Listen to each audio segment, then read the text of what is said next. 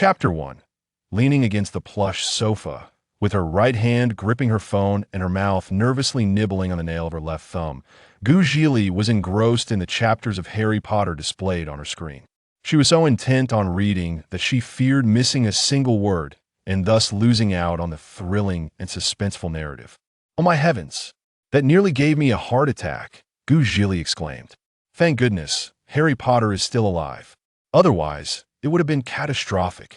As she watched Voldemort cast the killing curse on Harry, only to see Hagrid gently carry him back to the familiar castle.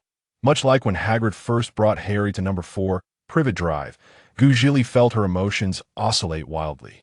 One moment she was despondent, the next exhilarated, and then joyously lost in her thoughts. 20 minutes later, after finishing the final chapter of Harry Potter and the Deathly Hallows, Zhili felt a swell of emotion at the line, "That Scar hasn't heard in 19 years all is well."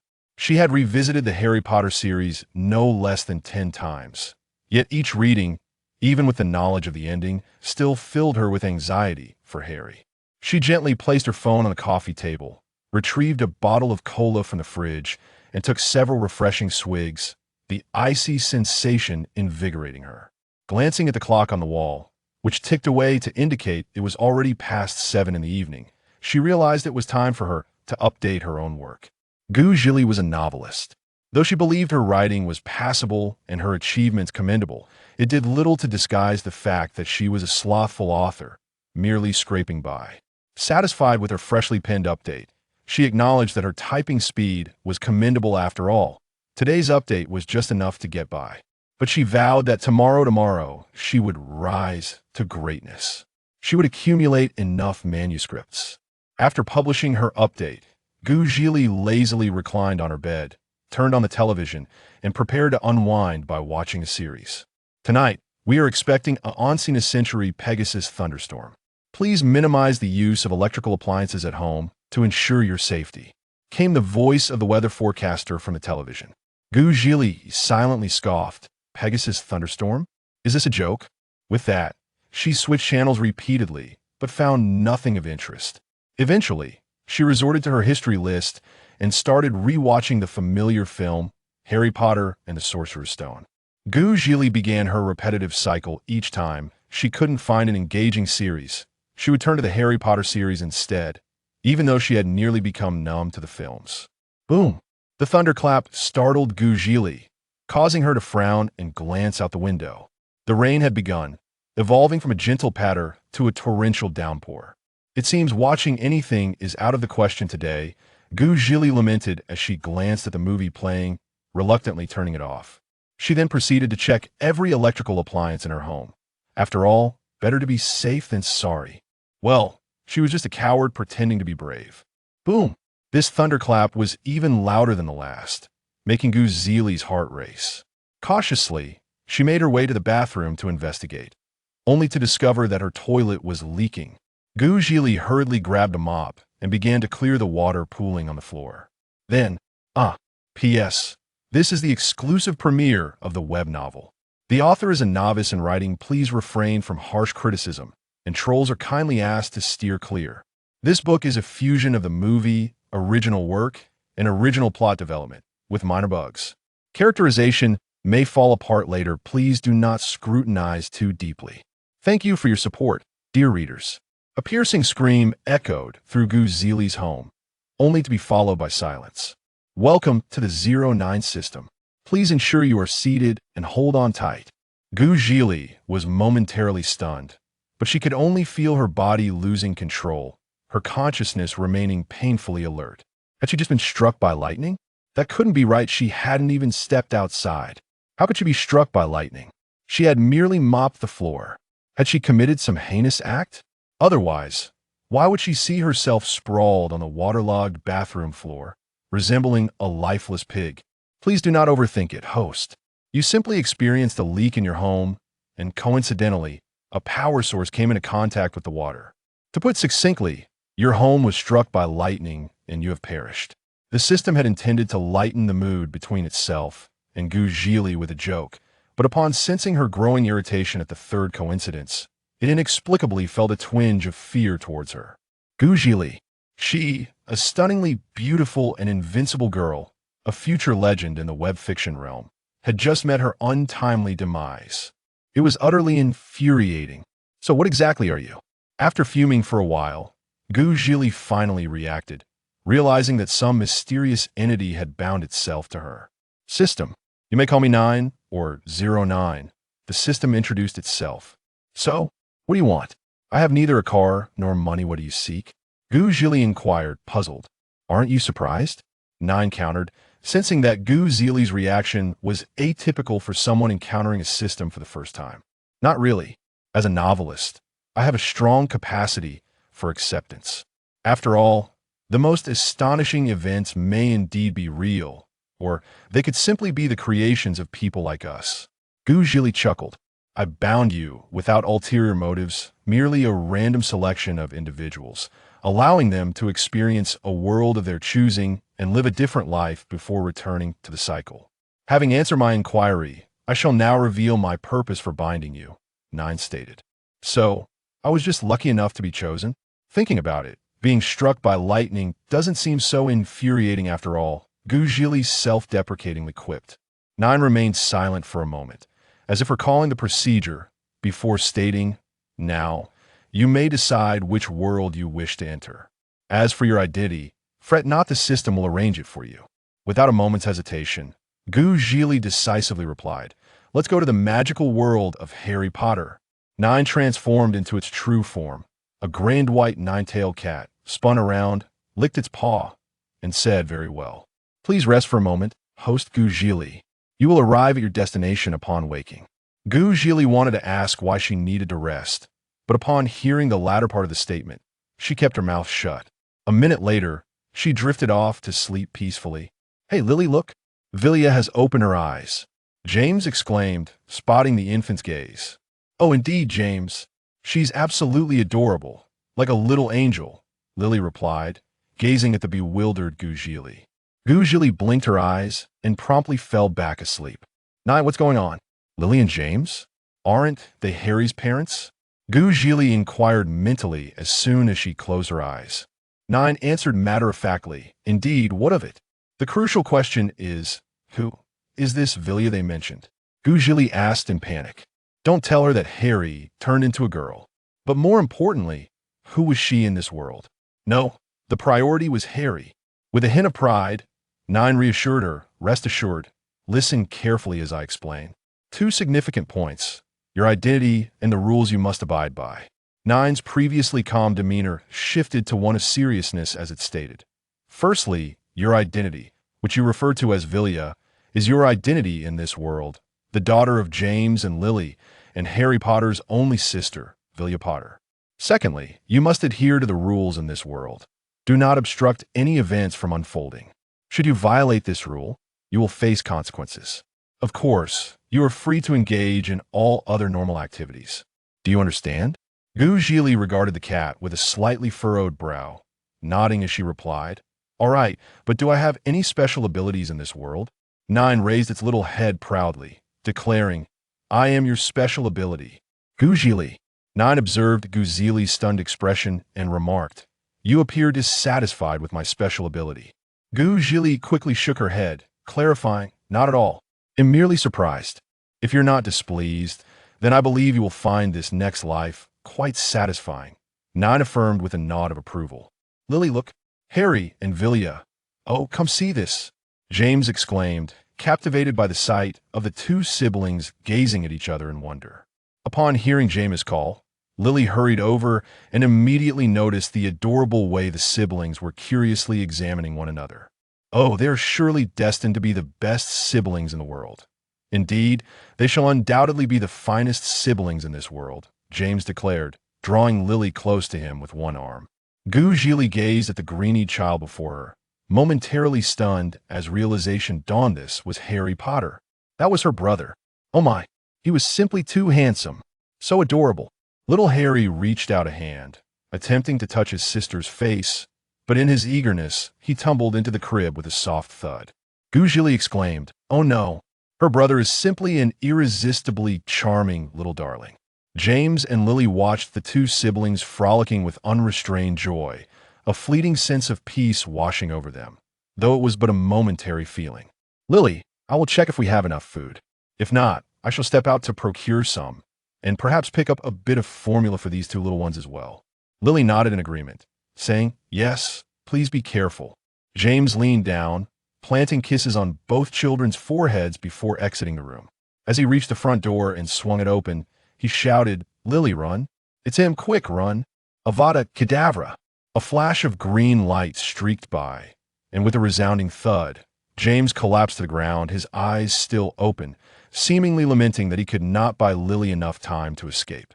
In the bedroom, Lily heard the incantation of Avada Kedavra, her eyes brimming with tears as she looked at her two children. Yet, she could only wipe her tears away and gently proclaim, "Mommy and Daddy love you." With that, she kissed Harry and Willia's foreheads and raised her wand, casting a spell over them. In the next instant, the bedroom door was shattered by a curse, and Voldemort strode in, accompanied by a serpent familiar, Nagini. Hand over Harry Potter. Lily brandished her wand, spreading her arms protectively over the children, declaring, "You shall not have him."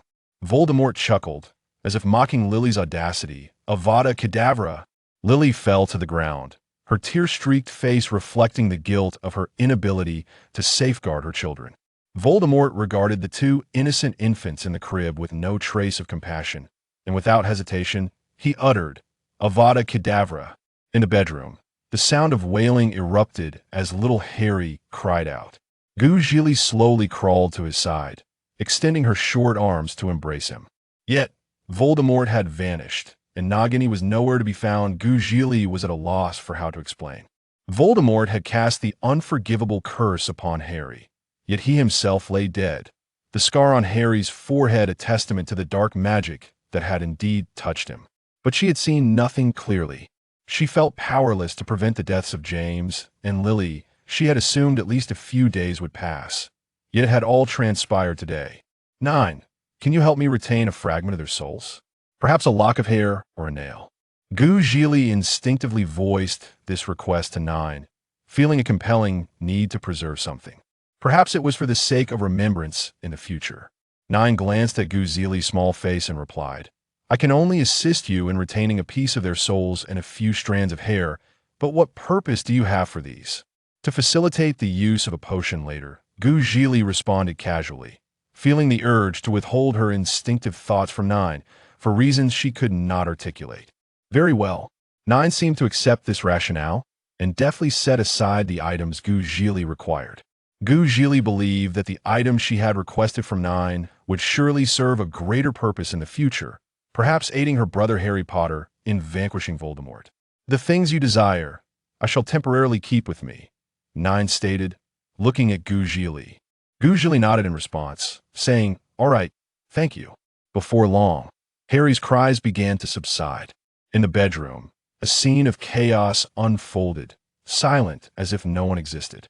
Zhili gazed at Lily's lifeless form on the floor, a profound and ineffable sorrow swelling within her.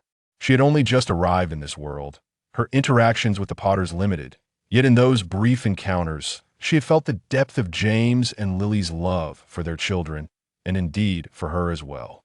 She felt powerless to alter their fate, for it was inevitable and unchangeable. "I am so sorry," Zhili silently whispered within her heart. Suddenly, the sound of hurried footsteps echoed, tightening Zhili's chest. Were they Death Eaters? Or Hagrid? When a flustered male figure burst into the bedroom, Zhili finally recognized the visitor. It was Severus Snape. Without a glance at the distressed Harry, who cried out due to his abrupt entrance, Snape's gaze was solely fixed on the departed Lily, his one true light. "Lily."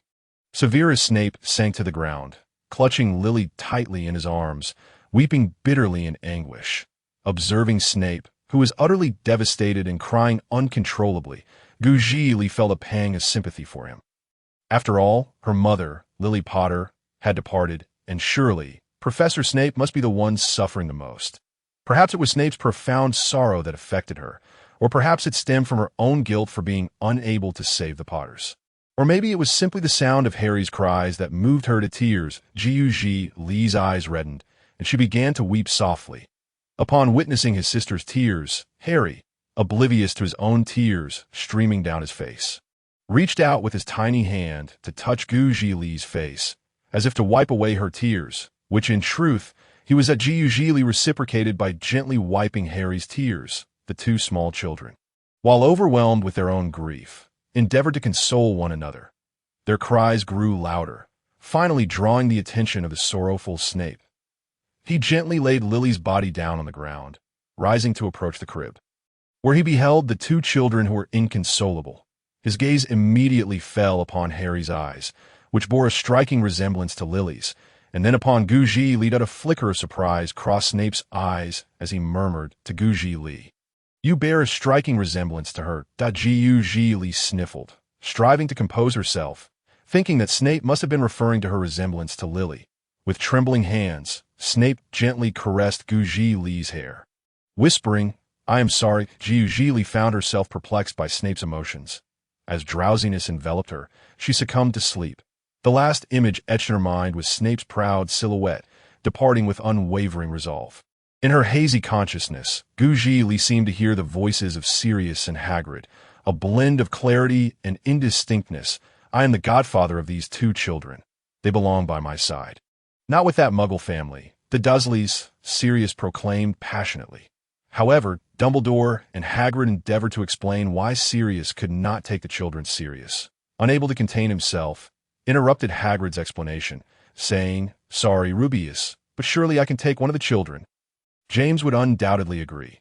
Hagrid looked at Harry and Zhili, finally stating earnestly, "I am sorry, Black, but Dumbledore entrusted me with the task of delivering James and Lily's children to number 4. Privet Drive.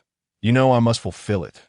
The two men locked eyes, akin to adversaries in a fierce rivalry, but ultimately Sirius conceded. "Very well, Rubeus. Let me see them once more. That Muggle, the Dursleys, had better pray to Merlin that they do not cross my path." Sirius gently brushed his fingers against the noses of the two children.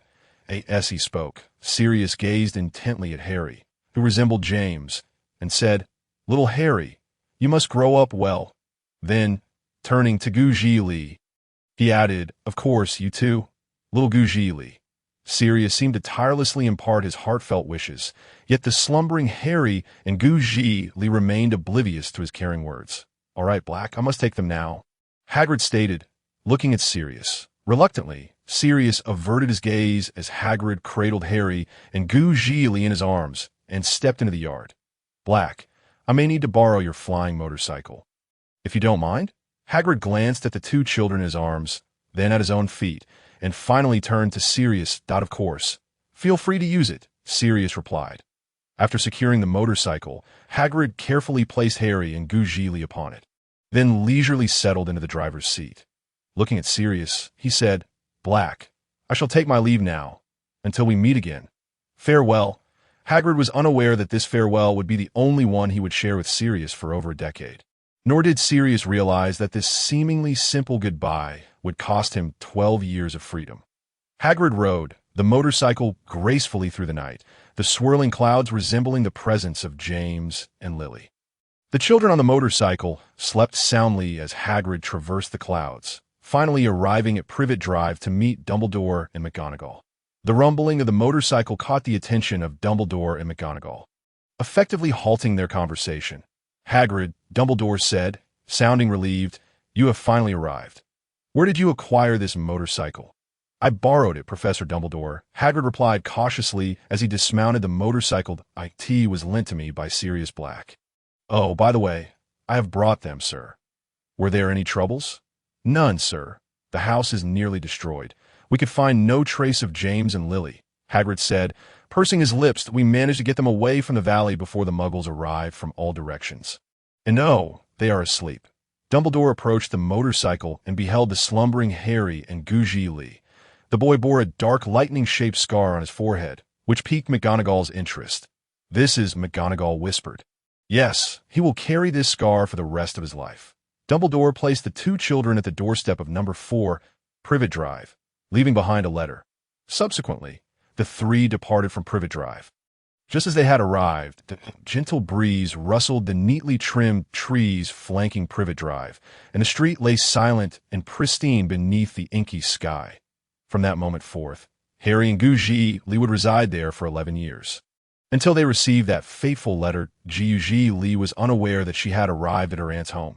In that moment, she was simply asleep, unable to foresee how the next 11 years would unfold for her and Harry. She was awakened by Petunia's piercing scream, which also roused Harry. However, being mere children, their only means of expressing their emotions was through tears. Petunia, upon discovering her and Harry, transitioned from surprise at the arrival of Dumbledore's letter to disappointment. Her eyes filled with disdain, particularly directed at Zhili.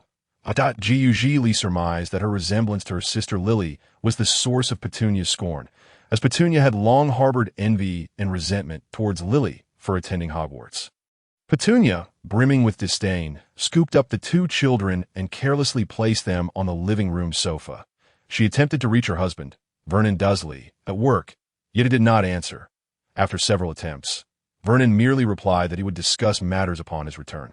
Frustrated, Petunia had no choice but to place Harry and Zhili in Dudley's former crib, as Dudley had now transitioned to a new bed. When Vernon returned home, Petunia informed him that they were to raise Lily's children.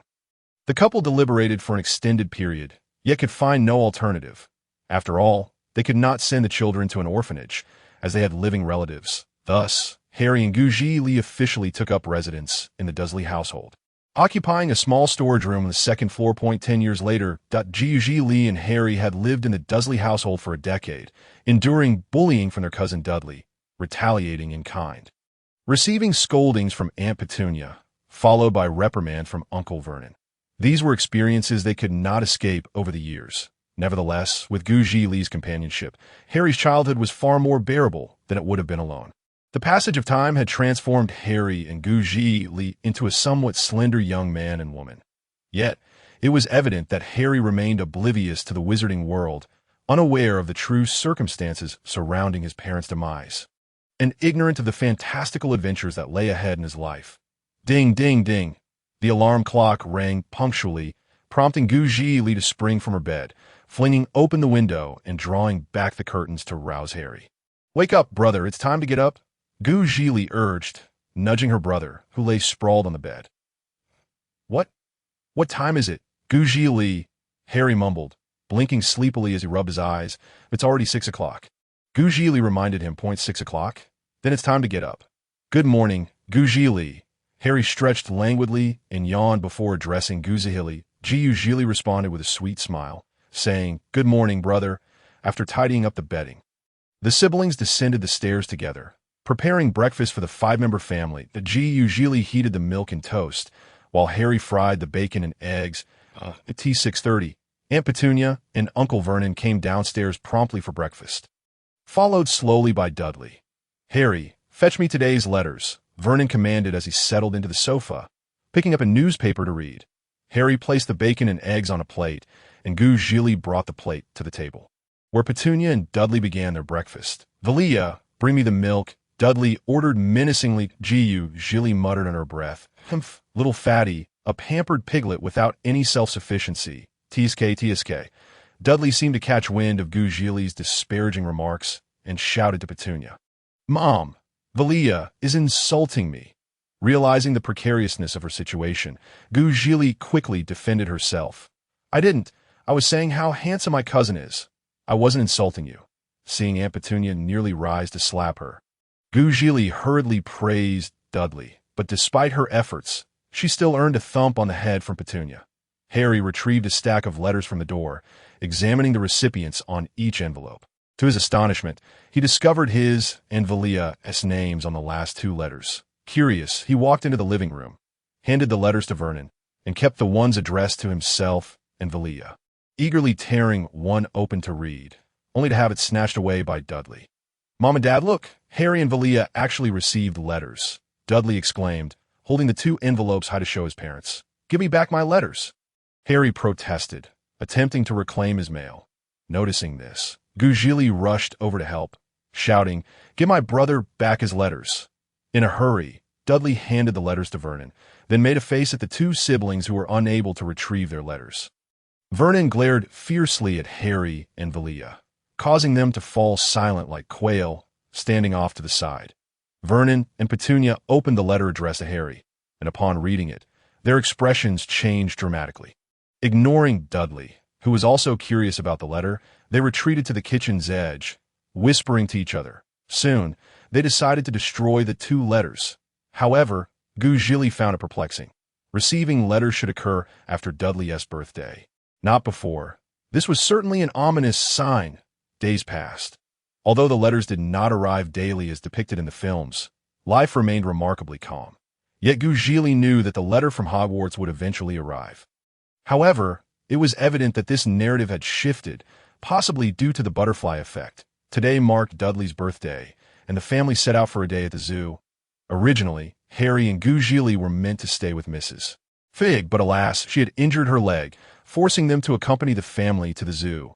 Upon arrival, the Dursleys, along with Dudley's friends, eagerly explored the zoo, while Harry and Zhili trailed behind, silently admiring the exhibits. Any utterance of awe from them could disturb Dudley's birthday celebrations, resulting in the siblings being sent to the cupboard under the stairs for punishment. They arrived at the reptile house, which was cold and dim, with bright glass walls lining all sides. Through the glass, various lizards and snakes could be seen slithering over logs and stones, after encountering Dudley's friends at the zoo. The Dursleys inadvertently forgot about Harry and Zhili until Petunia suddenly remembered her niece and nephew while in the reptile house. She glanced around, and upon spotting the siblings, said, "You two listen carefully.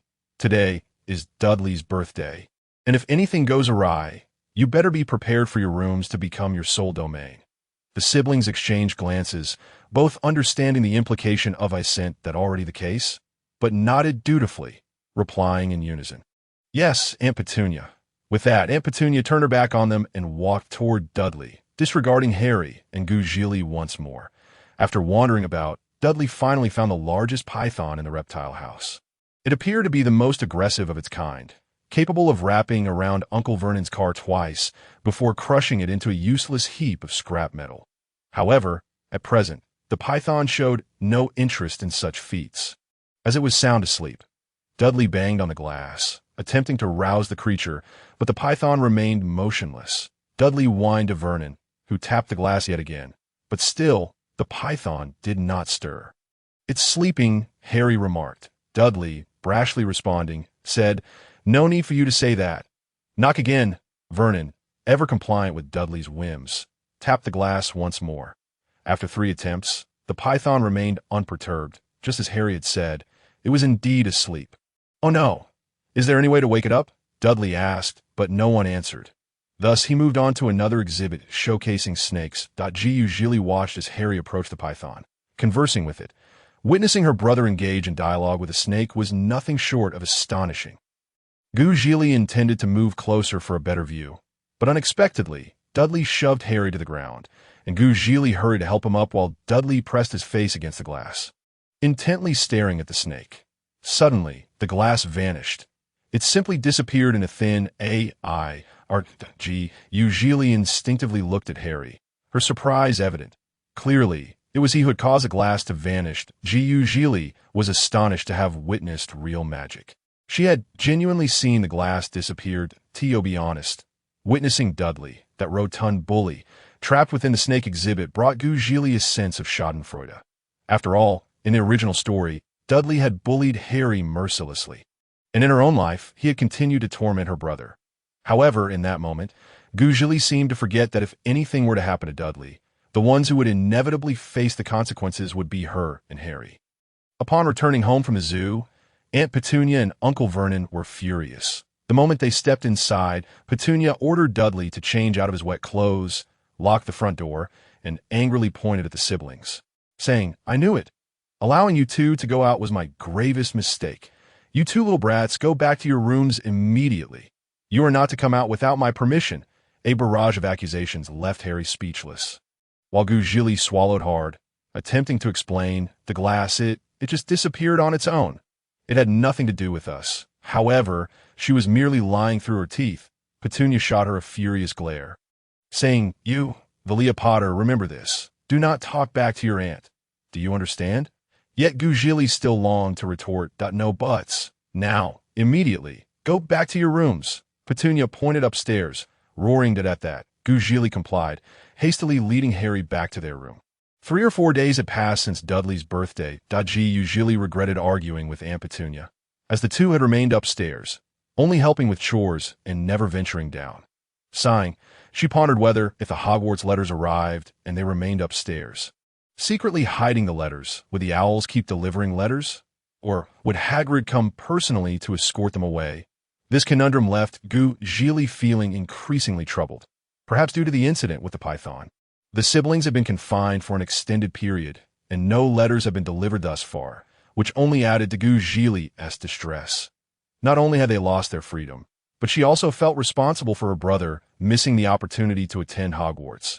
Was this yet another instance of her causing a butterfly effect? "Vilya, Harry, come downstairs and prepare breakfast." Aunt Petunia was knocking vigorously at the door. Zhili and Harry exchanged knowing smiles, signifying that they had been released from their confinement and were free to descend the stairs. Zhili hurriedly replied, "All right." Aunt Petunia, as soon as she spoke, silence enveloped the outside. Zhili took Harry's hand and, while descending the stairs, said, "Brother, I'll prepare breakfast. You check if you have any letters. If you do, make sure to hide them well from Dudley or Uncle and Aunt. Alternatively, you can make breakfast while I retrieve the letters. If there are none, I'll come help you with breakfast." Harry looked at Zhili with confusion and asked, "Why should we hide the letters?" Zhili instinctively gave Harry a playful tap on the head, exclaiming, "Brother, are you foolish? Have you forgotten the last time Dudley, that little chub, took your letters, and they were confiscated by Uncle and Aunt?" Harry seemed to recall the incident and exclaimed, "Oh right, I just remembered. Good thing you're so clever, Zhili." "Indeed," Zhili said with a hint of pride, her lips curling into a smile, delighted by her brother's compliment. Once downstairs, Zhili proceeded to prepare breakfast in the kitchen, while Harry hid in the cupboard under the stairs, waiting for the postman to ring the bell, ensuring he would be the first to retrieve any letters. "Where is Harry?" Aunt Petunia inquired. Noticing it was only Zhili making breakfast, he felt a bit unwell this morning, so he might be in the bathroom. Once he's done, he'll come down to help, Zhili said without looking at Petunia, cracking an egg into the pan with one hand. "I guess that's so," Petunia replied skeptically, glancing at the frying egg, but then dismissed it. Ding-dong. The doorbell rang, and Harry immediately emerged from the cupboard, rushing to the door to search for his letters. Dudley, Harry, Zhili. Harry's heart sank as he saw all the letters addressed to the Dursleys, nearly losing hope, but just at the last moment his own letter appeared. With both his and Zhili's letters in hand, Harry dashed upstairs, making quite the noise. "Dudley, darling," Aunt Petunia called from the living room upon hearing the commotion on the stairs. "Did I hear incorrectly?" She muttered to herself, Zhili. "Did you hear someone coming down the stairs?" "No, Aunt Petunia, I'm frying eggs and didn't hear anyone come down," Zhili responded, flipping the egg. She truly hadn't heard anyone come down. Only the sound of someone going up. Surely that couldn't be considered deceit. After Zhili completed breakfast, everyone descended from the upstairs. As Harry walked down, Zhili blinked and asked, "Brother, are you feeling better now?" Harry immediately understood his sister's implication and replied, "I'm fine now. I'm feeling much better." With that, Harry discreetly signaled an okay gesture to Zhili, indicating he had successfully retrieved the letters. Zhili felt a surge of joy and said, "Oh, you're all right then. That's wonderful." Harry picked up the letter he had placed on the floor and strolled into the living room, handing it to Vernon, saying, "Uncle Vernon, that's the mail for today. Just put on the coffee table." Vernon replied absent-mindedly, his attention still fixed on the newspaper. "All right," Harry replied. That evening, after the Dursleys finished dinner and went out for a walk, Harry and Zhili hurried upstairs after cleaning up the leftovers. "Zhili, come on, hurry," Harry urged. "I'm coming." Zhili peeked outside before quietly closing the door. "Look, I have a letter and you have one too, but I don't know who it's from," Harry said, pulling out the letter he had hidden under the blanket and handing Zhili her letter. "I have one too." Zhili raised her eyebrows in surprise, accepting the letter from Harry. Could she really be worthy of receiving a letter from Hogwarts? Or was this some sort of prank? Upon examining the letter, she noticed it was addressed to Miss Zhili Potter for Privet Drive, second floor, storage room. Apart from the name, Harry's letter bore the same inscription. However, upon seeing that phrase, Zhili instantly recognized it as a letter from Hogwarts. A letter from Hogwarts in my lifetime. She marveled, I must be the first to receive such a letter in the real world. Carefully, she opened the envelope and read the familiar handwriting, her heart racing as she articulated each word clearly. Hogwarts School of Witchcraft and Wizardry Headmaster. Albus Dumbledore, Chief Warlock of the Wisingamot. Supreme Mugwump of the International Confederation of Wizards, Order of Merlin, First Class. Dear Miss Zhili Potter, we are pleased to inform you that you have been accepted to Hogwarts School of Witchcraft and Wizardry. Enclosed is a list of required books and equipment. The term begins on September 1 SD. We await your owl by July 31 SD. Yours sincerely, Minerva McGonagall, Deputy Headmistress. After reading the letter, Zhili suddenly realized. An owl. They didn't have an owl to send a reply. This was not a good situation. Zhili, my letter states that I am permitted to attend Hogwarts. What does this owl reply business mean? Is this some kind of prank? Harry said, bewildered as he examined the text on the letter. Hearing Harry's words, Zhili understood that they needed Hagrid's help to come fetch them. But how could they get Hagrid to come? They would have to ensure Aunt Petunia and Uncle Vernon refused to let them attend Hogwarts, thus triggering an avalanche of owl letters. Upon contemplating this, Zhili felt her plan was sound. So she glanced at the letter, then at the puzzled Harry, and smiled. Brother, I believe this letter is genuine, but I'm not entirely sure about this owl reply business. We'll have to rely on Aunt and Uncle. After all, magical matters have always been fantastical, right? Besides, the vanishing glass at the reptile house and your conversation with that giant snake can't be rationally explained. But we went through so much trouble to retrieve the letter to prevent Aunt and Uncle from confiscating it. And now we have to voluntarily hand it over. Harry expressed his confusion, slightly astonished that Zhili had witnessed him talking to a snake. Zhili shook her finger, saying it's not about voluntarily handing it over. Rather, we're going to stage a little performance for Aunt and Uncle to witness and confiscate it. Harry touched Zhili's forehead, and then his own, saying, Zhili, you're not running a fever. You're talking nonsense. Brother, I have my reasons that I feel as though this is how it's meant to unfold, if nothing else. You can just play along for fun, Zhili said, playfully tugging at Harry's hand and pouting. Harry found it hard to resist his sister's charms and reluctantly replied, all right. Delighted by Harry's agreement, Zhili cheered. You're the best, brother. She glanced out the window at the night sky, weighing that the Dursleys would likely be returning soon, and said, Brother, let me take the lead in this little performance tomorrow, and you just help me play along, all right? Harry nodded in agreement.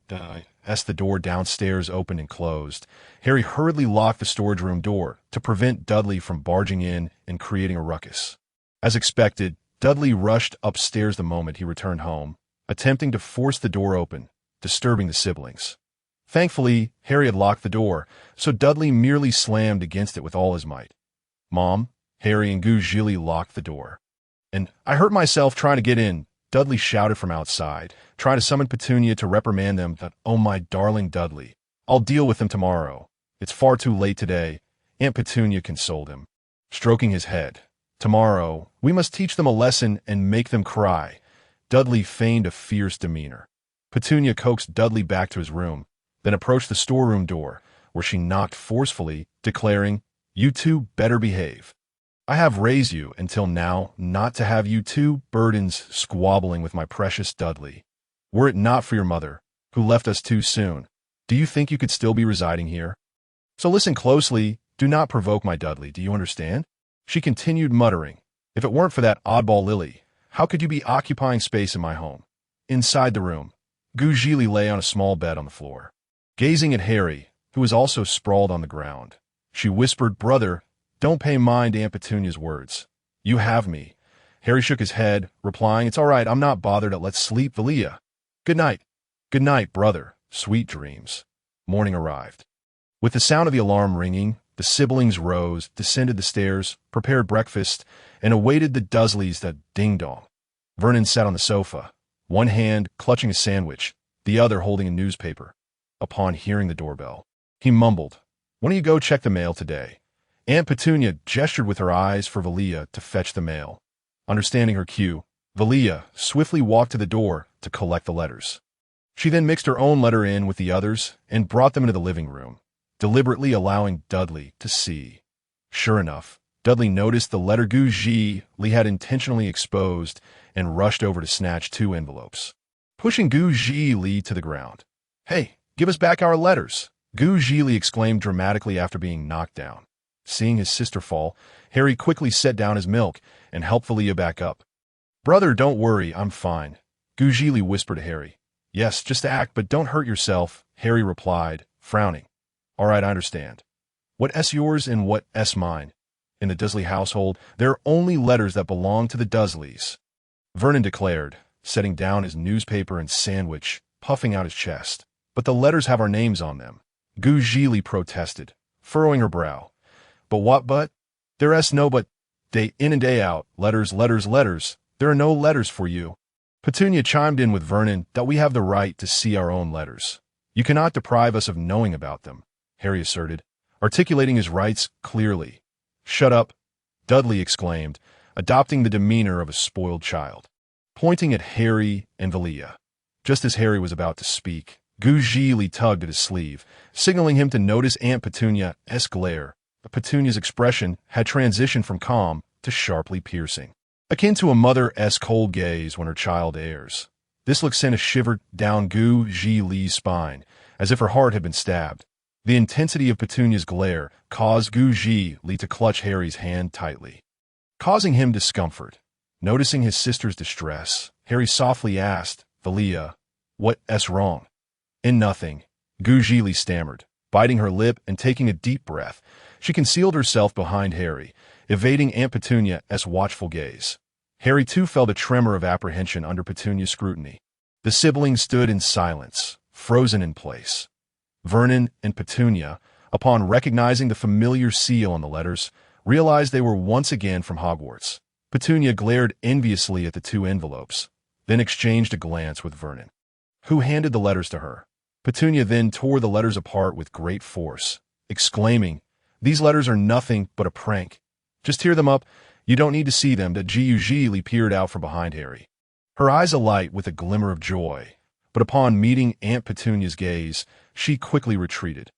Hiding behind Harry, she softly said, "Brother, the letters have been torn by Aunt Petunia. Don't be upset." Harry reassured her. "It's fine. I'm not angry. Let us consider it a game." As the days passed, with the letters being relentlessly destroyed, the owls delivering them multiplied, bringing letters each day only to have them obliterated again. Just as in a film, Hogwarts letters seemed to appear from every direction, ceaselessly. The Dursleys were becoming increasingly exasperated by the incessant influx of letters. Sunday arrived. That morning, the Dursleys unusually woke up early. Vernon sat on his beloved sofa, a hint of cheer in his eyes, proclaiming, "Oh, Dudley, do you know why I'm so happy today?" "Why?" Dudley squinted, asking. "Because there are no postmen today," Harry replied as he set 2 cups of milk on the table. Vernon raised his eyebrows, saying, "You're right, Harry." Yet in the next moment, Vernon's joy turned to despair as thousands of letters poured into the Dursley home from all directions. Harry stared in shock at the scene before him, while Zhili raised her eyebrows in astonishment, finding it utterly fascinating. "Wow, this is incredible," she murmured to herself, barely audible. "Ah, we must move. We need to get out of here," Vernon screamed, overwhelmed by the flurry of letters. Harry and Vilya simply watched the chaos unfold, remaining motionless at tea that moment. The Dursleys were checking into a hotel. Hardly had they settled in when the front desk staff delivered 2 letters addressed to Harry Potter and Vilia Potter. Vernon, gazing at the envelopes in his hands, drew a deep breath, gritting his teeth, declaring, "We need to find another place." Petunia remained silent, but upon catching sight of a corner of the letter, she too involuntarily inhaled deeply and said, "The farther away from here, the better." Thus, the Dursleys moved once more. This time, they relocated to a small island, where there stood only a tiny tower. The tower comprised merely 2 levels. The first level contained a kitchen and a living room, exceedingly small, while the upper level housed a double bed, serving as the bedroom. Petunia and Vernon occupied the second floor, Dudley slept on the sofa, and Harry and Vilya each found a spacious patch of floor to lay down their mats. As night deepened, thunder roared, and the wind howled, Zhili opened her eyes, glancing at the clock on the wall. It was nearly midnight. She rose quietly and tiptoed to Harry's side, retrieving a piece of chocolate from her pocket and drawing a faux cake on the ground. Just as she was about to wake Harry, she noticed he was already awake, startling her. She patted her chest. Exhaling deeply, Zhili offered the chocolate to Harry and produced another piece, smiling as she said, "Happy birthday, my brother." Harry sat up, accepting the chocolate for Vilya, and affectionately ruffled her hair, replying, "Thank you." "Happy birthday, Vilya, my sister." Zhili smiled and said, "Cheers." With that, the two blew at the imaginary cake and candles on the floor. Savoring the melting chocolate, as they indulged, Harry felt a pang of sadness. He felt he was not a worthy brother, having failed to prepare a birthday gift for Vilya. Sensing Harry's melancholy, Zhili comforted him. "Brother, next birthday you must give me a piece of chocolate. Consider this my treat." Harry, noticing Vilya's efforts to lift his spirits, gently replied, "All right. Next time, brother will treat you." Zhili nodded in agreement, and, as Harry chewed on the chocolate, he felt the sweetness linger even more. That a loud bang startled everyone awake, causing the Dursleys to jump in fright and nearly choke the Potter siblings on their chocolate. Zhili swallowed hard, her face a mask of shock as she turned to the door. "Sorry, I broke your door." A giant stepped into the room, and in an instant the space appeared exceedingly cramped in comparison to his imposing figure. After entering, the giant casually pushed the fallen door back into place. "Oh, Harry, you've grown quite robust since your childhood, and you must be Vilya. You look absolutely delightful." The giant greeted himself, picking up a pink umbrella to kindle a fire in the hearth. I'm not Harry," Dudley stammered in trepidation. "I am Harry." Harry emerged, holding Vilya's small hand. The giant tilted his head and said, "My apologies, Harry." Harry swallowed nervously and inquired, "If I may be so bold, may I ask who you are and what brings you here?" The giant seemed to recall something, handing Harry 2 letters in a box, stating, "I am the keeper of keys at Hogwarts, and my name is Rubeus Hagrid. You may call me Hagrid." Harry accepted the 2 letters, glancing at them and realizing they were the Hogwarts acceptance letters he had seen before.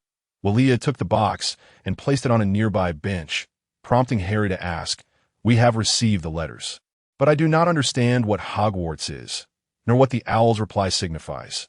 Hagrid looked at Harry in astonishment, exclaiming, "Do you mean to say you are unaware of the greatness of your parents as wizards?" "I'm sorry, but I do not know. Wizards? My parents? I know they died in a car accident, but they could not possibly be wizards," Harry replied apologetically, yet his answer clearly left Hagrid in a state of disbelief. A car accident? A mere car accident could not possibly claim the lives of James and Lily. They were the most exceptional wizards. Zhili observed the conversation between Harry and Hagrid, deciding it was best to remain silent, knowing the truth while her brother remained blissfully unaware. With her brother's insatiable curiosity, she figured he would ask enough questions on his own.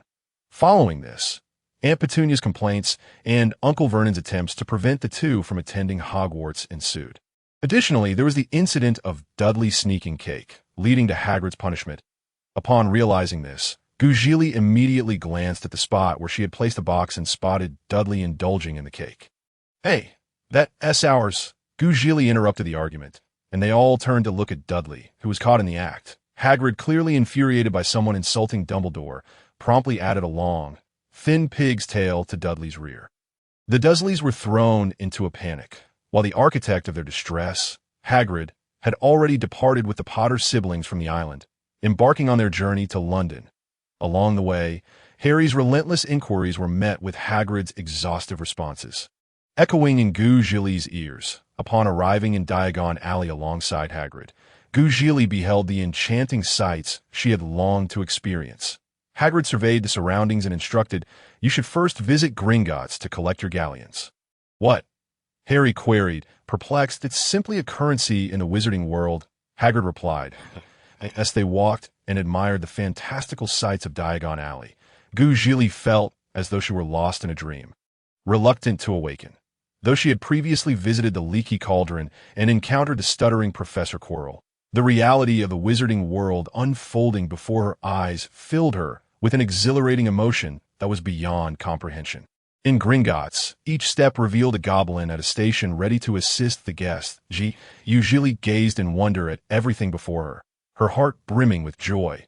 Harry held her hand tightly as they followed Hagrid to the largest goblin station. "We wish to access the vault of Mr. Harry Potter and Ms. Vilia Potter." Hagrid addressed an elderly goblin. "Oh, you have the key?" After a moment's thought, Hagrid produced a key and handed it to the goblin, who inspected it before returning it. Hagrid leaned closer to the goblin, presenting a sealed letter from Dumbledore, and said in a serious whisper, "This pertains to the contents of Vault 713. Professor Dumbledore sent me to retrieve it." The elderly goblin opened the letter, read it, and summoned a younger goblin to escort Hagrid and the siblings to the underground vault. "The vault of Mr. and Ms. Potter, if you please," the younger goblin instructed. Hagrid handed over the key, and the goblin unlocked the vault door. What greeted the siblings was a room filled to the brim with gold coins. "Galleons." Zhili tugged at Harry's sleeve and exclaimed, "Brother, pinch my cheek. How can this possibly be real?" Harry refrained from pinching Wilia's cheek and replied, "I, too, find it surreal, yet these treasures are undeniably real." Zhili gazed at the galleons that belonged to her, feeling dizzy. The wealth in this vault surpassed anything she had accumulated in her previous life. Each sibling took a small pouch of galleons before following Hagrid to Vault 713. This vault appeared slightly more complex than the previous one, but none of them paid it any mind. They simply watched as Hagrid retrieved the item from within and exited the underground vault. As they walked, Hagrid inquired, "What else do you two need?" Harry glanced at the first-year supply list and replied, "I still need a wand." Zhili nodded in agreement. "So do I." Hagrid looked off into the distance and said, "A wand, you say? You'll want to go to Ollivander's. His wands are the finest. You two go ahead and select your wands. I will meet you shortly." "All right." The siblings chorused in unison.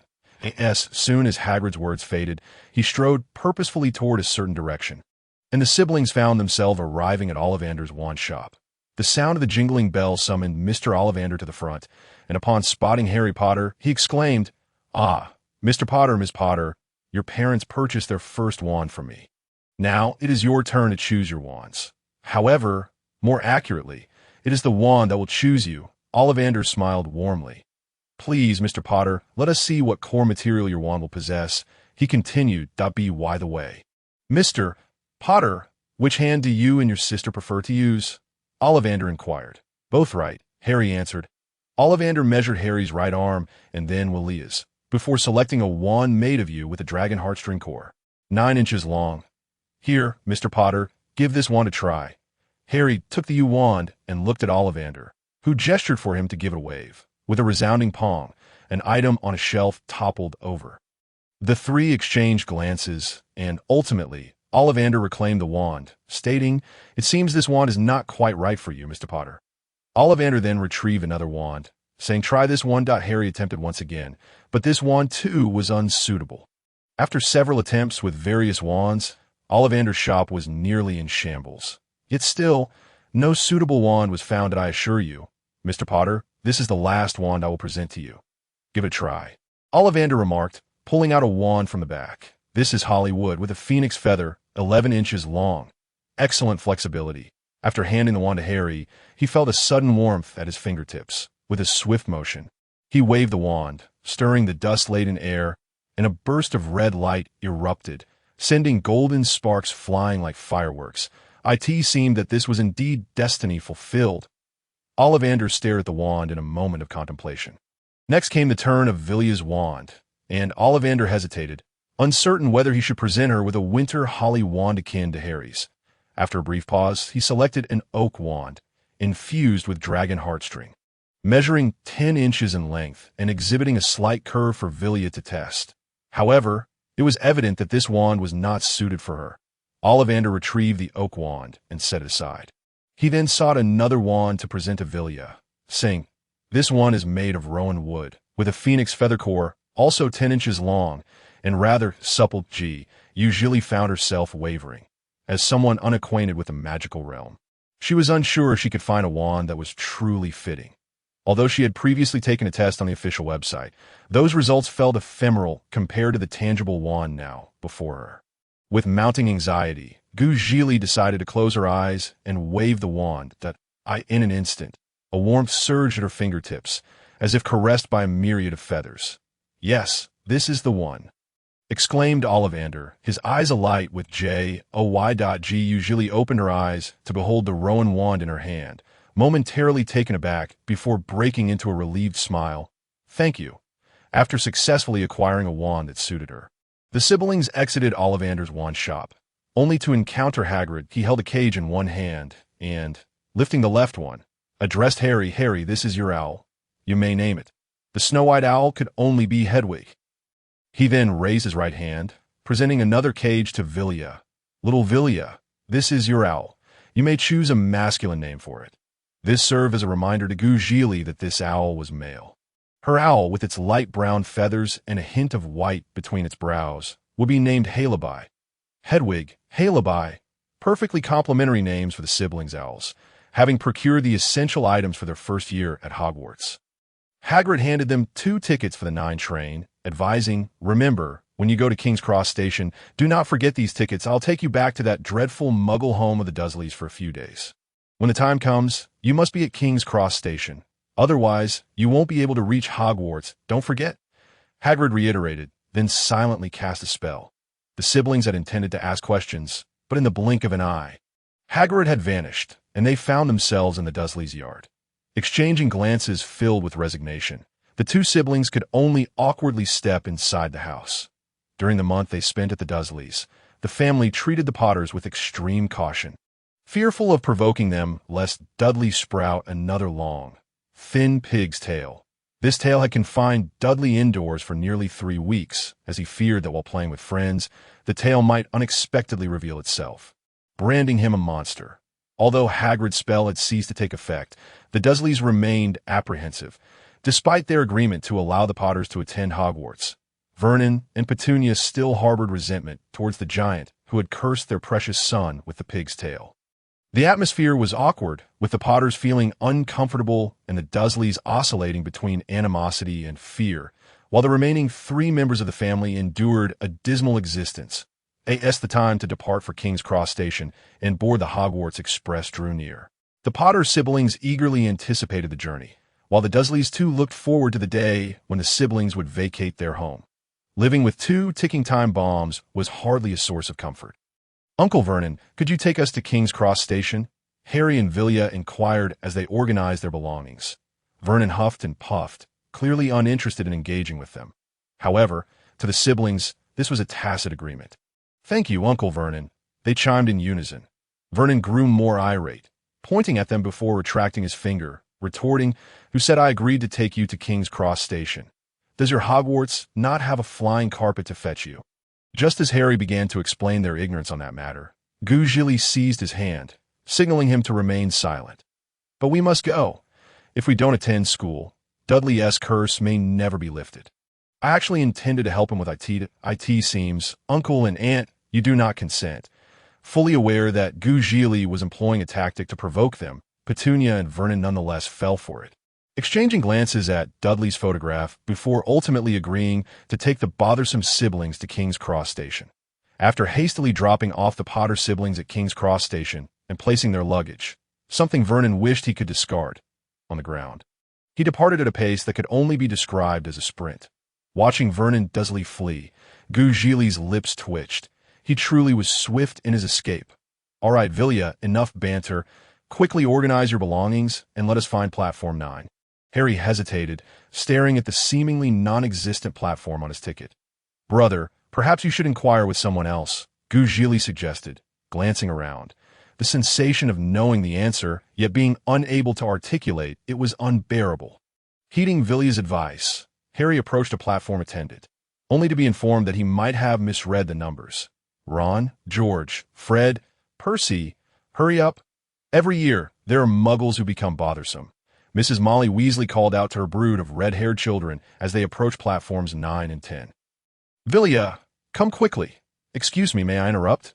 Harry called out to Vilya, gesturing for her to follow him before boldly interrupting Mrs. Weasley. "Madam, could you tell us how to get to platform 9? Mrs. Weasley regarded Harry and Vilya with a kindly expression. "Oh, are you new students at Hogwarts? Can't find a platform? No worries, just follow us." Our Ron is also a first year this year. The entrance is right between platforms 9 and 10. Just run straight at the wall. Thank you very much, madam. Harry and Vilya expressed their gratitude to Mrs. Weasley. George, you go ahead. Molly instructed one of the twins that I'm Fred. It's a wonder you're our mother and can't even tell us apart. George retorted with exasperation.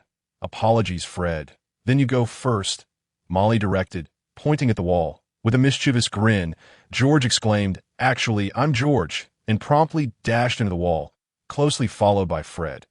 Witnessing the twins vanish into the wall only heightened Harry's sense of wonder regarding this magical world. Child, would you like to give it a try? If you're nervous, you can run, Mrs. Weasley said affectionately to Harry and Vilya, who was peeking from behind him. All right, Harry replied, taking a deep breath before sprinting towards the wall with determination. Following suit was Ron, and as Zhili watched the red-haired boy dash into the wall, she exhaled, gripping the handle of her trolley tightly, and ran, disappearing in the blink of an eye. Arriving at platform 9, Zhili gazed at the familiar yet foreign numbers, her heart racing with exhilaration. Vilya, stop daydreaming and hurry up. Harry stood before the door of the Hogwarts Express, exclaiming that Zhili hurriedly pushed the cart over, saying, Coming, brother. The two siblings settled into a compartment on the train. While Zhili gazed out the window, lost in thought, Harry intended to close his eyes for a brief respite. However, he was interrupted by a familiar voice. Excuse me, but there are no seats left on the train. May I sit here? It was Ron, the red-haired boy, who leaned against the door frame of the compartment. The sound of Ron's voice prompted Zhili to turn around. But before she could fully process his words, Harry had already consented to Ron sitting with them.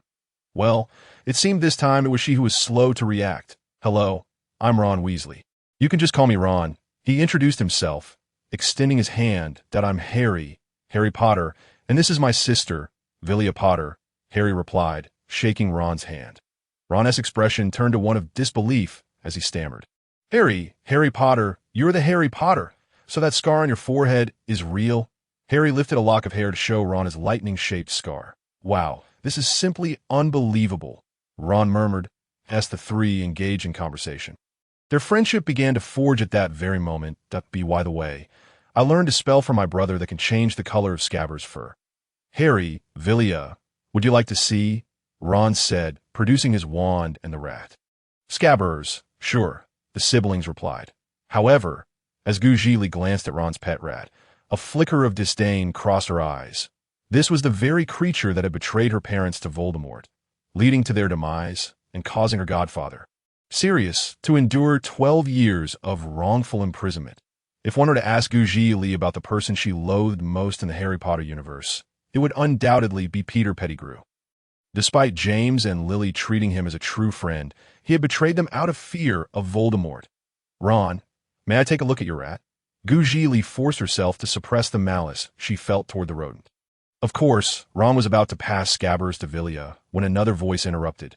Excuse me, have you seen a toad?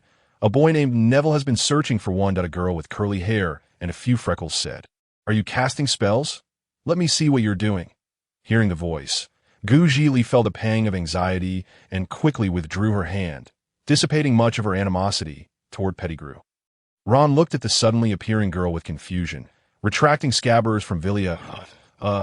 We haven't seen any toads. Perhaps you should check back there, Harry suggested, glancing at the girl outside the compartment. The girl with the fluffy curls smiled and replied, I believe Neville will be looking for his toad, but I'd like to see your spell.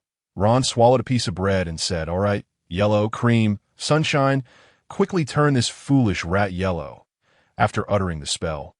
However, Scabbers remained unchanged, creating a somewhat awkward atmosphere. Are you sure that was the spell? The girl inquired, visibly uncomfortable. Of course, Fred and George taught me, Ron quickly explained. Shall we be friends, classmates? Zhili observed the girl for a while, concluding that she must be Hermione Granger, the only academic prodigy among the trio. Hermione looked at Zhili with some confusion before finally responding. All right, I'm Hermione Granger. May I ask who you are? I am Ron Weasley. Harry Potter. Vilia Potter. Harry is my brother. They introduced themselves in turn, and Hermione's eyes widened in surprise upon hearing the Potter siblings' names. Harry Potter, Vilia Potter, you are indeed the Potter siblings. Hermione exclaimed. Harry and Vilya exchanged amused glances, as this scenario seemed to have occurred several times that day. Yes, you said. We are siblings, the Potter siblings. Zhili replied, feigning a dramatic demeanor. The others burst into laughter at her quirky and exaggerated antics. And in that moment, the bond among the four seemed to strengthen invisibly. Hermione glanced out the window, reminding them, we're approaching Hogwarts. You two boys should put on your robes. Perhaps you boys should step out first and let Vilya change? Ron questioned in confusion. Why? Aren't they all the same? Before he could finish, Harry pulled Ron outside. Hermione couldn't help but remark, doesn't he understand the differences between boys and girls? Zhili chuckled and replied, perhaps the Hogwarts Express had arrived.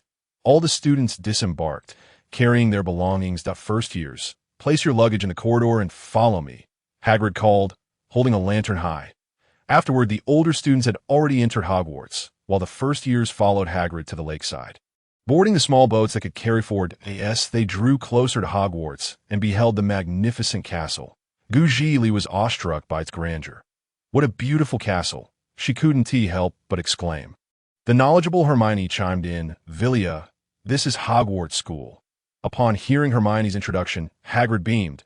Miss Granger certainly knows a lot about Hogwarts. Hermione blushed slightly, humbly replying, I just read a few books about Hogwarts before coming here. Zhili looked at Hermione with admiration, saying, Hermione, you're truly impressive.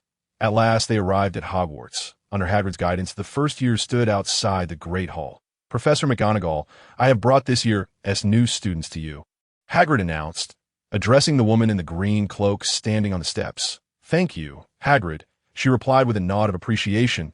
I'll be on my way now. Hagrid smiled before departing. I am Minerva McGonagall. You may call me Professor McGonagall. Shortly, you will enter the Great Hall for the sorting ceremony. The four houses are Gryffindor, Hufflepuff, Ravenclaw, and Slytherin. McGonagall explained the important details regarding the sorting ceremony. Afterward, she entered the Great Hall to consult with Dumbledore about when the first years could proceed for the sorting. Once Professor McGonagall left, a boy with platinum blonde hair approached the Potter siblings. So, the rumors are true. Harry Potter and Vilia Potter are both attending Hogwarts. The boy, exuding arrogance, extended his hand toward Harry, saying, Hi, I'm Draco Malfoy. Ron couldn't help but chuckle at that moment, but his laughter clearly irritated Malfoy. With that red hair, I can tell you're from the Weasley family, the ones who associate with Muggles. Hearing Draco's words, Zhili quickly glanced at Harry, who replied indifferently, No thanks. I don't see anything wrong with associating with Muggles. This signified Harry's refusal to befriend Draco. Malfoy frowned and turned his attention to Vilya, asking, What about you, Miss Potter? Zhili smiled slightly and replied, It's quite apparent. Draco Malfoy, my brother has already declined your offer, which means I share his sentiment. With her words, Draco Malfoy grew increasingly agitated, threateningly stating, Do you know what you're turning down? I am a Malfoy. Just then, Professor McGonagall approached with a dignified demeanor and inquired, What are you discussing? Malfoy turned to look at Professor McGonagall behind him, begrudgingly returning to the middle of the line. Then Professor McGonagall continued, All right, Rafe? A sudden gasp interrupted her as a round-faced boy hurriedly leaned down to retrieve the toad that had fallen to the ground. Zhili couldn't help but think of a name, Neville Longbottom. Shortly thereafter, she gently shook her head, a movement that caught Hermione's attention. Hermione leaned closer and whispered, Vilya, are you all right? Zhili smiled in response and said, Hermione, I'm fine. Don't worry. Point one by one. The new students followed Professor McGonagall into the Great Hall. She beheld the floating candles above and the remarkably vivid sky. Zhili couldn't help but exhale softly and pinched her hand, murmuring to herself, This is real, isn't it? Soon, all the new students stood at the front of the hall, and as Headmaster Dumbledore rose to speak, a pair of watchful eyes, like burning torches, fixed their gaze upon Zhili. Unable to resist, she glanced in that direction. Severe as Snape.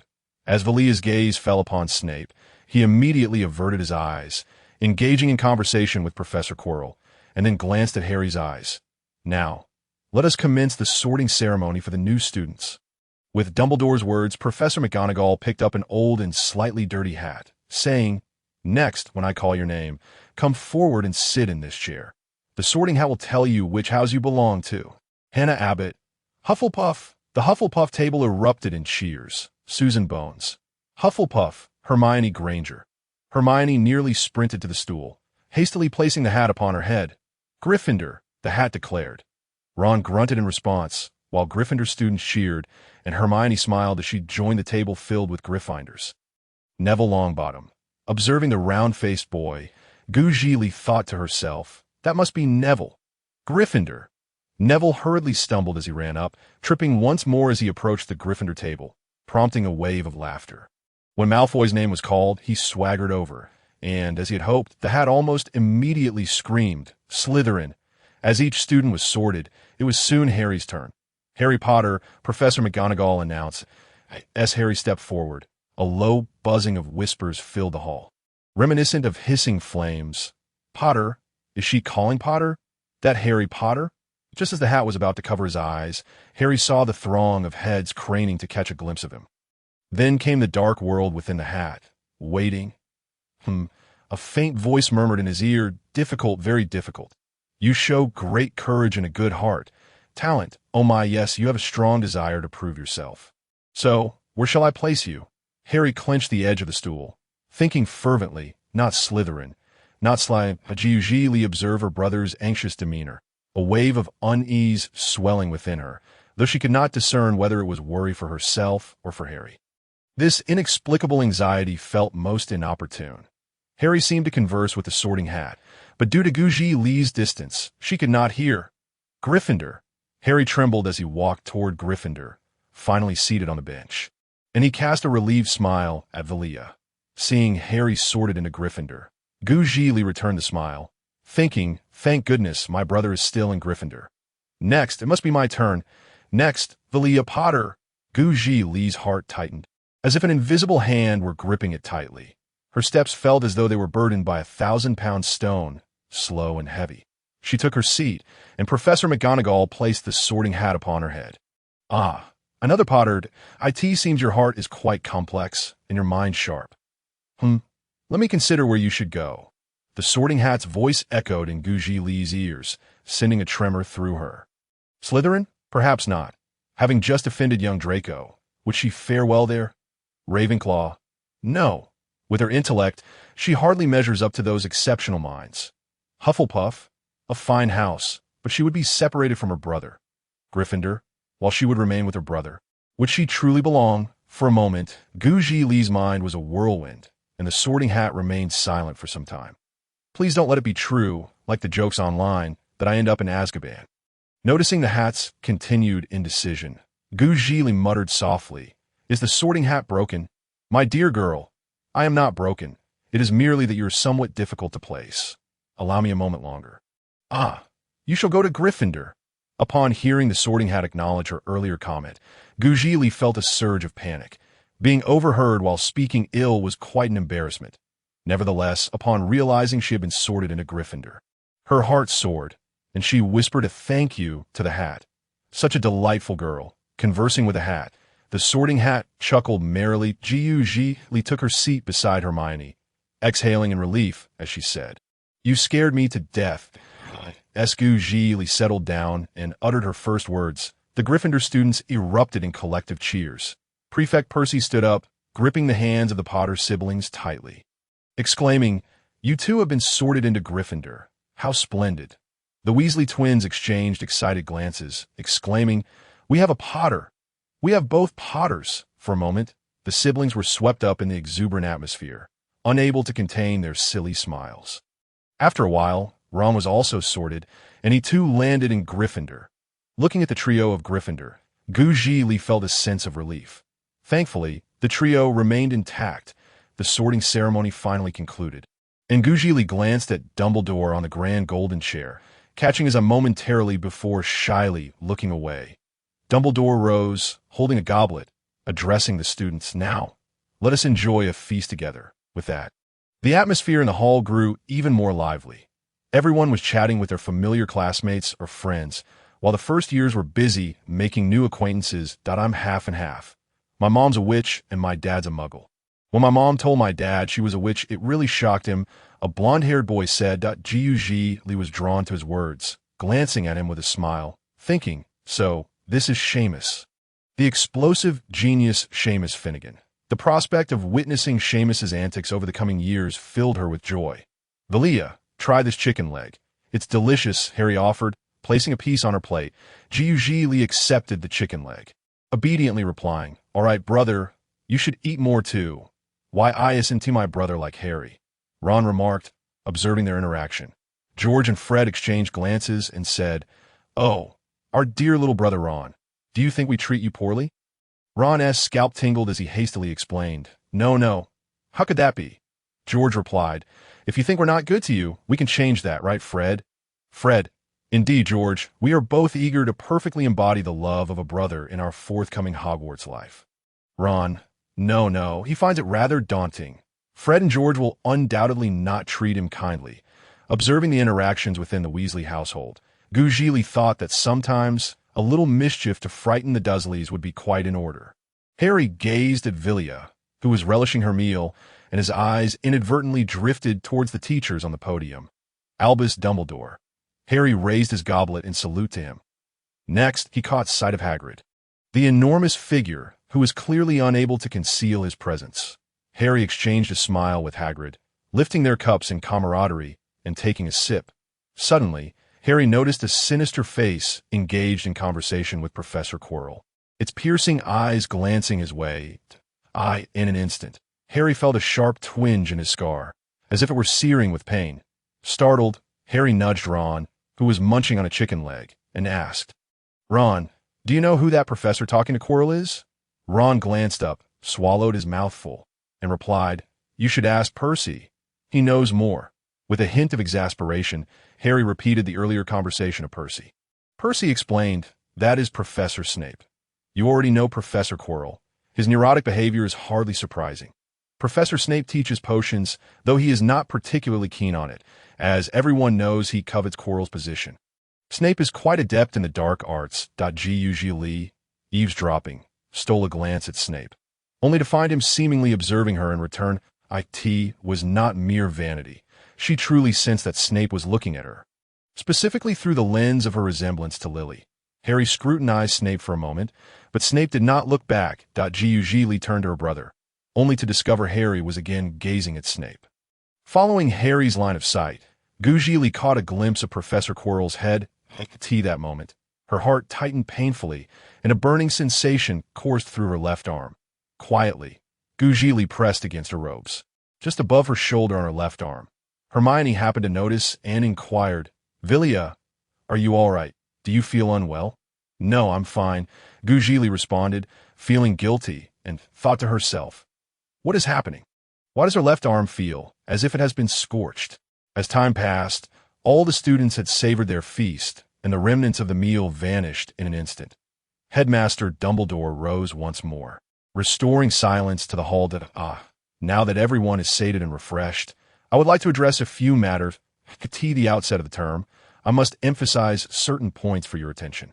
First-year students, please take note that the Forbidden Forest on school grounds is off-limits to all students. Even some of our older classmates should remember this, that Dumbledore's bright eyes swept towards the Weasley twins. Moreover, Mr. Filch, the caretaker, has requested that I remind everyone not to perform magic in the corridors during breaks. The tryouts for the Quidditch teams will take place in the second week of this term. Any students wishing to join their house teams should contact Madam Hooch. Lastly, I must caution all of you. Those who wish to avoid mishaps and untimely demise should refrain from entering the corridor on the right side of the fourth floor. Very well, students of each house, please follow your prefects back to your respective common rooms, Professor McGonagall instructed. The first-year Gryffindors followed Percy, weaving through the bustling crowd and exiting the hall, ascending the marble staircase.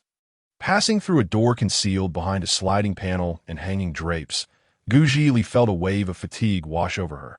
She quietly asked, Hermione, do you know how much longer it will be until we reach the Gryffindor common room and dormitories? I am so tired. Hermione, somewhat resigned, took Vilya's hand and replied, I don't know either, but if you're tired, you'll just have to hold on a little longer. Harry turned a glance at the drowsy Vilya and chuckled. At this hour, Vilya is likely due for her rest. It's no wonder she's feeling sleepy. Ron looked at Harry in surprise, asking Harry, "How do you know so much about Vilya's sleeping schedule?" Hermione rolled her eyes, feeling quite exasperated. "Are you daft? Vilya is Harry's sister. Of course he knows when she sleeps." Ron pursed his lips and replied, "Oh." Suddenly, they came to a halt as Percy warned. "Careful, it's Peeves." A wand appeared before them, and then a small imp materialized, with wicked black eyes and a wide mouth. Floating cross-legged in midair, grasping the wand tightly at IT, was that troublesome first-year imp. "How amusing." He lunged at the students, leaving them momentarily stunned. The appearance of Peeves caused an uproar among the Gryffindors. Harry quickly urged Hermione, "Cover Vilya's ears, and don't ask why." With that, Hermione swallowed her impending question and covered Vilya's ears. "Get lost, Peeves, or I'll inform Bloody Baron." "I'm not joking," Percy shouted. Peeves stuck out his tongue and vanished. The wand struck Neville on the head. Percy warned everyone to be wary of Peeves, as only Bloody Baron can control him. Peeves doesn't even listen to the prefect. At the end of the corridor hung a portrait of a plump woman dressed in pink. "Password?" she inquired. "Dragon dung," Percy replied. The painting swayed forward, revealing a circular hole in the wall. Then the students entered one by one through the opening, into the Gryffindor common room. Percy continued, "This is the Gryffindor common room.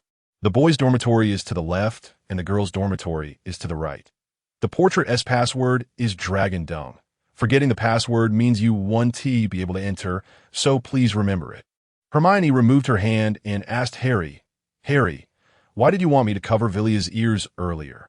Harry looked at Vilya, noting her complete lack of attention to him, and replied, "Well, Vilya is quite sensitive to sound. She's fine when awake, but if she hears loud noises while half asleep, she might react. Moreover, if she's exhausted the previous day, she tends to sleep in longer, and if someone disrupts her during that time, she may also react. The only way to calm her down or prevent her from reacting is if it's someone she knows or if they apologize." After hearing Harry's explanation, Hermione glanced at Vilya, who was busy hauling her suitcase towards the girls' dormitory, and remarked, "It's a good thing you explained, but I never would have guessed that Vilya could be grumpy upon waking." Harry clarified, "It's not an everyday occurrence. It only happens when she's unwell. By the way, Hermione, if you're living close to Vilya, could you please look after her?" Hermione pouted, "Of course. Vilya is the first friend I made at Hogwarts." Zhili observed her brother and Hermione engaging in lively conversation, wondering if her brother was trying to steal her friend away. "Hermione, come on, let us go organize our luggage first." Zhili felt compelled to interrupt their conversation. "All right," Hermione responded, taking her luggage and walking towards Vilya, heading together to the girls' dormitory on the right. Coincidentally, Hermione and Vilya were indeed roommates, the kind that could whisper secrets even in the dead of night. As the hour grew late, all the girls in the dormitory had succumbed to sleep. Zhili opened her eyes and moved to sit on the windowsill, where she brushed aside the sleeve of her left arm under the moonlight. To her astonishment, a scar resembling a lightning bolt marred her otherwise fair AR. Zhili recalled the origin of that scar from that fateful night. Voldemort had indeed attacked Harry, but she too had been injured. Whether it was due to her crossing over or her identity, she bore a scar as well. Yet, no one knew of it. She pondered whether concealing the existence of her scar was a blessing or a curse. What if she too was a Horcrux? After all, not only Harry could understand Parseltongue. With a heavy heart, Zhili wrapped her arms around herself. Burying her head between her knees, she had thought she was here to coast through, only to find herself entangled in such troubles. If only she had known. "Vilya." Hermione rubbed her eyes and turned to Vilya, asking, "What's wrong? Can't you sleep?" Startled by Hermione's voice, Zhili quickly masked her feelings, replying, "Yeah, I'm just a bit restless." Hermione descended from her bed, sat beside Vilya, and reassured her, "It's all right, it's the first day. The days ahead will be better." Zhili responded with a smile. "Vilya, I have a question that puzzles me." Hermione said, biting her L. Zhili raised an eyebrow in curiosity. What question could stump the academic Hermione? "It's just that, when we first met on the Hogwarts Express, you immediately wanted to be friends with me. I've always wondered about that. I thought friendships developed gradually."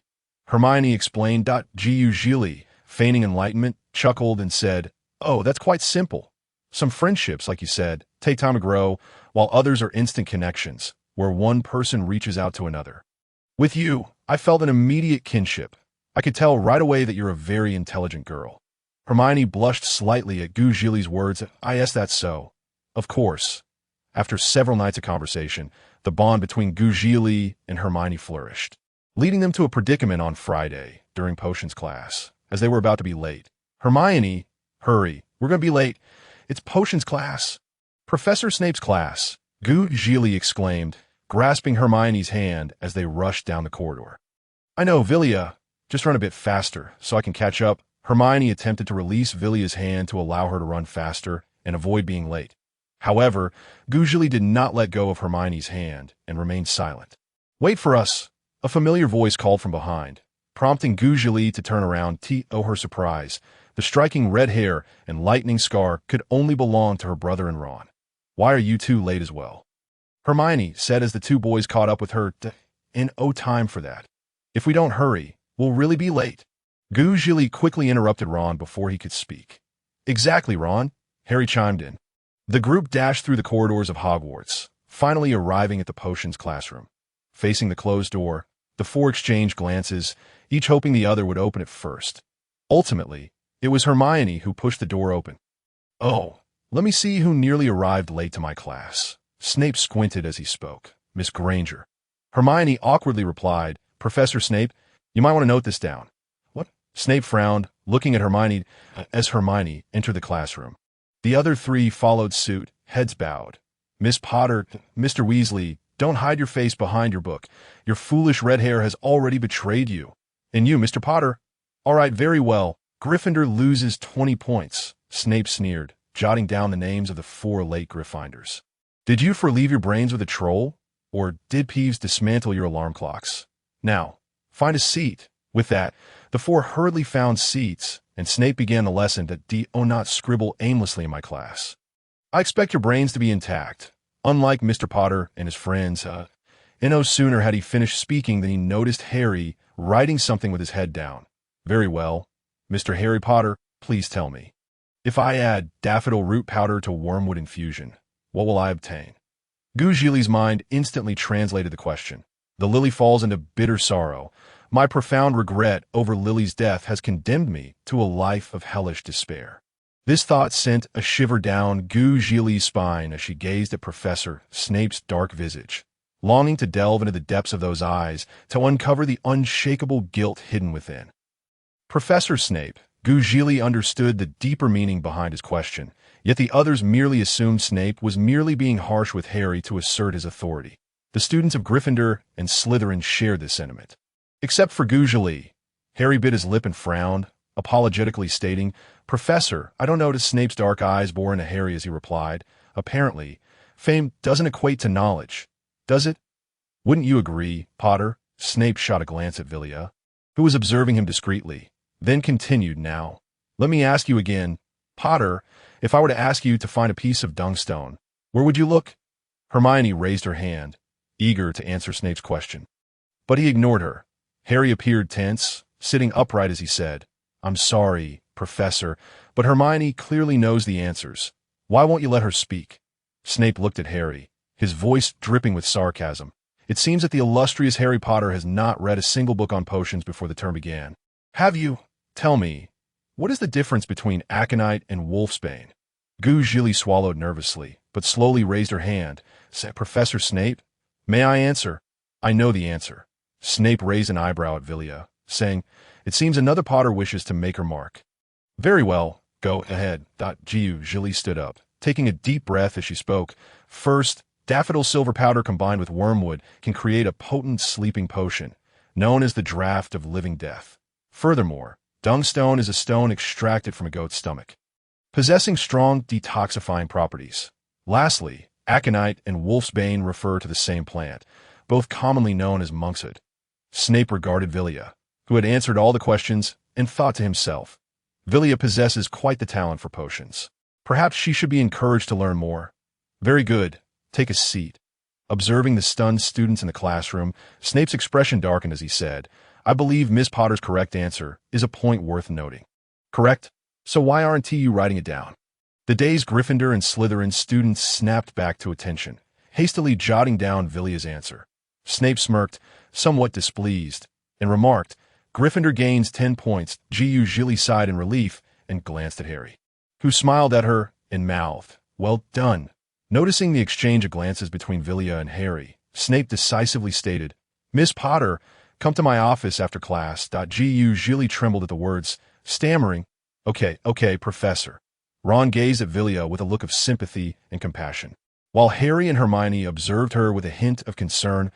As the brief interlude came to a close, Snape commenced his lesson. Meanwhile, Draco Malfoy expressed his disappointment at not witnessing the Potter siblings embarrass themselves simultaneously. Class dismissed. Follow me, Miss Potter, Snape announced, his voice commanding. Zhili managed a somewhat rueful smile, replying, Certainly, Professor, I'll be right there. Although she was eager for Snape's inquiries, that did not imply she wished to be summoned for a private conversation in his office. Hermione approached Vilya and said, Vilya, make sure to return soon. I'll be waiting for you in the dormitory. Ron flashed a sympathetic grin, saying, Good luck, Vilya. Harry remained silent, merely casting a glance at Vilya, his eyes conveying his apprehension about her visit to Professor Snape's office. Noticing the concern in Harry's eyes, akin to facing a formidable foe, Zhili couldn't help but chuckle. Don't worry, brother. Professor Snape isn't as fearsome as he seems. Right? After reassuring the trio, Zhili hurriedly followed in Snape's wake as he led her to his office. After class, Harry turned back repeatedly to watch Vilya head towards Snape's office, resembling someone anticipating a battle. As Vilya's silhouette vanished at the corridor's end, Harry's older brother instincts left him restless, prompting him to ramble on with Ron and Hermione. Furrowing his brow, Harry voiced his concern. What if Professor Snape punishes Vilya? Ron yawned and replied, Harry, Professor Snape isn't going to eat her. Besides, Vilya herself said not to worry. Hermione frowned, offering comfort. I believe Professor Snape only called her to his office because of her response in class. There is nothing to fret about. Harry hesitated, but no buts. Instead of worrying about Vilya, you should focus on taking care of yourself. Hurry back and prepare for the next class. Hermione interjected, cutting him off. In Snape's office, he sat in his chair, his piercing gaze fixed on Vilya. Miss Potter, he stated. Upon entering Snape's office, Zhili felt an overwhelming sense of tension. When she heard Snape call her, she responded. Were you off in Merlin's sock just now? Snape narrowed his eyes, scrutinizing Vilya. Attempting to appear like a model student, Zhili replied, No. Professor, is there something specific you wanted to discuss, or did I do something wrong during class? Snape, meeting her gaze briefly, then diverted his eyes, saying no. I wanted to inquire about your thoughts on potions class. Zhili, slightly puzzled, contemplated for a moment before responding, Well, Professor, I find myself somewhat bewildered by potions. I'm not entirely sure if I like it. I merely wish to achieve good grades. As for my thoughts on the subject, I can only say that I am willing to learn and put in the effort. As for whether I enjoy it, that can only be determined through gradual exposure. Hearing Zhili's words, Snape felt as if Lily stood before him, elucidating the intricacies of her relationship with James over the years. Is that so? Are you willing to study with me? Just dedicate some additional time each day, Snape inquired. Zhili looked at Snape, a small smile gracing her lips as she replied, Of course, but Professor, could you please call me by my name? Vilya, during class? It would help distinguish me from my brother. As one is Miss Potter and the other Mr. Potter, I would much prefer being addressed as Vilya. Snape paused in surprise before responding, Very well. Vilya, elated, Zhili thought to herself, I've secured myself an ally. Hee. So, when shall I come each day? Snape, intrigued by her choice of address, asked, Is his teacher a title you devised, Vilya? Zhili blushed, stammering, Why, yes, I apologize if you find it inappropriate. Professor, Snape chuckled lightly. Not at all. Just come here after all your classes each day. The title's teacher is quite acceptable. Feel free to use it. Glancing at the clock, he remarked, Class is about to begin. You should return now. All right, Zhili replied, leaving Snape's office. As she walked away, Zhili felt as though her recent experience was surreal, almost dreamlike. She had been summoned to the office by S. teacher, and she had even addressed him as such. Moreover, he hadn't scolded her.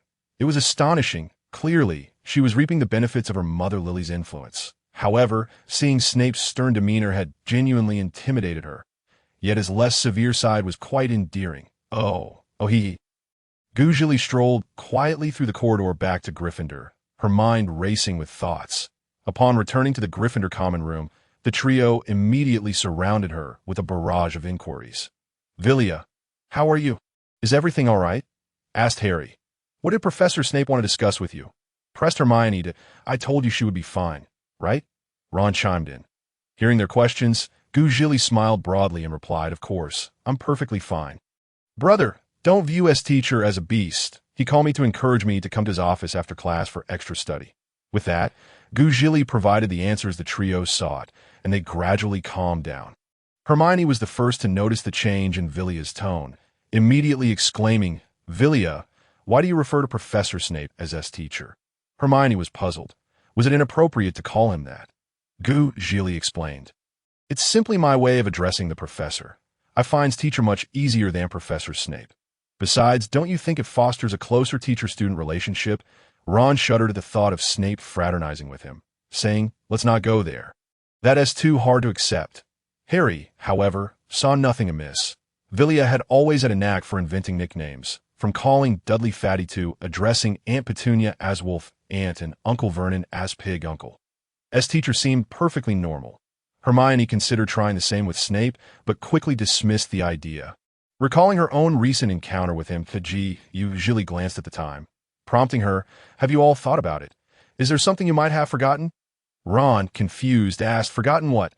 Harry and Hermione exchanged glances, exclaiming, "It's time for class." With that, the four hurried out of the Gryffindor common room, racing towards their lesson. However, this time, they were not late. Another class concluded. The four of them proceeded to the small hut at the edge of the Forbidden Forest, which belonged to Hagrid. Outside, there was a cart and a pair of rubber boots. Just as Harry was about to knock, they heard a commotion inside, accompanied by the sounds of struggling and barking. Hagrid's voice soon followed. "Back up, Fong, back up." Once Hagrid had settled Fong, he exited the hut, exclaiming, "Oh, it's you lot. Come in." With Hagrid's invitation, the four entered the hut and sat on small stools to chat.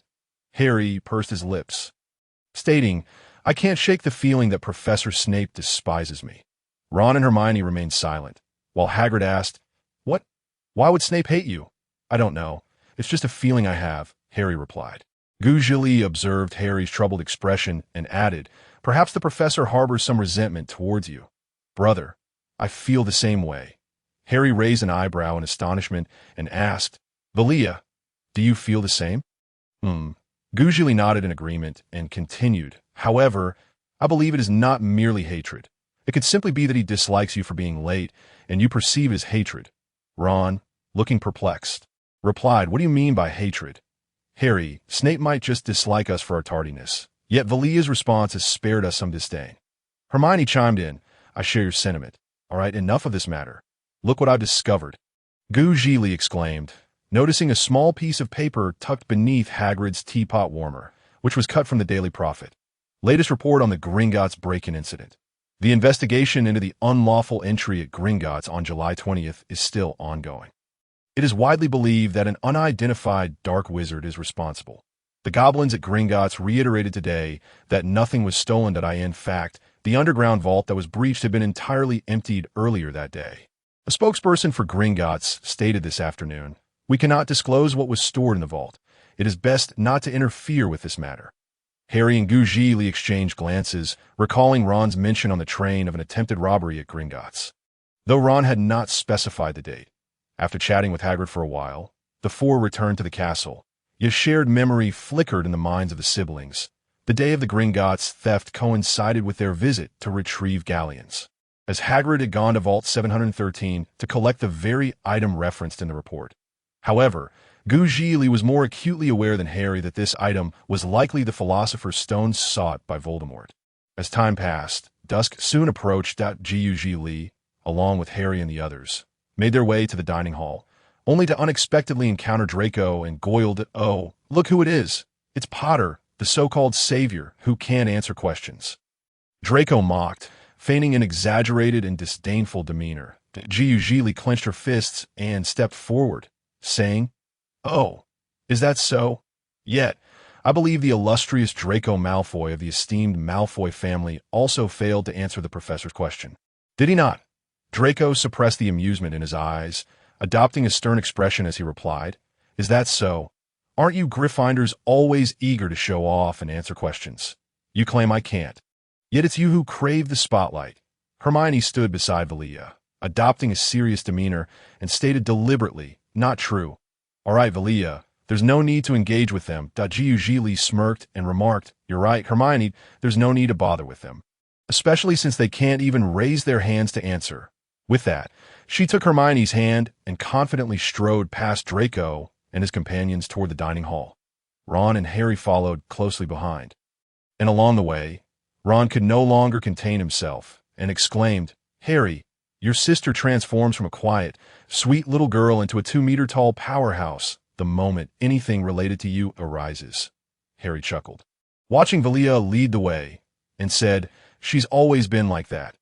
Even at Aunt Petunia and Uncle Vernon's, she never allowed anyone to speak ill of him." In the dining hall, Harry gazed at the array of delectable dishes before him, swallowing nervously as he asked, "Vilya, are you certain we can finish all this food?" Hermione, eyeing the chicken legs, burgers, desserts, and other delights, couldn't help but stifle a laugh.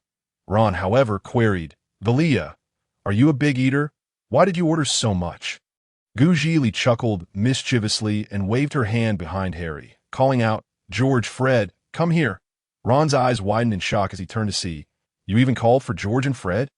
Zhili squinted her eyes, feigning seriousness as she replied, "Ron, is it wrong for me to invite George and Fred to share some food?" Ron felt a mysterious force, reminiscent of his brothers, compel him to respond, "No, not at all." "Then let's take our seats and enjoy the meal," Zhili said with a friendly smile. The group settled down, though Harry and Ron remained puzzled as to why Vilya had summoned George and Fred, opting instead to sit down and eat while observing. Zhili held up a slice of pizza and said, "George, Fred, you two are quite skilled at pranks, aren't you?" In unison, George and Fred replied, "Of course, little Vilya. Are you interested?" Zhili smiled and shook her head slightly at Harry's confused expression, saying, "So I would like to consult you both on something, if I may." Hermione immediately questioned, "Why?" Clearly perplexed about Vilya's intentions with the prank, Zhili gave Hermione a reassuring look and added, "It's nothing serious. I just want to teach certain individuals a lesson, excluding the Weasley twins." The first person who came to mind was Draco, who had just made a derogatory remark that a sudden silence enveloped the three, as it was evident that Zhili's intentions were beyond their control. Even Harry sensed that what his sister intended to do was something that could not be easily thwarted. George observed Vilya's familiar, excited demeanor, reminiscent of when they played tricks on others, and commented, "Vilya, I think the nickname Little Imp suits you quite well." Fred immediately chimed in, "Yes, from now on, we'll call you Little I Am." Zhili was taken aback by the new nickname, but resignedly said, "Fine, I shall consider that your agreement." The Weasley twins snapped their fingers and responded, "Of course." Harry and Ron watched in bewilderment as Vilya and the twins reached a sort of agreement, feeling utterly confused. Hermione glanced at Vilya's self-assured expression, then at the two dazed boys beside her, and with a sigh, said, "I suppose you two can't make sense of this, so just enjoy your food." Zhili continued in agreement with Hermione. "It's nothing too serious. I just want to learn a few tricks to prank others." The Weasley twins nodded in agreement. "Exactly, brother. Don't you think it would be delightful to prank Draco?" Zhili raised an eyebrow and said. With her words, she subtly indicated to Harry and the others that her intention was to use pranks against Draco. However, the truth was that Zhili aimed to use the Weasley twins' pranks on several individuals, with Draco being just one among many. After dinner, the group returned to the Gryffindor common room. Parting ways with the boys, Zhili sat on her bed, looking across at Hermione, who was also gazing at her. After a moment, Hermione asked, "Vilya, can you explain why?" Zhili raised an eyebrow and replied, "Hermione, I thought you already knew." Hermione shot Zhili a glance and retorted, "Only Harry and Ron believe that you're using pranks against Draco. I think there's something else you're keeping from us." Zhili stared at Hermione in surprise and said, "Just as expected of you.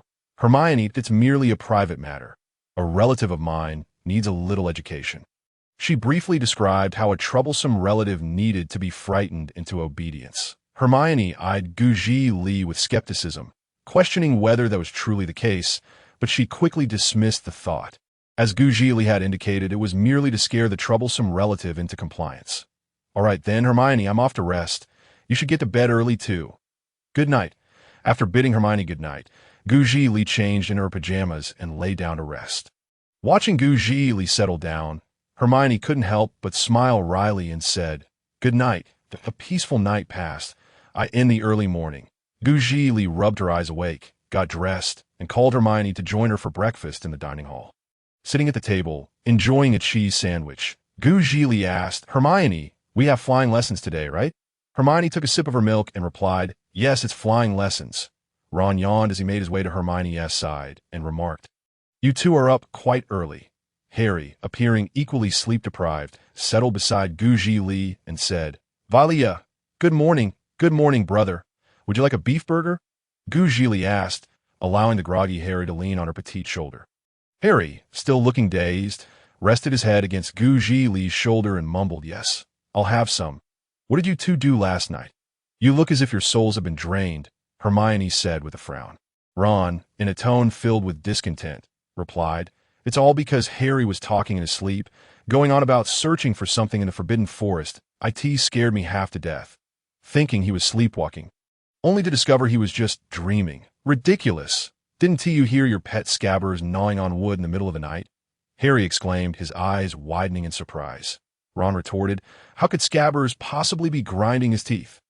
Just as it seemed Harry and Ron were about to bicker over scabbers' dental habits, Hermione interjected, All right, let us forget about the teeth grinding. Can't you two just prepare for class?"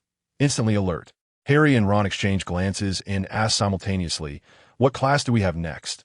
Zhili, chewing on her sandwich, replied, "Flying class. Flying class is about using broomsticks to fly. By the way, are you familiar with Quidditch?" Seeing Harry frown, Ron elaborated on the flying class and casually inquired about Quidditch. "It seems you're quite knowledgeable about this, Ron," Zhili remarked. "Why don't you tell us more about Quidditch?" Ron, suddenly animated, began, "Quidditch, let me tell you, is an exhilarating flying sport, and matches are held in the wizarding world. It's quite impressive." Ron became so enthusiastic that his words tumbled over each other, but unfortunately, the class time interrupted his lengthy explanation of how he fell in love with Quidditch on the playground. Students from Gryffindor and Slytherin gathered again for flying class, the last time being in Professor Snape's potions class. It must be said, Gryffindor and Slytherin truly share a unique bond. The students lined up, each with a broomstick beside them. You all have a broomstick on your left. Now, place your left hand above the broom. Focus, and with intent, command it to rise. Then, straddle the broom and give a firm push with your feet, and you shall take flight. Now, give it a try," Ms. Hooch declared with brisk authority, stepping between the Slytherin and Gryffindor students. As Ms. Hooch's words echoed, all the students extended their left hands to their broomsticks and commanded them to rise with fervor. Harry's broom was the first to soar, firmly grasped in his hands. Observing this, Hermione, filled with determination, exclaimed at her broom, "Up!" Ron shook his head and shouted, "Up!" The broom immediately lifted, but Ron was so caught off guard that he was knocked on the head by the overly eager broomstick. However, the main spectacle was Neville Longbottom. The round-faced boy, perhaps out of sheer fear of not being able to fly, Neville was the first to mount his broom and take off. Zhili, holding her broom, gazed up at the bewildered and terrified Neville soaring above and murmured, "What a calamity for Neville. Mr. Longbottom. Come down." Ms. Hooch called out to Neville in the air, trembling yet stuttering. Neville responded, "I'm sorry, but I don't know how to come down." A group of students watched as Neville was carried around by his broomstick, eventually plummeting from the castle wall, exclaiming, "Neville!" Ms. Hooch was the first to rush to Neville's side to check for injuries. After a moment, she said, "Your wrist is broken." With a furrowed brow, Ms. Hooch addressed the group, "I'll take Mr. Longbottom to have his wrist examined. You had better not let me see any of you flying." She then took Neville to the hospital wing. Watching Ms. Hooch and Neville walk further away, Draco's lips curled into a wicked smile as he picked up the memory ball that Neville had dropped and mockingly said, "I think Longbottom must have forgotten how to dismount from his broom." With that, Draco and his companions broke into laughter. Harry frowned in displeasure and extended his hand, saying, "Malfoy, give me Neville's memory ball."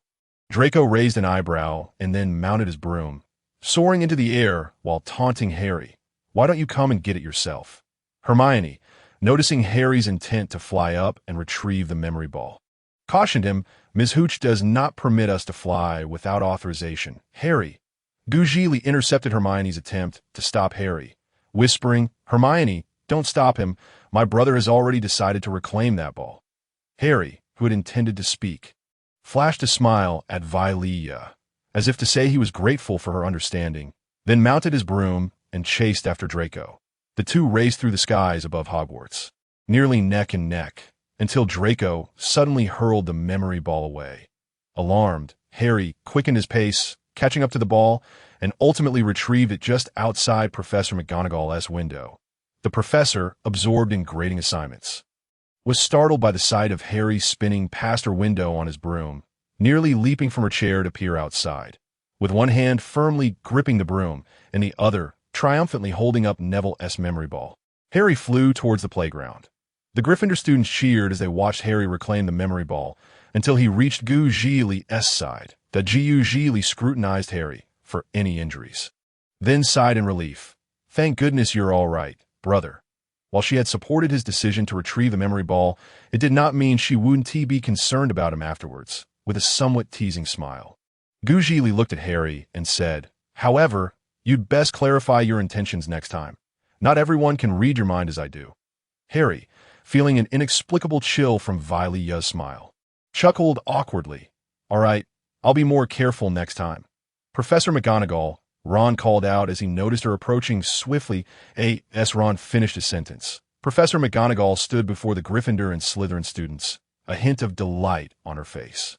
"The rest of you may proceed as you wish, but Harry, come with me."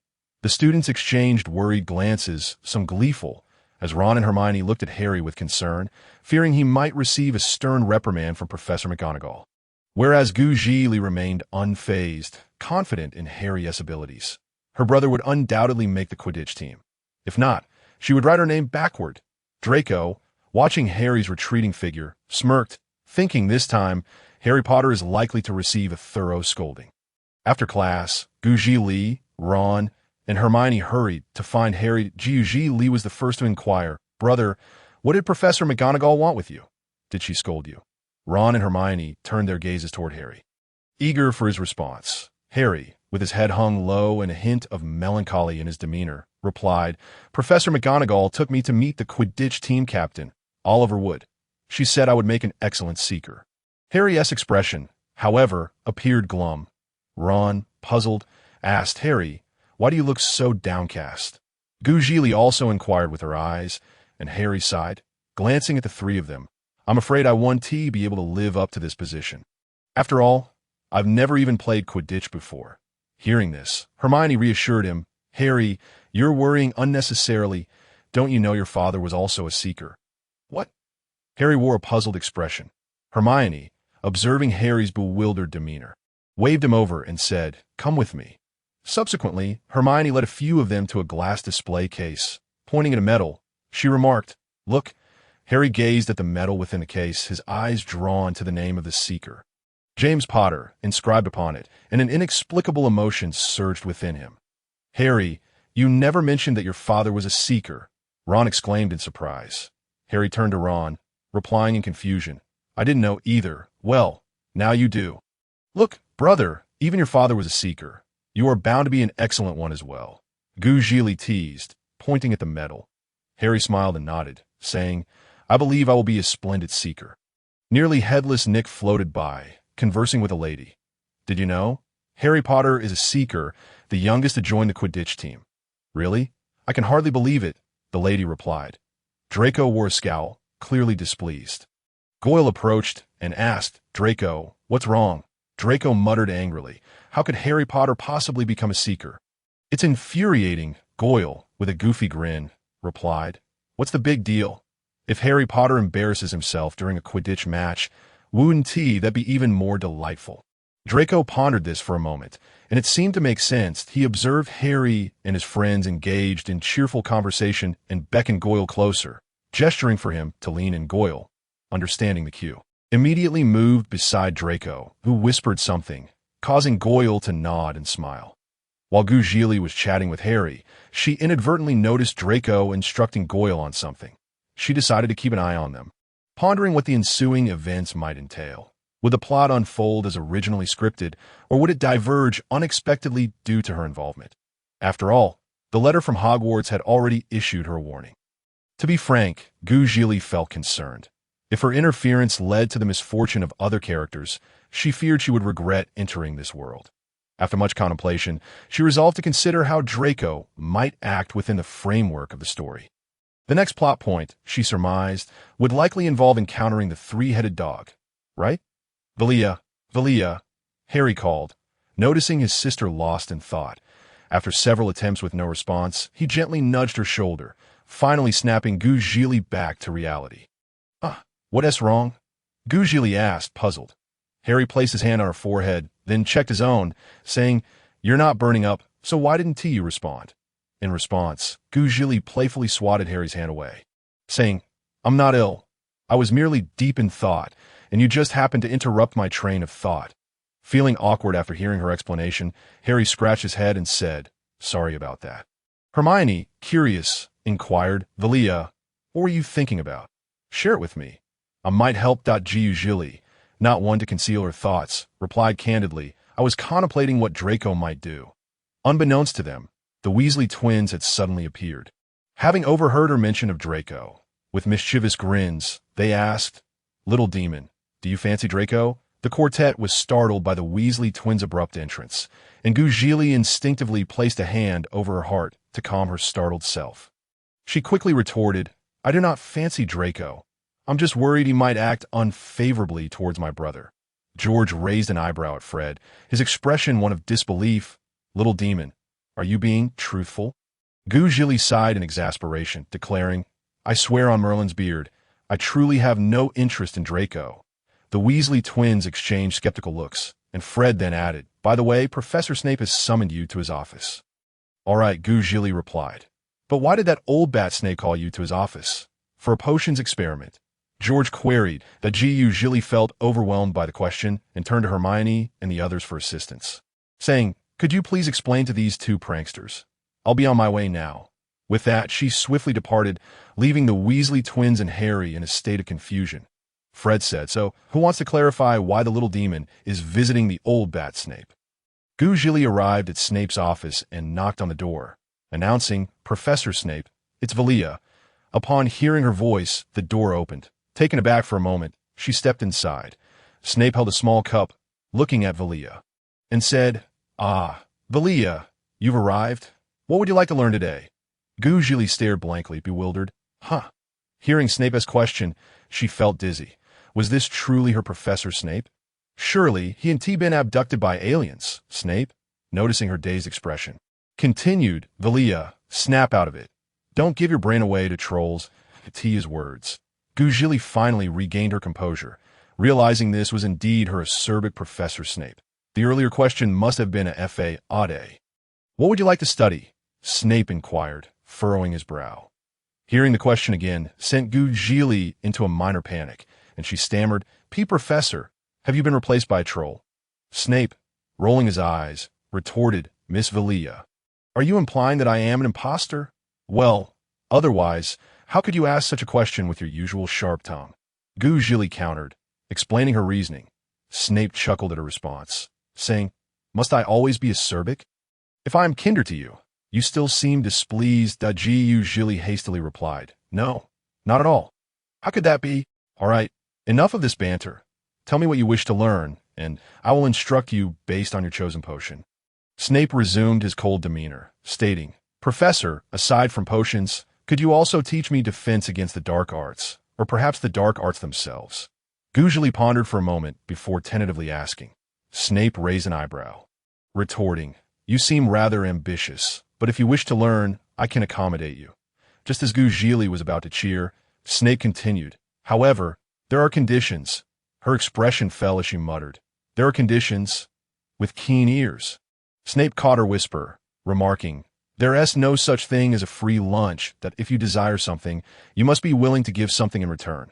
This principle is quite simple, is it not?" Zhili smiled awkwardly and asked, "Understood, Professor. Are the conditions?" Snape gazed into her emerald green eyes, which stirred feelings of guilt within him. After a moment, he stated, "The requirement is simple. You must learn everything I teach you by heart." This demand, while seemingly straightforward, was not without its challenges. Zhili bit her lip and replied, "I will." And the second condition, Snape continued. Zhili gasped in shock, "Professor, their essay's second condition?" Snape chuckled at her astonishment, saying, "Did I ever claim there was only one condition?" "Well, no, you didn't." Zhili admitted, her lips twitching in exasperation. "Professor, are there more than two conditions?" Snape smirked, replying, "You are quite clever, far more so than your brother." "I dare say." Zhili wiped away the inexplicable cold sweat that had suddenly appeared. "After all, if you were to learn, you must comply, correct? Therefore, it is no trouble to ask for a bit more, right, Vilya?"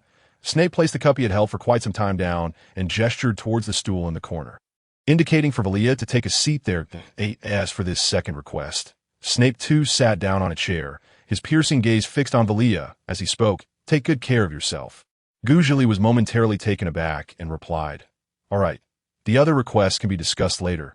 Let us commence the lesson now. However, seeing your indecisiveness, I shall decide what we will study." Snape averted his gaze. Rising from his seat as he spoke, Zhili inwardly mused. Thankfully, it was Snape who chose the course for her. Otherwise, if it were based on her selections as an outsider, it would have been disastrous. Snape handed a book to Vilya, saying, "This book, read it thoroughly.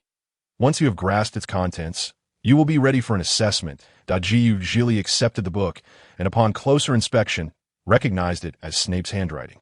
However, the implication of needing to read it thoroughly before being tested felt akin to being hastily pushed towards an exam.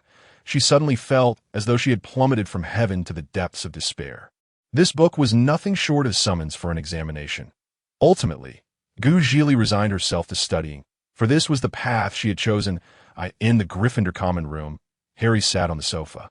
Addressing Ron, "How does your brother possess such a knack for journalism?" The questions he asked were all so gossipy. Ron lounged on the bench, appearing utterly exhausted, replying, "I never imagined George and Fred had interests beyond pranks." Hermione sat primly on another sofa, holding a book, though she seemed lost in thought rather than reading. Ron involuntarily glanced up and noticed Hermione's distraction, subtly signaling to Harry to observe her. Following Ron's cue, Harry looked at Hermione, then asked in confusion, "What's wrong, Ron?" Ron whispered to Harry, "Look at Hermione. She's holding a book but is daydreaming. Is this her first time not reading?" Harry examined Hermione and quietly responded, "Perhaps Hermione is contemplating something." Much like Vilya, Hermione had already snapped back to reality, observing the two whispering, and couldn't help but roll her eyes, stating, "Could you two stop being so foolish? Instead of pondering whether I am daydreaming, it would be more productive to familiarize yourselves with the material." With that, Hermione rose, leaving behind a graceful silhouette as she exited the common room. Ron and Harry exchanged awkward glances before hastily averting their eyes, simultaneously stating, "I think I'll be leaving first, Ron." Harry. With that, both departed the common room. Zhili emerged from Snape's office, her forehead glistening with sweat, appearing utterly drained. Hermione had been waiting outside Snape's office for Vilya. Upon seeing her exit, she approached and inquired, "Vilya, you seem to have learned a lot. Should I ask you why you look as though your soul has been drained?" Zhili managed a weak smile, suggesting, "Let us move a bit further away before discussing it." "All right, okay," Hermione agreed, noticing Vilya's evident fatigue, and supported her to a bench in the corridor for a brief respite. After about 3 or 4 minutes, Zhili regained some energy, emerging from the shadow of the recent class, and said, "Hermione, thank you for waiting outside for me." Hermione smiled softly, replying, "I merely anticipated your class would end soon, so I came to wait for you by Professor Snape's office." "Vilya, you should wipe off your sweat." As she spoke, Hermione handed a tissue to Vilya. Zhili accepted the tissue and wiped the beads of sweat from her forehead, exclaiming, "Ah, that feels refreshing." That moment. Hermione asked, "Vilya, Why did you look so completely exhausted just now? Did Professor Snape impose a punishment on you? Zhili shook her head, clarifying, no, Professor Snape did not punish me. It's just that his teaching method was a bit terrifying for me. Hermione, puzzled, responded, isn't Professor Snape's teaching rather standard, just covering the material from the textbook? Zhili raised a finger and shook it, feigning a profound demeanor. No, my experience in class was quite different. You see, Professor Snape made me identify a wolfsbane among over 100 varieties of aconite, and I had to smell several indescribable potions. Hermione blinked, saying, Vilia, Zhili, oblivious to the reason behind Hermione's blink. Continued, do you know, I felt as though my sense of smell was nearly lost. Hermione then tugged at Vilia's robe, asking, Vilia, is something wrong? Hermione, why you keep calling my name? Zhili furrowed her brow in confusion. Looking at Hermione, I believe Miss Granger is suggesting that you should be quiet. Vilia, Snape's voice echoed from behind Zhili, causing a chill to run down her spine. A wave of coldness surged from her spine to her head, compelling her to slowly turn around to face Snape. Zhili stammered. Professor, hello. Snape regarded the awkward and anxious Vilia from his elevated position, saying, Miss Vilia, I believe I'm not well, am I?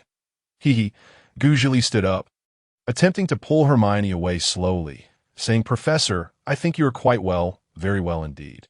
Now Hermione and I shall take our leave. Goodbye, Professor. With that, Zhili grasped Hermione's hand and hurriedly dashed down the corridor, while Snape crossed his arms, watching Vilia and Hermione race away. This ungrateful Vilia, who he had worried about adjusting to class, had found someone else to comfort her. Yet, it appeared that Vilia already had someone to provide solace. With this thought, Snape smiled wryly and turned to leave. Zhili and Hermione reached another corridor, stopping only when they saw that Snape was no longer following them. Zhili, panting, exclaimed, Oh, my little angel Hermione. Why didn't you tell me Snape was right behind me? I nearly died from fright. I did try to warn you, Hermione replied, leaning against the wall. I blinked to alert you, and I even tugged on your robe. Did you not notice, Vilia? Zhili, with a perplexed expression, replied, Did you? Yes, Hermione confirmed. Zhili waved her hand dismissively. All right, enough of that. Let us head back to the dormitory. Hermione nodded in agreement, and the two supported each other as they made their way back to Gryffindor. In the Gryffindor common room, Ron and Harry were engaged in lively conversation, and upon the return of Zhili and Hermione, the two were evidently in high spirits. Thus, Zhili, supporting Hermione, and Hermione, supporting Vilia, approached Harry and Ron and took a seat beside them. Zhili, sitting beside Hermione, asked, Brother Ron, what were you discussing? Could you share it with us? Hermione slumped on the sofa, clearly exhausted from their escape from Snape's office. Zhili, too, though bolstered by her strong will, was concerned about Harry, fearing he might have encountered something troubling without confiding in her, leading to unforeseen consequences that she could never rectify. Ron observed the weary appearance of the two and asked, Did you both have a battle in the Forbidden Forest? Why do you look so drained? Hermione rolled her eyes at Ron, replying, I hope you won't ask that question just yet. We're still quite tired. Let's discuss it later. Harry handed water to both Vilia and Hermione, saying, Here, have some water. We can chat while we drink, all right? The exhausted duo nodded in agreement. Ron conceded, Fine, that question can wait. Harry settled onto the sofa, stating, Malfoy challenged me to a duel at midnight on the 4th floor. Zhili, unable to contain herself, sprayed water from her mouth like a fountain, exclaiming, Cough, cough. Draco wants to duel you? Is still midnight. Good heavens.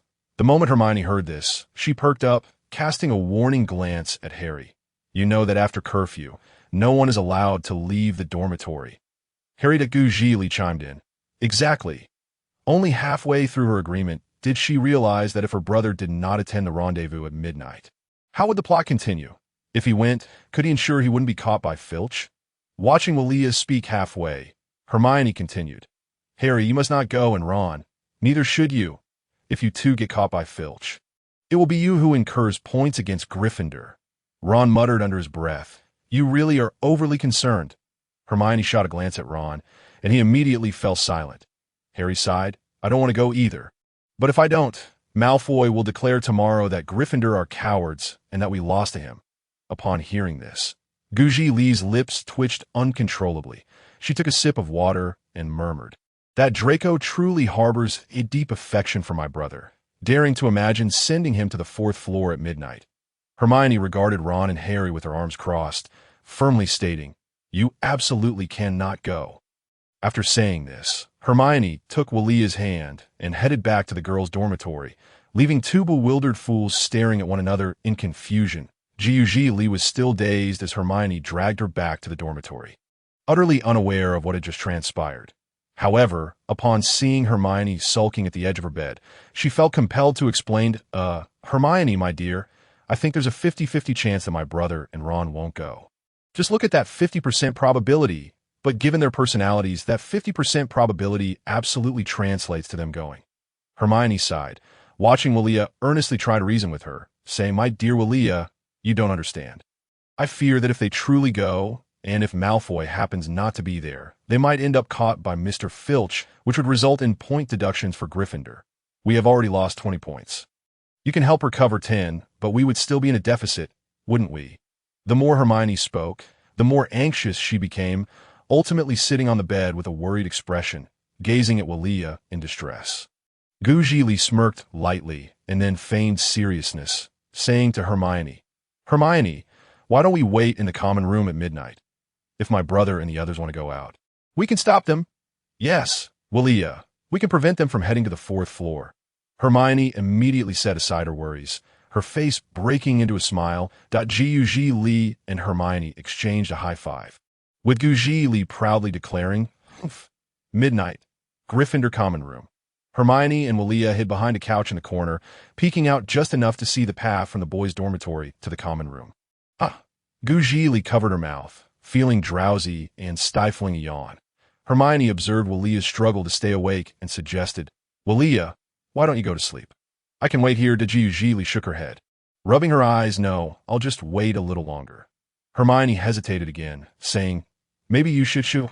Zhili glanced at the two shadows by the boys' dormitory door, meeting Hermione's gaze. Hermione fell silent as the two shadows grew closer, finally appearing in the common room. "Harry, did you know this is my first time going out at midnight in Hogwarts?" Ron exclaimed while walking with Harry. Harry, feeling helpless, explained, "Ron, it's not just you. It's my first time too. But going out like this feels indescribable." Ron shivered and stammered at Harry. "Harry, is that feeling you mentioned the one where you think someone is watching you?" Harry looked at Ron in surprise. "How did you know?" Ron, with a mix of laughter and discomfort, pointed towards Hermione and Vilya's hiding spot, saying, "I think something might be watching us." "What?" Harry furrowed his brows in confusion, scrutinizing the spot Ron indicated. "Is that just a glowing light?" "Is it?" Zhili stood up, striding towards Harry and standing before him. "Where do you think you're going?" "To find Draco." She could not tolerate her brother failing to recognize her. It was one thing for him not to recognize her, but to compare her to a light was simply unacceptable. "Vilya." Harry stared in bewilderment at the suddenly appearing Vilya, feeling exceedingly awkward. Hermione, witnessing Vilya's impulsive exit, could only cover her eyes in exasperation, muttering, "Oh dear. Vilya, how could you expose yourself so quickly?" Hermione, seeing Vilya in front of the two boys, marched forward with an air of indignation. "Hermione!" Ron exclaimed upon spotting her approach. "What are you doing here?" Hermione looked down her nose at Ron, stating, "What? You can be here, but I can't?" Ron was left speechless, helplessly glancing at Harry, who was too busy being scolded by Zhili to notice. Zhili squinted her eyes and yawned again, yet continued to reprimand Harry. "How could you mistake your lovely sister for a lamp? You still want to go out? You still want to find Draco? I'm genuinely angry." Harry could only placate her. No, Vilya, I haven't gone out yet. Don't be upset." Seeing Harry still considering heading out, Hermione exclaimed, "Harry, where do you think you're going? And you, Ron, you still want to follow Harry? If you two get caught and lose points." "Don't say I didn't warn you." Upon hearing this, Zhili turned to Hermione and asked, "Hermione, do you agree to their going out?" Hermione crossed her arms and turned her head away. "No, Vilya, you heard wrong." Harry and Ron, seeing this, began to plead and gesture animatedly. "All right, stop talking. I'm going back to the dormitory now." "Vilya, let us go." Hermione turned and grasped Wilia's hand, intending to return. Zhili felt somewhat bewildered. Casting a quiet glance at the two equally perplexed yet still eager to go out, she softly queried Hermione. Hermione, what are you doing? Shh. Hermione signaled for Vilia to be quiet and led her to the corner of the staircase leading up to the girls' dormitory. Hermione's vigilant demeanor compelled Zhili to unconsciously mimic her actions. Pressing against the wall, just as she was about to ask a question, she heard Hermione say, Vilia, don't ask me what I'm doing. Just follow me. All right, now, let us go. Zhili had yet to process this when Hermione pulled her out of the common room. What just happened? Did I break a rule? No, 4 of us broke a rule together. Hey, how impressive. This encapsulates Zhili's inner journey as she was led away by Hermione. 4th floor. Harry, do you think we can go back now? Ron rubbed his eyes and yawned.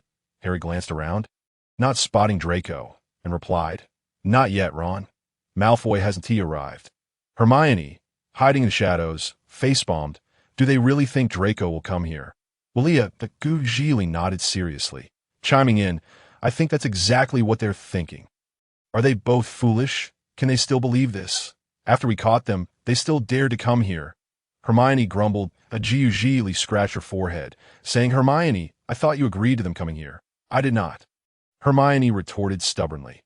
Although she had indeed allowed them to come out, she would never admit it. Besides, she was out here with Vilia to accompany them. Just in case.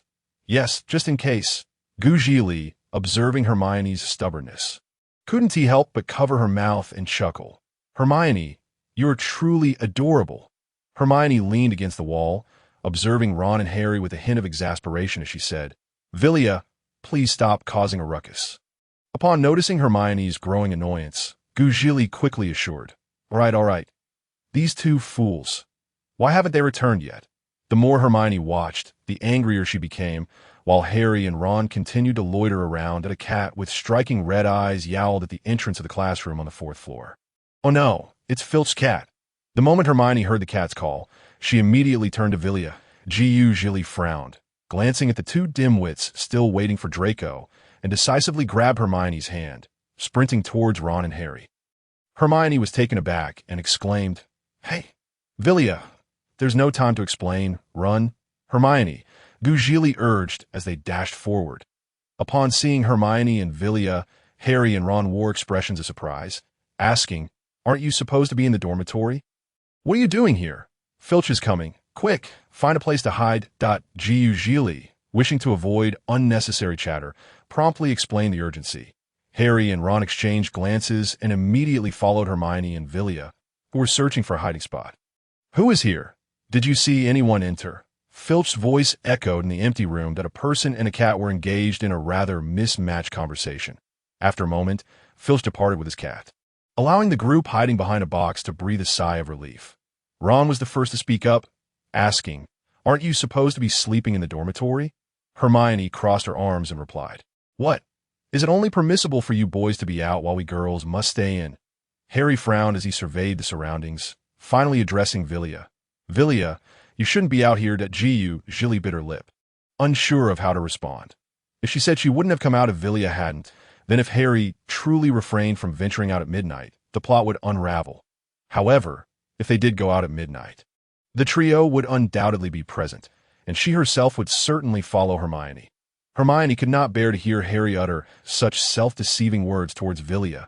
She retorted, Harry, Vilya came out because she was worried about you. And besides, it was I who brought her along. Moreover, if you hadn't come out, would we have? Ron widened his eyes in astonishment, wearing a look that seemed to say, What the heck?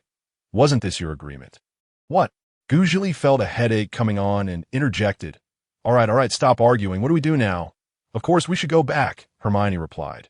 Harry and Ron clearly displayed reluctance to return, with Ron gritting his teeth, suggesting, Since we're already here, why not wait a bit longer? Ron, have you lost your mind? You think Malfoy will actually show up? Hermione could not help but give Ron a light smack on the head. But it wouldn't he do to leave without any reason. Ron covered the spot where Hermione had tapped him and muttered, Harry, why don't we just stay here for a bit? Hermione's fingers trembled in anger as she exclaimed, You all. Zhili tugged at Hermione's robe, saying, All right, Hermione, since we're here, Why not take a look at what this place is like? Hermione crossed her arms and looked into Vilya's eyes. Feeling somewhat helpless as she said, "But Vilya, all right, little angel Hermione, it's settled then," Zhili said playfully. Hermione exchanged glances with Vilya for a long moment, ultimately conceding, "I truly am at a loss with you." Looking at Vilya's cheerful smile, Hermione was unsure whether to laugh or feel exasperated. This was her first friend, the first one to actively reach out to her. Although somewhat mischievous, she was genuinely delighted to have Vilya as a friend. Providing her with a sense of pure security at Hogwarts, Zhili glanced around, spotting a locked door, and asked, "Where do you think we should go?" Internally, she thought, look over there, quickly look over there." Ron turned in a circle and, noticing the door Zhili was focused on, pointed and suggested, "How about we check that place out? That looks rather unsafe." Harry squinted at the door in the corner and remarked, "But we have no choice but to go," Hermione interjected. Clearing her throat, Zhili coughed and covered her nose. "Achoo!" Meow. With Zhili's sneeze, the cat's meow echoed from outside the door, sending shivers down the spines of the four. "Dear, are you certain there are students here?" Filch's raspy voice drifted from afar. A meow responded to Filch's inquiry. The group in the classroom exchanged glances and swiftly decided to hide behind that uncertain door. After all, sneaking in was far better than being caught by Filch. They rushed to the door, but Ron immediately tugged on the handle, only to find it locked. "This door is locked," he lamented. Hermione pulled Ron aside, took out her wand, and confidently pointed it at the lock, declaring Alohomora, Alohomora. With a click, the door swung open. Ron stared in awe, looking at Hermione with astonishment. "Wow, that's amazing, Hermione! How did you do that?" Hermione, feeling both annoyed and helpless, rolled her eyes and retorted, "It's written in the textbook, Chapter 7 of Standard Spells. Don't you ever read?" Harry and Ron scratched their heads awkwardly, while Zhili nervously whispered, "Shouldn't we be a bit quieter?" That's true. The three of them failed to notice the impending danger behind them.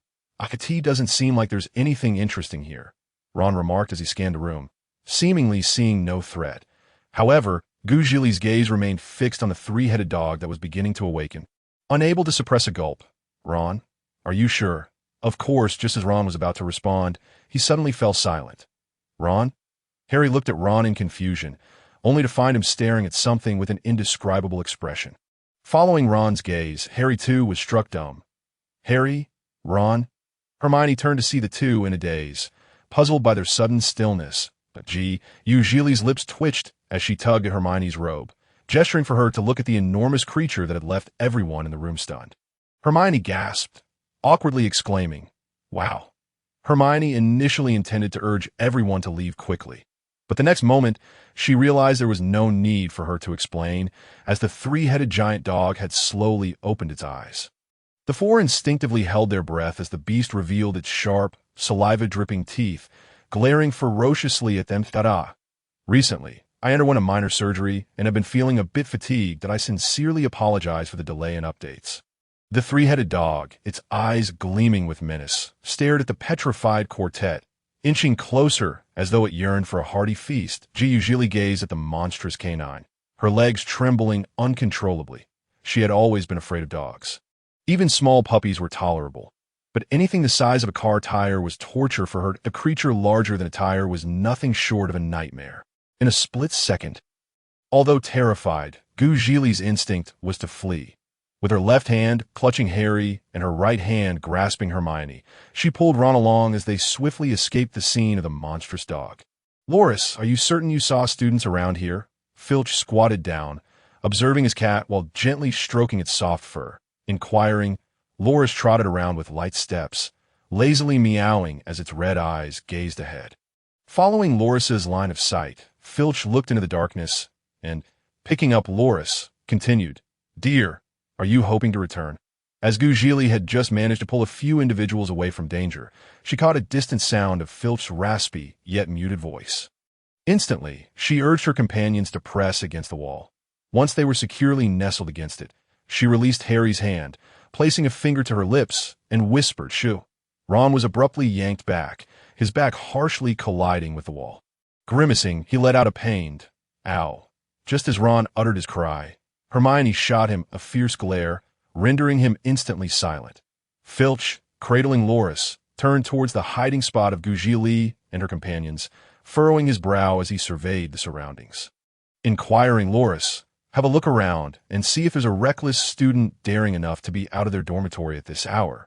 Filch's voice carried a hint of anger. Meow, Loris responded haughtily. Prancing forward with dainty steps, swishing its tail as it ventured into the shadows, Zhili watched as Loris approached her, her heart racing uncontrollably. Thump, thump, thump, thump, thump.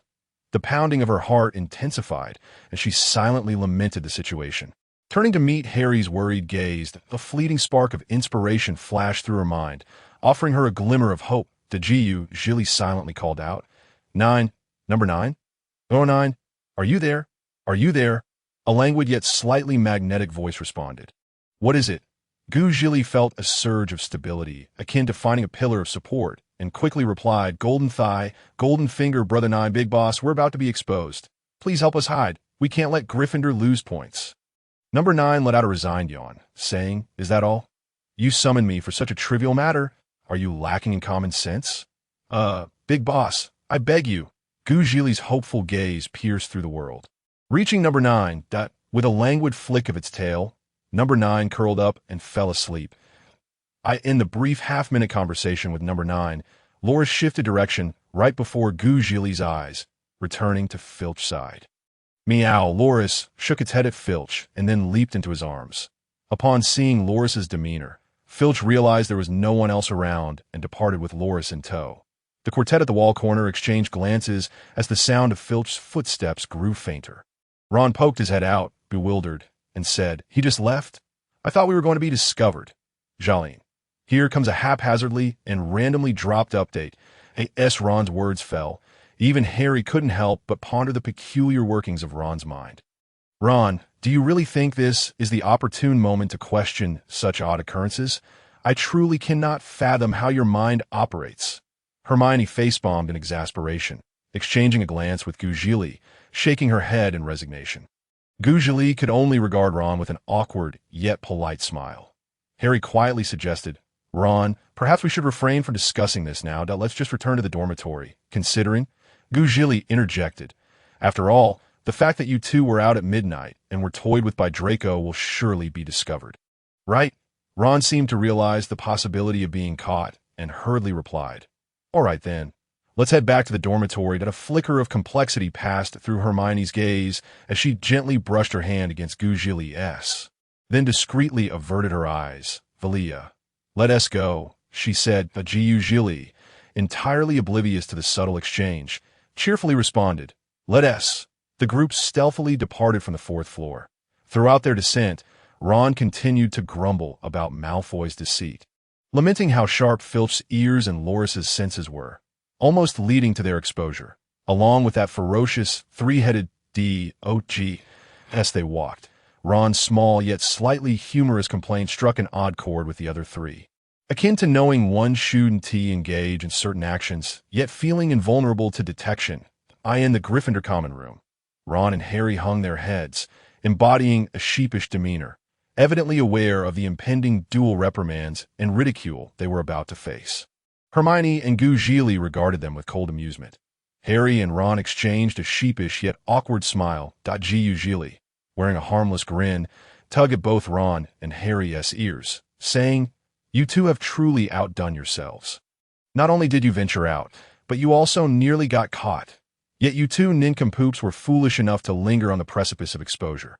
How much did Draco promise to make you trust him so blindly? Harry winced as he rubbed his sore ear, explaining, We were already planning to return, and besides, you were following us too, weren't you? Ron, confused, rubbed his ear and retorted. Zhili raised an eyebrow, responding with a smirk. Mr. Ron Weasley, would you care to repeat what you just said? What's there to fear? Ron was about to retort when Harry, panic-stricken, clamped a hand over Ron's mouth, exclaiming, No, Vilya. Ron was just joking. Zhili remained impassive, fixing Harry with a steely gaze. Hermione crossed her arms and turned to leave, but halted at the corner of the girls' stairwell, coldly stating, If you dare to go out again, I hope I don't catch you, or we might all find ourselves expelled from Hogwarts. Zhili, I get the feeling of wanting to sabotage this book. Allow me to revisit the original text. Recuperate, and I might slowly update. Thank you, my sweethearts, for your fafa. Love you all. As Hermione's shadow gradually faded from the wall, her warning lingered, making it clear to the remaining three that this time Hermione was genuinely upset. Zhili shot a fierce glare at Ron, and then at Harry, striding swiftly to the girls' dormitory stairwell, declaring, I'll settle this with you tomorrow. Humph. Just because you're my brother doesn't mean you can escape. Harry and Ron exchanged glances, both seeing a hint of resigned frustration reflected in each other's eyes. Ignoring their back and forth, Zhili hurried back to the dormitory, immediately spotting Hermione quietly lying on her bed. Bathed in moonlight, Zhili noticed an unspoken gloom on Hermione's freckled face. She tiptoed to the bedside, whispering, Hermione, Xiaoman, darling Hermione. Hermione, observing Zhili's silent approach, whispered back, Vilya, we need to sleep now. Whatever it is, we could discuss it tomorrow. I'm going to sleep. Zhili wished to express more, but seeing Hermione close her eyes and feign sleep, she swallowed her unspoken words and climbed in her own bed, shutting her eyes. She appeared to drift into slumber, yet her mind replayed the events of the day, and under the serene moonlight, an invisible worry seemed to cloud Zhili's tranquil features. After a moment of silence following Zhili's settling in, Hermione slowly opened her eyes, gazing at the now sleeping Vilya. Vilya, are you truly a part of the wizarding world? Reflecting on the events in the fourth-floor classroom, Hermione's expression grew serious. Mrs. Loris could not have been so close without noticing them. It was utterly impossible for her to turn away without informing Filch of their presence. The notion was entirely inconceivable. Setting aside Ron's foolishness, were Harry and Vilya, the two siblings, not a bit too peculiar? Or was it that perhaps Harry was the one who did not belong to the wizarding world? Or could it be that neither of them did? As Hermione's eyelids grew heavier, she ultimately succumbed to her weariness and drifted into a deep slumber. Accompanied by her lingering doubts about the Potter siblings, as for why she held no suspicions regarding Ron, Hermione mused, given Ron Weasley's capabilities and his endearing clumsiness, she chose not to entertain any doubts. In the Gryffindor common room, Harry and Ron exchanged glances, slightly exasperated by the departing figures of the two girls and the warnings they left behind, and they quietly retreated to the boys' dormitory.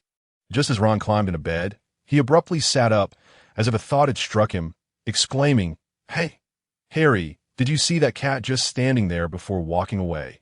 It was so odd. Hush, Harry cautioned, placing a finger to his lips. Keep it down, Ron. Ron immediately nodded, apologizing. Sorry, Harry, by the way. Did you see it? I did, but how does one explain it? Surely it can't be that some cat intentionally let us go, can it? Harry replied, pursing his lips. Ron continued, Exactly. Oh, do you think Willa and Hermione noticed this strange occurrence? Yes, we should ask them tomorrow, Ron rambled on. Harry had already nestled under his covers, closing his eyes and stating, Let's save tomorrow's matters for tomorrow. Ron, I'm going to sleep now to avoid being late for class. Right. I should hurry to sleep too. Good night, Harry. Upon hearing the prospect of being late for class the following day, Ron promptly fell silent and settled down to sleep. Good night. A gentle breeze swept across Hogwarts, leaving a flurry of pear blossoms in front of Zhili's window, which was soon scattered by another gust of wind. Above the clouds, Number 9 gazed down upon the entirety of Hogwarts.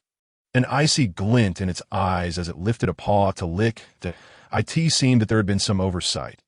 Zhili, this chapter is dedicated to the first member of this book, Sour Cucumber. A dear little one. Thank you for becoming a member. Love you. Morning arrived. When Zhili awakened, Hermione's bed was already empty. Noticing that Hermione, who usually called her to rise, had not done so today, Zhili felt a twinge of curiosity but dismissed it. After washing up and tidying her bed, Zhili donned her wizarding robes and made her way to the dining hall in the corridor leading to the dining hall. Hey, little mischief maker, good morning. George and Fred emerged from nowhere, playfully patting Zhili from behind. She turned to see the two identical boys, the Weasley twins. With a sigh of relief, as if startled, she said, Oh, it's you. Good morning, George. Good morning, Fred. Fred raised an eyebrow and asked, Little witch, you seem to be able to distinguish between us? George, intrigued, looked at Willa and inquired, Little mischief maker, can you really tell us apart? Our mother can't even do that. Zhili smiled and retorted as she walked.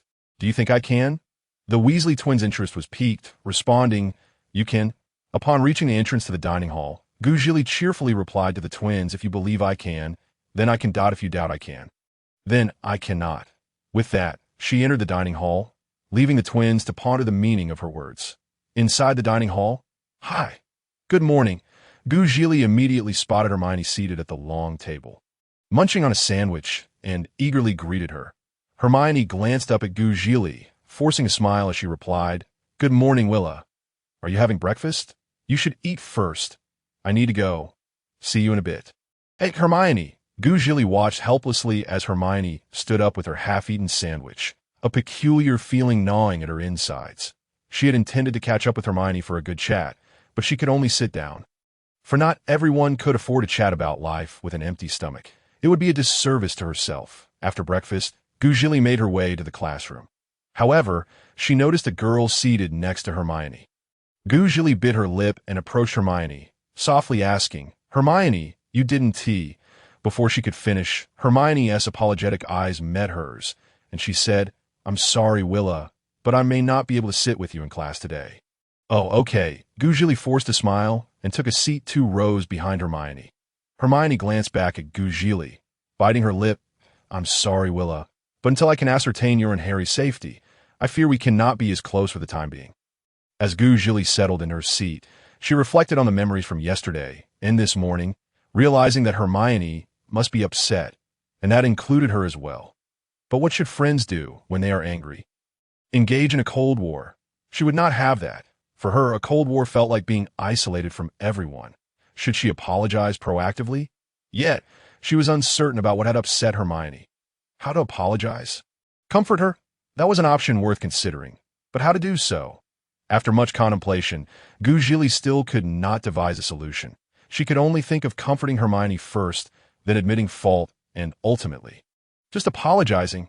Jaline, thank you for all the support and love, dear little ones. As time sped by, Zhili felt as though this class was dragging on interminably each time she attended class with Hermione. It felt as though they never had enough time to discuss the material. As the professor announced the end of class, Zhili quickly gathered her books and rushed towards Hermione, who was attempting to escape the classroom. Hermione, wait for me. Hermione reluctantly halted, telling the girl beside her go ahead, then turned to face Zhili. As Zhili approached, Hermione felt her heart race, a flutter of nervousness quickening its pace. Willa, is there something you need? Hermione inquired. Zhili hesitated, staring at Hermione for a long moment, took a deep breath, and said, I'm sorry, Hermione, I was wrong. Hermione, taken aback, responded, Why are you apologizing to me? You haven't done anything wrong. Willa. Zhili furrowed her brow. But I feel like you're angry. You didn't call me today. Hermione seemed to ponder for a moment before replying, Willa, I just feel I need to think carefully about some things concerning you and your brother Harry. So, we need to keep a bit of distance for now. Do you understand what I mean? Do you think there's something wrong with me, Hermione? Zhili asked, contemplating her words. Hermione nodded and then shook her head, displaying her internal conflict. In any case, let's take some time apart and see how it goes. All right, Willa? Zhili felt a pang of sadness, biting her lip, ultimately responding, then, when can we hang out again? Hermione, I don't know. Perhaps just a few days. I must go now. Hermione said before turning to leave, her eyes betraying a flicker of regret as she turned away. Watching Hermione's retreating figure, Zhili felt a sharp ache in her heart, as if this friend was drifting away from her. The next morning, Draco was taken aback to see Harry and Ron, who appeared fatigued yet unscathed and still enrolled at Hogwarts. How shocking! Draco exclaimed disdainfully to Goyle and Crabbe. It's utterly irritating that Potter and Weasley are still attending Hogwarts, Goyle replied. Perhaps they never went there at all. Crabbe nodded in agreement. I think so too. Meanwhile, Harry and Ron were engaged in lively conversation at the dining table, animatedly recounting the ferocious 3-headed dog they had encountered the previous night. Harry, did you know? The dog is simply enormous. As Ron was speaking, he looked up to see an owl approaching, clutching a package in its beak. Hey, Harry, look, Ron exclaimed, pointing at the flying owl. Upon hearing this, Harry raised his gaze and was greeted by the sight of the familiar owl, Hedwig, gliding towards him. Finally, she dropped the package directly above his head. It was long and narrow, with a slightly larger end that resembled a broomstick. After Hedwig delivered the package, an unfamiliar owl zoomed in, dropped off a letter, and then flew away with Hedwig, disappearing into the unknown. "Quick, Harry, open it up and see," Ron urged eagerly. Harry nodded with a smile and first opened the letter, and fortunately, he did so. The letter read, "Do not open the package on the table. IT contains your new Nimbus 2000 broomstick, and I do not wish for everyone to know you have it, lest they become envious. Oliver Wood will await you at the Quidditch pitch at 7 o'clock tonight for your first training session. Professor Minerva McGonagall, Zhili. This chapter is an addition for the second member, 188 384 7756 66882, a sweet darling. Thank you for your support. I had intended to update during the days following your membership activation, but due to hospitalization, I was unable to write that. I just returned home a few days ago and have been busy with the start of the school term that I sincerely apologize for the delay in this update." As Harry read each word on the envelope, he felt immense relief for not having opened the package containing the Nimbus 2000 first. Ron, who was eager to prompt Harry to open the obviously broomstick-shaped package, caught sight of the letter Harry handed over. Wow, that's simply unbelievable. After reading the letter, Ron's initial reaction was one of disbelief, followed closely by envy, as in his family. Items were typically passed down from older brothers to younger ones. Much like his pet rat, Scabbers, not far away, Draco and his companions watched Harry and Ron with a mixture of disdain and jealousy. Observing the camaraderie between Harry and Ron, Draco couldn't help but smirk disdainfully, muttering, "Potter is truly insufferable, and that red-haired pauper, Weasley, is no better." Goyle smirked in agreement. "Exactly. Weasley is like a pesky shadow trailing after Harry, and even his sister has a little follower," Crabbe chimed in, referring to the so-called wizard as a mudblood, a derogatory term for a muggle-born wizard. Zhili. This chapter is an addition for the third member, Emo Xiaotian, a sweet darling. Thank you for your support. What? Harry paused, and in the next moment, a pair of anguished cries echoed through the Gryffindor common room. The first came from Harry, and the second from Ron. The cause of their distress was none other than Zhili, who swiftly yanked on both of their ears with remarkable force.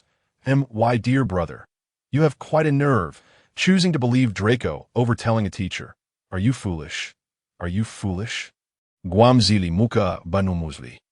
"Ouch, Vi, please let go," Ron whimpered, grimacing in pain. Zhili shot him a cold glance, her sarcasm undeniable. "Oh no. Do you think you can escape unscathed, Ron Weasley? You too, for not informing a teacher or your brother Percy, and instead joining him in mischief. You're simply a fool." Harry, feeling guilty, chuckled nervously and attempted to explain, "Vi, it's not a big deal, so please don't be upset." "Inform Percy? Forget it. It's not worth it. By the way, what does fool mean?" Ron inquired curiously. "It means you're just as silly as my brother," Zhili retorted, rolling her eyes in exasperation before releasing their ears and plopping down on the sofa. The two boys quickly rubbed their ears to alleviate the pain. "Ugh, this is so annoying," Zhili lamented. "Brother, what should I do if someone is angry?" Harry wrapped the Nimbus 2000 back up and took a seat on the sofa across from Zhili. "Did you have a quarrel with Hermione?" he asked. Zhili looked at him, slightly taken aback. "Am I that obvious? But it's not a quarrel, just a misunderstanding that I can't clarify at the moment." She then began to anxiously ruffle her hair, creating a chaotic mess. Harry pondered for a moment and suggested, "Perhaps you could invite Hermione for a piece of chocolate." Zhili cast a silent glance at Harry, her eyes conveying that Hermione did not mean it in the way he presumed. Harry shrugged, indicating that he was a loss for alternatives. "Well, it is better to rely on oneself than to depend on others." Zhili reclined on the sofa and closed her eyes. "Vilya, Professor Snape is looking for you." In his office, Percy announced as he entered and spotted Zhili lying on the sofa. "Oh, okay. Thank you, Prefect," Zhili replied, feeling slightly drowsy within those few minutes. But Percy's call jolted her back to alertness. She then stood up, exchanged pleasantries with Ron, and left the Gryffindor common room. Ron furrowed his brow and asked in confusion, "Harry, Is it really necessary for your sister to pull our ears over that incident? Harry explained helplessly. She insists on addressing certain things she has said, and she must follow through, unless she forgets. But I suppose it's partially my fault. Had I not reminded her to come find us, she probably wouldn't have felt the need to scold us. Zhili strolled down the corridor at a leisurely pace, her expression somewhat vacant, yet her mind frantically sought assistance. Ninth brother, what do you think Hermione is angry with me about? I truly can't comprehend it. I need help. Please, I beseech you. Is there a message? The disoriented ninth brother stirred from his dream, his feline eyes filled with confusion as he rubbed his eyes with a paw and asked languidly, "What's wrong?" Upon hearing ninth brother's voice, Zhili's anxious heart calmed significantly. She hurriedly explained, "Ninth brother, you should know that Hermione seems to be sulking with me lately. Do you have any suggestions?" As she spoke, Zhili felt a twinge of guilt. She initially intended to persist in her plea for help, but was interrupted by ninth brother, whose response left her utterly astonished. "What? You and Hermione are at odds. When did this happen?" Ninth brother queried, his realization dawning as he bombarded her with questions. The Zhili replied, "To be honest, ninth brother, do you have any clue about what transpired?" At her words, ninth brother's eyes sharpened, and he began to flit about, repeatedly denying, I haven't. Don't say such nonsense." His swift denial only further exposed his ignorance. Zhili regarded him with disdain and questioned, "You deny so quickly and smoothly. Are you trying to deceive me?" Ninth brother raised a paw to wipe away non-existent sweat and insisted, "Absolutely not. How could that be? All right, what do you need from me?" "Well, it seems Hermione doesn't want to talk to me lately, but I can't figure out what I've done to upset her. You have any way to help me resolve this issue?" Zhili candidly shared her thoughts, no longer teasing the clearly clueless cat. Ninth brother, aware of her attempt to divert attention from his ignorance, lazily stretched and waved a paw, replying, "Wait a moment. Let me see, and I'll get back to you." With that, ninth brother fell silent, leaving Zhili lingering just a few steps away from Professor Snape's office, hesitant to enter. Meanwhile, ninth brother coldly reviewed the events that had transpired days prior among the Gryffindor quartet on the 4th floor. Honestly, they come to me for the smallest matters, thinking I am some golden finger or a dependable crutch. Despite his words, his pace in reviewing the memories quickened. Then, with a flick of his paw, he paused a particular scene, revealing the group evading Loris's search, only for Loris to seemingly depart without noticing their hiding place. Ninth brother's eyes widened slightly as he murmured, "I see." As he continued to observe the unfolding events, his expression grew increasingly grave. Knock, knock, knock. Zhili felt a pang of anxiety. After being caught by Professor Snape for speaking ill of him previously, she was doubtful he would summon her for a friendly chat now. "Please state the password," came a voice from the door. Zhili looked up to find a portrait, but something felt amiss. During her last visit, she had not needed to provide a password. This must be one of the punishments for speaking ill of Professor Snape, right? "Excuse me?" Zhili nervously scratched at the corner of her mouth, tentatively responding. "Incorrect answer," came the stern voice from the portrait. In the next moment, the door opened from within, and a chilling voice echoed from the dimly lit office, sending shivers down Zhili's spine. "Come in," with heavy steps that felt as if they were laden with lead. Zhili slowly entered the office. Has Miss Vilya finally remembered how to walk? Snape mocked with a cold smile. Zhili forced a smile that was more painful than tears and stammered, No, Professor, I just didn't know what to do for a moment."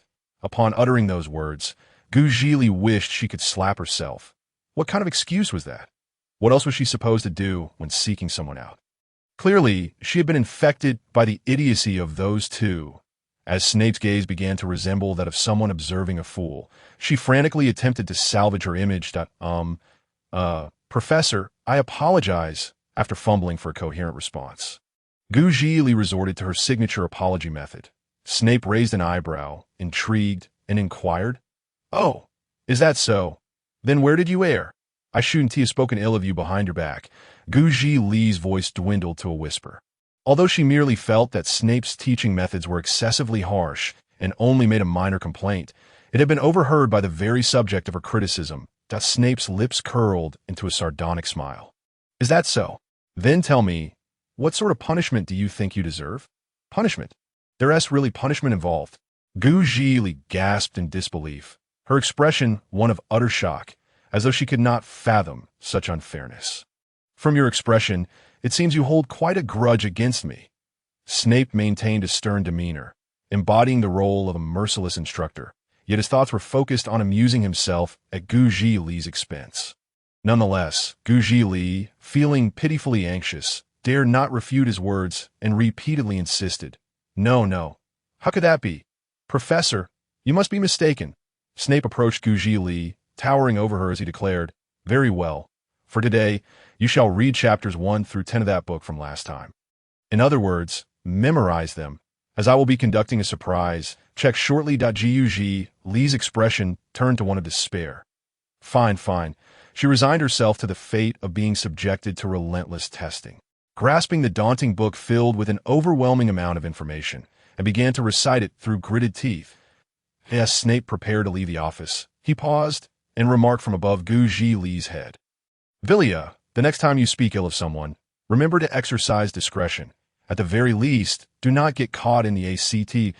As soon as the words fell, Zhili felt a burning heat flush across her face. A sense of embarrassment so profound she could have excavated a Barbie castle from it. Time flew swiftly. The expression on Zhou face within the confines of the system space was so grim that it defied description.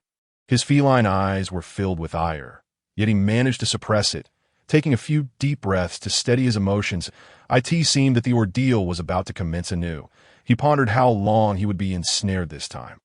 Observing Zhili on the screen, her expression one of intense frustration, as if she wished to devour her book, Zhou could only smile wryly before leaping into the darkness.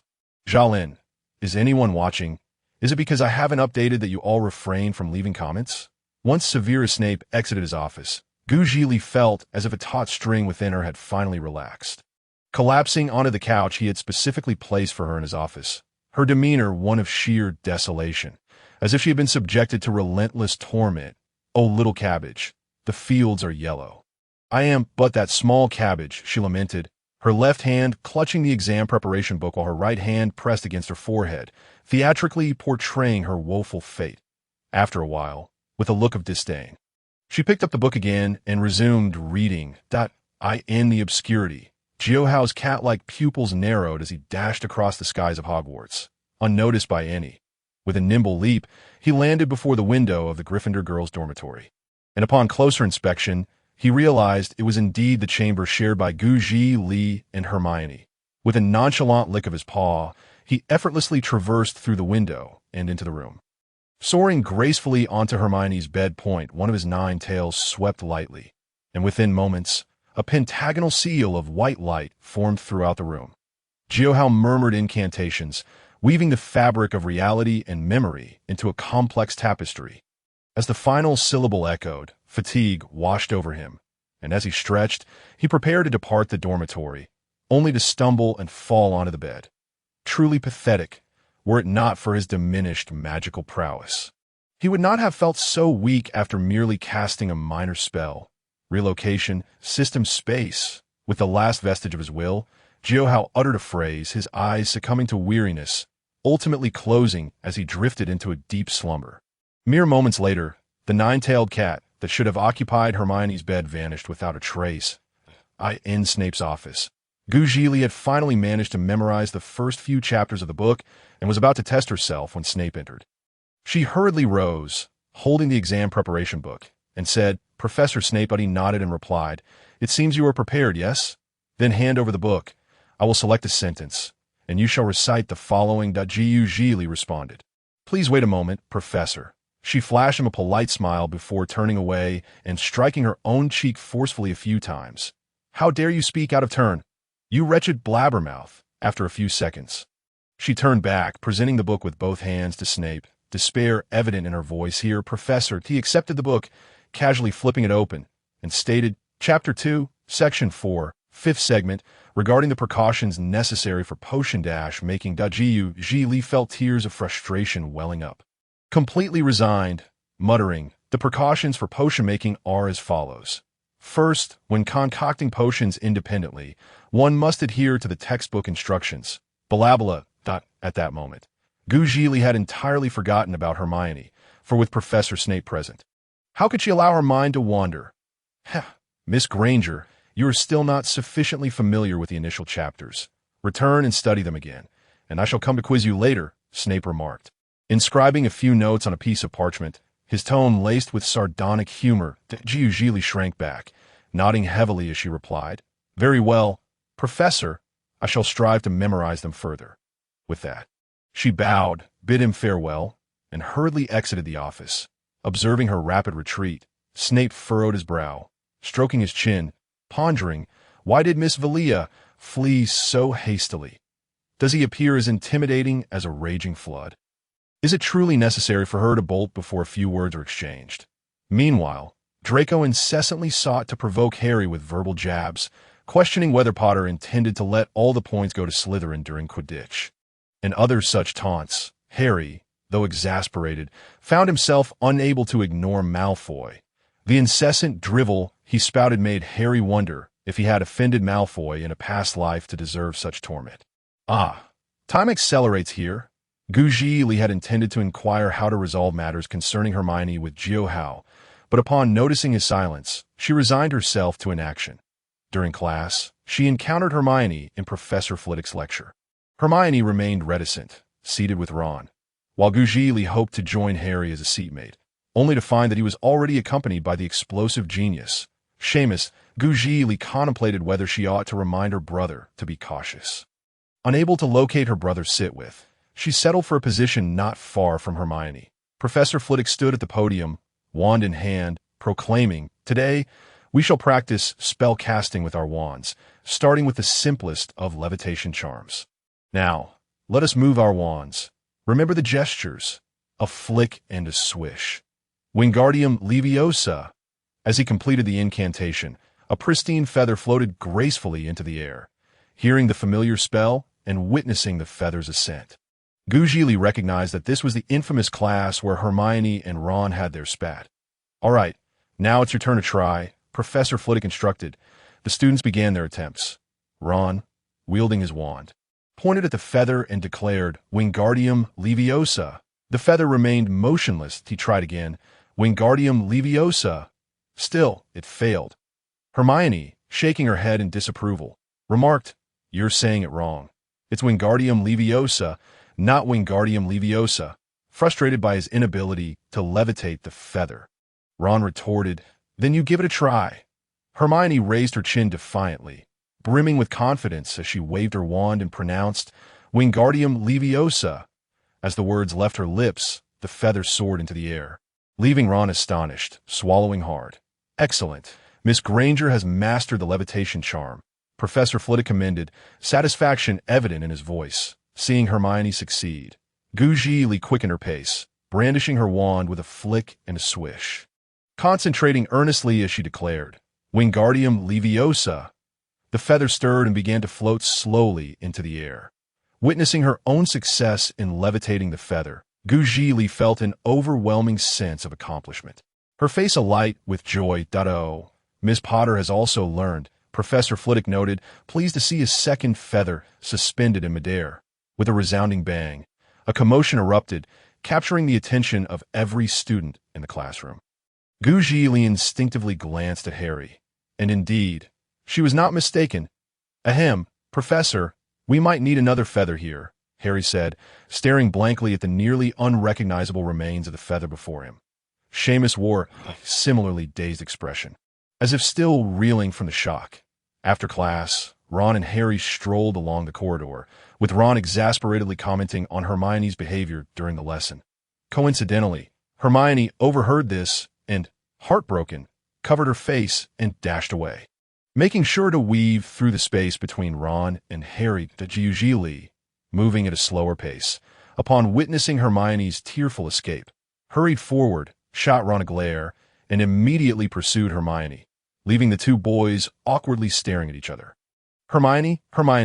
Zhili was unable to catch up with Hermione, her heart laden with worry as she wandered about, calling out as she walked. The entire afternoon passed without a sight of Hermione. Deepening Zhili's unease, in a moment of frustration, she exclaimed, "Today's update has been delivered. My recent state is all right. I've written a few chapters. Ha! The absence of Hermione for the entire afternoon weighed heavily on Zhili's heart. Her anxiety akin to a fish being relentlessly cooked over a fire. As dust descended, she stormed over to Ron, her voice filled with fury. Ron Weasley, don't you feel even a hint of concern? Hermione has been missing all afternoon. You infuriate me. So why couldn't Zhili find Hermione?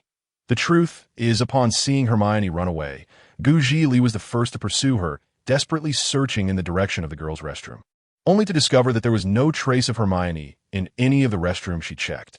After nearly a whole afternoon of searching, Zhili felt as though she had scoured every girls' restroom in Hogwarts without success.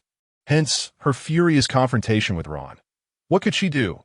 She felt utterly helpless, wondering if perhaps this plot could only be unraveled by Ron and Harry, while her attempts were in vain.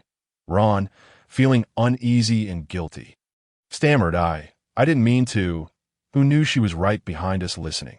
Although his words were laced with remorse, they strangely felt provocatively dismissive. Clearly, Zhili was even more incensed. Trembling fingers pointed at Ron as she demanded, "Then can you take some practical action to find Hermione? Preferably before I resort to hitting you." The final mention of Ron Weasley was accompanied by gritted teeth, invoking an inexplicable fear within Ron, who repeatedly insisted, "I got it. I'm going right now." With that, he dashed off in search of Hermione. Turning to Harry, who had been neglected for quite some time, Zhili snapped, "And you, Harry, aren't you going to help look for her?" Upon hearing his sister call his name, Harry realized that Vilya was quite upset, and indeed, very much so. He rushed over, attempting to soothe her. "Vilya, don't be angry. Hermione is safe within Hogwarts." Zhili pushed Harry's hand away from her hair, frowning as she replied, "Sigh, brother, you don't understand. It's just, sigh. I can't explain it clearly, but please help me look." With her head bowed in disappointment, Zhili implored. Harry, unable to resist his sister's plea, readily agreed. "All right, I'll go look for her right now." "Where to?" Ron questioned, returning momentarily. "Why are you back? Didn't you say you were going to search for her?" Zhili exclaimed, her agitation rising. Ron quickly clarified, "No, I have something to say." "Please don't hit me, Vilya." "Harry, hold her back." Annoyed, Zhili retorted, "What is it?" Harry positioned himself between Ron and Zhili, trying to prevent her from attacking Ron, while also buying Ron some time to escape. If his sister truly lost her temper, he doubted he could stop her. Finally, Ron spoke up. "Percy just informed us to head to the Great Hall. There's something going on I overheard Parvati Patil and Lavender say that Hermione is crying in the girls' restroom and doesn't want anyone to comfort her." Upon hearing that Hermione was crying, Ron felt a pang of discomfort, for he was the one who had upset her. Zhili abruptly sprang from the couch, exclaiming, "I searched several girls' restrooms and couldn't find her." Harry, glancing at Zhili, reassured her, "Vilya, it's all right. Don't worry, let's head to the Great Hall. Perhaps Hermione will be there." However, Zhili could not explain that Hermione might be attacked by a troll, information she was privy to beforehand. "All right, let us check the Great Hall first. If nothing major is happening, we can sneak out to find Hermione." "Okay," Harry suggested, noticing Zhili's growing despondence. Zhili glanced at Harry, resignedly conceding, "Fine, as you say." In the corridor, the three made their way toward the Great Hall, the atmosphere decidedly tense. Harry walked in the middle, effectively separating Zhili from Ron, just in case Zhili decided to lash out at Ron. With her gaze fixed on the ground, Zhili walked with a deflated spirit, her thoughts adrift. Ron, now and then, pressed his lips together, wanting to explain that he hadn't intended to make Hermione cry. It had merely happened during class. As they neared the entrance of the Great Hall, Draco appeared, seemingly about to enter, but halted upon noticing them. Draco smirked. "Oh, what's this? Where's that scruffy Granger? Have you given up on her?" "Miss Vilya?" Zhili raised her gaze coldly at Draco, retorting, "Draco, you do well to clean up your mouth. Otherwise, I wouldn't mind helping you shut it." Draco frowned, displeased. "Are you threatening me? Can't you tell? I suggest you, Master Draco, consult a dictionary and learn how to speak properly, lest you find yourself struggling to comprehend the professor's lectures." As Zhili's glare turned increasingly hostile, it seemed she genuinely intended to follow through on her threat. Draco, initially intent on delivering further mockery, swallowed his words, and turned to leave. Humph. Next time, you won't have it so easy. He left behind a threat that barely registered as such before Zhili, as if possessed, entered the Great Hall, with Ron and Harry close behind. Inside the Great Hall, upon inquiring with the Weasley twins, Zhili learned that the gathering was merely for a feast. Given that Halloween was approaching, knowing it was just a feast, Zhili sat on a bench, her mind wholly consumed with thoughts of finding Hermione, softly asking Harry across from her, "Brother, do you think I can go out to find Hermione now?" Harry looked toward the towering figures of Dumbledore and Professor McGonagall, hesitating. "Vilya, I don't think now is the right time to leave. Look, everyone is seated here, and if you suddenly stand up and leave, it will draw the professor's attention." Zhili pondered this, recognizing the validity of his reasoning. However, the fear of Hermione being attacked by the troll loomed large in her mind. You first-year student. How perilous that would be. All right, don't worry. Have a chicken leg first, okay? If you don't eat, you won't have the strength to look for Hermione later. Harry offered her a chicken leg, taking the chicken leg. Zhili sighed, forcing herself to take a few bites. What should have been a delicious meal now tasted utterly bland. Suddenly, the doors of the Great Hall were flung open by a figure clad in a deep purple shawl. And as they rushed past Zhili, she caught a faint whiff of garlic that a scar on her left forearm throbbed momentarily, and she turned to see the unfortunate soul who had stumbled, Professor Quirrell. Fallen to the ground, Professor Quirrell exclaimed in terror. A troll. A troll has entered Hogwarts. In the basement. With that, Professor Quirrell seemed to faint from exhaustion, his last words sending the hall into a frenzy of panic. Screams erupting throughout. Silence! Dumbledore rose from his seat, commanding attention. The students gradually quieted, awaiting the headmaster's instructions. Dumbledore clearly and methodically directed, "Prefects, please escort your housemates back to the dormitories. Other professors, follow me to the basement." With that, everyone adhered to Dumbledore's instructions, returning to their dormitories in an orderly fashion. Harry and Ron had intended to join the procession back, but upon noticing Zhili heading in a different direction, they realized they were aware of the troll's presence at Hogwarts, while Hermione remained oblivious. Moreover, they have yet to ascertain the whereabouts of Hermione within the girls' restroom. "Once again, I have overexerted myself," muttered a weary voice, accompanied by a laugh. "During these past 3 days of diligently preparing manuscripts, I have exhausted myself, leading to my current state of utter fatigue. How unfortunate!" Ron, while running, lamented, "What if Hermione has been slain by a troll? Had I known, I would have refrained from uttering those words." Harry, closely trailing Zhili, replied, "Enough, Ron. Let us first locate Hermione, and then you can apologize to her." Zhili quickened her pace upon hearing the imperative to find Hermione. "Oh, Harry, why have you stopped?" Harry suddenly halted, causing Ron to inadvertently collide with him.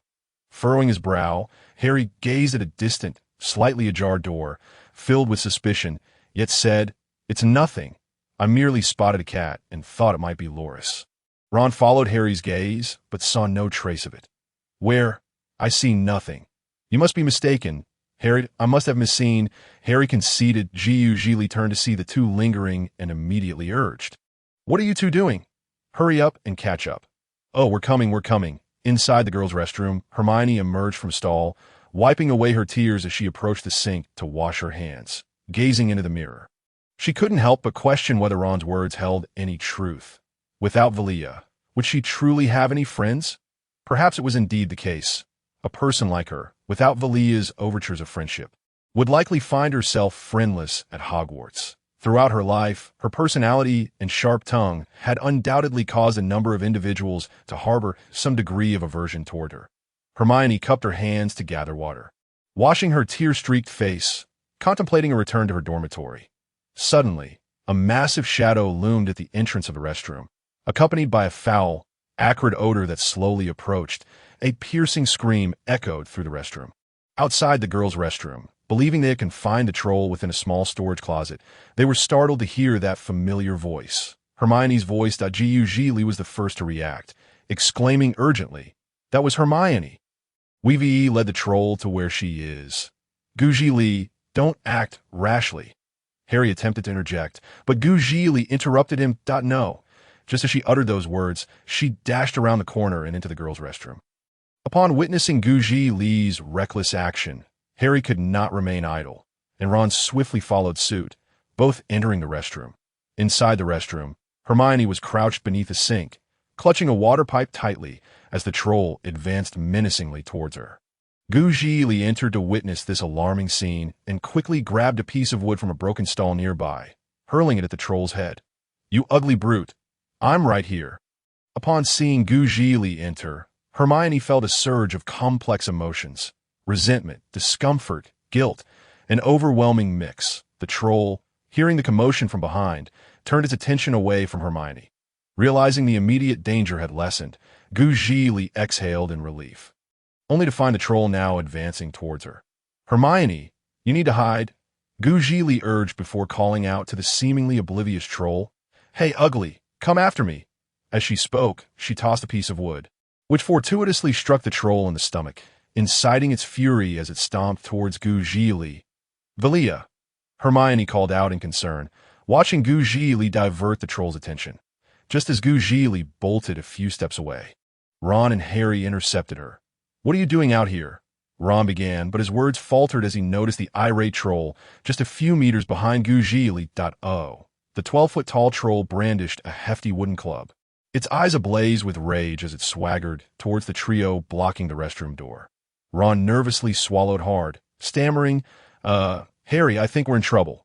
Harry, unable to pay attention to Ron's musings about the troll, shouted anxiously to Zhili, "Vilya, be careful."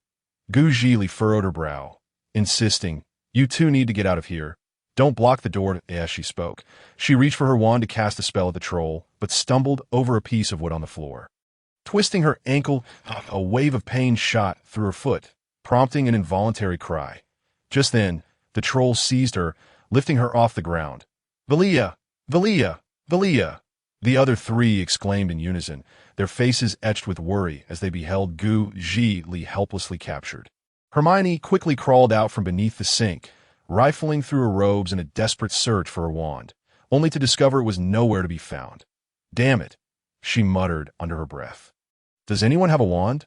Hermione shouted, her eyes fixed on Zhili, who was being tossed around like a mere plaything in the troll's grasp, her composure slipping.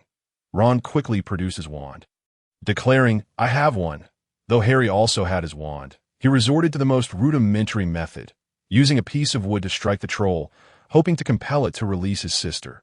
Dazed and disoriented from the troll's rough handling, Zhili struggled to utter coherent words. "Quick, wand, Levio."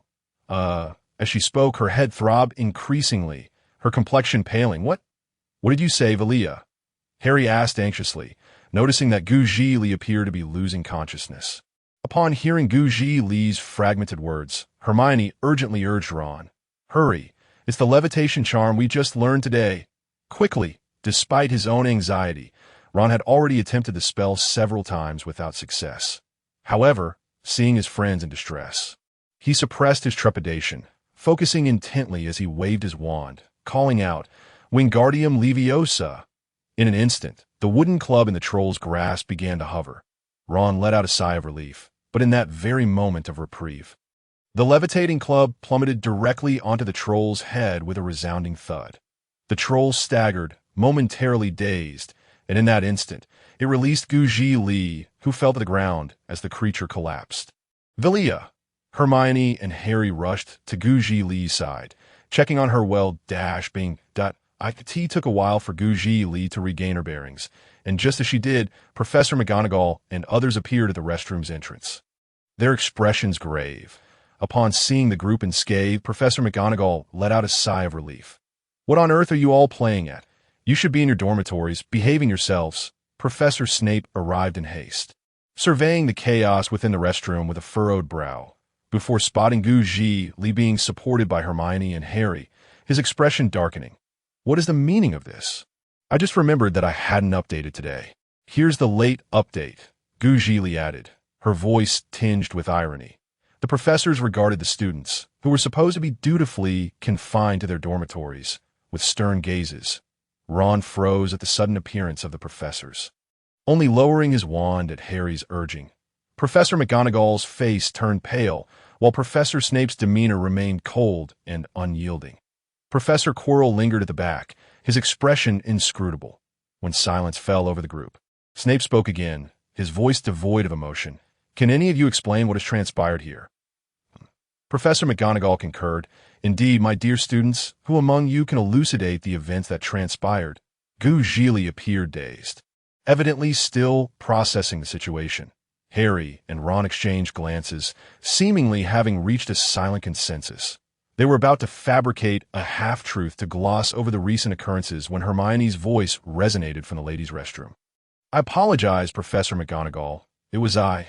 They were searching for me," Hermione explained softly, her head bowed. Professor McGonagall regarded Hermione with a furrowed brow. "Miss Granger, I came to seek the troll, for I believed I could confront it alone.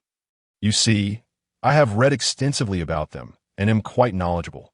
Ron shot another glance at Harry, his expression conveying disbelief at Hermione Granger, of all people, telling such an outrageous lie before a teacher. Harry, too, was incredulous.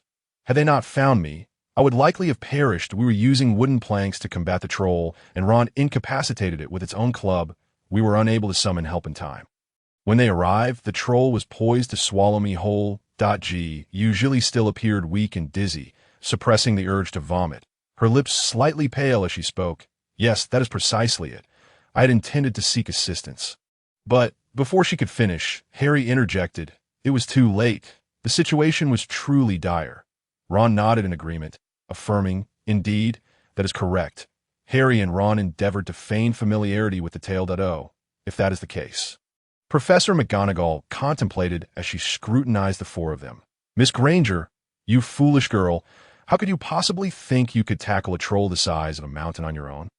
Hermione lowered her gaze. Harry regarded Hermione with a complex expression. She was the least likely person to breach school rules, yet here she was, lying to extricate them from trouble. "Miss Granger, as a consequence of this incident, Gryffindor will lose 5 points, Professor McGonagall stated, taking a deep breath. "I am quite disappointed in you that if you are uninjured, you ought to return to the common room, where the students are enjoying the Halloween feast." Hermione nodded, and just as Professor McGonagall prepared to leave, she paused, saying, "Well, consider yourselves fortunate. Few first-year students could contend with an adult troll. Each of you will earn 5 points for Gryffindor. I shall inform Professor Dumbledore of today's events. Now, you may go." As they received Professor McGonagall's permission, they were eager to exit the restroom, only to hear a cold voice call out, "Wait, Professor McGonagall, I have a few inquiries for them yet. They cannot return just yet. Once I am finished, I shall escort them back to Gryffindor." Professor Snape's voice emerged, sending a wave of anxiety through those who had thought they had evaded scrutiny and could return to their dormitory. McGonagall regarded Snape, then the students, before finally conceding, "Very well, I shall trouble you, Professor Snape." With that final word, Professor McGonagall left after ensuring the troll was dealt with. The feeling of dizziness began to dissipate, and Zhili's pale lips gradually regained their color, her consciousness seeming to return. Harry averted his gaze, noticing a fresh wound on Snape's calf, while Zhili rubbed her temples and inadvertently caught sight of Snape's foot. As she contemplated how to alert Snape about his injury, she observed him swiftly conceal the wound with his robes. "I have a question. Quite curious indeed. Miss Granger, you mentioned that you and Mr. Potter were using wooden planks against the troll. Why then does Miss Vilya appear so unwell?" Snape inquired, his tone insinuating suspicion. The phrase deceiving a teacher sent Ron's heart racing, soaring and plummeting. Hermione hesitated before responding. "Well, it is like this." Zhili subtly tugged at Hermione's robe, and Hermione turned to her, puzzled as to why she was being interrupted. Zhili's eyes urged Hermione to allow her to speak. "Allow me to explain. Professor, I accidentally became a plaything for the troll, being swung around, which is why I appear rather unwell." Zhili succinctly recounted a less than glorious episode. Snape's expression darkened further. "I see. It appears that Miss Vilya's uniquely Gryffindor bravery is indeed commendable." Zhili forced a smile and asked, "Professor, may we return now?" Snape stepped aside, leaning against the wall. "Very well, I shall escort you back to Gryffindor." The others chorused, "There's no need for that, Professor. We can manage on our own." Zhili nodded in agreement, affirming, "Indeed, you needn't trouble yourself," Snape retorted. "It is evident that you are reluctant, but must you be so blatant in your refusal?" With a scoff, Snape suppressed his pain and departed swiftly. Once Snape had exited, the group followed suit, leaving the restroom. On the path back to Gryffindor, silence enveloped them, each lost in their thoughts, unsure how to shatter the awkward stillness. Hermione furtively glanced at Vilya, who was nearly leaning against Harry, feeling a mix of worry and guilt. She had told Vilya to avoid her for the time being, akin to a declaration of friendship's end. Why then had Vilya come to her rescue? This left Hermione in turmoil, unable to fathom how to salvage their friendship. Her heart was heavy with concern for Vilya and Harry's true identities and the peculiar behavior of Loris that night, compounded by the guilt of having uttered hurtful words while Vilya continued to show her kindness. Hermione felt as if her heart was ensnared in layers of rope, causing her distress. Ron, meanwhile, wrestled with whether to apologize to Hermione, fearing the embarrassment of being rejected. Harry, on the other hand, felt little but concern for Zhili's pale visage, empathizing with her plight. Zhili, however, found herself devoid of any desire to speak. The dizzying sensation persisted in waves, making her feel utterly miserable. Just moments ago, she had felt fine, and now she was rendered speechless by discomfort. Additionally, her feet throbbed, compounding her distress. As night deepened, the tranquility of the path was punctuated by the occasional call of a bird. Ron stole another glance at Hermione and then back at her, ultimately deciding to break the silence. So, we added 20 points to Gryffindor, right? 5 points each for me, Harry, and Vilya, plus Hermione's 5. We should be in the clear. Hermione replied, "Earlier, in Professor Snape's class, we lost 20 points. Vilya's contribution brought back 10, and my rule-breaking cost us 5 more, totaling a deduction of 15 points. Fortunately, the points we regained offset the losses, so we are currently up 5 points." Hearing Hermione's response, Ron felt a surge of joy and resolved to continue with his plan. "Today, I truly must thank you, Hermione, for stepping up and helping us out of trouble," Ron acknowledged, but then added, "Though we did indeed save you as well to this." Zhili rolled her eyes, retorting Ron, "Had we not inadvertently trapped that troll in a room, Hermione would never have been attacked." Ron awkwardly scratched his head, admitting, "Indeed, I initially intended to confine the troll before seeking out Hermione. Yet in my misguided attempt to do a good deed, I inadvertently locked the troll in the very restroom where Hermione was." As Harry assisted Zhili in walking, he concurred, "Exactly. Had we not imprisoned that creature in the girls' restroom, I believe Hermione would have required no rescue at all." As they spoke, the group returned to the portrait of the fat lady belonging to Gryffindor.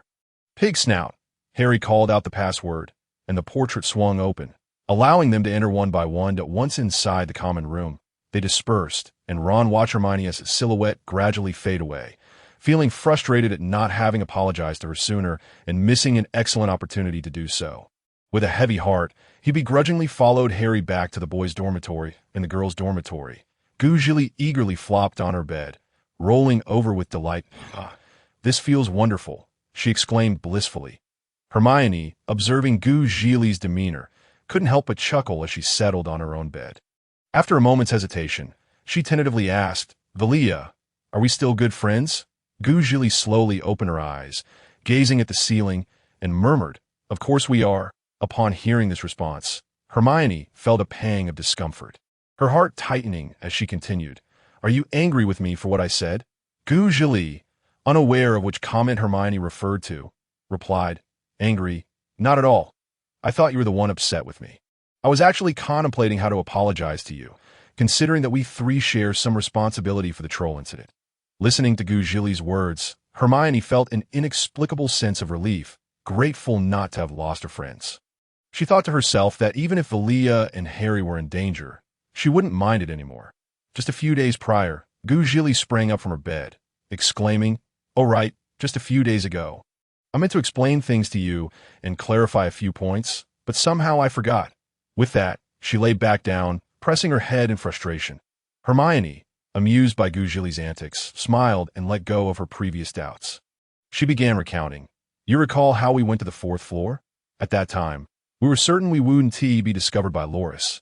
Strangely enough, Loris returned to Filch as if he hadn't noticed us at all. This led me to believe something was amiss among the four of us. Otherwise, it would have been quite improbable for first-year students like us to evade Loris. As Hermione laid out her thoughts, Zhili listened intently, maintaining an expression of composure, yet inwardly feeling guilty, for she was indeed the one who had caused the ruckus. Meanwhile, in the boys' dormitory, Ron returned despondently to his bed. "Ron, what's the matter?" Harry inquired.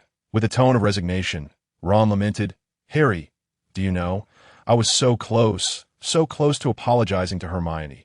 Harry nodded, and then, Ron, on the verge of tears, replied, "Then you saw the outcome. I failed to do so." Perplexed, Harry asked, "What is so distressing about that?" Ron retorted, "Do I really look that upset?" Harry nodded again, affirming his observation. Ron, agitated, ruffled his hair in frustration. "Harry, what should I do? If I don't apologize to Hermione, your sister might just kill me." Despite his own desire to say sorry to Hermione, Harry chuckled. "Don't worry. It's not too late to apologize tomorrow. Besides, Vilya's memory is hit or miss. She might forget by then." He patted Ron on the head. Harry reassured him, "You want to be killed, Ron. Now, I'm off to sleep." "Hey." Ron wanted to continue the conversation, only to find Harry had already fallen asleep. The next morning, light flooded the room as Zhili rubbed her eyes and yawned, stretching her arms before leisurely rising from bed. Glancing over at Hermione's bed, she noticed Hermione still fast asleep, and a wave of relief washed over her. Thank goodness, it wasn't just a dream. Making her way to Hermione's bedside, Zhili gently roused her. Upon seeing Hermione's bewildered expression, Zhili playfully teased, "Hermione, you're going to be late." Startled, Hermione quickly slipped on her slippers and dashed towards the washroom, only to be halted by Zhili's grip. "Just kidding, Hermione." Hermione looked at Zhili, then back at the washroom. Her reflexes finally catching up, she exclaimed, "You're tricking me, Vilya. How could you?" With that, Hermione feigned indignation and began tickling Zhili. The two of them erupted into a playful scuffle, filled with laughter. After a while, they finally calmed down and headed to the washroom to freshen up. In the corridor, Zhili held Hermione's hand, feeling an immense sense of satisfaction. Hermione wasn't angry with her. They had reconciled. No, cleared up their misunderstanding. How wonderful! As she admired the Hogwarts lawns and hallways, Zhili suddenly furrowed her brow, sensing she had forgotten something important. Thus, Zhili began to recount the events to prevent herself from forgetting any significant occurrences that could lead to grave mistakes. Firstly, the issue between her and Hermione had been resolved. Next, the incident involving the troll attacking Hermione was also taken care of. Moreover, who else could it be? Ron? No, the foolish lad was with her brother, so nothing untoward should happen. Dumbledore? Professor McGonagall? Hagrid? Draco? Ah, yes, it was him. Zhili suddenly recalled the scene she had witnessed the previous night, her expression one of dawning realization. "Hermione, I need to find you urgently," she stated. Hermione, looking puzzled, quickly replied, "What? Vilya, class is about to start. Can't it wait until after?" Noticing Professor Quirrell entering through the doorway, Zhili halted her steps, her thoughts fixated on Quirrell's peculiar demeanor, and she responded somewhat evasively. All right then. Today is Quirrell's class, so I suppose I must pay attention. Since the troll incident had already unfolded, he must surely be in league with Voldemort. It seemed prudent to consult Headmaster Dumbledore discreetly. But could a first-year student truly approach the headmaster for a chat? With that thought, Zhili swiftly quelled her musings to avoid forgetting something crucial in her contemplation. Professor Quirrell approached the podium, greeting the students with a friendly smile. "Now, let's begin our lesson." After class, Hermione remained seated, motionless, drawing Zhili's attention. "Hermione, what's wrong? Why aren't you leaving?" Class is over. I'll be on my way then," Hermione replied, snapping back to reality. Zhili hadn't finished her sentence when Hermione swiftly exited the classroom, leaving Zhili feeling somewhat bewildered. What is going on? Had they already resolved their misunderstandings? Why was Hermione still avoiding her? This doesn't make sense. With that thought, Zhili immediately chased after Hermione, pulling her into the restroom, her expression serious. "Are you avoiding me again?" Hermione struggled to articulate her feelings. Meeting Zhili's searching gaze. Vilya, I feel like something is amiss, and why memories of that night on the fourth floor are quite hazy. In fact, I can hardly recall many significant details that Zhili, taken aback, exclaimed, "How is that even possible?" With a resigned sigh, Hermione replied, "But that's the reality. I didn't realize it until just now, which is why I wanted to take a moment to gather my thoughts. And then, of course, you showed up, but it's hard to explain." Listening to Hermione's words, Zhili found it impossible to accept such a reality. Hermione was in trouble. The most brilliant mind, Hermione, was in trouble. This was indeed a grave matter. Zhili began pacing in the restroom, biting her nails while trying to comfort her friend. "Don't worry, Hermione. This might just be a temporary issue. You'll be fine." Noticing Zhili's evident anxiety, Hermione remarked, "You seem even more flustered than I am." Zhili halted abruptly, speaking without a second thought. "Of course, your mind is far more valuable than the combined intellect of my brother and Ron." Hermione couldn't help but chuckle. If Harry heard you say that, he'd probably be quite upset. "Who cares? What should we do? What should we do?" Zhili exclaimed, her urgency palpable. Suddenly, she blurted out a rather ill-conceived idea. "Why don't we find Professor McGonagall or Headmaster Dumbledore? If they're unavailable, we could also approach Professor Snape." Hermione interjected, "Let's not. I don't think it a major issue. It's just that I've forgotten a lot about that night. Everything else seems fine. But if we tell the professors that I have a problem with my brain, how will we explain the event on the fourth floor? That would violate school rules." Feeling overwhelmed, Zhili exclaimed, "Then what should we do? Let us just take it as it comes. By the way, didn't you mention you had something to do earlier?" Hermione said, brushing off her robe. Zhili suddenly remembered. "Oh, right. Thanks for the reminder. Hermione, I need to go find Professor Snape. I'll see you later." With that, she dashed out of the restroom, leaving Hermione to process the situation on her own.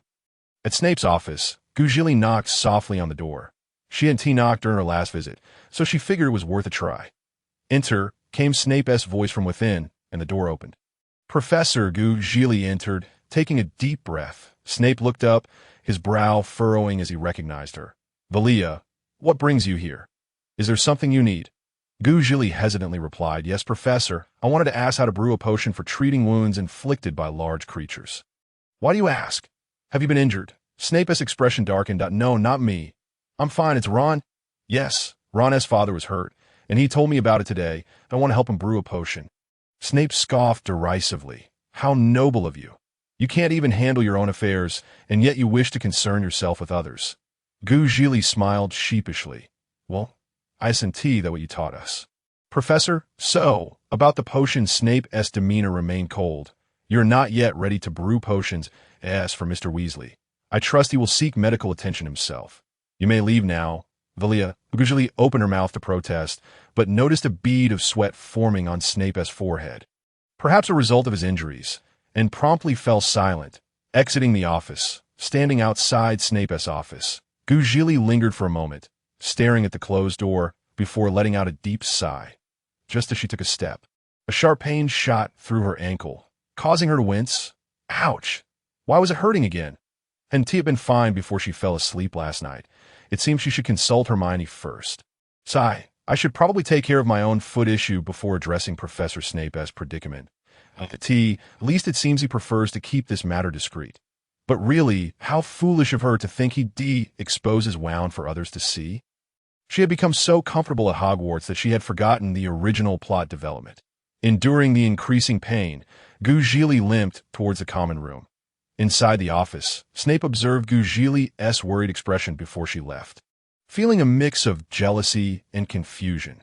Jealous that Vilya would consider brewing a potion to help Arthur Weasley.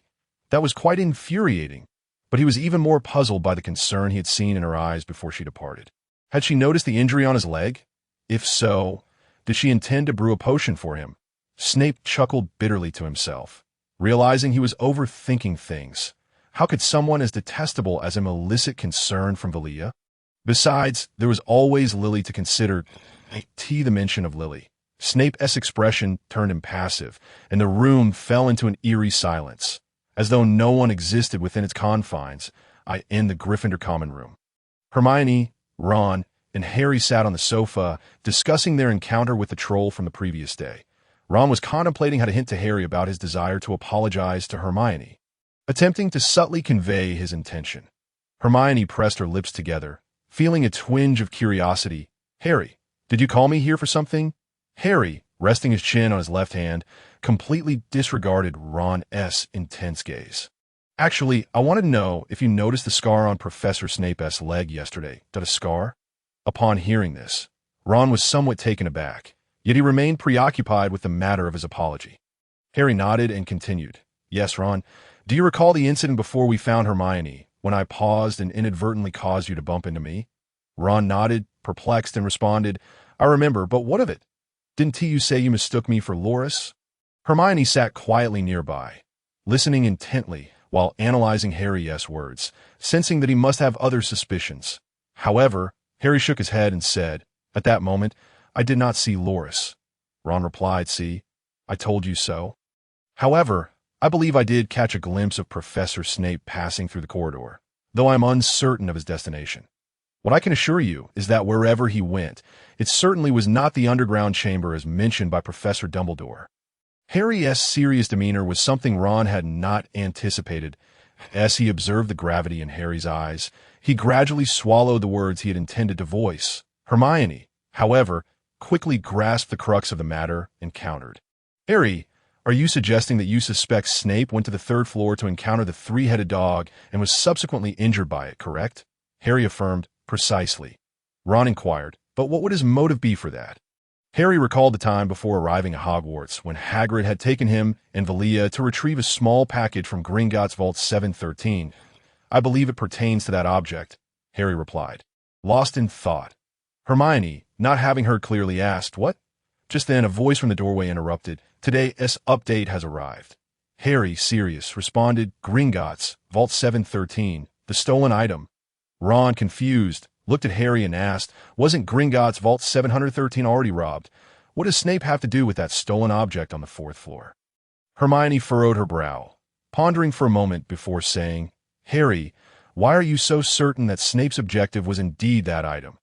Harry hesitated, uncertain whether to disclose the matter, but after a moment, he decided to speak before coming to Hogwarts. "Hagrid had brought me and Vilya. Could you assist me for a moment?" The voice of Zhili interrupted Harry's thoughts as he approached her. "What happened? Where have you been?" he inquired, quickly moving to support her. Hermione also stood beside Zhili, aiding her as they made their way to the sofa for her to sit down. Zhili explained, "I forgot to mention. I twisted my ankle yesterday. I didn't hurt before I fell asleep, but suddenly it started to ache today. Suddenly started to hurt." "What did you do?" Harry frowned. Zhili, feeling guilty, quietly admitted, "I just ran a little." Harry, with an expression of disbelief, replied, "Are you sure it was just a little run?" "All right, it was a bit intense, vigorous exercise on my injured foot. Happy now." Zhili seemed to have grasped Harry's temperament and resignedly said. Harry, upon hearing this, poked her forehead, chiding like a concerned guardian. "Oh, you twisted your ankle and still dared to run like that. Do you still want your foot?" "Of course." Zhili, despite being lectured by Harry, remained playful. Harry sighed. "You." Zhili quickly attempted to change the subject, asking, "What were you all discussing just now?" Hermione replied, "Harry's suspect that Professor Snape went to the fourth floor yesterday and was injured by the three-headed dog." Zhili paused, realizing how the situation had escalated. Ron chimed in, "Yes. Harry mentioned that he saw a new scar on Snape's leg yesterday." Zhili could not restrain herself and foolishly asked, "Brother, you saw it too?" Harry, intrigued by her words, asked, "What do you mean too? Did you see the injury on Snape's leg as well?" Realizing she had let something slip, Zhili hastily clarified, "No, Harry, with a serious gaze fixed upon her, insisted, "Vilya, speak the truth." Meeting Harry's earnest green eyes filled with gravity, Zhili found it difficult to mask her thoughts and finally confessed, "I did see it. A new scar on Professor Snape's calf. However, I don't necessarily think it was inflicted by the three-headed dog." As her words hung in the air, Zhili felt compelled to offer a flimsy excuse for Snape's injury, hoping to alleviate Harry's suspicions. Yet, Harry remained silent. Hermione glanced at Zhili's foot, feeling it necessary to remind everyone of something, while her memory of the events on the fourth floor that night was vague. She recalled enough to know it was not the entirety of the truth. Harry, I think Vilya has a point, but shouldn't we first tend her foot? Upon hearing her name, Zhili initially thought Hermione was about to question her. But upon hearing the latter's words, she gazed at Hermione with admiration, thinking, "Oh, my little angel Hermione is so wonderful for caring about whether my foot needs treatment." Harry also looked at Zhili, but ultimately decided to forego further discussion. Ron thought to himself that he had once again missed an opportunity to apologize to Hermione. Harry and Hermione assisted Zhili to the infirmary for treatment, while Ron, feeling like a forgotten bystander, followed closely beside Hermione in the infirmary. Zhili did not feel particularly bothered by her ankle injury. It was merely the pain that was quite tormenting, so it was better to resolve it swiftly. Sitting on the bed, a doctor dressed in white, resembling one from the Muggle world, approached, examined Zhili's foot, then walked over to a table filled with various potions. Retrieving one, he handed it to Zhili, saying, "Your ankle injury is not severe. It's likely that due to intense activity, the sprain has worsened compared to when it first occurred. However, there is no need for concern. After you return, take this potion. Avoid strenuous activities for a while, and let your ankle heal in a few days. It should be just fine." The doctor's words sank in. Zhili nodded while casually asking, "Doctor, besides the potion for sprains, do you have anything else?" The doctor glanced at her and asked, "Is there anywhere else you feel unwell?" Zhili shook her head, replying, No, I was just asking," watching Zhili's poorly concealed attempt to hide her true feelings. Hermione couldn't help but chuckle softly. Ron, noticing her amusement, quietly asked, "Hermione, what are you laughing about?" Hermione replied, "Oh, nothing, just suddenly recalled something amusing." Ron, curious, pressed, "What amusing thing?" "Do share." Hermione shot a disdainful glance at Ron, thinking, can he not discern my reluctance to share? She sighed, "This amusing thing. Even if I told you, you wouldn't understand." Ron thought to himself, "Fine, I won't pretend I didn't notice your reluctance to speak. How unfortunate that he still wants to apologize." With this in mind, Ron steeled himself and decided to approach Hermione to apologize, feeling indebted to her. He also believed that if he didn't apologize, not only would Vilya be angry with him, but he would also struggle to find peace within himself. Thus, Ron began his endeavor, gradually inching closer to Hermione. Hermione turned around, puzzled, to find Ron fidgeting awkwardly, frowning. "Ron, what are you doing?" Ron felt a twinge of embarrassment within him. Yet he understood that once a decision was made, it must be acted upon. Thus, he uttered, "Hermione, I apologize that I was in the wrong regarding the previous matter." Upon speaking these words, it felt as though a great weight had been lifted from Ron's heart, leaving him with a sense of relief, though his expression remained somewhat awkward. Hermione paused in surprise. Had Ron truly just apologized? She lowered her gaze and replied nonchalantly, "It's fine, really. What happened before is in the past." Ron scratched his head, a foolishness evident in his demeanor, and asked, "Is that all?" Hermione countered, "What else would you like to say?" A sense of disappointment washed over Ron as he responded, "Nothing more." Their lengthy silence only served to enhance the strangely awkward atmosphere between them. Zhili had received treatment for her injured foot, but remained seated on her small bed, saying, "You two should head back first. I still have some questions about my foot that I'll catch up with you later." Harry, feeling somewhat uneasy, offered, "Vilya, I'll accompany you to ask about it. It would be more convenient to go back together." Zhili promptly declined, "Brother, there's no need to trouble yourself. You can go back first." Despite Harry's desire to stay with his sister to inquire, Hermione interjected, "Harry, perhaps you and Ron should return first. I'll stay with Vilya to ask her questions, and afterward, I'll ensure she gets back safely. Besides, Vilya and I share a dormitory, so I can keep an eye on her." Harry initially intended to refuse, but upon learning that Hermione and Vilya were dorm mates, he reconsidered. "Then I'll leave it to you." Hermione, having arranged everything, Zhili took a moment to process the situation and remarked, "Is that truly necessary? Wouldn't it delay your classes, Hermione?" Hermione smiled and waved her hand, stating, "It won't interfere with my classes at all." "All right, Harry, it's settled then. You and Ron should head to class while I ask for leave for both myself and Vilya." "Understood." Harry nodded, then turned to Ron, saying, "Come on, Ron. Let us go to all right." Ron replied, and together they exited the infirmary.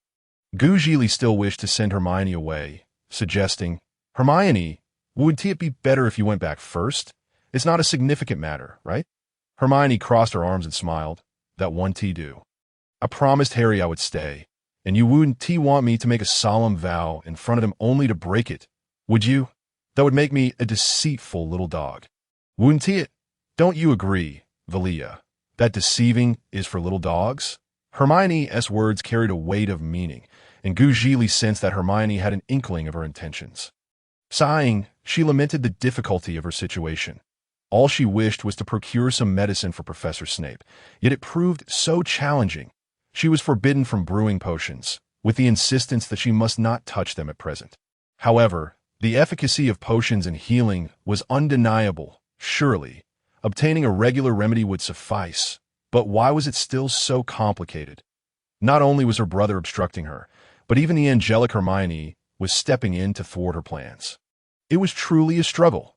After a prolonged silence, Hermione, observing Zhili's troubled expression, could not help but feel amused. It appeared that Vilya had a rather endearing side.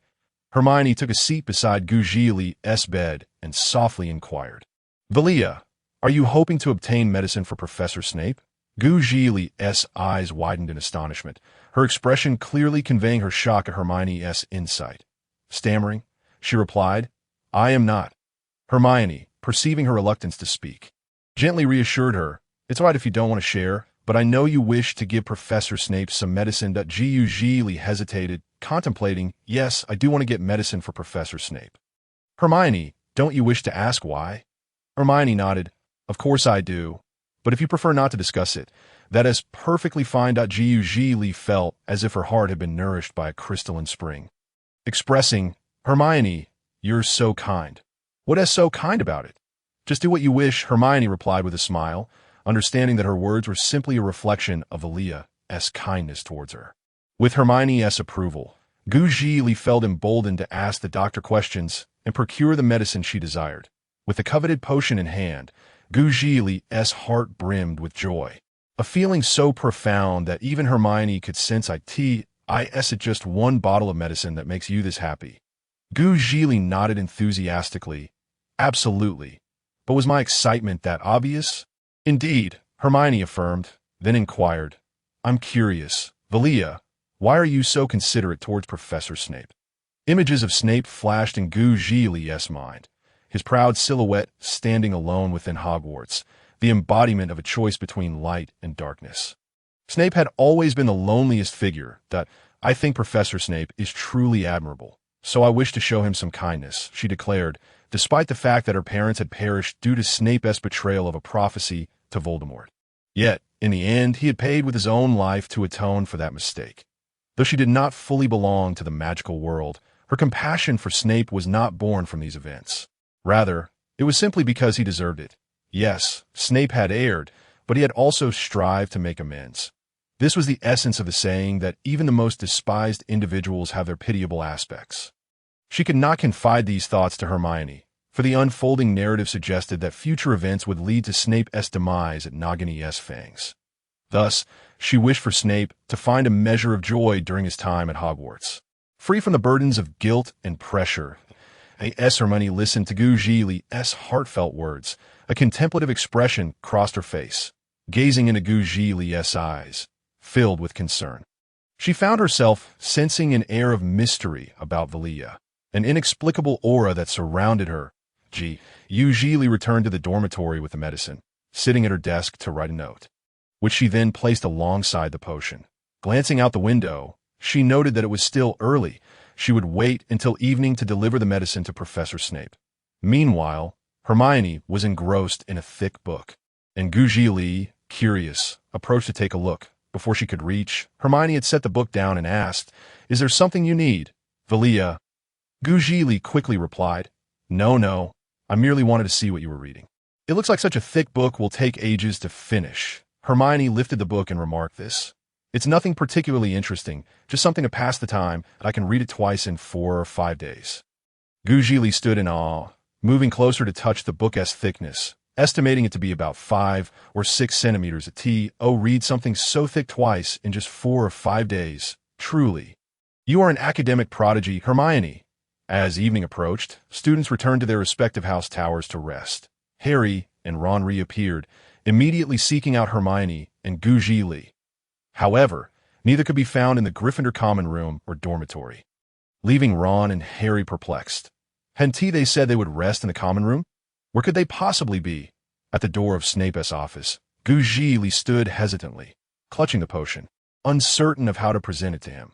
She asked Hermione, "How should I give the medicine to Professor Snape?" Hermione replied, puzzled, "Why not just hand it to him?" Zhili explained, "If I give it to him directly, it will expose our knowledge of his injury."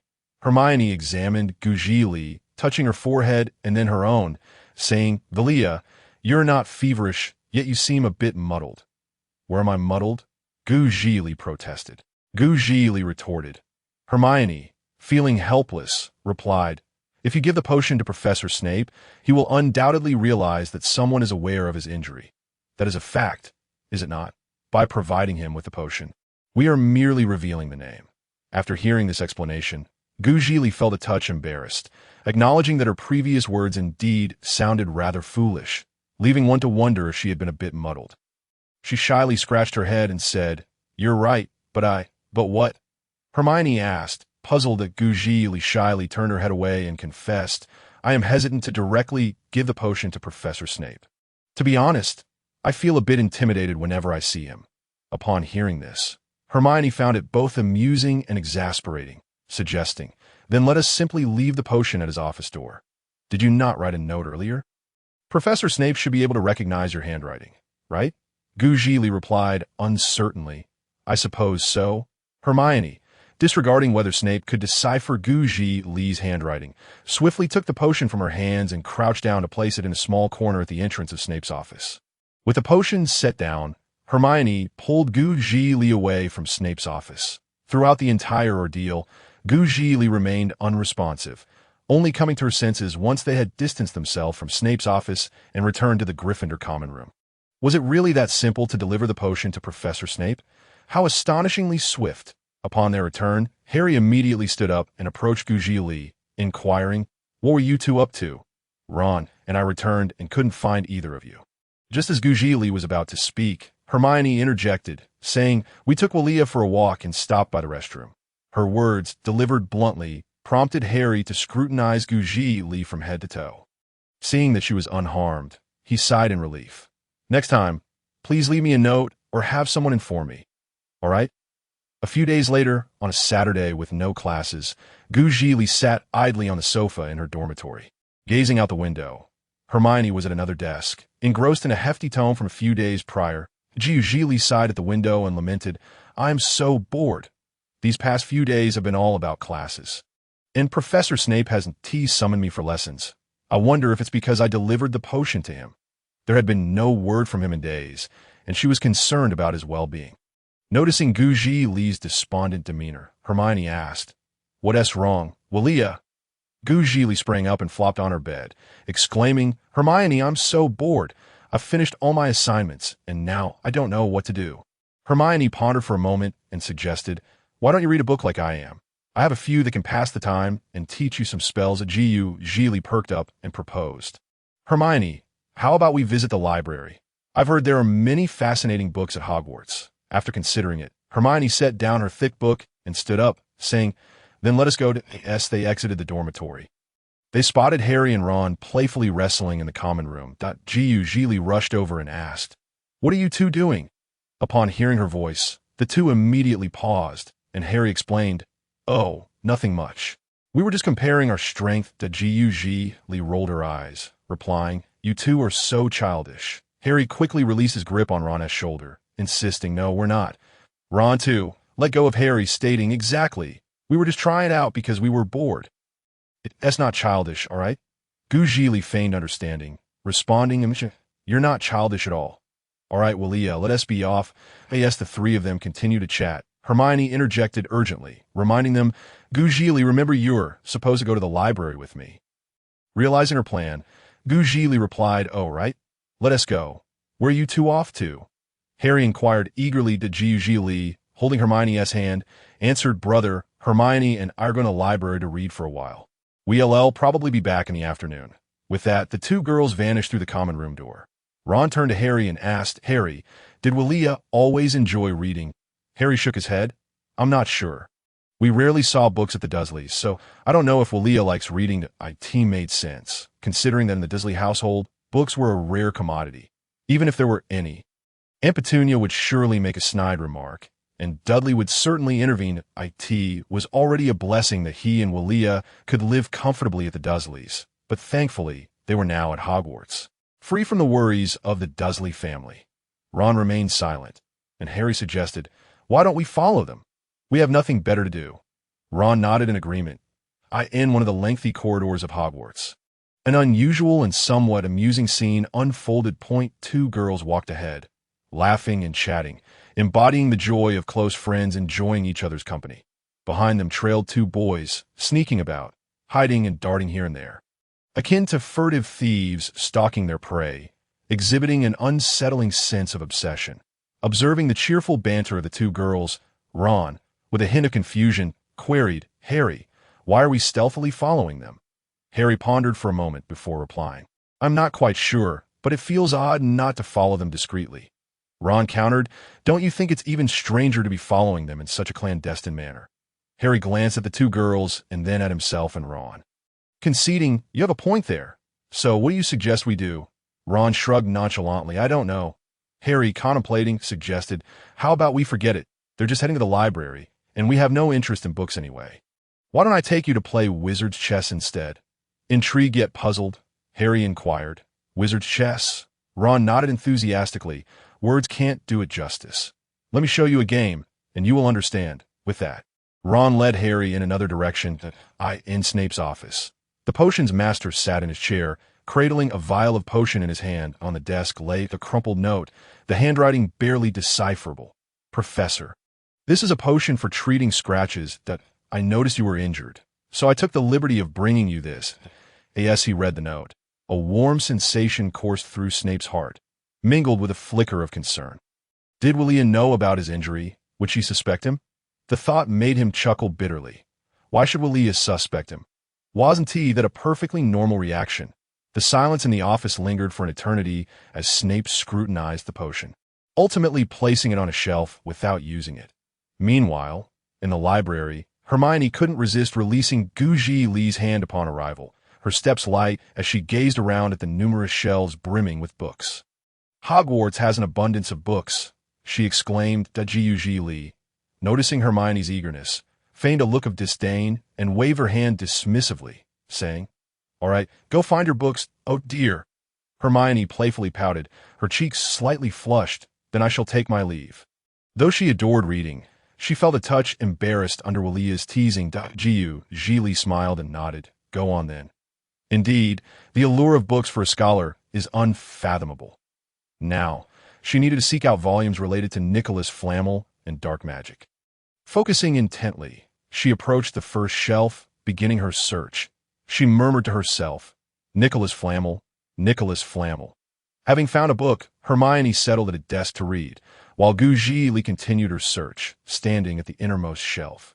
She frowned and muttered, what is going on? Am I confused? Wasn't I supposed to find it in the library? Or could it be that as an outsider, she was unable to access the narrative triggers of this world? If so, she would merely have to wait for the plot to unfold, unable to take any action. Cursing the narrative, she tugged at her hair in frustration, muttering a curse at the plot barriers. Hermione, engrossed in her reading, sensed Zhili's discontent. Quietly rising, she approached Zhili and gently tapped her shoulder, asking, Vilya, what's wrong? Haven't you found the book you wanted? Startled, Zhili turned to see Hermione. Calming her racing heart, she replied, I'm fine. Hermione, I just haven't come across anything interesting. Seems I'll have to resort to textbooks. She gestured helplessly at the shelf, shrugging to indicate her frustration. Hermione inquired further, what book are you searching for? With such a vast library, how could you not find something you like? Just as Zhili was about to respond, she paused and redirected. It's a character introduction that I can't quite recall the name, something like Nicholas. Hearing this, Hermione tilted her head. So, you've forgotten the name of the person you want to read about, which is why you can't find the book. right? Noticing Hermione had overlooked the name, Zhili breathed a sigh of relief. Though they were originally able to interact, engaging too early might disrupt the plot's progression and lead to consequences. With this in mind, she forced a smile. Yes, I forgot, so I couldn't find it. Seems I'm not meant to read the books here. After pondering for a moment, Hermione took Zhili's hand and led her to a nearby shelf. Placing a book on the table, she rose on tiptoe to retrieve another volume from the top shelf and handed it to the slightly dazed Zhili. Here, Vilya, if you can't find a book. Start with this one. Zhili accepted the book. Her emerald eyes widened in surprise, her mind racing with thoughts. Oh no. Hermione, unable to hear her, frowned in confusion. What? What did you say, Vilya? Zhili quickly clarified. Nothing. Thank you, Hermione. She then took the book and, pulling Hermione along, sat down at a desk to peruse. She examined the volume about advanced wizards. Zhili couldn't help but reflect that indeed she felt unworthy. While Hermione effortlessly located pivotal plot points, Zhili struggled to even find a restroom. With a sigh, she opened the book to the table of contents, searching for information on Nicholas Flamel. In the dining hall, Harry and Ron were engrossed in a game of wizard's chess, taking turns as the pieces moved in response to their commands. Harry, his face alight with excitement, exclaimed, "Ron, this is so much fun." Ron, beaming with pride, replied, "Isn't it?" "The queen moves to e3, he hastily declared as the queen piece shattered one of Harry's black pieces. "Aha! Harry, you've lost." Harry surveyed the remnants of the chess pieces scattered across the board and, with a wry smile, remarked, "Ron, you've won nearly 5 games now, while I've only won 3. Ron, brimming with confidence, replied, "Hey, a bet's a bet. Come on, Harry, let us play again. Remember, if you win 5 times, we'll go find Hermione and the others." "You still haven't achieved that yet." Harry sighed in resignation. "All right, let us have another go." The two friends commenced a new game of wizard's chess, with Ron once again taking the first move. Harry, two familiar voices, tinged with a hint of confusion, resonated not far behind the two individuals. Ron and Harry lifted their gazes to find the Weasley twins. With their fiery red hair and beaming smiles, these two indistinguishable brothers were unmistakably the Weasley twins. George plopped down beside Harry, wrapping an arm around him, exclaiming, "So this is where you are. We've been searching high and low for you." Fred chimed in, picking up where George left off. Ron furrowed his brow and inquired, "George, Fred, were you looking for us?" Fred, sitting next to Ron, feigned disdain and replied, "Oh, my dear little brother Ron, we weren't looking for you. We were searching for Harry." Ron retorted, "Is that how a brother should speak? Must you be so blunt? Can't you at least feign a little politeness?" At that moment, a voice chimed in. "Today's update has been delivered." Harry hesitated for a moment before asking, "George, Fred, are you here to find me? Do you need something?" Fred playfully ruffled Ron's red hair, transforming it into a disheveled mess, and said, "It's not that we're looking for you. Someone sent us to find you." "Oh," Harry began to ask. But George, grinning, quickly interjected before his expression shifted into one of mock despair, saying, "Look at my face, Ron. Can you guess who it is?" Ron, wearing an expression of indifference, replied, "Who knows?" After which, Fred delivered a playful thump on his brother's head. "Ouch, Fred, are you even my brother?" Ron exclaimed, clutching his head and instinctively distancing himself from the troublesome brother. Fred nodded earnestly, "Of course I am." "So, Ron, can't you see this is our way of expressing our love for you?" George immediately interjected, "That's you, not me, Fred." Fred paused for a moment and said, "Wasn't I speaking about myself? And didn't I include you too?" "A well-considered a complimentary addition," George replied, while Ron simply chuckled. "So this is a complimentary service? Clearly, you just wanted to hit me." Harry watched the playful banter among the three with amusement and then continued, "So, who is it that is looking for me?" "I recall that aside from Ron, Hermione, and the professors at Hogwarts, no one else has sought me out." Fred attempted to ruffle Ron's hair again, but Ron was too vigilant to that moment. George responded, "It's Wood." Fred chimed in, "Yes, the Captain Wood, who seems to wish to train for Quidditch for all eternity. I believe he would prefer that there be no other sports in this world," as George seized the opportunity to ruffle Harry's hair. Fred remarked, "Agreed. I suspect he might desire for us to train in Quidditch for our entire lives." After having had their fun, the Weasley twins simultaneously wished, "Good luck, Harry," and swiftly scurried away, seemingly anxious for Harry to realize what had transpired. After a moment of contemplation, Harry slowly processed the situation, asking Ron, "So, they merely wanted to inform me that Wood is looking for me to train? But why the hair pulling?" Ron shrugged and replied, "Who knows? You've seen how they treat their own brother. What is to say they wouldn't do the same to you?" Harry pondered this, agreeing that if they could ruffle their own brother's hair, he was certainly not exempt in the library. Zhili was rifling through information, having searched for some time, but still failing to find any material on Nicolaim. She frowned, muttering to herself in frustration as if she were a fortune teller engaged in a private incantation. "What on earth? Why can't I find anything?" Hermione rested her chin on one hand, gently tapping the table with her index finger. Her curiosity piqued as she observed Zhili. How many times has she said that now? Perhaps 20, she mused. The Zhili remained oblivious to Hermione's prolonged gaze, and Hermione, realizing this, playfully approached, knocking lightly on the table in a mock-knocking gesture, teasing, "Anyone home?"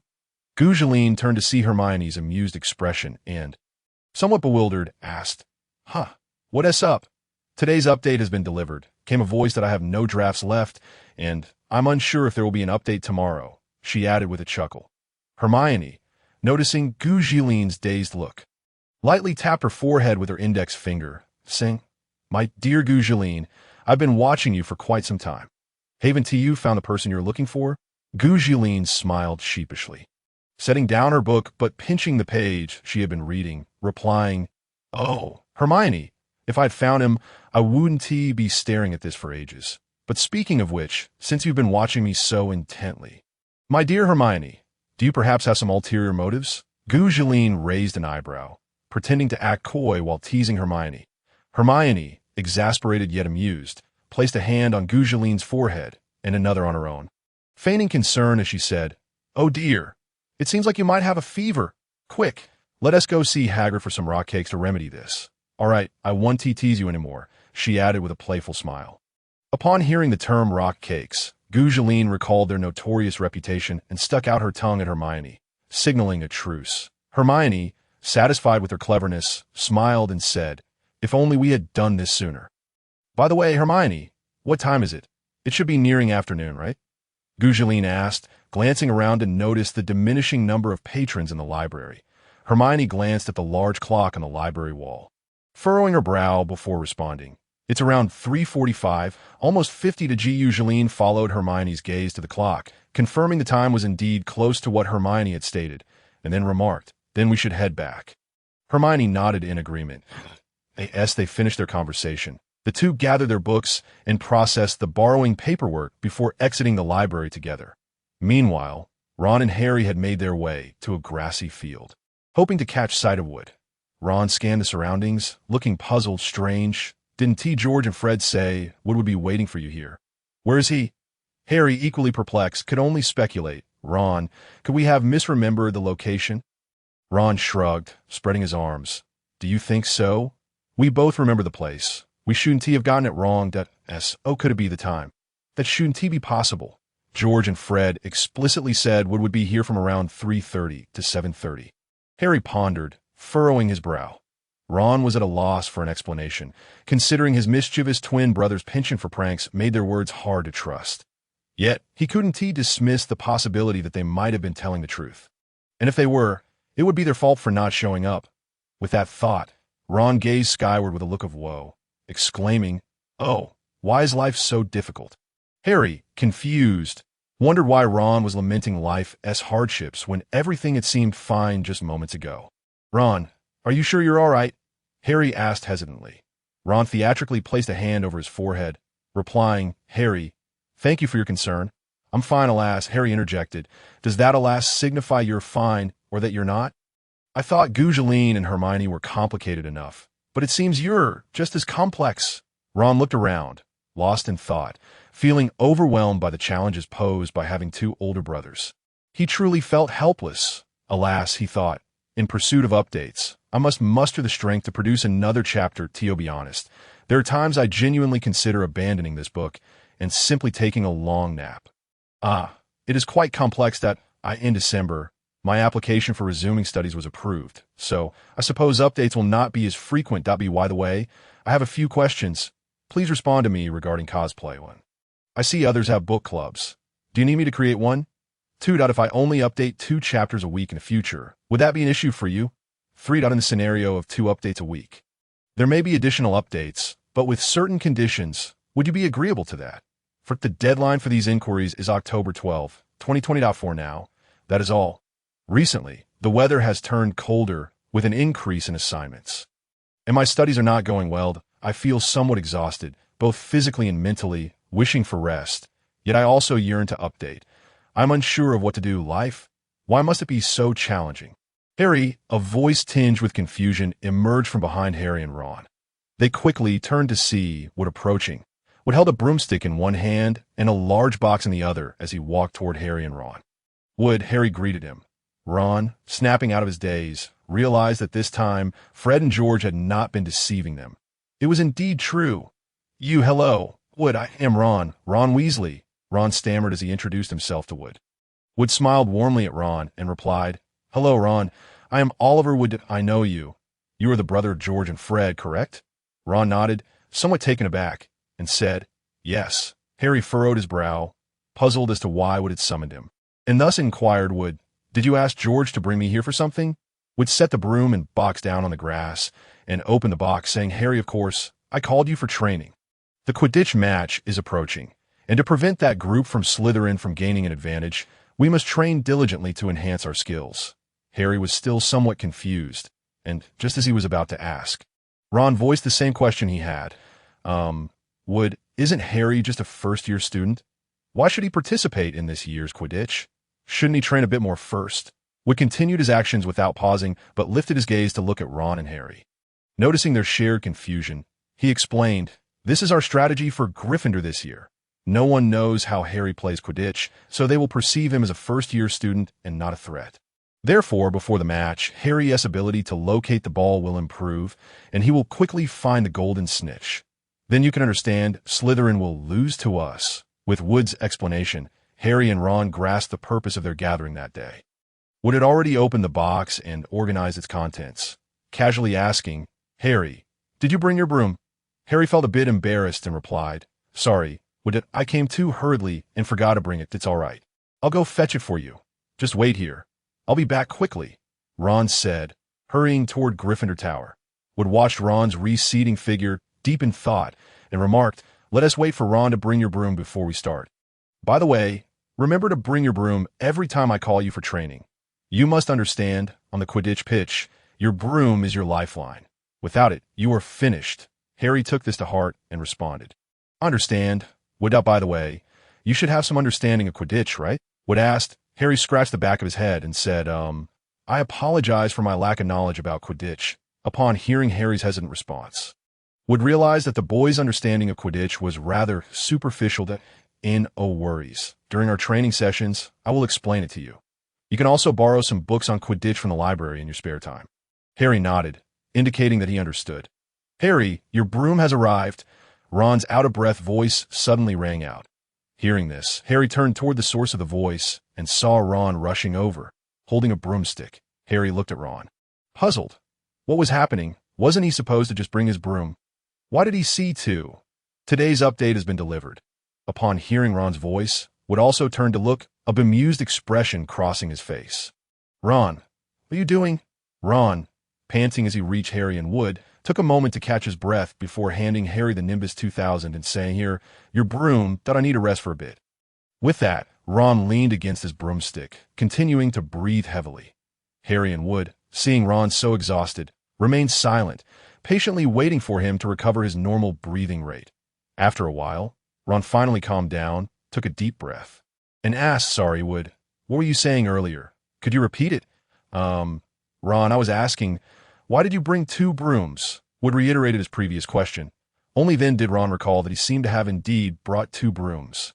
But thinking of the slightly embarrassing notion in his mind, he shyly scratched his head and said, Well, I want to see how you train, and also, Ron hesitated, feeling too bashful to continue, fearing that if he said more, his face would betray his embarrassment.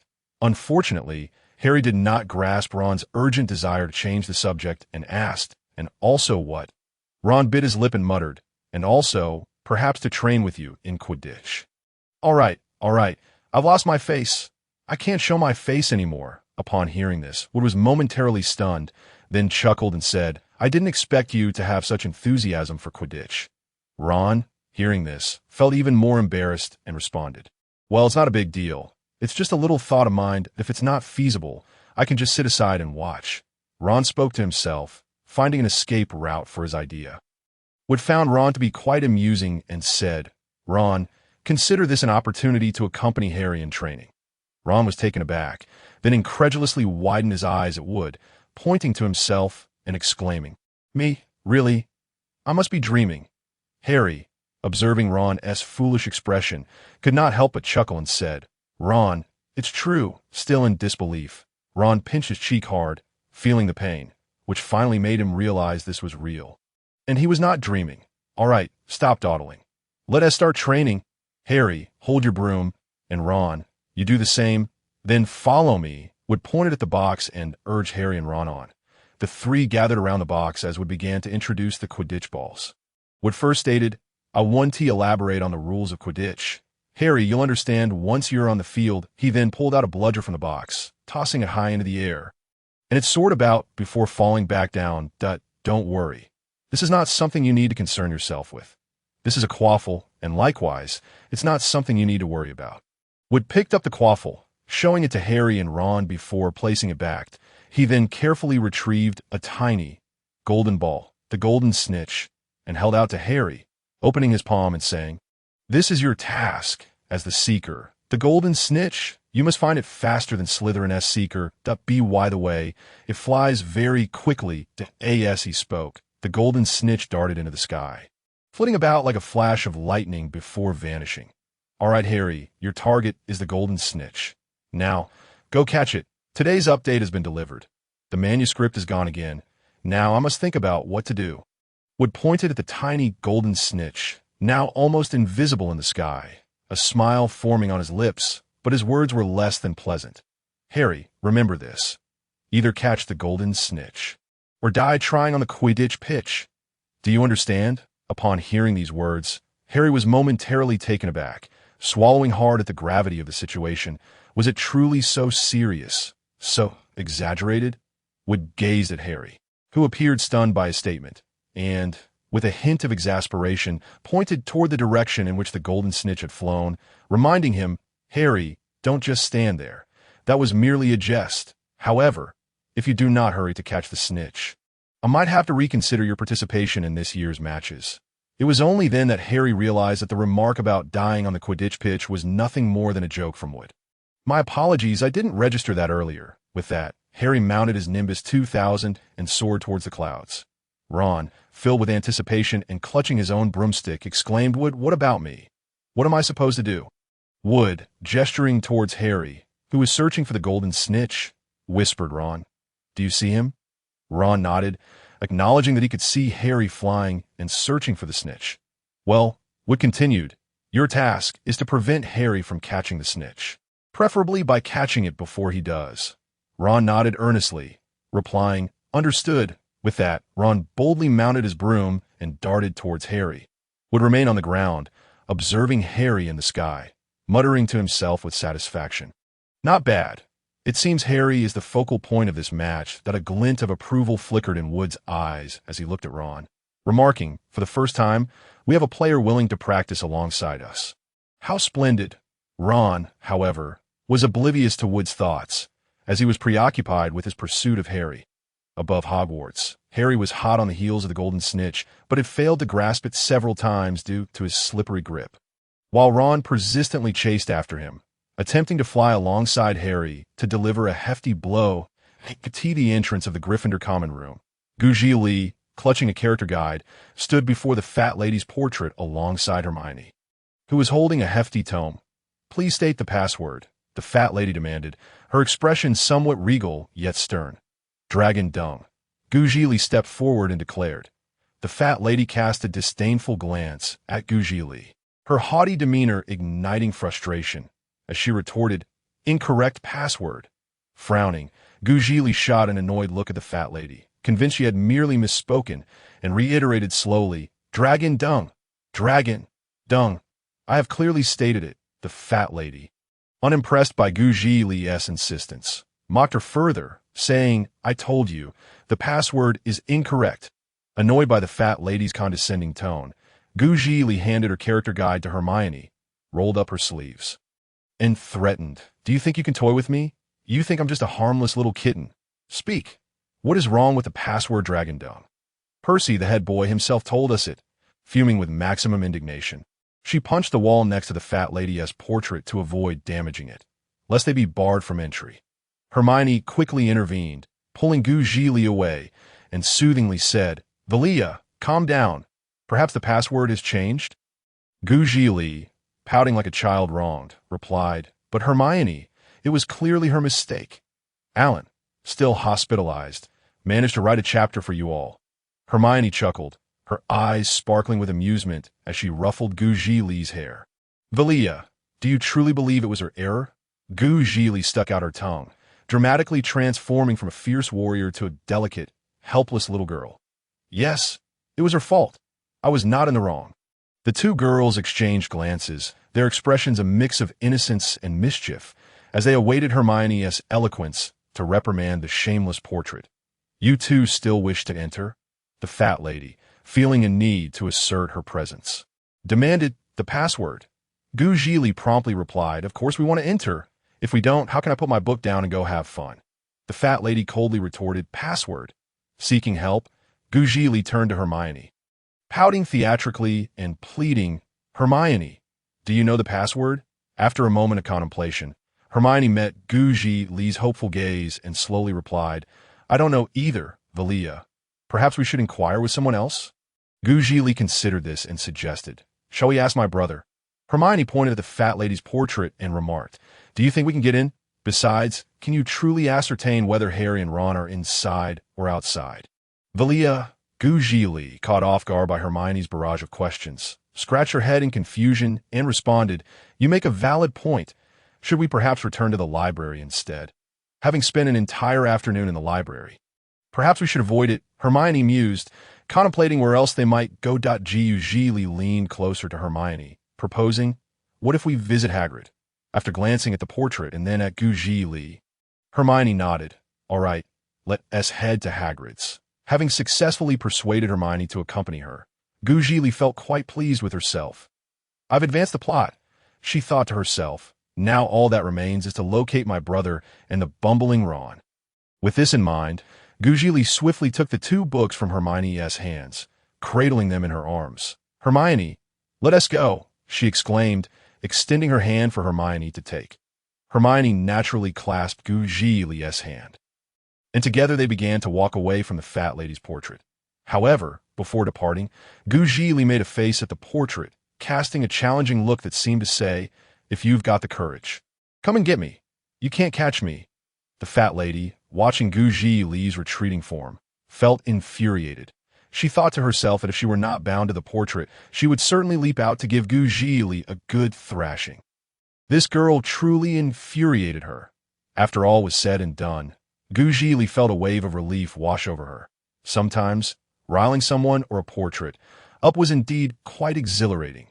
Zhili strutted away, brimming with pride, while Hermione cast a resigned glance at her. Vilya certainly has the spirit of a child. Yet, watching the fat lady's flustered expression brought an unexpected sense of satisfaction to Hermione. Perhaps it was not entirely wrong to chuckle at the fat lady in her heart. Uncertain of the latest password, Zhili and Hermione resolved to make their way to Hagrid's hut, hastening the progression of the narrative. Naturally, this swift advancement of the plot would not be complete without Ron and Harry's antics. Alan, still in the hospital. "Things are looking up. I'll continue to write another chapter update. Is there a little fafa out there for Alan?" The azure sky was dotted with wispy clouds, and a gentle breeze swept through the corridor, brushing against Zhili's cheek, her hair dancing in the wind before settling softly once more. It was nearly 5 o'clock. On the lawn, Wood furrowed his brow, squinting up at the sky where two tiny black dots were barely distinguishable. Ron, aboard his broomstick, was just a hair's breadth away from the golden snitch, poised to seize it, when he suddenly collided forcefully with Harry.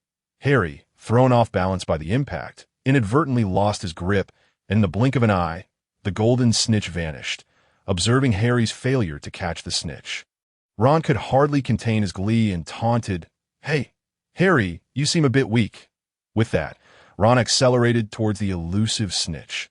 Although he was a frequent player of Quidditch, he had certainly seen enough of it to know the game well. He was, after all, an enthusiastic fan. Watching Ron speed off, Harry gritted his teeth, thinking, Ron is being utterly insufferable. As such thoughts crossed his mind, Harry's Nimbus 2000 seemed to accelerate, resembling a frenzied bolt of lightning, hurtling directly towards Ron, as if eager for Ron to experience the sensation of being collided with would, observing the increasingly fierce antics of the two, couldn't help but smile, feeling as though he had stumbled upon a treasure. In the lengthy corridors of Hogwarts, Zhili bounced along, her exuberant demeanor honestly reminding Hermione of a rabbit that had just acquired a grand carrot. After seeing Zhili leap nearly halfway, Hermione could no longer contain herself and remarked, "Vilya, could you please calm down for a moment?" Oblivious to any wrongdoing, Zhili turned around and asked, "Hermione, what's the matter?" Hermione sighed, adopting an air of youthful wisdom, and replied, "Oh dear, how shall I put this? Vilya, I believe your energy is simply too exuberant. Hopping along as you are is quite something. You do realize you've been jumping the entire way."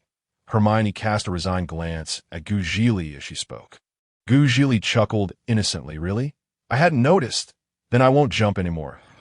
As they exited through an arched door, a gentle breeze greeted them, revealing a certain classmate, Oliver Wood, gazing up at the sky from the lawn. Zhili furrowed her brow in confusion, seemingly uncertain, and asked, "Is that Senior Wood?"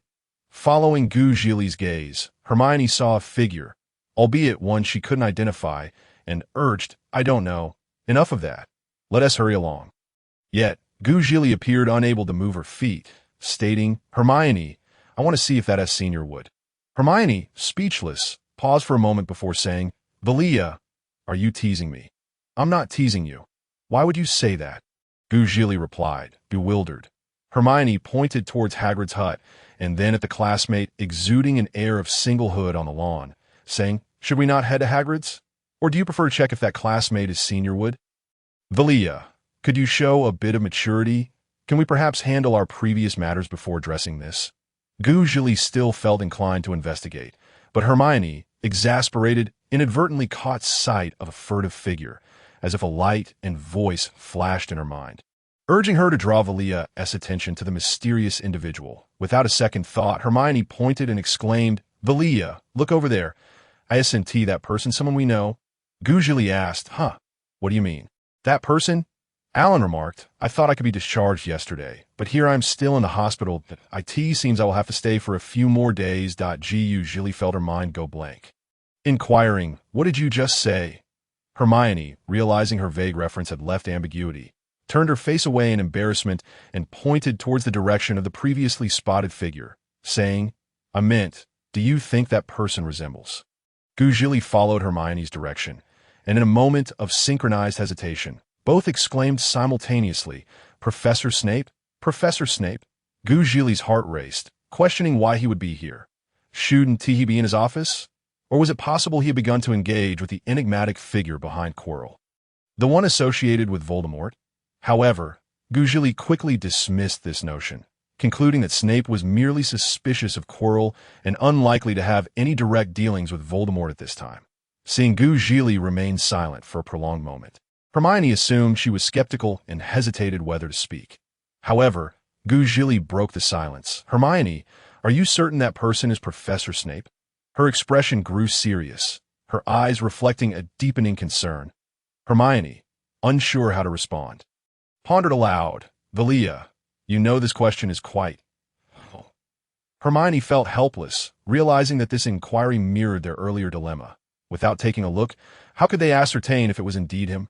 Zhili bit her lip, recalling the figure she had seen, and said, "Hermione, never mind. I want to go check on that person." She gestured towards the lawn and then towards a corner of the tower, continuing, "Let us not look over there." "You're right.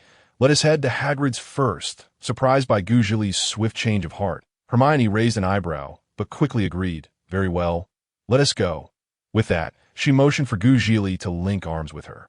Zhili, somewhat distracted, complied, and just as they took their first steps, a familiar voice interrupted their progress. Hermione, Vilya, is that you?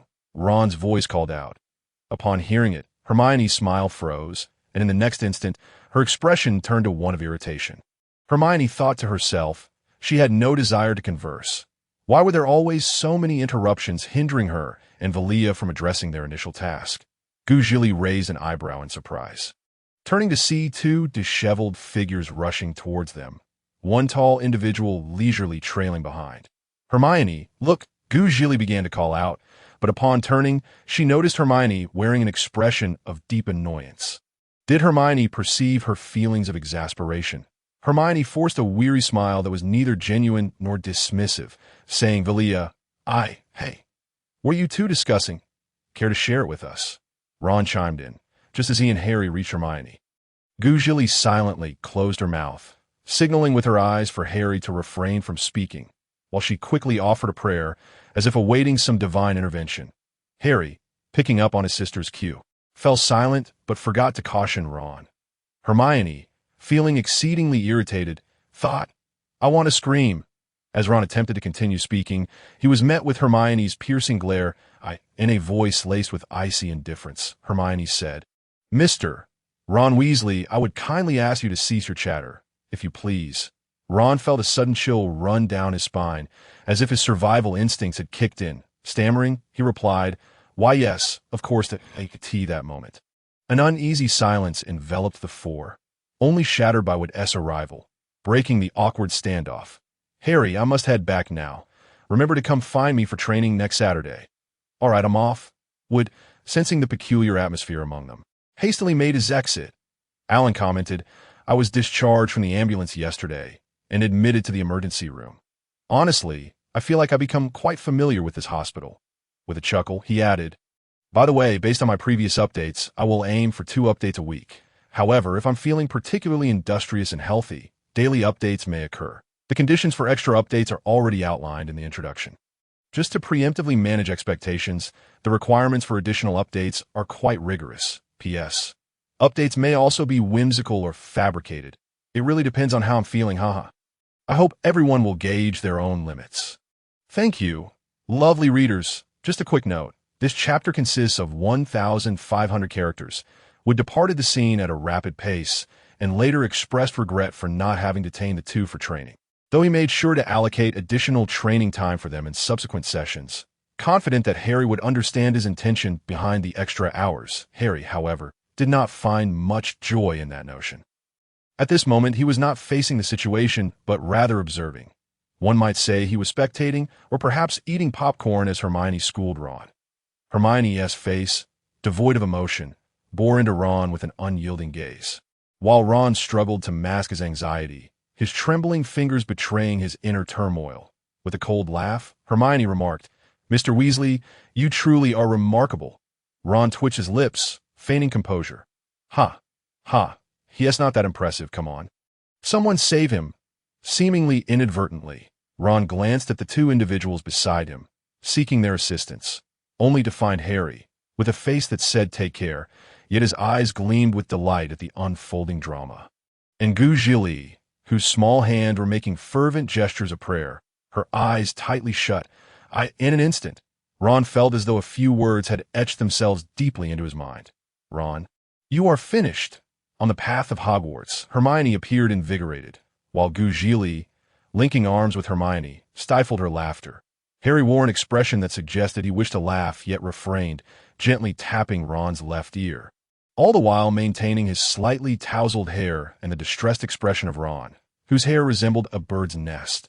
Harry quietly inquired, Ron, are you at odds with Hermione, or have you offended her in some way? With a woeful countenance, Ron replied, Harry, do you think I would know? If I were aware of where I had wronged her, would I be in this predicament? But it's entirely possible that we are indeed at odds. Walking ahead, Zhili also whispered to Hermione, casting a glance back at the duo before saying, Hermione, regarding that person you mentioned earlier, specifically Professor Snape. Why do you think he is headed to the tower?" The words that escaped Zhili's lips were somewhat incomprehensible to her, yet she managed to convey her meaning as best as she could. Hermione raised her gaze, her calm demeanor contrasting sharply with the earlier instance when she had vigorously ruffled Ron's hair into a bird's nest and tugged at his ear. "Vilya, I have no idea that I am not an encyclopedia, nor a parasite in Professor Snape's belly. How could I possibly know his intentions?" Moreover, Hermione pointedly tapped Zhili's forehead, stating, "We cannot deduce that individual is Professor Snape merely by exchanging glances." Zhili, absent-mindedly rubbing the spot Hermione had touched, remarked, "That may be true, but that figure truly resembles Professor Snape." Just as Zhili was about to elaborate further, Harry interrupted her. "Look, we've arrived." Harry's voice resonated as he stepped forward to knock on Hagrid's hut door. "Knock, knock. Hagrid, are you in?" "It's me, Harry," a deep voice echoed from within. "Yes, I'm here. Just a moment." Harry, in less than half a minute. The door swung open, and Hagrid's towering figure made the four little ones feel significantly shorter. "Wow, Harry, didn't Team mention you were bringing friends?" Hagrid exclaimed upon spotting the four of them, teasingly addressing Harry. "Hagrid, are we not welcome?" Zhili playfully responded, swallowing the question she had almost voiced, smiling as she approached. After all, this was hardly an opportune moment for inquiries. It was best to wait until they departed, away from prying eyes. Hagrid quickly picked up on Zhili's banter, saying, "Of course, Vilya, you are more than welcome. Come in." With that, Hagrid stepped into the hut, gesturing for the others to follow inside for a chat. They did not hesitate, entering one after the other and taking their seats to Lynn. "During my hospitalization, updates may not be consistent that I will try to write, but there might not always be 2 updates a week or daily updates. However, I will do my best to keep track of the owed updates and gradually make them up. While I cannot do it now, I shall strive to fulfill what I have promised, as there will still be opportunities to catch up. I hope everyone can be understanding." Inside Hagrid's hut, the 5 of them felt the space had become notably cramped. Zhili swiftly scanned the room, noting that while it didn't resemble the cinematic portrayal, it bore some similarities. Harry and Ron found a long bench to sit on, while Hermione and Zhili settled onto a somewhat oversized sofa. As Hagrid entered, he first glanced at the fireplace before taking a seat on a small stool beside it, asking, "What brings you all to me, Harry?" Assuming Harry had a matter to discuss, Hagrid directed his question to him. Harry placed his Firebolt 2000 beside him, promptly waving his hands, explaining, "No, Hagrid, it's not me seeking you out. Ron and I came along with Vilya and Hermione." He gestured towards Zhili and Hermione, emphasizing that it was indeed them, not him. Hagrid paused, then turned his gaze toward Zhili and Hermione, asking with suspicion, "You two? What could you possibly want from me?" Hagrid was puzzled as to what 2 young girls might need from him. Hermione pointed to the books in her hands and Zhili's embrace, stating, "We came to." Halfway through, Hermione felt at a loss for words, while Zhili instantly grasped her intent, saying, "To put simply, it's a long story, so I'll make it brief. We were in the library reading and borrowed some books to return to our dormitory, but we discovered the house password had changed, preventing us from entering. Not knowing where you all were, we decided to find Hagrid and wait here. We just happened to run into you 2 on the way." That's it. Seeing Zhili articulate the series of events in a rapid-fire manner, the other 3 were left momentarily bewildered, needing a moment to catch up. Hermione's mouth fell open in surprise, and as Zhili finished recounting the events, she slowly closed eyes. Zhili was met with 3 astonished faces. Had she done something peculiar? Why did they look at her as if she were an oddity? After a moment, Harry regained his composure, stating, "So, you came here just to wait?" "No, Vilya, it seems you haven't team mentioned what you intend to do here." "Have you?" Zhili reflected on her rapid-fire explanation, and after 3 seconds, replied, "Oh, that is not important. What matters is that the password has changed, and neither Hermione nor I are aware of it." "Do you know?" Harry and Ron simultaneously shook their heads, and Zhili slumped in disappointment onto the sofa, letting out a sigh. Hermione gently ruffled Zhili's hair, soothingly saying, "Hagrid, for now, we can only stay here with you. It's still early, and we'll probably leave when it's time for dinner. We apologize for the interruption." Hagrid smiled and waved his hand, saying, It's no trouble at all. I'm quite happy to have you here. Ron timidly spoke up, so what should I do? Vilya and Hermione can read, and Hagrid could do whatever he pleases at home. What about Harry and me? Are we just supposed to chat? Zhili lifted her gaze. A sudden idea flashing through her mind, recalling a storyline associated with Hagrid. After a moment's hesitation, as if to help Ron find something to occupy himself, she suggested, you could chat with Hagrid. Right? Zhili couldn't help but mentally chastise herself, wondering why it always turned out this way. She felt she had made her intentions far too clear. However, in reality, no one doubted the underlying significance of her words. Harry furrowed his brow in confusion, shrugging his shoulders. But what could we talk about? Vilya, I have no idea.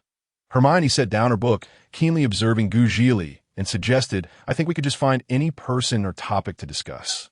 Right? Like Professor Snape, Gringotts, or the Forbidden Forest. Zhili's eyes lit up with gratitude as she glanced at Hermione, thinking, Hermione is truly my savior. This is precisely the kind of assistance I need.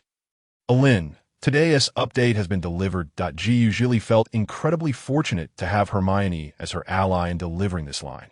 After all, if she had said it herself, it would have come off as rather forced. But with Hermione saying it, it couldn't have been better. Harry, upon hearing this, pondered for a moment, suddenly realizing, I remember mentioning that Professor Snape had injured his foot. Hagrid, intrigued, responded, Snape? He injured his foot? Zhili thought. This development seems to be moving too swiftly, and the direction is certainly veering off course. Ron, as if recollecting something, exclaimed, Right. Harry, you mentioned this matter before. I recall you saying that Professor Snape's foot appeared to have been scratched by some creature.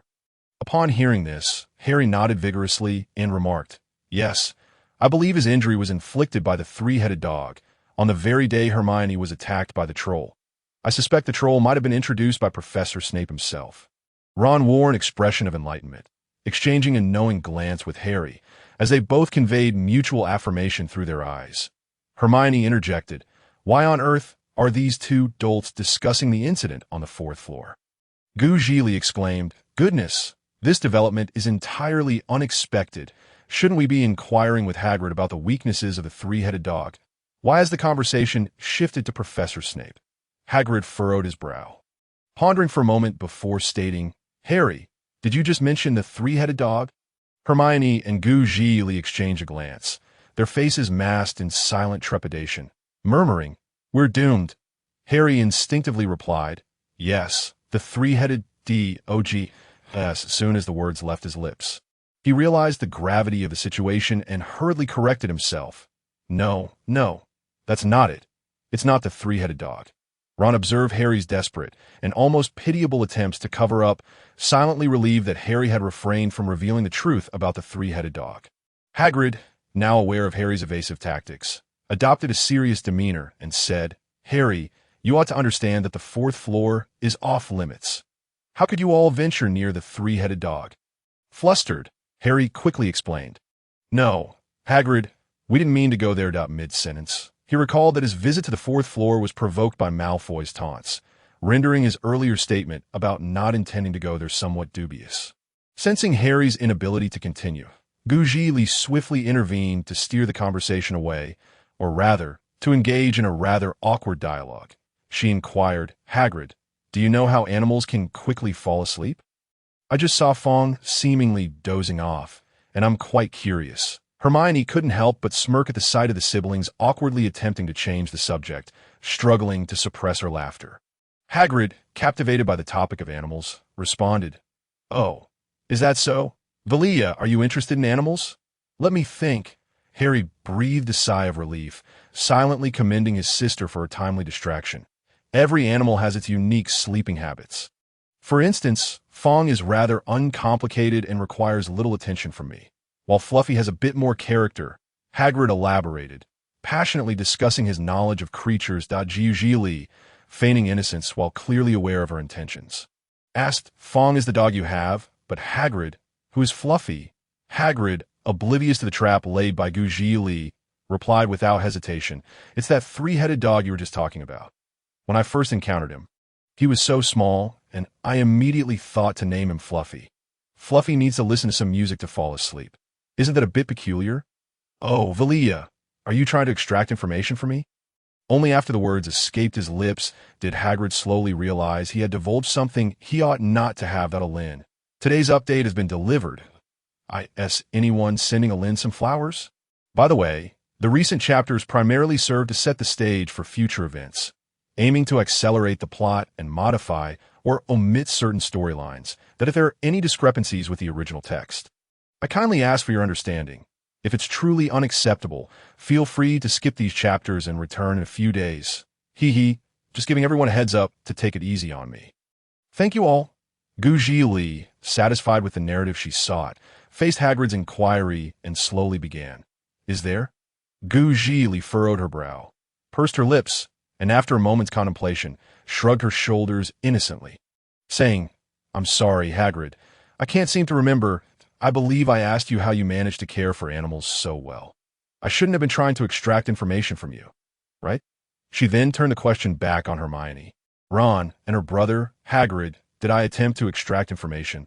Looking at Zhili's performance, Hermione responded, No, Dad, I'm sorry, Hagrid. Although she did see, for Vilya's sake, she cannot speak. Harry, having been saved by Zhili, added, No, Hagrid, I didn't say anything. How could I expose my sister? Ron, wide-eyed, exclaimed, I don't think there was anything, sorry, he's just a hostage, a soulless machine.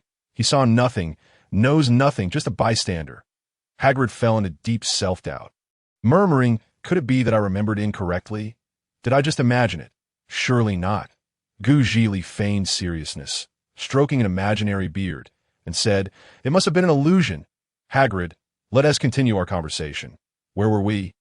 She then exchanged a glance with Hermione, who picked up the thread, saying, Yes, we were discussing the Forbidden Forest. Right, the Forbidden Forest. Hagrid pondered for a moment, questioning, were we discussing the Forbidden Forest? His memory faltered, and he began to doubt his own cognition. Had his memory deteriorated to the point where he forgot what he had just said? Surely not. Although skeptical of the children's words, Hagrid solemnly warned them that the Forbidden Forest was perilous, advising them to avoid it. There are far too many uncontrollable creatures there, such as centaurs. Harry, however, found the Forbidden Forest intriguing, while Ron shuddered inexplicably. Hermione nodded, stating, We are aware, Professor Dumbledore mentioned it at the start of term feast. Ron, puzzled, quietly asked Harry, Did Professor Dumbledore really say that? Harry, taken aback, glanced at Ron, realizing that less than half a semester into the school year, Ron had forgotten, or perhaps had never even heard it. Contemplating this, Harry asked, Ron, you haven't forgotten, have you? Ron, feeling flustered under Harry's surprised gaze, inexplicably felt a surge of embarrassment. In a fit of anger, Ron wanted to shout, but glancing around, he had to suppress his voice, saying, Harry, what kind of look is that? Harry hastily retracted his incredulous expression and replied, What look? Ron, you must be mistaken. This exchange mirrored Zhili's seemingly expressionless yet dramatically exaggerated performance of saying to Hagrid, You must be imagining things. Indeed, the power of genetic inheritance is formidable. These siblings possessed an uncanny ability to fabricate stories with identical flair. Ron chuckled. Hagrid, in the midst of speaking, suddenly recalled something and said, By the way, in a few days, I'll be going out. Is there anything you'd like me to bring back? Zhili pondered for a moment and replied, Could you please bring me a bag? A cloth bag or a burlap sack will do. I just need a bag. The other three exchanged puzzled looks, wondering what Vilya intended to do with a bag. A bag, got it. Vilya, what about the rest of you? Hagrid repeated, seemingly committing the request to memory before turning to Hermione and Ron. Hermione thought for a moment and said, As for me, could you please pick up a bundle of quills and a few bottles of ink? I suspect my supplies are running low. Hagrid nodded in agreement and then looked toward Harry and Ron, who both indicated they needed nothing. Hagrid, satisfied, did not press further. Suddenly, a long bell tolled from afar, prompting the four of them to exchange solemn glances, each reflecting a deep sense of gravity. Zhili glanced at the clock on the wall, noting that it was past 5 o'clock, and looked outside to see that dusk was beginning to settle. She remarked, It's past 5. It seems we must be on our way. Sorry to have disturbed you, Hagrid. Hagrid shrugged and smiled, saying, no need to mention disturbances. Do come again, Vilya. As the four approached the door, they waved their goodbyes to Hagrid, with Zhili signaling for her companions to leave first, as she had something to discuss with him. Hagrid, I feel I cannot deceive you. What you heard just now was not an illusion. By the way, I must take my leave. Goodbye. Zhili hesitated for a moment, but ultimately decided to speak her mind. For Hagrid had always been kind to them. She should not deceive him. However, a harmless jest to tease him should be harmless, right? Upon finishing her words, Zhili swiftly fled the scene, while Hage remained slow to comprehend what she had said. By the time Hage grasped the situation, the group had long vanished from his sight. Blinking in confusion, Hage fell into a prolonged silence. Was it time for him to question the meaning of life again? Wasn't it merely an illusion? How had it transformed into something that was no longer an illusion? Was he being toyed with, this Ruber Hage? The four who had exited the cottage were now en route to the dining hall.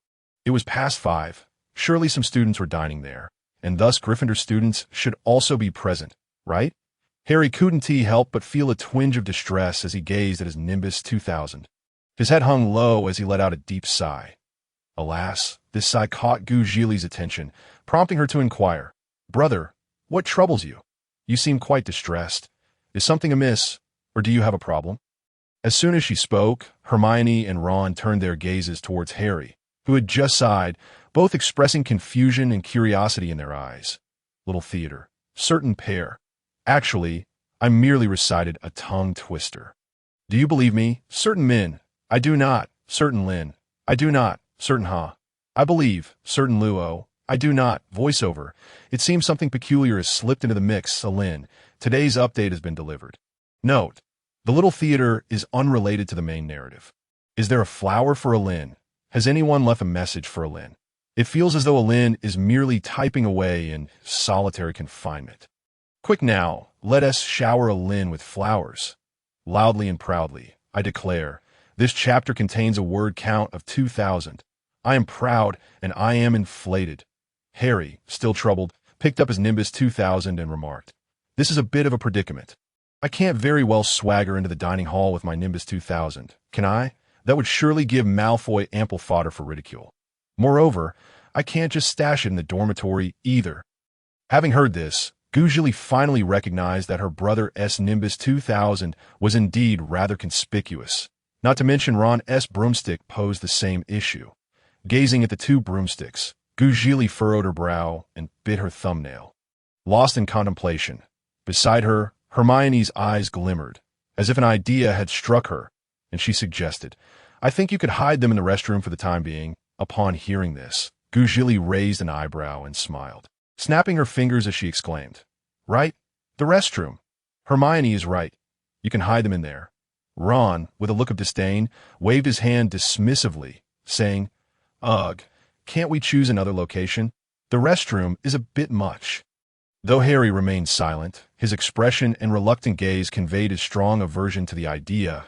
It appeared that it was time for her to step in. Zhili mused, feigning a look of resignation as she said, Well, it seems there's no other choice. If you don't want to hide them, you'll have to skip dinner and wait for us to finish before returning to the dormitory. Harry and Ron exchanged panicked glances. Skipping dinner was simply out of the question. After a mere 3 seconds of silent contemplation, Ron blurted out, Fine, the restroom it is. It's better than going hungry. Broomstick! Mr. Weasley, I sense you lack heart. Zhili was rendered speechless by Ron's words, stifling a laugh as she remarked, Is it really that hasty? Ron, confused, retorted, Is it hasty? I don't think so. Vilya, dining is inherently important. Zhili was thoroughly impressed, exasperatedly pinching the bridge of her nose as she replied, All right then, I was going to ask if you needed a compromise, but given Ron's demeanor, it seems you likely do not. Harry interjected, What about him? Is he unimportant? Sister, look at your brother. He has a broomstick to hide too, you know. Ron exclaimed, Did he just squander a good idea? Oh no, wait, did he just blurt it out?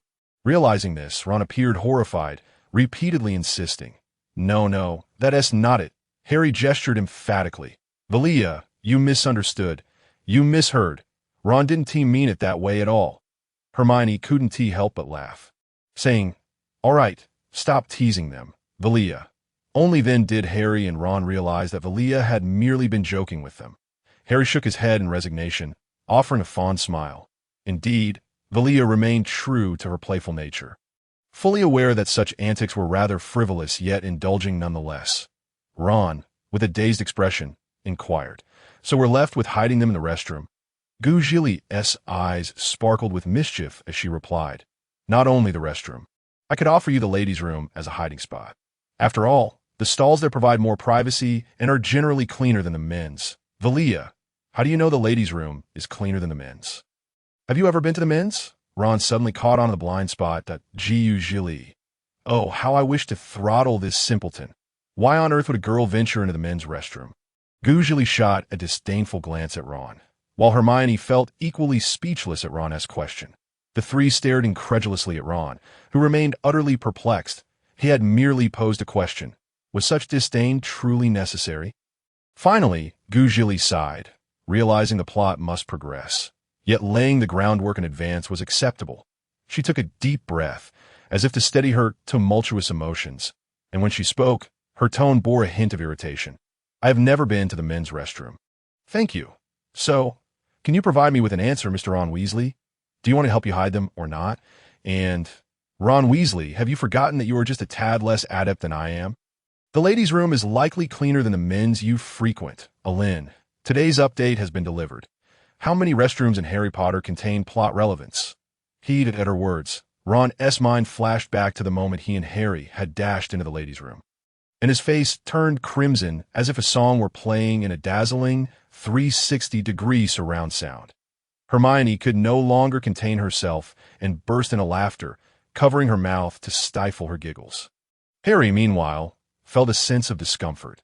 Should he laugh or refrain? To laugh would seem to mock Ron, and in a way, himself as well. Yet, to remain stoic felt equally challenging. Eventually, Ron, feeling embarrassed, turned away and said, all right, enough laughter. Vilya, I'm counting on you."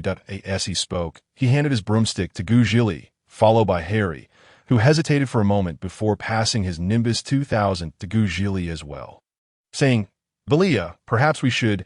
In truth, Harry believed it would be better to skip dinner altogether rather than risk stashing his Nimbus 2000 in the restroom, particularly as it was a gift from Professor McGonagall.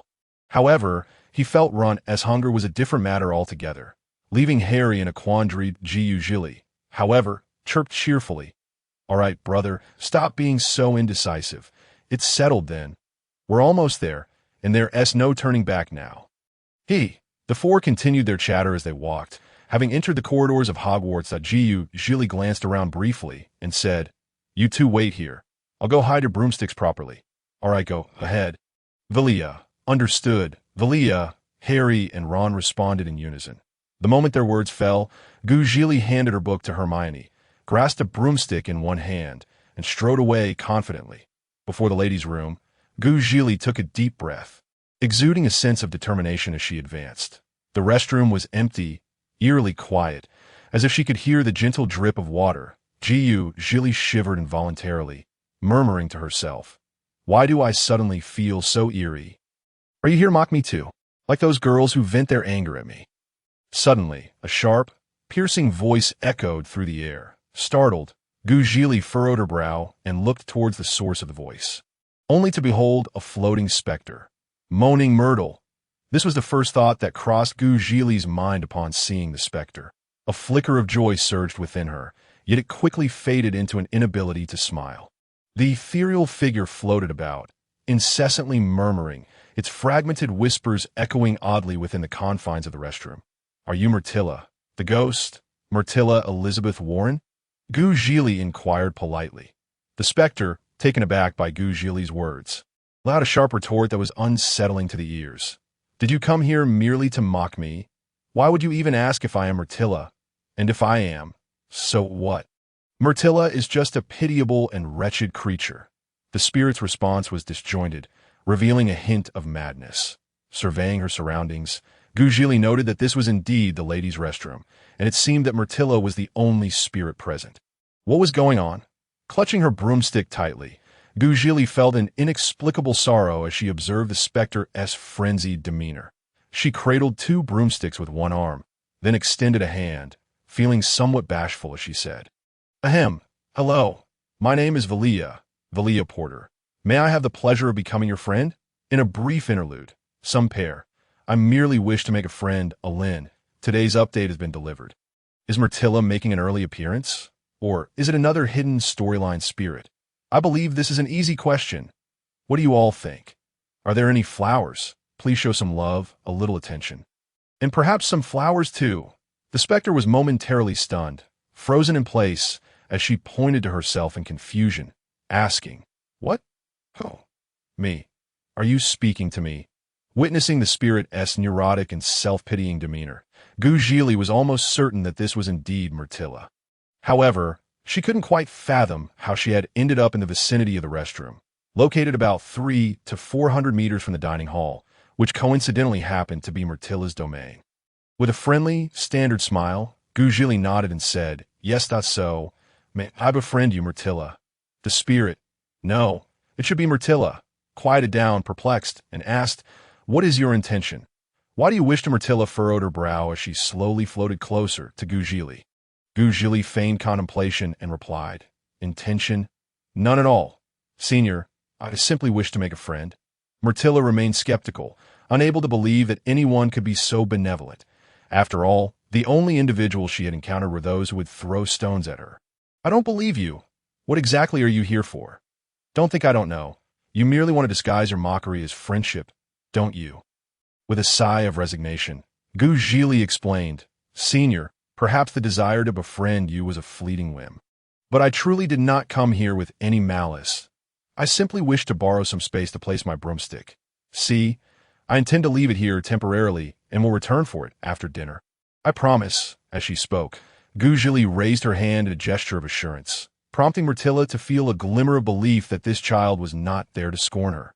Realizing this, Myrtilla's previously stormy countenance softened considerably. She turned away and pointed to the innermost stall, saying, "You may leave it there, but I hope you don't deceive me." Myrtilla feigned a fierce threat, while Zhili swiftly opened the restroom stall and placed a broomstick in the corner. Politely saying, "Thank you for your help, Senior. Goodbye." As her words fell, Zhili exited the restroom before Myrtilla could respond, leaving the somewhat bewildered spirit behind. After a moment, Myrtilla reacted with ire, shouting, "She came here just to toy with me." Outside the dining hall, Hermione glanced around anxiously, waiting for Zhili's return, while Harry felt a bead of sweat forming in his palm, and Ron bit his lip nervously. Nearly 20 minutes had passed. Why hadn't Vilya returned yet? This was the shared concern of the trio, as they could not ascertain Vilya's safety. Hermione's familiar voice echoed from afar, gradually easing their tension as they let out a collective sigh of relief.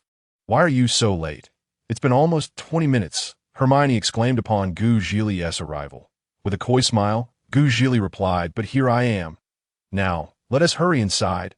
Upon entering the dining hall, they found a small group of 3 or 4 people gathered around a table, enjoying their dinner. In no time, food was laid out before them. After dinner, as night deepened, the stars twinkled sparsely across the sky, and the moon hung high. Zhili held a character journal in her left hand while munching on a meat floss bun with her right, her gaze scanning the room for a particular figure. Suddenly, her eyes brightened as she exclaimed to Hermione, "Hermione, I found a password." "Oh no, I found Percy." Hermione followed Zhili's gaze and confirmed, "Yes, that's him." Ron was dispatched by Harry to inquire, as they had prepared a sufficient excuse. The password had been changed. "And Percy was your brother, Ron. It was up to you." Feeling somewhat resentful of being sent to question his own brother, Ron approached Percy with reluctant steps, saying, "Percy, do you happen to know the password to Gryffindor?" "The door has a new password, and I can't get in." A brief interlude. Lynn. Zhili encountered Myrtilla without obtaining her consent. He, laughing maniacally, some pair draws out her wand. Grinning mischievously, he evaded Lynn. Caught off guard. Lynn. Today's update has been delivered. Now let's show some love to everyone. Percy, noticing Ron's displeasure, frowned and said, "Ron, I told you the password at 3:30 this afternoon. Why didn't you remember it?" Ron retorted, "Oh, how could he remember? At that time, he was off with Harry to meet Wood for Quidditch and only returned briefly to grab a broomstick. How could the password have changed in that time? Ron, somewhat annoyed, shrugged and said, I wasn't in the tower, so I didn't hear it. Percy eyed Ron skeptically, clearly doubting his words, yet he maintained his authoritative demeanor as a prefect, stating, well, the new password is Dragon Scale. Make sure to remember it. Elated to learn the password, Ron felt accomplished and intended to leave, clearly regarding Percy as a mere tool for the task. Before departing, he cheerfully remarked, all right, Percy, I'll remember. Goodbye. Percy, the discarded tool. Upon Ron's return, his face beamed with joy, and the other three understood that the password was secured. Zhili smiled and asked Ron, what's the password? With a sense of pride, Ron declared, Dragon Scale. Hermione tilted her head in confusion, asking, Dragon Scale? That seems a bit unusual. What is strange about that, Hermione? Harry inquired, puzzled. Hermione slowly explained, well, dragon scales are the scales of a dragon, but to be honest, I've never seen a dragon. And according to the books, most dragons don't even have scales. That Zhili considered the dragon she had seen on television before her arrival and agreed. That is true, but so what? As long as we know the password. That is all that matters, right? Hermione shrugged and said, I was merely expressing my curiosity. Harry gazed up at the floating candles in the dining hall, momentarily lost in thought before shaking his head to regain focus, saying, all right, now that we know the password, let us go retrieve the broomstick. Yes, Vilya. Let us go. Ron eagerly nodded. Then let us be off. Zhili shrugged, indicating it was time to leave. Zhili and her companions exited the restaurant. They unexpectedly encountered Malfoy and his entourage, much to the chagrin of the Potter siblings, particularly Harry. Harry lamented that he could not comprehend why Malfoy felt compelled to insult him at every turn. He was at a loss as to how he had offended Malfoy, or if it was merely a lingering grievance from their earlier encounter at the start of the school year. Thus, he could only respond with a silent resignation. Zhili, on the other hand, found Draco to be an incessant nuisance. It seemed that every time she spotted her brother, there was an equal chance that Draco would be there to mock him. She couldn't fathom when this noble scion would awaken to reality. Her brother was certainly not some delectable morsel worthy of constant pursuit. Oh no, there was no need for Draco to approach her brother merely to deride him. Although to their group, such jibes were merely playful banter, akin to a breeze passing by, Draco swaggered forward with Goyle, Crabbe, and Pansy in tow. Potter, it appears you and that pauper Weasley are getting along splendidly. I wonder if you plan to bestow upon them a few galleons? Draco smirked, delivering his taunt with a flourish to his words. Pansy quickly chimed in, addressing Zhili. Indeed, Malfoy is correct. And you, Potter, do not think that just because you received an extra 10 points in our headmaster's class, you are somehow significant. Malfoy's talent in potions far surpasses yours. Hearing this, Draco's expression brightened considerably, while Zhili raised an eyebrow, intrigued by the possibility of Draco's potion-making prowess. Was his talent truly that formidable? She had a desire to exchange insights with him. However, according to the original narrative, Draco's aptitude was undoubtedly superior to her brother's, and she silently hoped for an opportunity to gauge his abilities.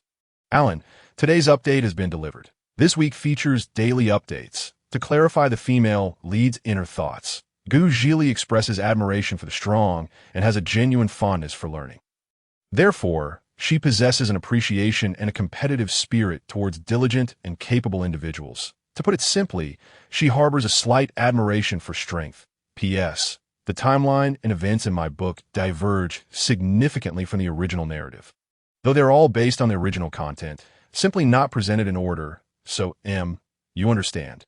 Please don't dwell on it too much. Thank you. And love you all. Zhili looked at Pansy with keen interest, a smile gracing her lips as she stepped closer, saying, Are you referring to him? Her alabaster fingertip pointed at Draco. Pansy dismissed her with a scoff. Yes, indeed, it is him. Zhili gradually advanced towards Pansy, causing her to frown and take a step back. So, what does his prowess have to do with you, Miss Parkinson? Pansy momentarily lost her words, indignantly trembling as she pointed a finger at Zhili. Exclaiming you, Draco cast an annoyed glance at Zhili, retorting, What's wrong? Is Pansy incorrect? Zhili glanced at Draco and replied, Nothing much. Just find you all rather dull." With that, she turned and walked towards Hermione and the others, saying, "Let us go. We have matters to attend to tomorrow, and no need to linger with those." She pointed her head and added, "Problematic individuals, or it might lower our IQ." The words reached Draco and Pansy, who were standing nearby, their expressions souring immediately. This Vilia Potter dares to speak to them in such a manner, truly intolerable. Unbeknownst to Zhili, she mused, "Oh, is this what you call bullying? If that is the case, then what would be more egregious?" With that, the group left Draco and his companions behind, heading in the opposite direction for where they had stored the flying broomsticks. Ron and Harry, somewhat bewildered, hesitated but ultimately continued to follow Zhili.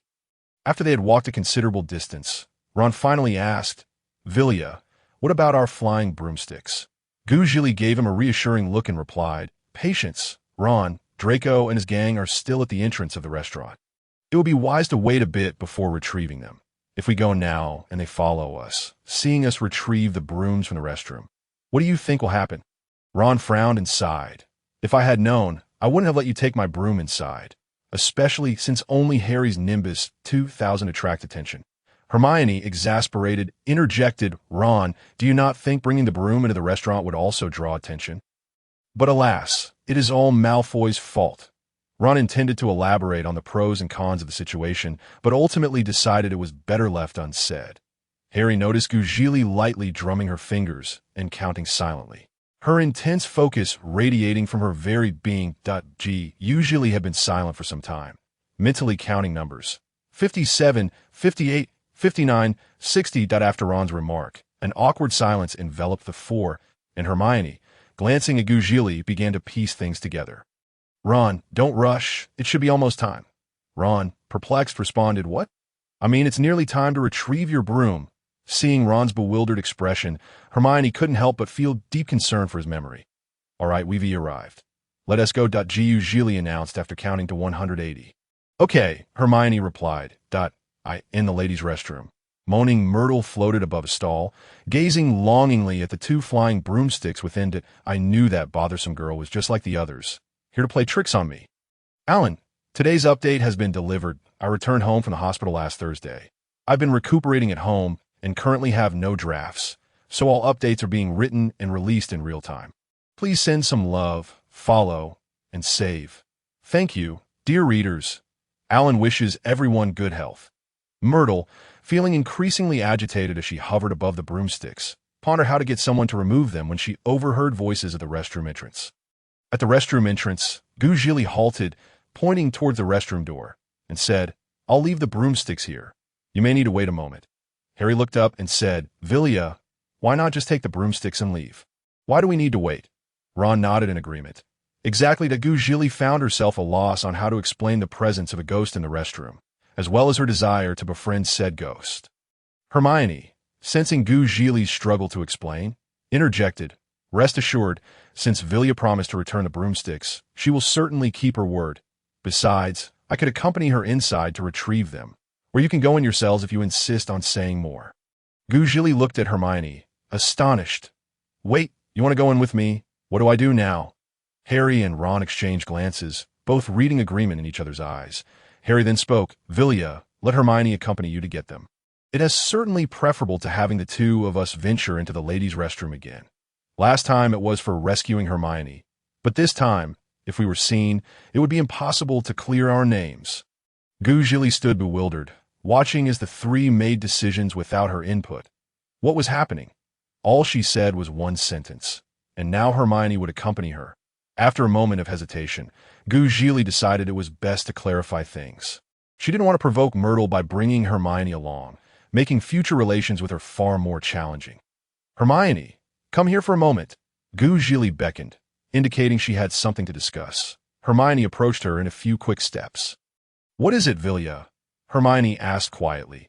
After a moment of contemplation, Zhili organized her thoughts and leaned closer to Hermione, whispering, "Hermione, there's a senior in this restroom. You know, the kind that is spirit.as," she spoke. A hint of embarrassment crept onto Zhili's face. Hermione, taken aback by the revelation, cast a bewildered glance at Zhili before furrowing her brow in concern and asking, "So, are you suggesting that I shouldn't go in?" Zhili bit her lip and replied, "It's not that. I just fear that she might get angry and refuse to let us take our broomsticks back." Hermione pondered for a moment before saying, "Vilya, listen to me, that I'll accompany you inside, and you can explain the situation to Senior while I wait at the entrance. How does that sound?" After considering Hermione's proposal, Zhili agreed. Meanwhile, the two who had been idly standing by couldn't help but entertain other thoughts as they observed the close interaction between Hermione and Zhili. Harry, watching his sister's camaraderie with Hermione, felt an inexplicable sense of discomfort. Why did it seem like his sister shared a better bond with Hermione than with him? Was Vilya perhaps dissatisfied with him? Ron, on the other hand, thought far more simply. He just wished the two would finish their conversation so they could retrieve the broomsticks and return to sleep sooner. Alan, today's update has been delivered. This chapter is a hastily produced, subpar update brought forth by Alan. With unabashed boldness, I request your follows, flowers, and collections. Hee, tomorrow is my mother's birthday, so updates may be scarce. If I find the time, I'll strive to provide you with new content. Ron, observing that Zhili and Hermione had yet to enter, felt exasperated and let his thoughts wander into the ether, resembling a soulless husk. Ron, yawning dazedly and rubbing his eyes, remarked, "Haven't you all gone in yet?" "You're making me want to sleep." Zhili shot Ron a disdainful glance and teased, "Oh, Ron, I can't believe you're feeling sleepy outside a girl's restroom. How peculiar." Ron quickly snapped back to reality, insisting, "I'm not. I didn't mean that. Vilya, don't say such things." Hermione promptly restrained Zhili, who was eager to continue the banter with Ron, while Harry intervened to pull Ron back as well. "All right, enough of this." "Vilya," Hermione said, "if we keep this up, it will truly be dark soon." Zhili, upon hearing this, glanced outside the corridor, took a deep breath, and adopted a resolute demeanor as if preparing for battle, which made Hermione want to laugh. Was this senior truly so intimidating that it made Vilya so anxious? "Well then, I shall go in," she declared. Inside the restroom, moaning Myrtle, annoyed by the raucous chatter from outside, crossed her arms and continued to drift about. "Why not argue in the boys' restroom? Must you disturb me here?" Zhili tiptoed in cautiously and spoke up. "Senior, I'm here." Myrtle, startled by the sudden voice, retorted, "You could have at least entered quietly." "Well, since you're here, hurry up and take those two bothersome broomsticks away. They're cluttering my space." Zhili hesitated for a moment, but ultimately decided it was best to establish rapport with Myrtle before taking the broomsticks. "Senior, about what I mentioned earlier, could you please consider it? After all, you wouldn't be at a loss, right?" Myrtle glanced at Zhili and, sensing her sincerity, felt a gentle flutter within her heart, yet she stubbornly replied, "I don't need friends." Observing Myrtle's refusal, Zhili felt a twinge of disappointment, but suddenly seemed to have an idea, her eyes sparkling with determination. "Senior, may I bring a friend in for a moment?"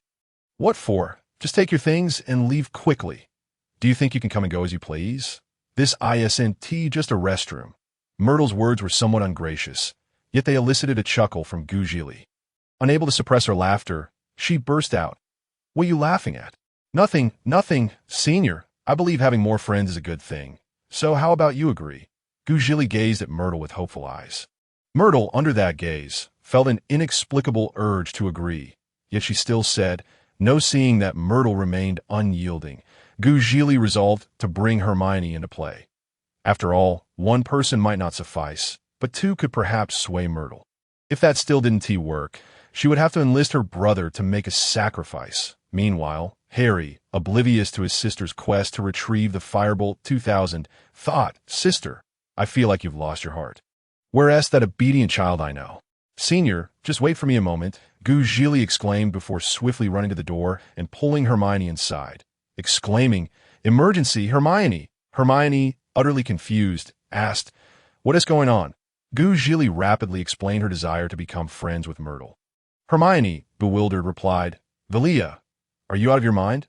You want me to convince her? This is no joke. Getting someone to agree to be friends with us is harder than an exam." Zhili recognized she was asking too much of Hermione, but sheepishly said, "Oh, come on, just think of it as a debate. You just need to humor me." "Please, please," Zhili added in a tone that was almost pleading. Hermione felt a shiver run down her spine and said, all right, All right, but I'll help you. But just don't act like you did earlier. Zhili's childlike charm was indeed hard to refuse. Myrtle felt as though she had entered a surreal moment. How could it be that in the blink of an eye, another person appeared in the restroom?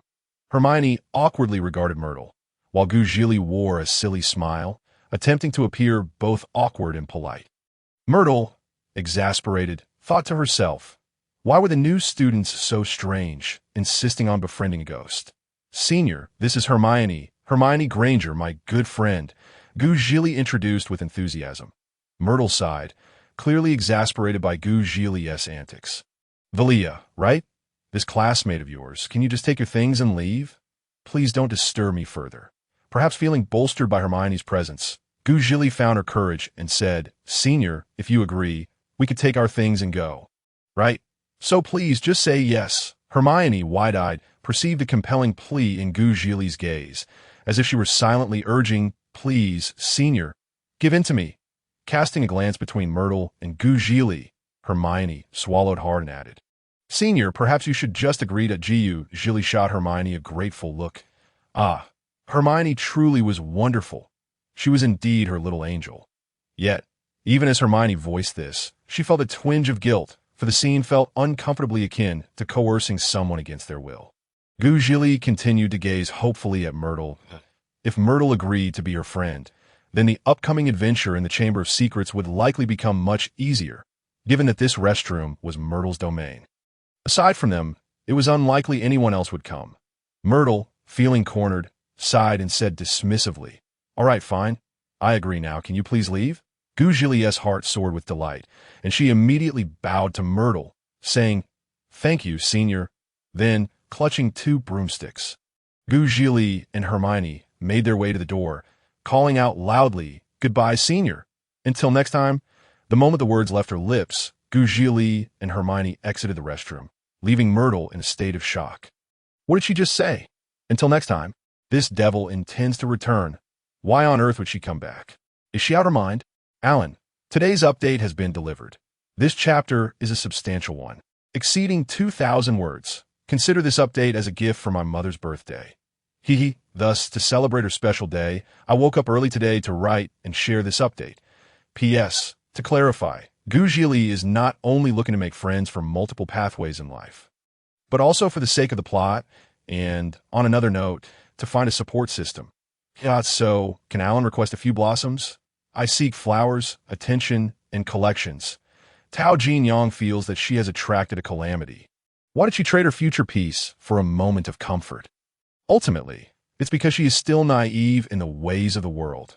In the halls of Hogwarts, Zhili's delighted expression was hard to miss for Harry and Ron. Ron stealthily approached Hermione and whispered, Hey, Hermione, what's up with Vilya? Why is she so ecstatic after just a trip to the restroom, as if she aced a test? Hermione, somewhat exasperated, chuckled and replied, Well, let's just say Vilya made a friend in the restroom, if you can put it that way. Ron frowned, still puzzled by why Zhili would be so joyous over merely making a friend. Surely, such exuberance was unwarranted. Vilya is quite strange, getting so happy just from a restroom encounter. Hermione shrugged, indicating her own lack of understanding. Who knows what goes on in her mind? As long as she is happy, that is what matters. Ron, holding his broomstick in one hand, scratched his head in confusion and said, To be honest, Hermione, sometimes I feel that Harry and I just can't comprehend the way you two think. It's like you've devised a secret language that none of us understand. Upon hearing this, Hermione glanced at Ron and then at Zhili with a smile, lost in thought that it is quite peculiar, really, that we've never established any secret codes, yet we just seem to know what the other wants to do. At times, I wonder if Vilya and I share a single brain. However, Hermione snapped back to reality and turned to Ron, adding, Ron, sometimes you and Harry have that same sort of unspoken understanding. Ron, looking bewildered, questioned, do we? He had never considered that he and Harry shared such a bond. Hey, you two, hurry up. Zhili finally realized her joy was too evident. Noticing Ron and Hermione lagging behind, she urged them along. Got it, Hermione responded, quickening her pace to catch up with Harry and Zhili. We're coming. Ron replied, following Hermione's lead. Zhili slowed her pace and inquired, So, Harry, what are you and Ron planning to do tomorrow? Harry pondered for a moment and replied, "Would might ask me to train again tomorrow. As for Ron, I'm not sure." Ron chimed in, "I'll just hang out with Hagrid. Honestly, I feel quite satisfied after playing a game of Quidditch with you today." Ron appeared content, seemingly indifferent to his plans for the next day. However, Hermione couldn't help but interject, "Ron, why can't you make time to read a bit more?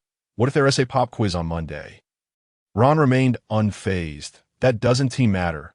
It's not like it's guaranteed that there'll be a test just because you say so.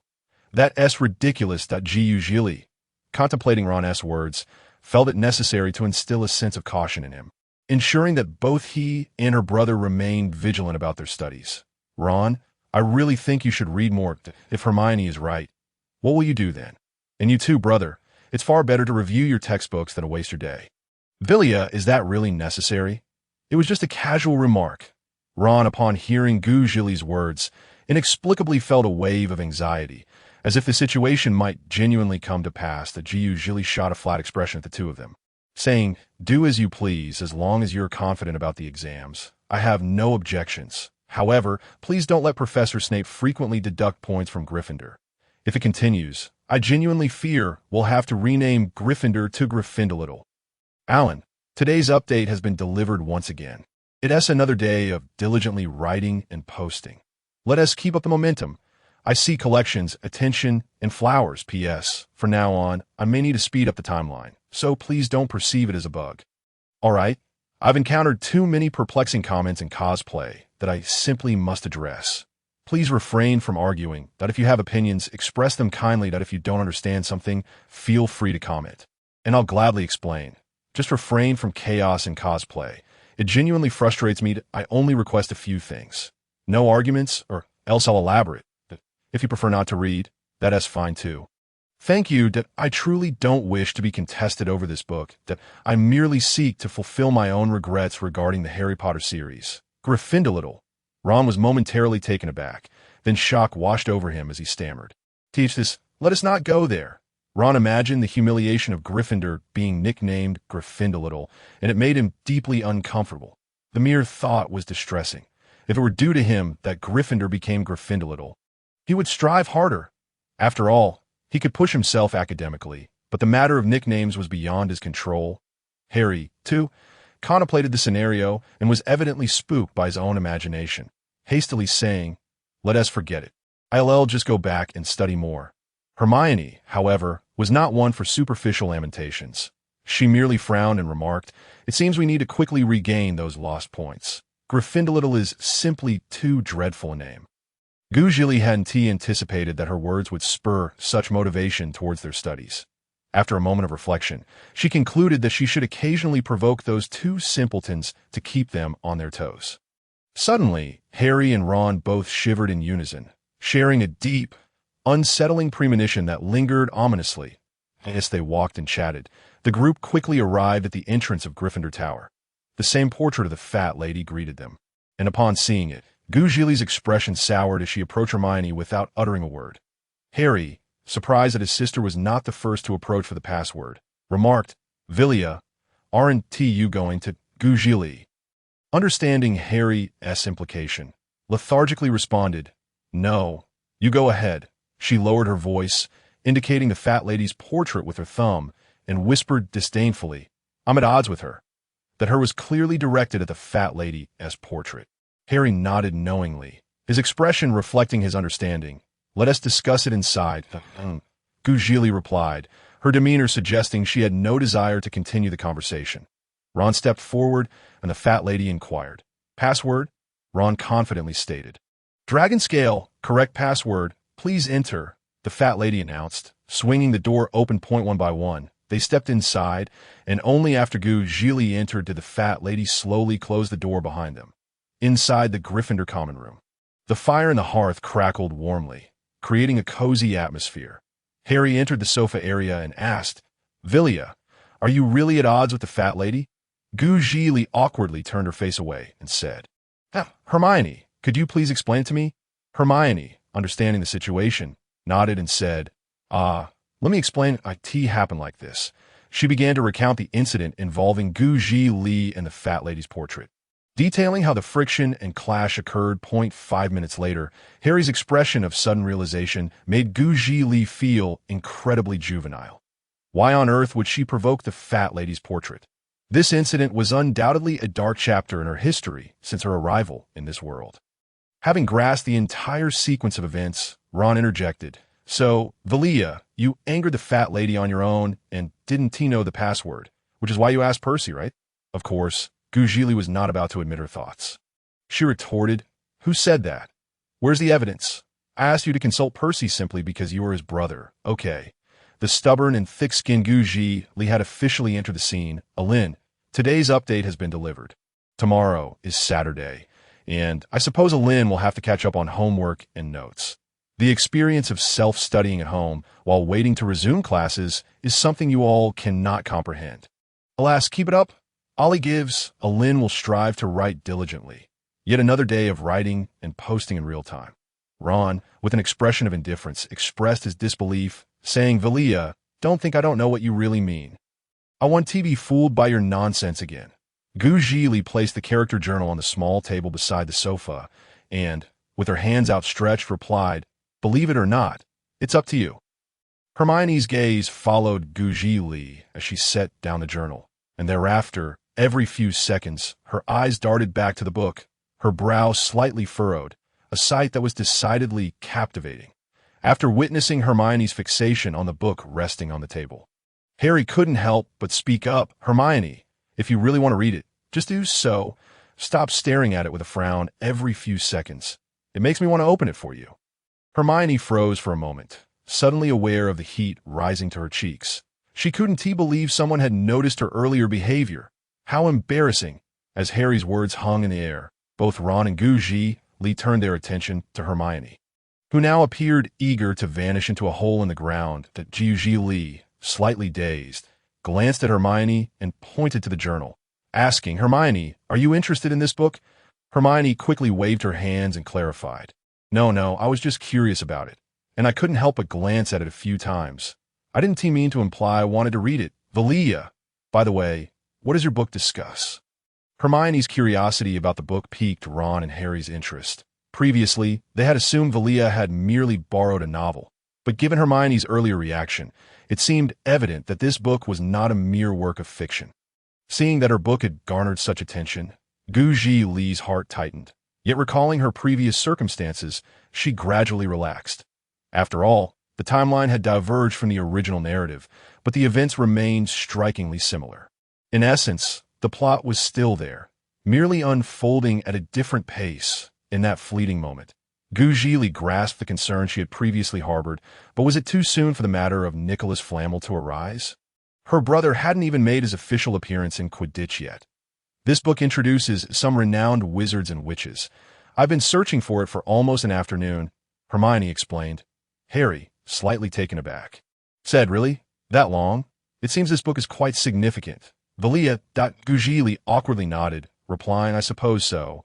Ron pondered for a moment and asked the crucial question, "So, Vilya, which wizard are you looking for?" Zhili thought to herself, "Why is this foolish one so astute at this moment? How did he manage to hit upon the very point she wished to evade? Ugh, ugh, ugh, I truly want to bash my head against a tofu." With a forced smile, Zhili decided to be truthful. May I ask if you all know of a wizard named Nicholas Flamel?" The group exchanged glances.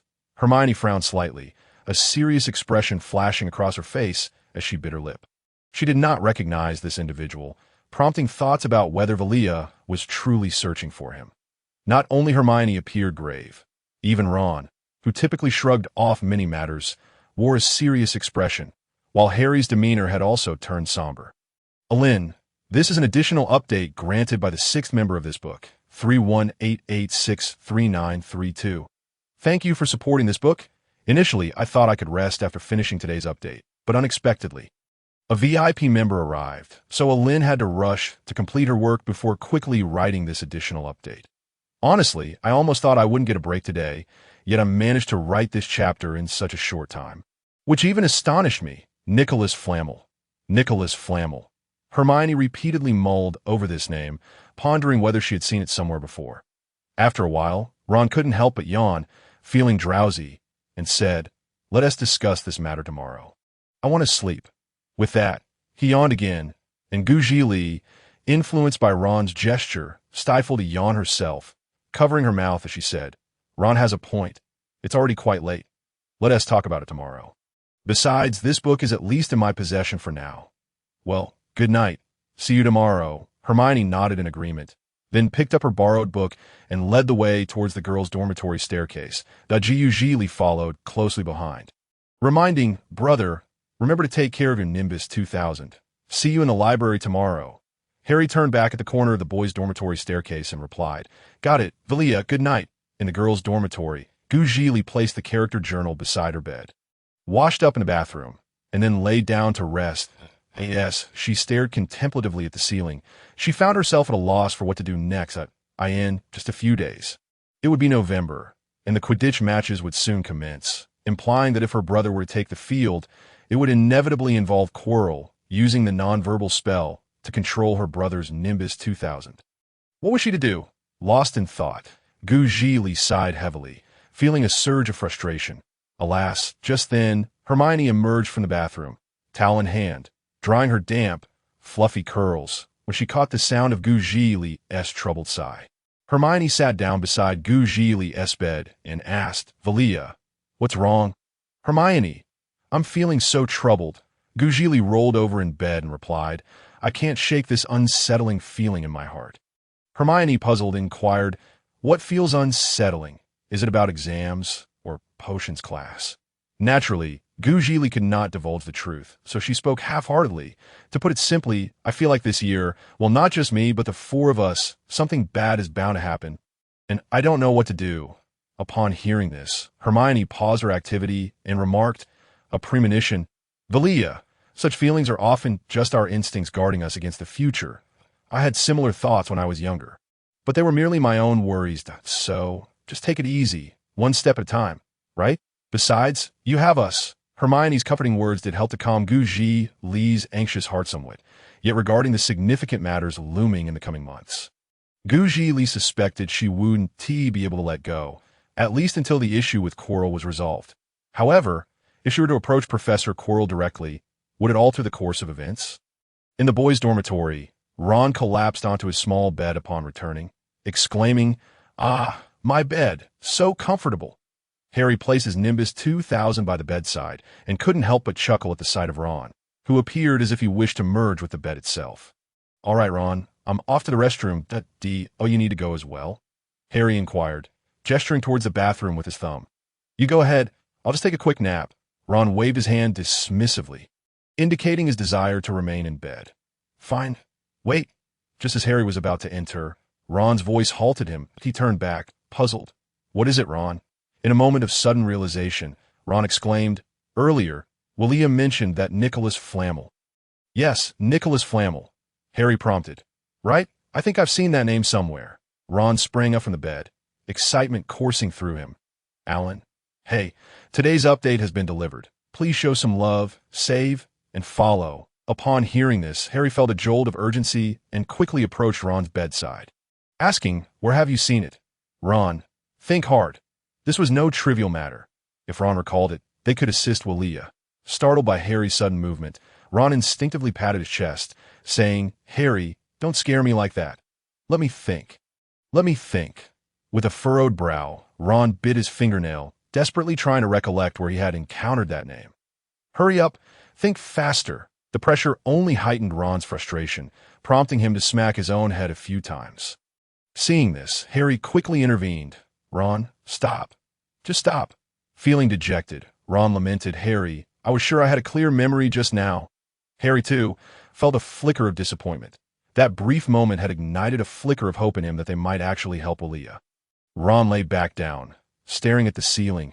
The earlier wave of drowsiness now fully returned. Why did it vanish so suddenly? Noticing Ron's demeanor, Harry pressed his lips together and said, "All right, I'm going to freshen up." With that, he entered the restroom. Once Harry had disappeared from sight, Ron replied. This night deepened. Clouds wreathed the sky. Hogwarts was enveloped in a profound silence. Zhili slowly closed her eyes, surrendering to slumber as fatigue washed over her. In the system space, Number 9 gradually opened her eyes, stretching lazily and rubbing her eyes with her paws, feeling considerably more awake. Observing Zhili still asleep, Number 9 chuckled softly, this little ungrateful pup. The term pup was clearly directed at Zhili. A sigh escaped Number 9's lips, laden with concern about how long her meager magical prowess could aid Zhili. Having employed a memory confusion spell, she had ended up sleeping for days. Thankfully, this little ungrateful one hadn't sought her assistance during that time. Otherwise, she might have been too preoccupied to help. Now, all she could do was diligently cultivate her magic, striving to restore her powers soon, ensuring Zhili had no worries. With these thoughts, Number 9 closed her eyes once more, ostensibly to rest. But in reality, she was absorbing the essence of the sun and moon to enhance her cultivation. A night devoid of dreams passed. Sunday morning was the epitome of tranquility. With the air at its freshest, Zhili rubbed her eyes and, feeling the sunlight on her face, squinted, stretching languidly in bed. "Ah, this feels delightful," she mused. Hermione, clad in her pajamas, poked her head out from the bathroom and said, "Vilya, wake up. Aren't we supposed to go to the library today?" Right. I'll get up right away." Hermione's reminder brought a rush of memories from the previous night flooding back, prompting Zhili to hastily rise and begin her morning routine. In the boys' dormitory, Harry and Ron had unusually risen early. Ron sat up, appearing somewhat dazed, prompting Harry to approach and gently nudge him. "Ron, what's wrong? You look like you've lost your soul." Ron turned his head, staring blankly at Harry, and replied, "I remember where I saw that name. It was on the Hogwarts Express. No, wait, it was on an old chocolate frog card." "Alan, this chapter is dedicated to the 7th member, Jiao, who has supported this book. Thank you for subscribing." Suddenly invigorated, Harry slapped Ron's shoulder, exclaiming, "Awesome! Ron, do you recall what else was written on that chocolate frog card?" However, Ron's earlier excitement faltered as a sheepish expression overtook him. "I don't remember. I just recall seeing that name." Harry responded awkwardly, and an uncomfortable silence hung between them, leaving both unsure of what to do next. Harry fidgeted with his hair and suggested, "I think I'll head to the restroom. I'll just catch a few more minutes of sleep." Ron replied, pulling the blanket over his head, in the girls' dormitory. Zhili had finished her morning routine and donned her wizard's robe, clutching the character guide she had left by her bed, her demeanor brimming with determination. "Let us go, Hermione," she declared. Hermione smoothed out the wrinkles in her robe, replying, "Sure, let us go." Still holding the book from yesterday, Zhili naturally linked arms with Hermione as they exited the dormitory to see the fat lady's portrait. Hermione and Zhili had been waiting for some time. Yet Ron and Harry were nowhere to be seen. Zhili felt a twinge of doubt about whether she had misremembered the plan. "Hermione, didn't we agree to go to the library together yesterday?" she inquired. Hermione nodded, her brow furrowed. "Yes, but Vilya, where are they? Have they overslept?" Zhili speculated. "You're the one who overslept." Just then, Ron emerged from behind the fat lady's portrait, overhearing Zhili's comment about them being lazy, and immediately bristled. Zhili jumped at Ron's sudden outburst, her heart racing as she placed a hand over her chest, shooting him an exasperated glance. "You scared me, Ron. Can you make a quieter entrance next time?" "You nearly made me lose my mind." Harry chuckled and greeted Zhili. "Vilya, good morning." Ron grimaced, muttering, "Got it. Good morning, good morning, good morning." Zhili and Hermione exchanged pleasantries with Harry and Ron, and then Zhili proposed. "Shall we head to the library now and see if we can find any information about Nicholas Flamel beyond what's in this book?" Upon hearing this, Ron proudly interjected, "Hey, I just remembered where I saw that wizard's name this morning." "But where did you see it?" Zhili eagerly interrupted. "But what?" Hermione sensed that there was more to Ron's statement and that it was not as straightforward as it seemed. Feeling awkward, Ron glanced at Harry for support, who then added, "But Ron only remembers seeing the name. He doesn't recall what else was written." Zhili's expression fell, disappointment evident. "I thought you had discovered something significant, Ron. And it turns out, just this." Ron retorted, "Well, at least that's more than what you all have. I can remember where I saw it, can't I? What about you? After searching for quite some time, I have yet to uncover any useful information." "Ah, and they say it's me." Zhili found herself a loss for words. And indeed, she had not made an erroneous statement. Both she and Hermione had failed to find anything more meaningful than Ron. Sensing the atmosphere was about to turn awkward once more, Harry hastily interjected. All right, let's not dwell on this. We can discuss it as we walk. Zhili, with a touch of disbelief, thought to herself that she could not possibly be outdone by the clumsy Ron. All in, she said, the updates for today have been delivered. This week is another round of daily updates. By the way, I have to go to Hangzhou for an inspection tomorrow. I will update based on the situation. Hoping for a smooth check, please send flowers, follow, and save. In the Hogwarts corridor, Harry was on the verge of asking what he and Ron should do after their visit to the library, or what they could do to lend assistance. We noticed Zhili's somewhat gloomy expression, which made him chuckle softly. Hermione, walking beside Zhili, inquired, so Ron mentioned he had seen the name Nicholas Flamel on a chocolate frog car, correct? Harry nodded in response, adding, unfortunately, Ron only remembers the name. He can't recall anything beyond that. Zhili responded with a deadpan expression. Ron, grinning foolishly, scratched his head and explained, my memory isn't the best. Don't hold it against me. But at least we now have a lead, right? That's true, Hermione said, contemplating with her chin resting on her hand, that I have an idea. We can split into two groups. Vilya and I will head to the library to find some information, while Harry and Ron can gather all the chocolate frog cards you have and examine them one by one. Perhaps we will find something. Hermione glanced at the slightly dazed Zhili and gently patted her shoulder, saying, Vilya, did you hear that? Ah, yes, I heard. I understand now, Zhili responded, snapping back to reality. Hermione recognized that Zhili had likely not caught what she had just said and reiterated her plan, leaving Zhili feeling a bit embarrassed. As they walked and talked, Ron headed back to the dormitory to retrieve his chocolate frog cards, while Harry accompanied Hermione and Zhili to the library.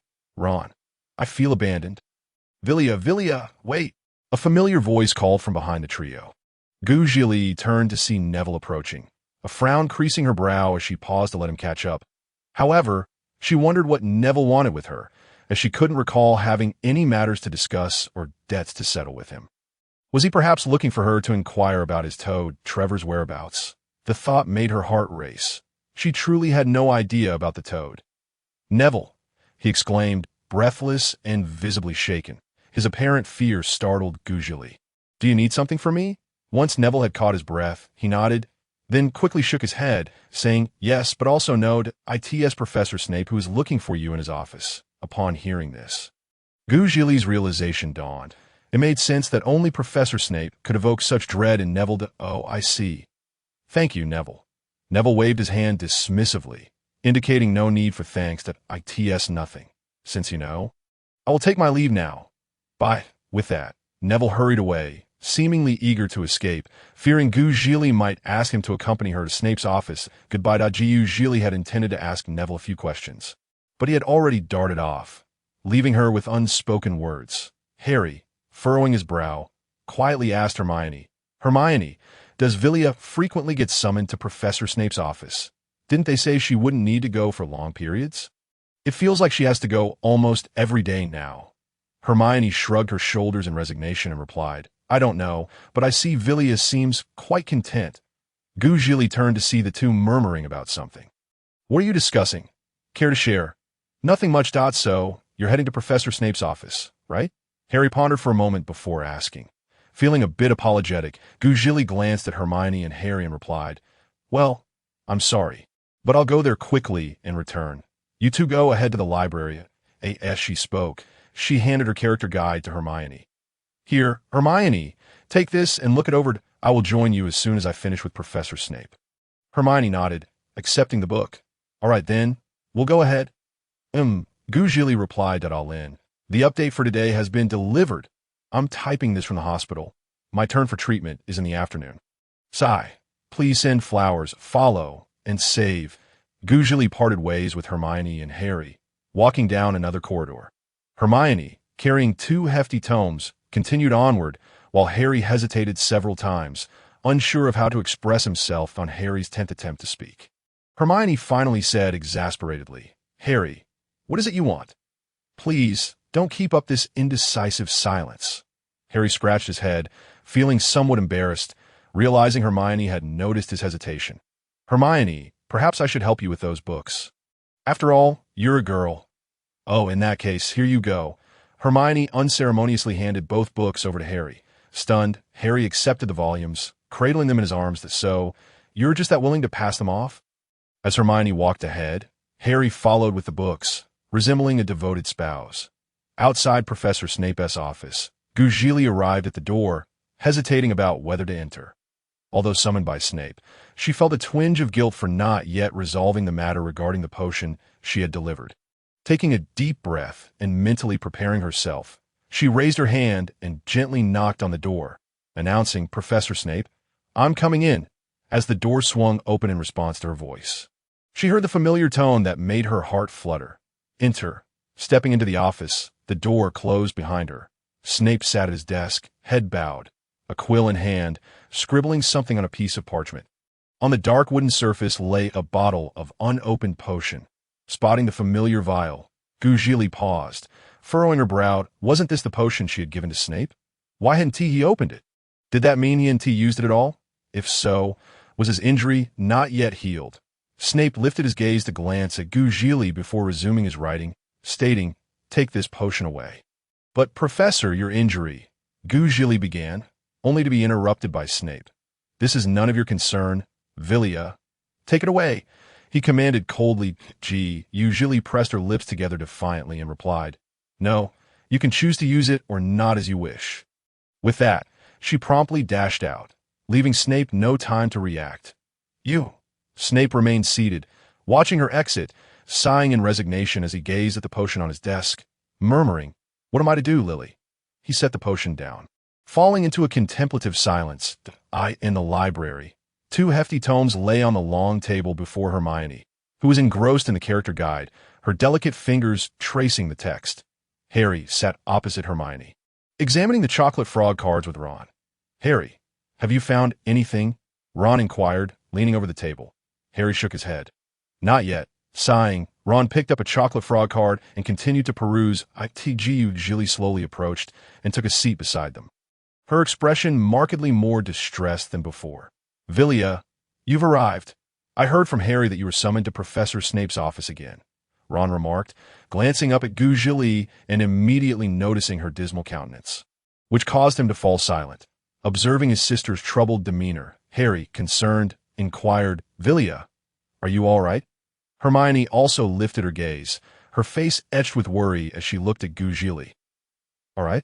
I'm absolutely splendid," Zhili replied, her tone laced with a forced semblance of laughter, betraying a hint of neuroticism. Harry thought to himself, "Well, it's clear that my sister is in quite a foul mood. Wow, did Vilya get reprimanded by that old bat?" Ron speculated. Hermione, unsure of how to respond, found herself at a loss for words, uncertain how to soothe Zhili, who appeared to be simmering with anger. Zhili, feeling dejected, said, "It's nothing, just let me calm down for a bit." "All right." Alan then chimed in. "Today's update has been delivered. The inspection went smoothly. Yay. Please show your support with collections, flowers, and attention." After speaking, Zhili buried her head in her hands, resting on the table, clearly trying to suppress her temper to avoid saying anything that might sour their relationships. Hermione parted her lips, but ultimately remained silent, returning to her book. Ron, understanding that Zhili desired solitude, refrained from disturbing her. He certainly possessed that much insight. Harry, however, worried whether his sister had faced unfair treatment from Snape and felt powerless to cheer her up. Glancing at the card in his hands, he inexplicably felt a wave of lethargy wash over him, but he quickly shook his head and resumed his focus on the chocolate frog card. After all, as her brother, he could not let his sister down. Zhili lay on the table, feeling a tumult of emotions within her, coupled with a sense of indignation. She had only wanted to assist Professor Snape in improving, yet he had shown no appreciation whatsoever, leaving her feeling utterly defeated. In the Slytherin common room, Draco sat on a leather sofa, exuding an air of noble aloofness, though the displeasure etched on his pale face rendered him somewhat somber. "Malfoy, how do you propose we teach those 4 insufferable individuals a lesson?" Pansy Parkinson inquired, a flicker of anger flashing in her eyes. Draco's expression darkened further her words. How dare Vilia Potter accuse him of being dim-witted? Of course, we ought to teach them a lesson, Goyle suggested with a mischievous grin that I concur. Goyle's enthusiasm found an echo in Crabbe's agreement. Draco shot them a sidelong glance, his lips parting slightly as he said, "Do you think I don't wish to teach them a lesson? I thought merely sending them to the fourth floor to be caught by Filch would lead to their expulsion." Yet they were still at Hogwarts bright and early the next day. Pansy, noticing Draco's lack of response, continued, "Perhaps they simply didn't go at all." Draco rose and paced the common room, seemingly contemplating something. The other three exchanged puzzled glances until Draco finally chuckled softly, a wicked smile gracing his lips. "Last time we didn't see them, so we had no way of knowing if they went. But this time, if they are caught, wouldn't it be a different story?" Goyle queried, but Malfoy, who would be out of the dormitories after curfew. Draco shot Goyle a disapproving glare. "Am I not thinking about it?" Crabbe furrowed his brow and asked, "Wait, Malfoy, aside from Goyle's question, who would go to discover them?" The room fell silent at this question. Draco narrowed his eyes and replied, "That is not something you need to worry about. I have my methods for ensuring they are discovered." Pansy, somewhat perplexed, asked Malfoy, "What do you mean, enough, Pansy? You needn't concern yourself with that. It's settled. In a few days when I finish my business. It will be those foolish Gryffindors' misfortune." Draco waved his hand dismissively at Pansy, signaling her to stop questioning him. Zhili had been lying on the table for 10 minutes when Hermione finished perusing the character guide, while Ron and Harry had become quite dizzy from their examination of the chocolate frog cards. Sighing, Zhili slowly lifted her head, exhaling a breath laden with frustration. Hermione glanced up and gently inquired, "Vilya, do you feel any better?" Zhili nodded, indicating that she was indeed feeling somewhat improved. "Hermione, how is your search progressing?" "Not yet found," Hermione replied, shaking her head. "What about you two?" Zhili turned her attention to Harry and Ron, asking, "Have you made any progress?" Harry shrugged and shook his head, indicating that he had not uncovered any information about Nicholas Flamel among his chocolate frog cards. Ron was more direct. "Ugh, I've turned them inside out and still haven't found him. I've checked each name one by one, and he is nowhere to be found." Ron's words piqued Zhili's interest. She looked at him and asked, "Ron, what do you mean by checking names one by one? Were you not reading the contents?" Ron, confused, retorted, "Wasn't I supposed to be looking at the names?" At this, Hermione realized that Ron had likely only been scanning the names, completely oblivious to the information on the chocolate frog cards. She sighed. "Ron, that's not how it works?" "Ugh." Zhili felt a jolt of panic as a troubling thought crossed her mind. Surely, this fool hadn't been searching for information on Nicholas Flamel this way the entire time? She suppressed her exasperation and asked, "Ron, please tell me you didn't overlook the content above. Isn't that how one finds information?" Ron ventured hesitantly. "Goodness," Zhili exclaimed, unable to contain her frustration. "Ron, are you daft?" Realizing his mistake, Ron hastily apologized. Sorry, Vilya. Don't be upset. I'll look again.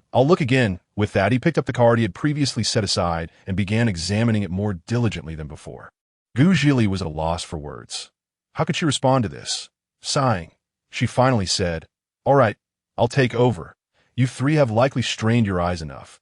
Let me handle this." Despite her irritation, she understood that locating the information was crucial for the progression of their plot, and she couldn't afford to lag behind. "It's fine. I'm all right. I'm nearly finished with this book." Hermione smiled, declining Zhili's offer. Harry chimed in. "Yeah, I've only got a few cards left. You should go help Ron, Vilya." Ron's heart raced as he glanced between Harry and Hermione, his expression one of shock.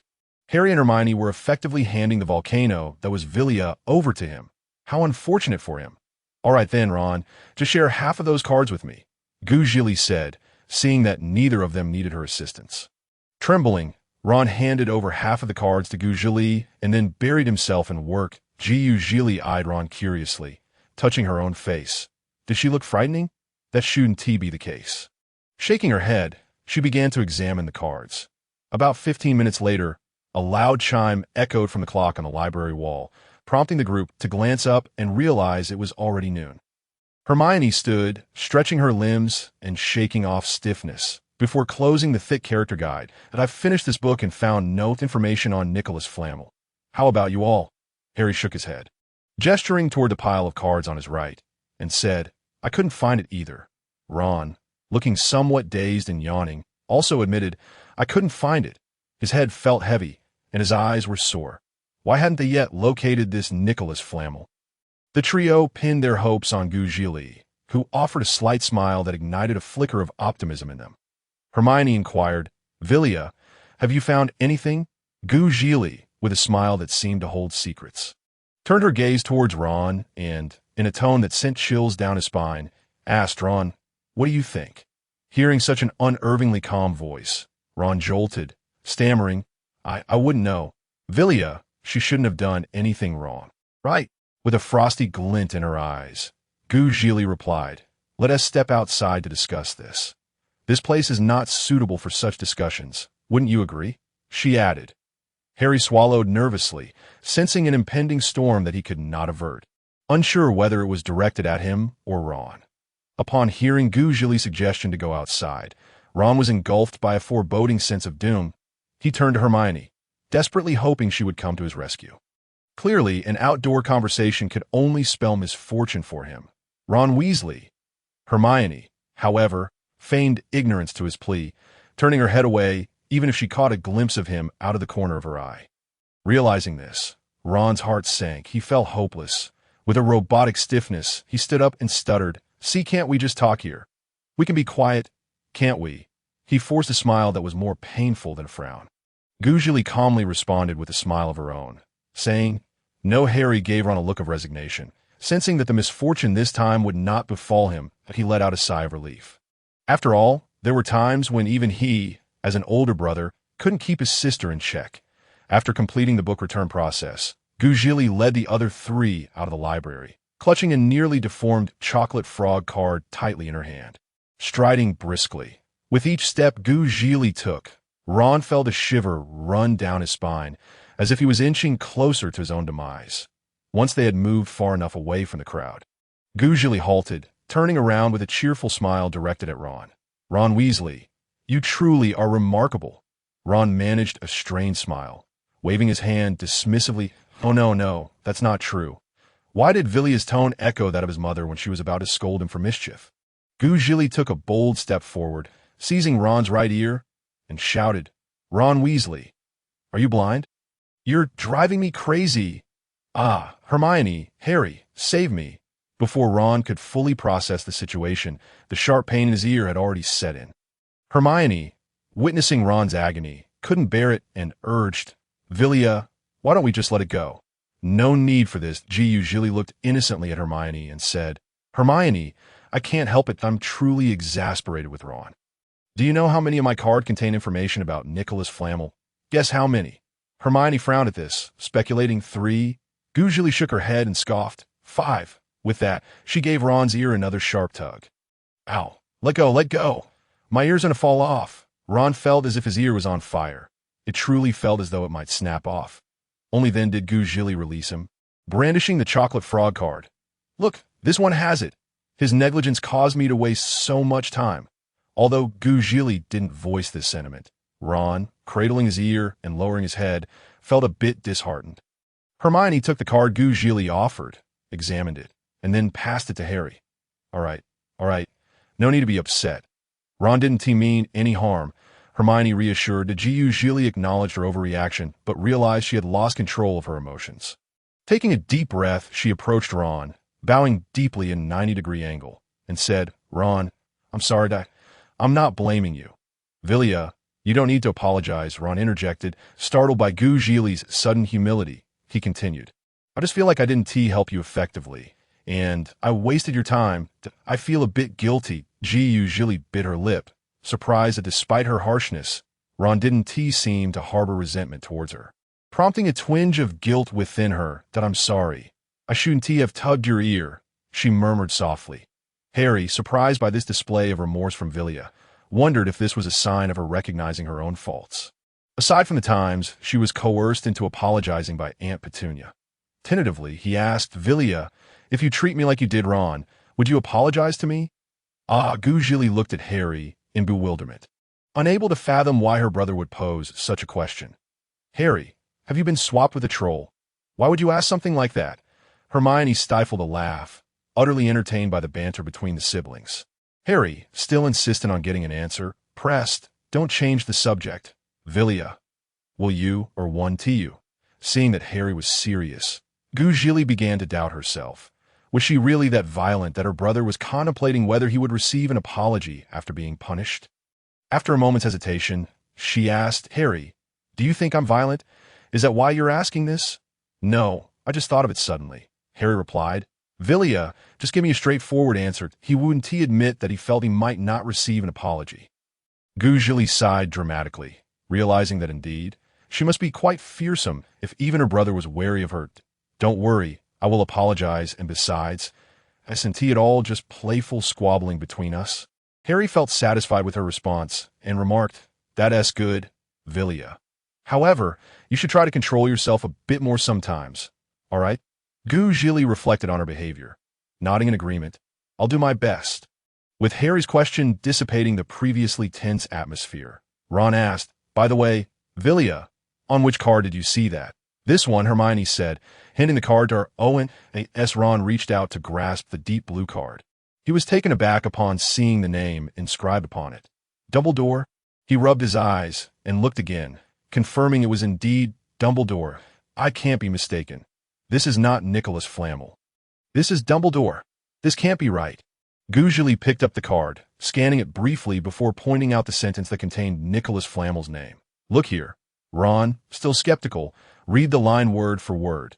"Dumbledore and his friend Nicholas Flamel." "It really is Nicholas Flamel," he exclaimed. Hermione turned to Zhili, asking, "Vilya, since this is the only clue, do you have any thoughts?" Harry and Ron, eager for her insight, fixed their gazes on Zhili. Let me think," she murmured, furrowing her brows as she paced. That Zhili hesitated, unsure whether to voice the foolish idea forming in her mind. Hermione, observing Zhili's indecisiveness, prompted, "Vilya, what's wrong? Didn't he think of anything?" Zhili shook her head, explaining that nodded. "I think I have an idea, but what?" Hermione inquired. Zhili tentatively spoke up, saying, "However, I think this idea is rather foolish and might not succeed." Upon hearing this, Harry responded, "What method? Just tell us what it is." Ron chimed in, "Exactly. Vilya, share your thoughts with us first, and then we can decide whether to pursue it." Coughing slightly, Zhili felt inexplicably guilty and said, "Well, it's just..." Zhili stammered, unable to articulate her thoughts, feeling that her idea was utterly absurd. Hermione frowned and remarked, "Vilya." Zhili sighed, saying, "I've already mentioned it. Please don't laugh at me. All right?" Seeing that Zhili was willing to speak, the others naturally agreed. That Zhili hesitantly began to reveal her plan. "Isn't it written on the chocolate frog card that it belongs to my friend, Nicholas Flamel?" "So, who is this good friend?" Hermione pursed her lips, evidently realizing something. "Dumbledore." Zhili nodded helplessly, saying, "Yes, Dumbledore. So Hermione, you should understand my thoughts now, right?"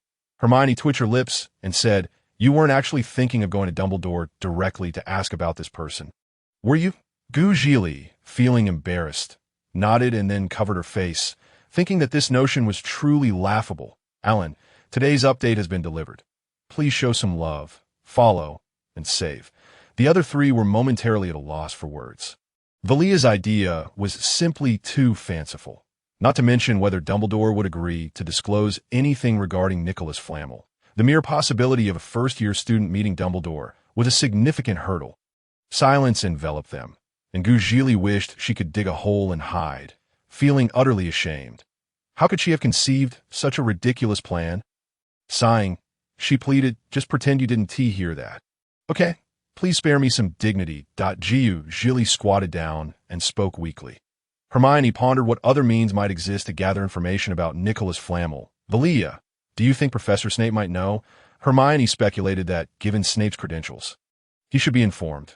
Ron disagreed, countering, "Hermione, if you think Snape knows, I believe Professor McGonagall is more likely to be in the know." Harry nodded in agreement, adding, "I feel the same way. Besides, I think it's easier to approach Professor McGonagall than Snape." While that reasoning was valid, Zhili pointed out, "But don't you think this is merely wishful thinking on our part?" Hermione, "Harry, Ron, Zhili continued to squat on the ground, drawing circles, and the atmosphere fell silent once more. Suddenly, Snape appeared, limping down a corridor of Hogwarts, his expression dark, as if someone owed him a fortune. "Send for Malfoy to come to my office," he casually instructed a student. Waiting for them to leave, Snape's demeanor turned grave and uncomfortable, as the pain in his leg continued to hinder his movement. He had been exceedingly busy lately and had no time to concoct a healing potion for his injury, leaving it yet to mend. Regrettably, he thought of the potion Vilya had offered him. The memory warmed his heart, but recalling her anger at his refusal filled him with regret. Sighing, Snape ensured no one was around before he limped back to his office. I've thought of someone." Zhili suddenly stood up, only to feel her legs tingle, losing her balance and falling to the ground. Ouch! Harry rushed over to help Zhili up, slightly reproaching her with concern. "How could you be so careless?" Hermione, still shaken, patted her chest, evidently startled by Zhili's fall. "Vilya, are you all right?"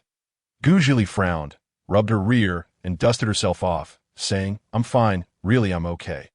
Hermione finally relaxed, while Ron inquired, "By the way, Vilya, who were you thinking of?" Zhili mysteriously replied, "Guess who?"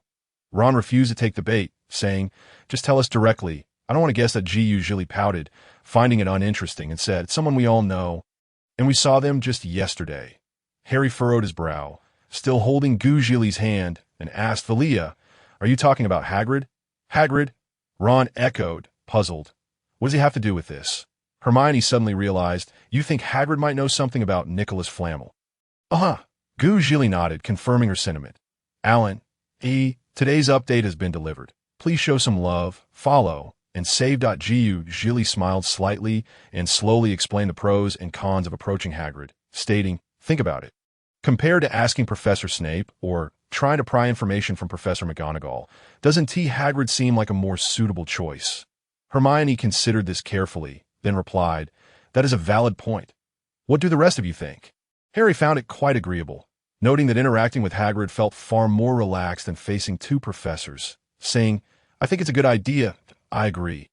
Ron nodded, expressing his approval of the suggestion. "However, Vilya, can you be sure Hagrid will actually know? I can't shake this uneasy feeling," Ron admitted, sensing an ominous outcome. That Zhili hesitated and sheepishly responded, "Well, I won't know unless I ask, right?" "What?" Hermione exclaimed, looking at Zhili in surprise, clearly not expecting such a result.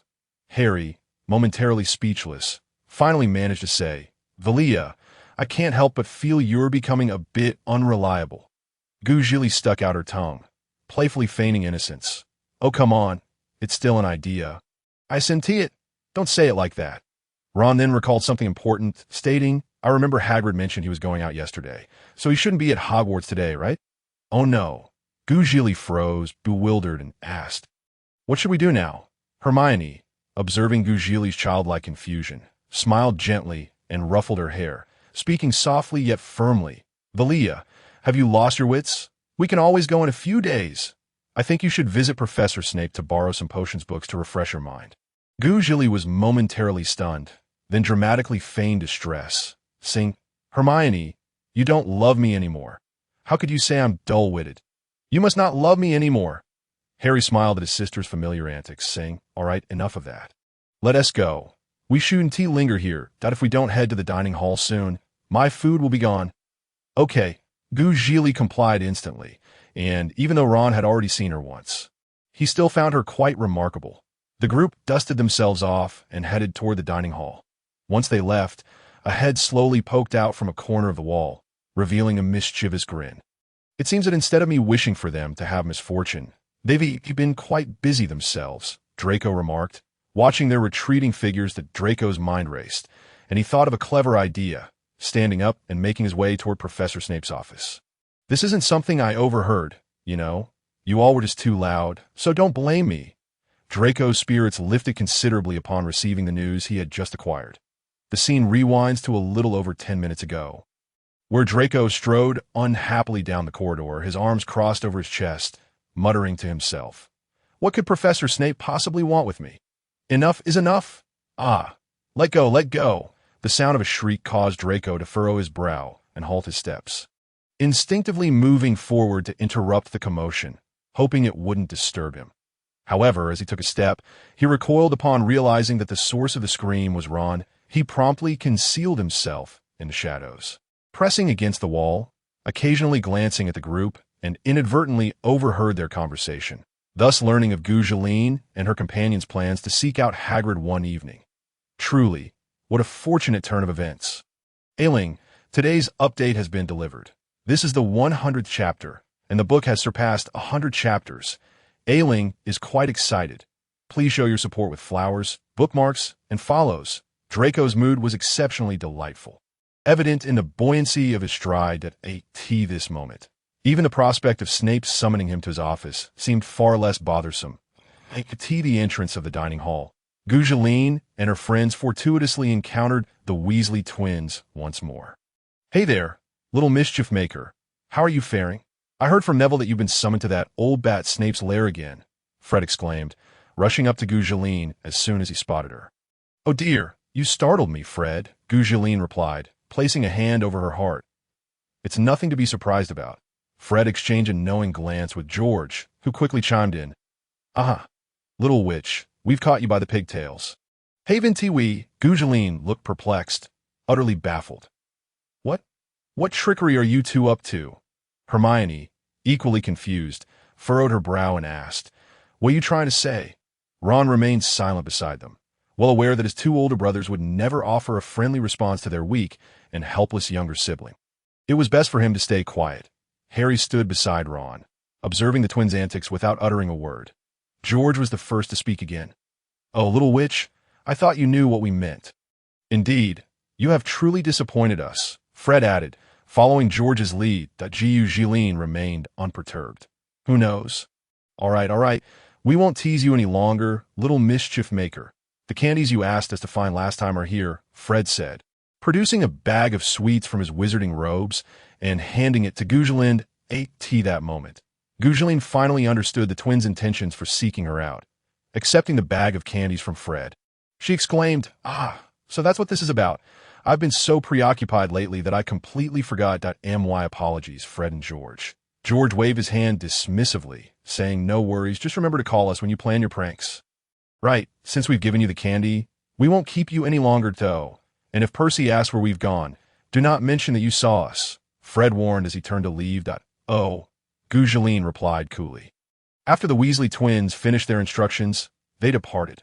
Hermione, her curiosity piqued by the bag of sweets in Zhili's hand, asked, "Zhili, what are these for?" Zhili smiled, weighing the bag of candies in her hand. "Let us go inside and chat while we snack."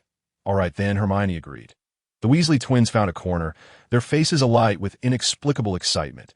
Fred draped an arm around George's shoulders, saying, "George, did you see that?" "She truly." George nodded, his eyes sparkling with surprise.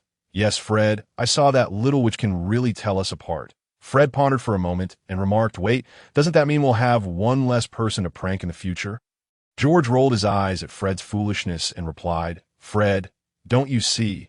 While we lose one person to prank, we gain another accomplice in mischief." Fred patted George on the head, acknowledging that, "Estrud, I wonder if this little mischief maker would be interested in joining us for some fun in the Forbidden Forest."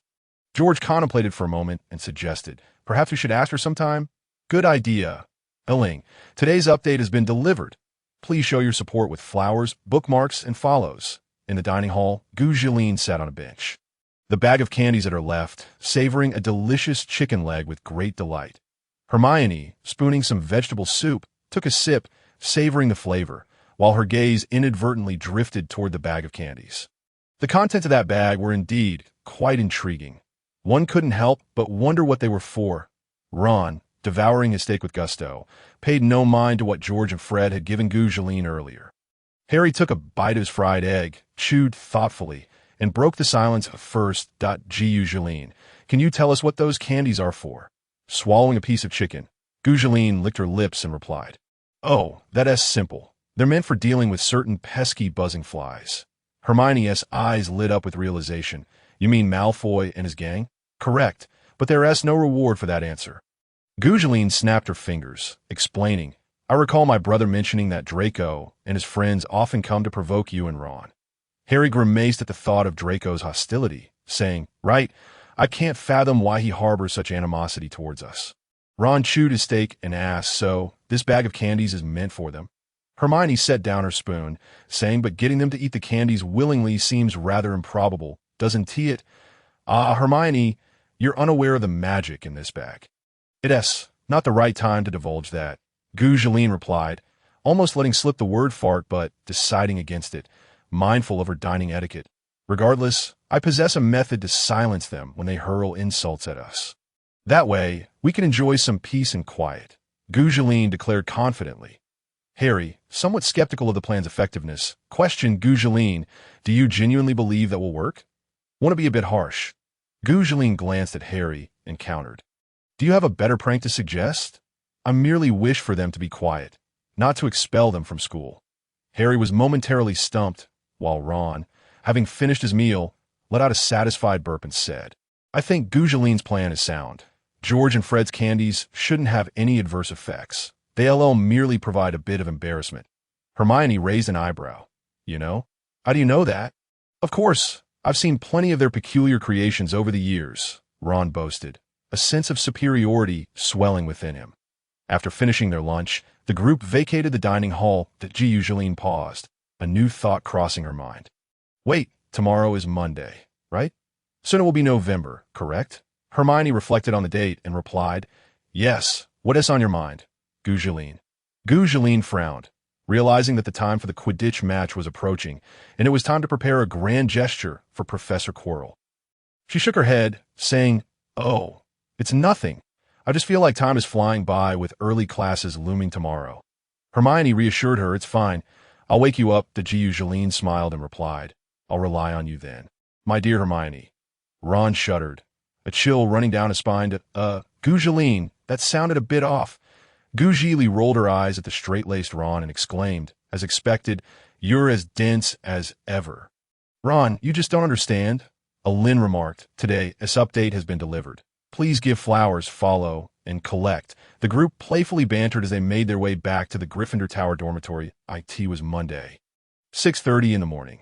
Inside the Gryffindor girls' dormitory, Hermione had already risen, neatly arranging her bedding, and was in the midst of her morning routine, while Zhili was still tidying her mattress. Her gaze somewhat unfocused, she stifled a yawn, clearly still not completely awake. Hermione emerged from the washroom, playfully slapped Zhili's face, the cold touch jolting her into alertness. "Oh, that's freezing," Zhili exclaimed. Hermione chuckled and urged, "All right, Vilya, hurry up. If you don't speed up, you might be late again." Upon hearing this, Zhili quickly patted her cheeks, attempting to rouse herself, and dashed into the washroom to begin her morning routine. The first class of Monday morning was Professor Snape's potions lesson. Zhili and Hermione sprinted through the corridors of Hogwarts, with Zhili asking breathlessly, "Hermione, since we woke up so early today, we surely won't be late, will we?" Hermione, running alongside her, replied, "Vilya, let us not dwell on that right now. Let us conserve our energy in case of any unforeseen circumstances, all right?" "Understood." Zhili nodded, continuing her sprint.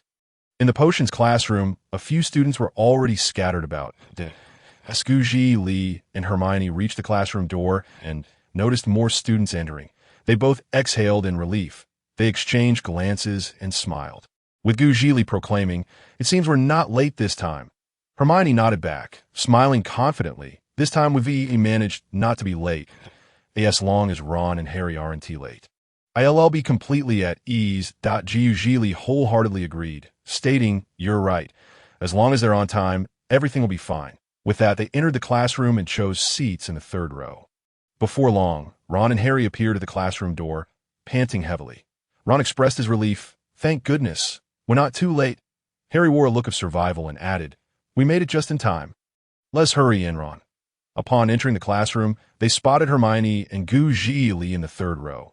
Ron felt a strange sense of discomfort towards those who preferred sitting at the front, wondering why anyone would want to be under the teacher's watchful eye. However, despite his thoughts, he and Harry took seats behind Hermione, and Zhili, at 7 o'clock sharp, Snape entered the potions classroom on time.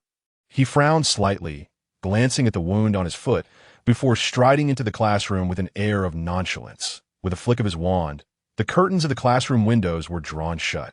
Snape's movements were fluid as he ascended the podium.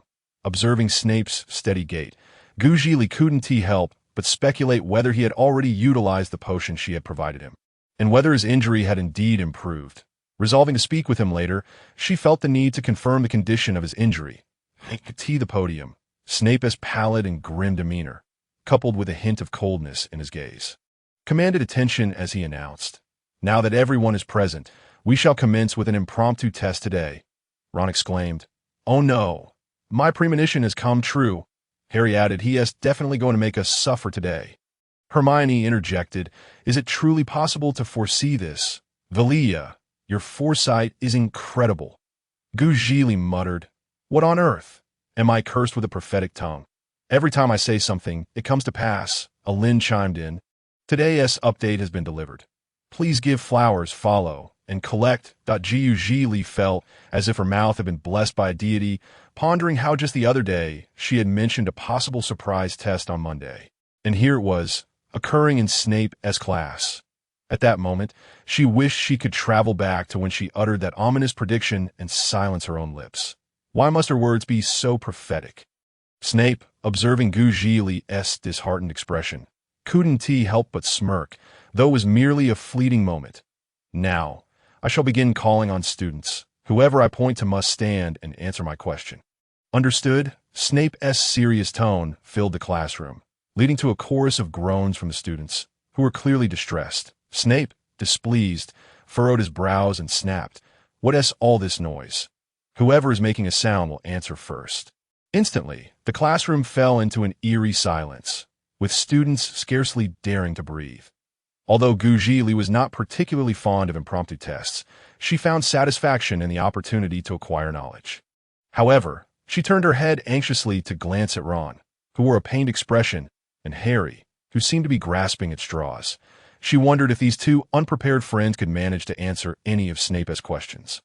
Hermione bit her lip, sharing Zhili's concern.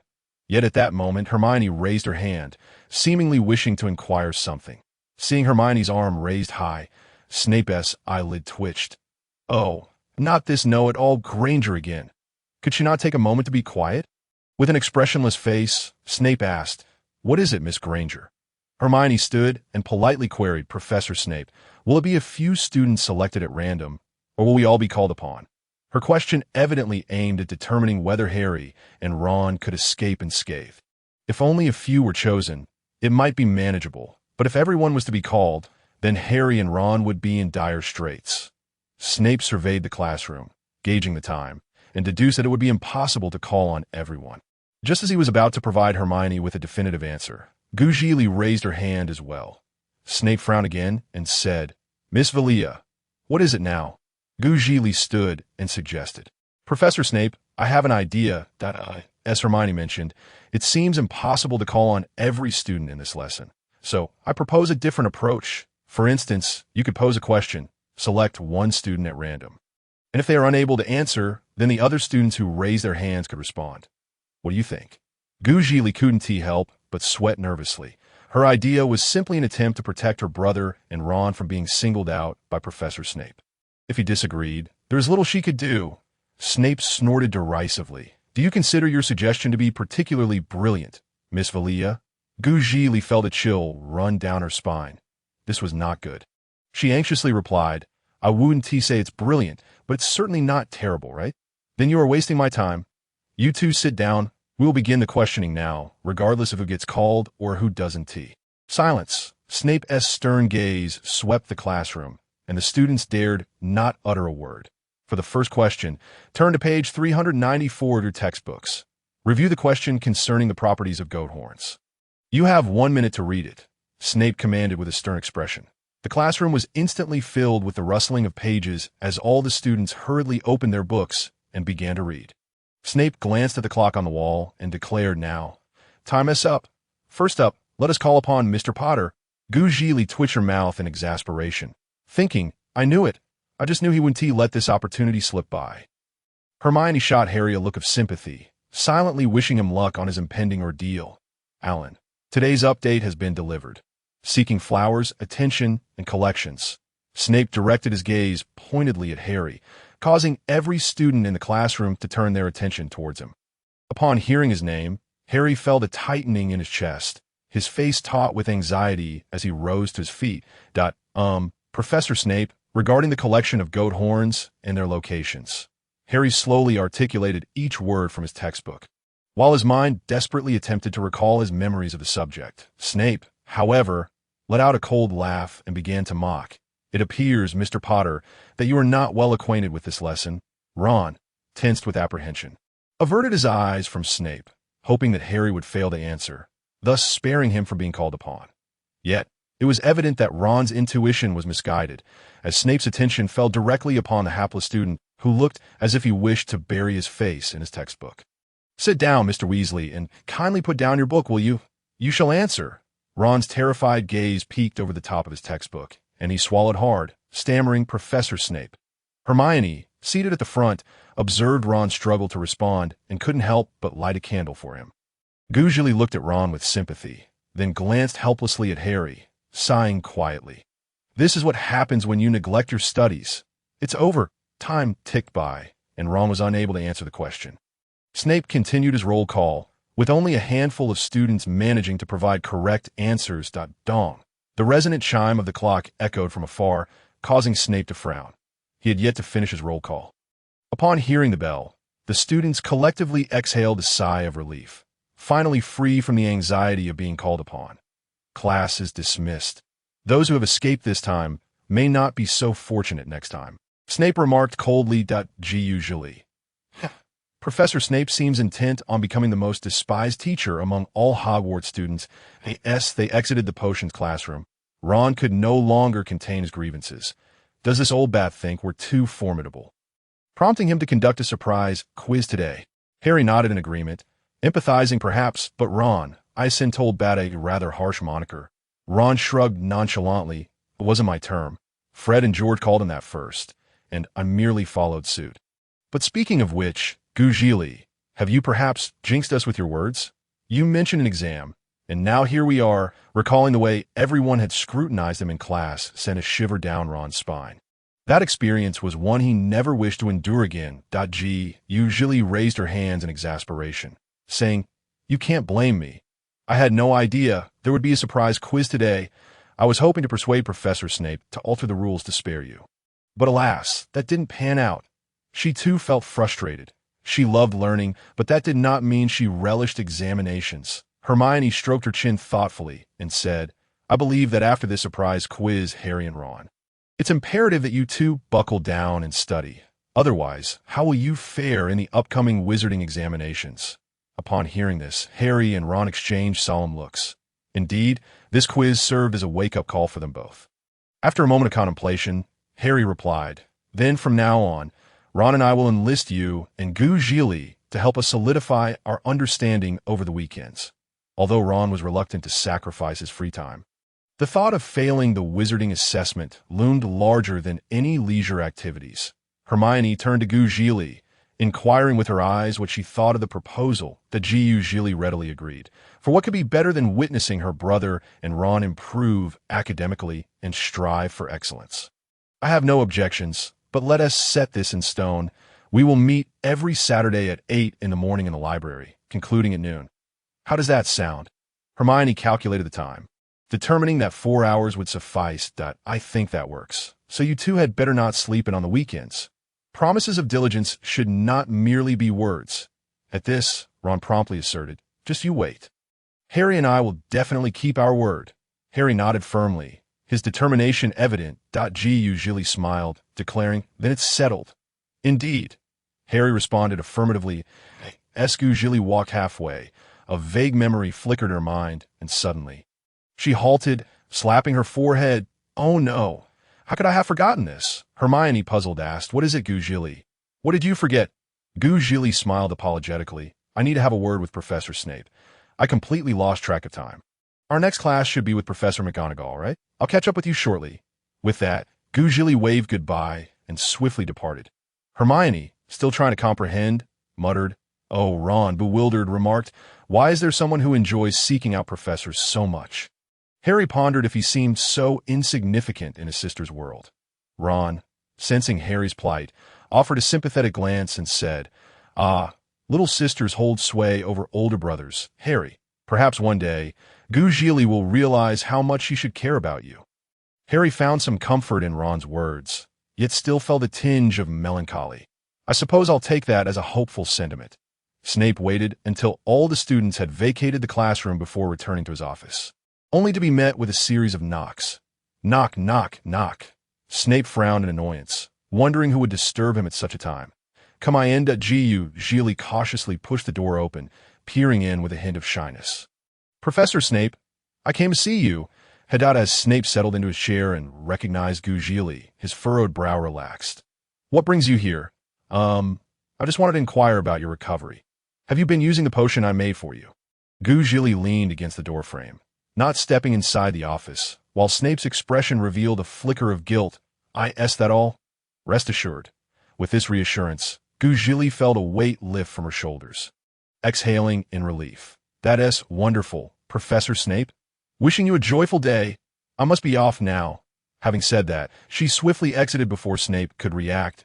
It took Snape a moment to regain his composure. He retrieved the potion from his drawer, but he still had not used it, having initially intended for the wound to heal naturally. However, given his earlier response, he resolved to avoid Zhili for the time being.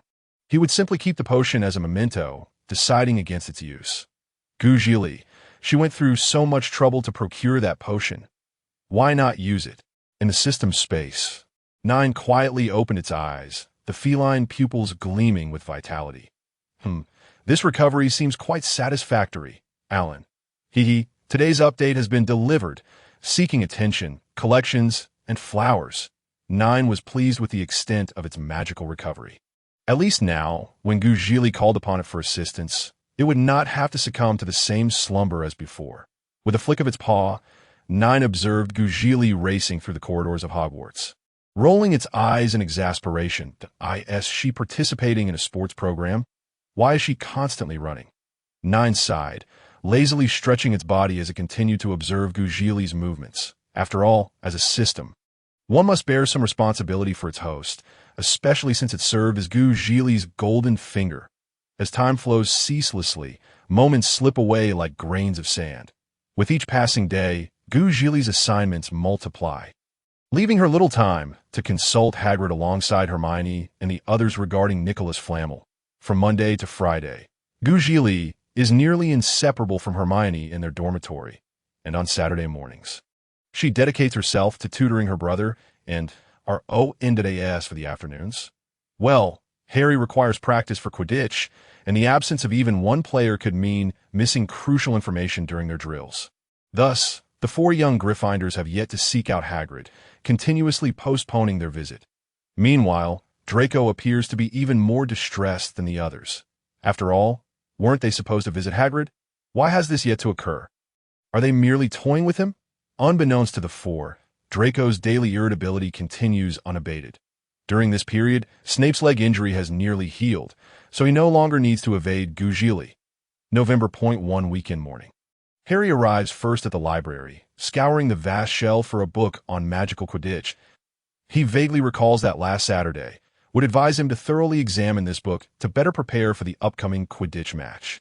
Hermione had previously borrowed it with the intention of showing it to him, but he inadvertently left it on the library's shelf.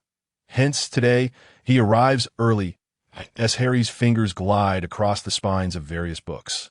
He finally locates the coveted volume on the 3rd shelf and feels a surge of delight. Snatching the book from the shelf, he promptly opens it, intending to read a bit in the library until Hermione and the others arrive to begin their tutoring session. "Oh, my apologies," Harry exclaims, having inadvertently collided with someone he would prefer not to encounter. Snape. The expression on Snape's face is decidedly unfriendly, bordering on severe. "Mr. Potter, it is you again." Hearing Snape's voice sends a shiver down Harry's spine. Yet he steels himself against the rising panic and greets Snape. "Good morning, Professor Snape." Snape inspects Harry from head to toe, his gaze landing on the book in Harry's hands. With a disdainful huff, he states, "I believe, Mr. Potter, that you ought to devote more time to your textbooks rather than waste it on such trivial literature." Harry wishes to explain that he is reading this book to understand Quidditch. But before he can, Snape delivers a thunderous command. Hand over that book. It is confiscated. But I still need this book, Professor Snape. Harry protests, feeling somewhat resistant. Snape casts a cold glance, saying, then come to my office tomorrow morning after class to retrieve it. With that, Snape turns to leave, but suddenly grimaces in pain. Glancing at his leg and shifting slightly, he examines the magical Quidditch book in his possession, then looks back at his injured foot, ultimately limping away from the library. This scene does not escape Harry's notice at all. Today I have a checkup in Hangzhou and need to have blood drawn. I'll update you all early. Wish me a smooth checkup. Today's update has been delivered that I request your support, flowers, and collections. Harry watches Snape depart, puzzled. Has Professor Snape not fully recovered from his injury? Or could it be that he ventured to the 4th floor to confront the three-headed dog again? This thought sends a jolt through Harry. He must discuss this with Vilia and the others. In a hurry, Harry plans to leave the library but encounters the tutoring trio at the entrance. Armed with quills, parchment, and textbooks, Zhili notices her brother's anxious demeanor and quickly inquires, Brother, what's wrong? You seem rather distressed. Upon seeing them, Harry replies, It's a long story. Let us go inside and talk. I can't explain everything at once. Hermione and Ron exchange glances and nod in agreement. Seated at a rectangular table, Harry decides to omit unnecessary details, stating, Hermione, this magical Quidditch book was confiscated by Professor Snape just moments ago. Snape, why would that old bat take your book? Ron asks, bewildered by Snape's reasoning. Harry, feeling resigned, elaborates, he believes I should focus more on my textbooks rather than on magical Quidditch. Hermione gives Harry a sympathetic glance. Recalling that he was the first to be called during the last pop quiz. Truly unfortunate. Zhili furrows her brow, sensing the situation is more complex than it seems. Ron, hold on. Let him continue. She urges, with a sigh akin to that of a weary father. Harry continues, so, my book was confiscated, and I wanted to ask for it back, but I didn't dare to approach him, merely watching as Professor Snape departed. I also noticed that his leg injury seems to still be bothering him. I can't tell if it hasn't healed or if he made another trip to the 4th floor. His conjecture plunges the other three into deep contemplation. Hermione bites her lip, realizing the matter might be more troublesome than anticipated. Zhili's expression grows grave and silent, based on her brother's words. Was Snape deceiving her all along? Regardless of whether he truly visited the 4th floor, any fresh wound should exhibit clear signs of bleeding. Thus, it is nearly certain that Snape has been lying to her. Ron, however, is not as deep in thought. He simply wonders why Harry did not act when Snape took the book. With his peculiar thought process, Ron asks, Harry, can you tell me why you didn't dare to move? I think you wouldn't be so timid. Harry, feeling exasperated, rubs his forehead. Why does Ron always focus on such odd aspects? Nevertheless, he answers, I accidentally bumped into him, and I felt a bit intimidated. So, I didn't move. Though Zhili is already convinced that Snape has deceived them, she still inquires, Brother, did you notice any scent of blood on Professor Snape? Generally, fresh wounds carry a strong metallic odor. Harry reflects for a moment and shakes his head, denying, No, I didn't catch any such scent. Then by your reasoning, it's not a new wound. Hermione raises an eyebrow. So, it must be that his previous injury hasn't healed. Zhili, upon hearing Hermione's conclusion, feels a sinking sensation in her heart. That must be it. Sighing, though they have deduced that Snape did not go to the 4th floor, Harry still appears troubled. Brother, what's wrong? Zhili asks. Harry, looking distressed, replies, My book. Professor Snape instructed me to collect it from his office tomorrow. At this revelation, the trio gazes at Harry with pity and sympathy. Having to approach Professor Snape for the book is truly a daunting task. Seeing their synchronized expressions of sympathy, Harry, too, feels a twinge of self-pity. Why did he let Professor Snape confiscate his magical Quidditch book? Now he must retrieve it himself, which seems an insurmountable challenge. Zhili feels compelled to visit Professor Snape's office, once more to question him about why he did not use her potions. But what excuse should she offer? Suddenly, Harry has an idea and looks at Zhili, his gaze lighting up with excitement akin to a wolf spotting a lost lamb. He suppresses his exhilaration and tentatively asks, Vilya, may I ask you something? Zhili responds, "Brother, just say what you need to. Don't be so polite. It makes me wonder if you've been swapped." Harry swallows hard and states, "Sister, I would like to ask you to help me retrieve that book from Professor Snape." "If possible." Zhili pauses, a glimmer of excitement shining in her eyes. Of course. That's a splendid reason. All right, leave this small matter to me. I won't let this opportunity slip away. Although Professor Snape hasn't sought her out in recent days, and she has no pressing questions regarding potions. Her brother's predicament provides the perfect excuse to visit him. Hermione observed Zhili's slightly agitated expression, and a thought inadvertently crossed her mind. Could it be that Vilya harbors an inexplicable fondness for Professor Snape's office? Why else would she frequently be seen making her way there? Ron, bored, idly flipped through his potions textbook and remarked, "When do you plan to start tutoring me for this course?" His words effectively jolted Zhili back from a reverie. "Oh, let's begin right now," she exclaimed as for retrieving that book. "Don't worry, I'll go fetch it for you this afternoon." Zhili assured him with an earnest expression. Harry felt grateful for his sister's willingness to venture into the lion's den on his behalf. While Zhili appreciated her brother for presenting her with this splendid opportunity, truly a delightful misunderstanding. At the stroke of noon, the clock chimed, and the four of them simultaneously stretched, unable to suppress a yawn. Harry remarked, "This studying is exhausting." Ron nodded in agreement, adding, "Indeed, it feels as though my brain cells are being drained dry." Hermione, however, found it rather manageable, casually stating, "I think it's not too bad. I can help both of you while also addressing my own gaps in knowledge. It's hardly tiring." Zhili, being the best at potions among them, merely smiled and said, "Hermione, how can you even compare yourself to them?" Ron, interpreting Zhili's comment as support for himself, chimed in, "Exactly. How can you, a weirdo, even be compared to us normal folks?"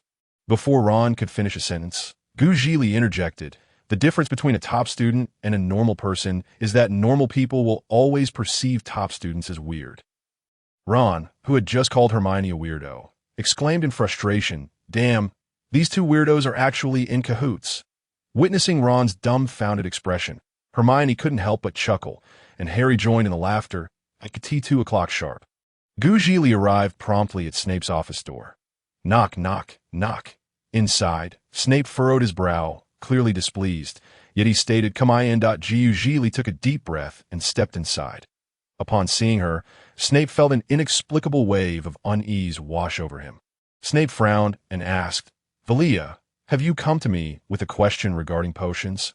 Zhili lowered her gaze, adopting a demeanor of utmost formality and respect, and replied, "Professor, I have two matters to discuss with you. Firstly, I would like to reclaim the extraordinary Quidditch book you confiscated this morning. Secondly, I would like to inquire why you deceived me." As soon as Zhili spoke, Snape sensed trouble. Indeed, upon hearing the question, "Why did you deceive me?" his heart seemed to stop for 3 seconds. He opened his mouth, but dared not meet Zhili's gaze. After a moment's contemplation, he maintained his cold demeanor and said, "Firstly, I distinctly recall instructing your brother to retrieve that book himself. Correct? Secondly, I don't believe I have deceived you in any way," saying this without a hint of blush or remorse. Zhili pressed her lips together and retorted, "Professor, your foot injury is not healed. Has it? So, isn't that a deception?" Snape found himself at a loss for words. "Vilya, that is not a matter for you to concern yourself with," Zhili stubbornly replied. "Then what should I be concerned about? Should I just follow you blindly in studying potions?" Her words, blunt and heavy, struck a chord with Snape, leaving him feeling a chill in his heart. Did Vilya not wish to learn from him? His paternal instincts felt shattered. Snape, taken aback and tinged with sorrow, responded, "You..." Zhili bit her lip, regretting her words. How could she have spoken to him like that? "I'm so sorry, Professor. That wasn't my intention," she stammered, trying to explain. Snape gazed upon her face, reminiscent of Lily's, and sighed in resignation. "Very well. If you do not wish to continue, you are free to stop coming." Acknowledging her fault, Zhili stood silently, unwilling to speak or move. Snape closed his eyes, feeling a wave of fatigue wash over him, and said, "You may take this book with you. Consider it a compensation for the time I have compelled you to study under me. I cannot think of anything else to offer you." His words. Zhili felt a pang of anxiety and exclaimed, "Professor, I do not wish to stop learning. I'm just a bit upset. Snape hesitated, caught between his emotions, and the two fell into a profound silence. After a while, Zhili lowered her head and sincerely apologized. I'm sorry, Professor. I overstepped my bounds earlier. I truly enjoy potions. Snape slowly opened his eyes and looked at the conflicted Zhili. So, you mean to say you still wish to study with me? He inquired. Zhili nodded affirmatively and replied, Yes, that I merely wish for your foot injury to heal swiftly, not with any ulterior motive in mind. Upon expressing her thoughts, Zhili hesitated to speak further, fearing that one misstep might lead her to utter an inappropriate remark. Hearing this, Snape felt a warmth in his heart. His previously wounded spirit suddenly revived. Very well then, let it be as you wish. I shall consume this potion now, and you may observe my actions. Ultimately, Snape conceded, for he realized that if his foot injury lingered, it would not only hinder his own mobility, but would also cause Vilya to remain concerned about it. Zhili's eyes widened in surprise as she exclaimed, Really? Snape retrieved the vial from his drawer, slowly uncapped it, took a few sips, and remarked, More genuine than gold. You see it for yourself. Observing Snape drink the potion, Zhili felt a great weight lift from her heart, her face brightening with joy. She stepped closer and said, You truly are wonderful, Professor Snape. Snape raised an eyebrow, questioning him. Severus Snape is deemed wonderful. A flicker of bitterness and solitude crossed his eyes as he replied, Very well, take this book with you. Next time, it shall not be so simple. Zhili accepted the enchanted Quidditch book, her face radiant with delight as she said, Got it. Thank you, Professor Snape. Alin, today's update has been delivered. Please shower with flowers, save, and follow. Zhili glanced at the magical Quidditch book in her hands, recalling a prior incident. After a moment's contemplation, she inquired, Professor, may I ask you a question? The pain in her foot seemed to have lessened somewhat, and Snape replied, What is your question? Speak. Zhili remembered that the Quidditch match was only days away, and said, I wish to learn something else. Could you teach me a different skill? Snape raised an eyebrow, pondering for a moment, furrowing his brow as he responded, What do you wish to learn? Apart from potions, I have little else to teach. Snape did not believe Zhili would want to delve into dark magic, as its dangers were considerable, especially for a first-year student. Zhili's answer, however, was clearly unexpected for him. She asserted earnestly, I wish to learn dark magic, or perhaps the mind-cloaking spell. Seeing her seriousness, Snape's expression grew grave as he inquired, What brings you to such a notion? Why do you wish to learn dark magic? Vilya, you must provide me with a reason. Zhili pursed her lips, her eyes shining with determination, causing Snape's heart to quiver. She declared, I want to grow stronger. Strength is not merely for my own sake. It is crucial for helping my brother and, ideally, for preventing the departure of every kind-hearted individual. Snape cautioned, But you are but a first year. Your abilities are insufficient at present. Zhili's heart leapt in joy as she exclaimed, So, does that mean you are willing to teach me, Professor? Snape was momentarily at a loss for words. He had not explicitly agreed, yet he solemnly explained, Vilya, you must understand that learning dark magic poses great risks to oneself, much like that individual. You know whom I speak of, that I can endeavor to teach you other subjects, but dark magic. He did not wish for this child, who cared for him, to suffer from the repercussions of dark magic. Zhili frowned, displaying a hint of stubbornness as she replied, But, Professor, if I do not learn dark magic, can I not study other offensive spells? Noting her concession regarding dark magic, Snape breathed a sigh of relief and said, Then naturally, I can teach you. However, it will reduce your time for rest. Are you willing to accept that? Zhili nodded eagerly, stating, Of course I am. If I wish to grow stronger, then I have already made my decision. Unable to resist her enthusiasm, Snape conceded, Based on your current capabilities, I can only teach you some fundamental offensive spells for now. The more complex ones will have to wait until your skills are sufficiently developed. Zhili smiled and said, No problem. Professor, I shall take my leave now. I will come to learn whenever I have the time. Farewell. With that, she waved goodbye to Snape as she walked away. Upon exiting Snape's office, Zhili exhaled deeply, glancing at the book in her hands, feeling a sense of satisfaction. Not only had she acquired her brother's magical Quidditch book, but she had also persuaded the professor to drink the potion and, more importantly, secured his promise to teach her other subjects. Today had indeed been fruitful. However, regarding dark magic, if the professor was reluctant to teach her now, could she not continue to persuade him until he relented? Back in his office, Snape sneezed, wondering who might be cursing him. Was it that wretched Potter? Alin. Today's update has been delivered. Please shower with flowers. Save, and followed Zhili joyfully returned to Gryffindor Tower, her demeanor towards the fat lady's portrait markedly more amiable. The fat lady, with her regal and aloof air, inquired, "Password?" Zhili, disregarding the portrait's attitude, cheerfully responded, "Dragon scale." The fat lady wobbled and opened the door, only realizing after Zhili had entered that this was not the same little rascal from before. What had changed? Why was she so amiable today? The fat lady began to question her own existence. In the common room, Harry glanced anxiously at the door every few minutes, deeply worried, akin to a concerned father waiting for his daughter to return home. La la la, Zhili bounced in, humming a cheerful tune. Upon seeing her, Harry stood up and approached her, saying, "Vilya, about your..." Zhili, fully aware of what Harry intended to say, handed him the book, exclaiming, "Brother, here, did I not say I would deliver?" Harry was overjoyed, taking the magical Quidditch book, his eyes sparkling with excitement as he said, "Thank you, Vilya. This is wonderful. I thought I would never get it back." Zhili playfully remarked, "Oh, should we even be saying thank you to one another? Brother, Vilia Potter, am worth two." Her mood was evidently much brighter than in the morning, and her dramatic flair returned. Hermione, observing the interaction between the siblings, couldn't help but feel that having a brother or sister might not be so bad after all. Zhili strolled over to the sofa and sat down. Hermione then asked, "It seems, Vilya, you are in quite high spirits. Did something happen?" Zhili decided it was best not to disclose the full truth, as it would be difficult to explain. Instead, she resolved to alter Hermione's and the others' preconceived notions about Professor Snape. Thus, she replied, half-truthfully, "I heard Professor say he is willing to teach me more knowledge, which is why I'm a bit excited." Hermione, upon hearing this, felt a tinge of envy. It was akin to securing a private tutor for herself. Vilya was truly fortunate. Ron exclaimed, "I can't fathom it.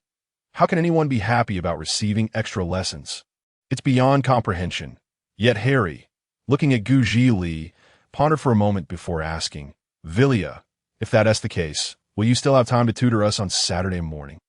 Even if she had the time and was willing to learn more, with so many courses, it seemed Vilya would have little leisure time. Zhili waved her hand dismissively, saying, "No worries, no worries. I will definitely be there for Saturday morning tutoring, dear brother." As she spoke, Zhili cast a mischievous glance at Ron, saying, "Ron, are you perhaps hoping that if I run out of time, you want to have to attend tutoring?" Ron awkwardly scratched his head and replied, "Well, that thought did cross my mind, but just halfway." Zhili raised an eyebrow, questioning how one could only think halfway. All right. Enough of that. By the way, Vilya, when do you think we should visit Hagrid? It's been quite a while, hasn't it?" Hermione reflected, realizing that the events of the past few days had caused them to forget about visiting Hagrid. Zhili rested her chin on her hand, contemplating the somewhat blurred storyline in her mind. Lynn. This chapter is dedicated to the 8th member of this book, Beautiful Time 4362. Thank you for your support. I adore you. I kindly request flowers, attention, and collections. Based on the timeline, the Quidditch match should be approaching soon, which means that Kiro's actions towards her brother are also imminent. Regarding Hagrid, Zhili contemplated for a moment and ultimately decided it would be wiser to wait until after the Quidditch match to seek him out. After all, attempting to converse with Hagrid now would likely yield little information, especially with the match drawing near and both teachers and students at Hogwarts preoccupied with preparations. Let us wait until the match concludes before visiting him. I believe Hagrid is likely busy with Quidditch matters as well. Don't you think? Hermione nodded in agreement, acknowledging the reasonableness of the statement, and remarked, "Vilya is right. Well then, just remember to call me when the time comes. If you don't, I might forget." Ron quipped humorously about his own memory. Harry chuckled and assured him, "Rest assured, I will definitely remember to call you, Ron. Ron, with a hint of pride, lifted his chin and replied, humph.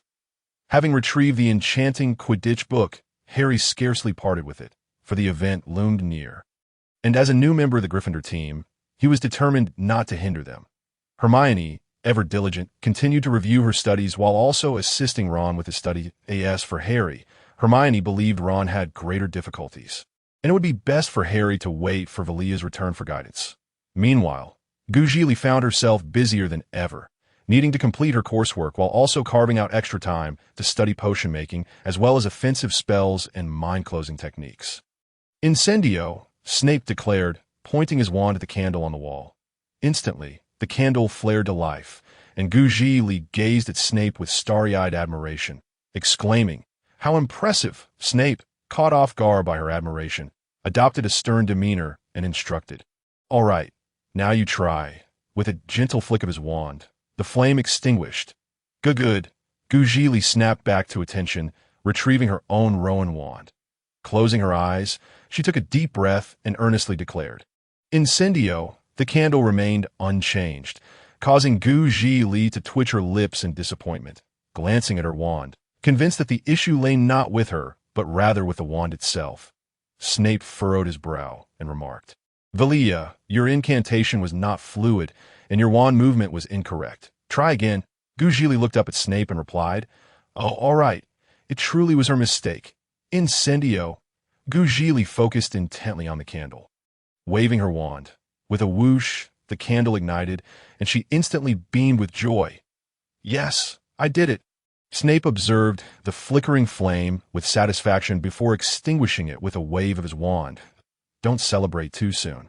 Vilya, that Zhili quickly composed herself and replied, "Understood, Professor." Snape approached the desk and retrieved roughly 7 or 8 candles from a drawer, placing them methodically on the tabletop. "That I will demonstrate once more, and then you may attempt it again." Before Zhili could respond, Snape positioned himself 3 to 4 meters away from the desk, his gaze sharp as he commanded, "Incendio."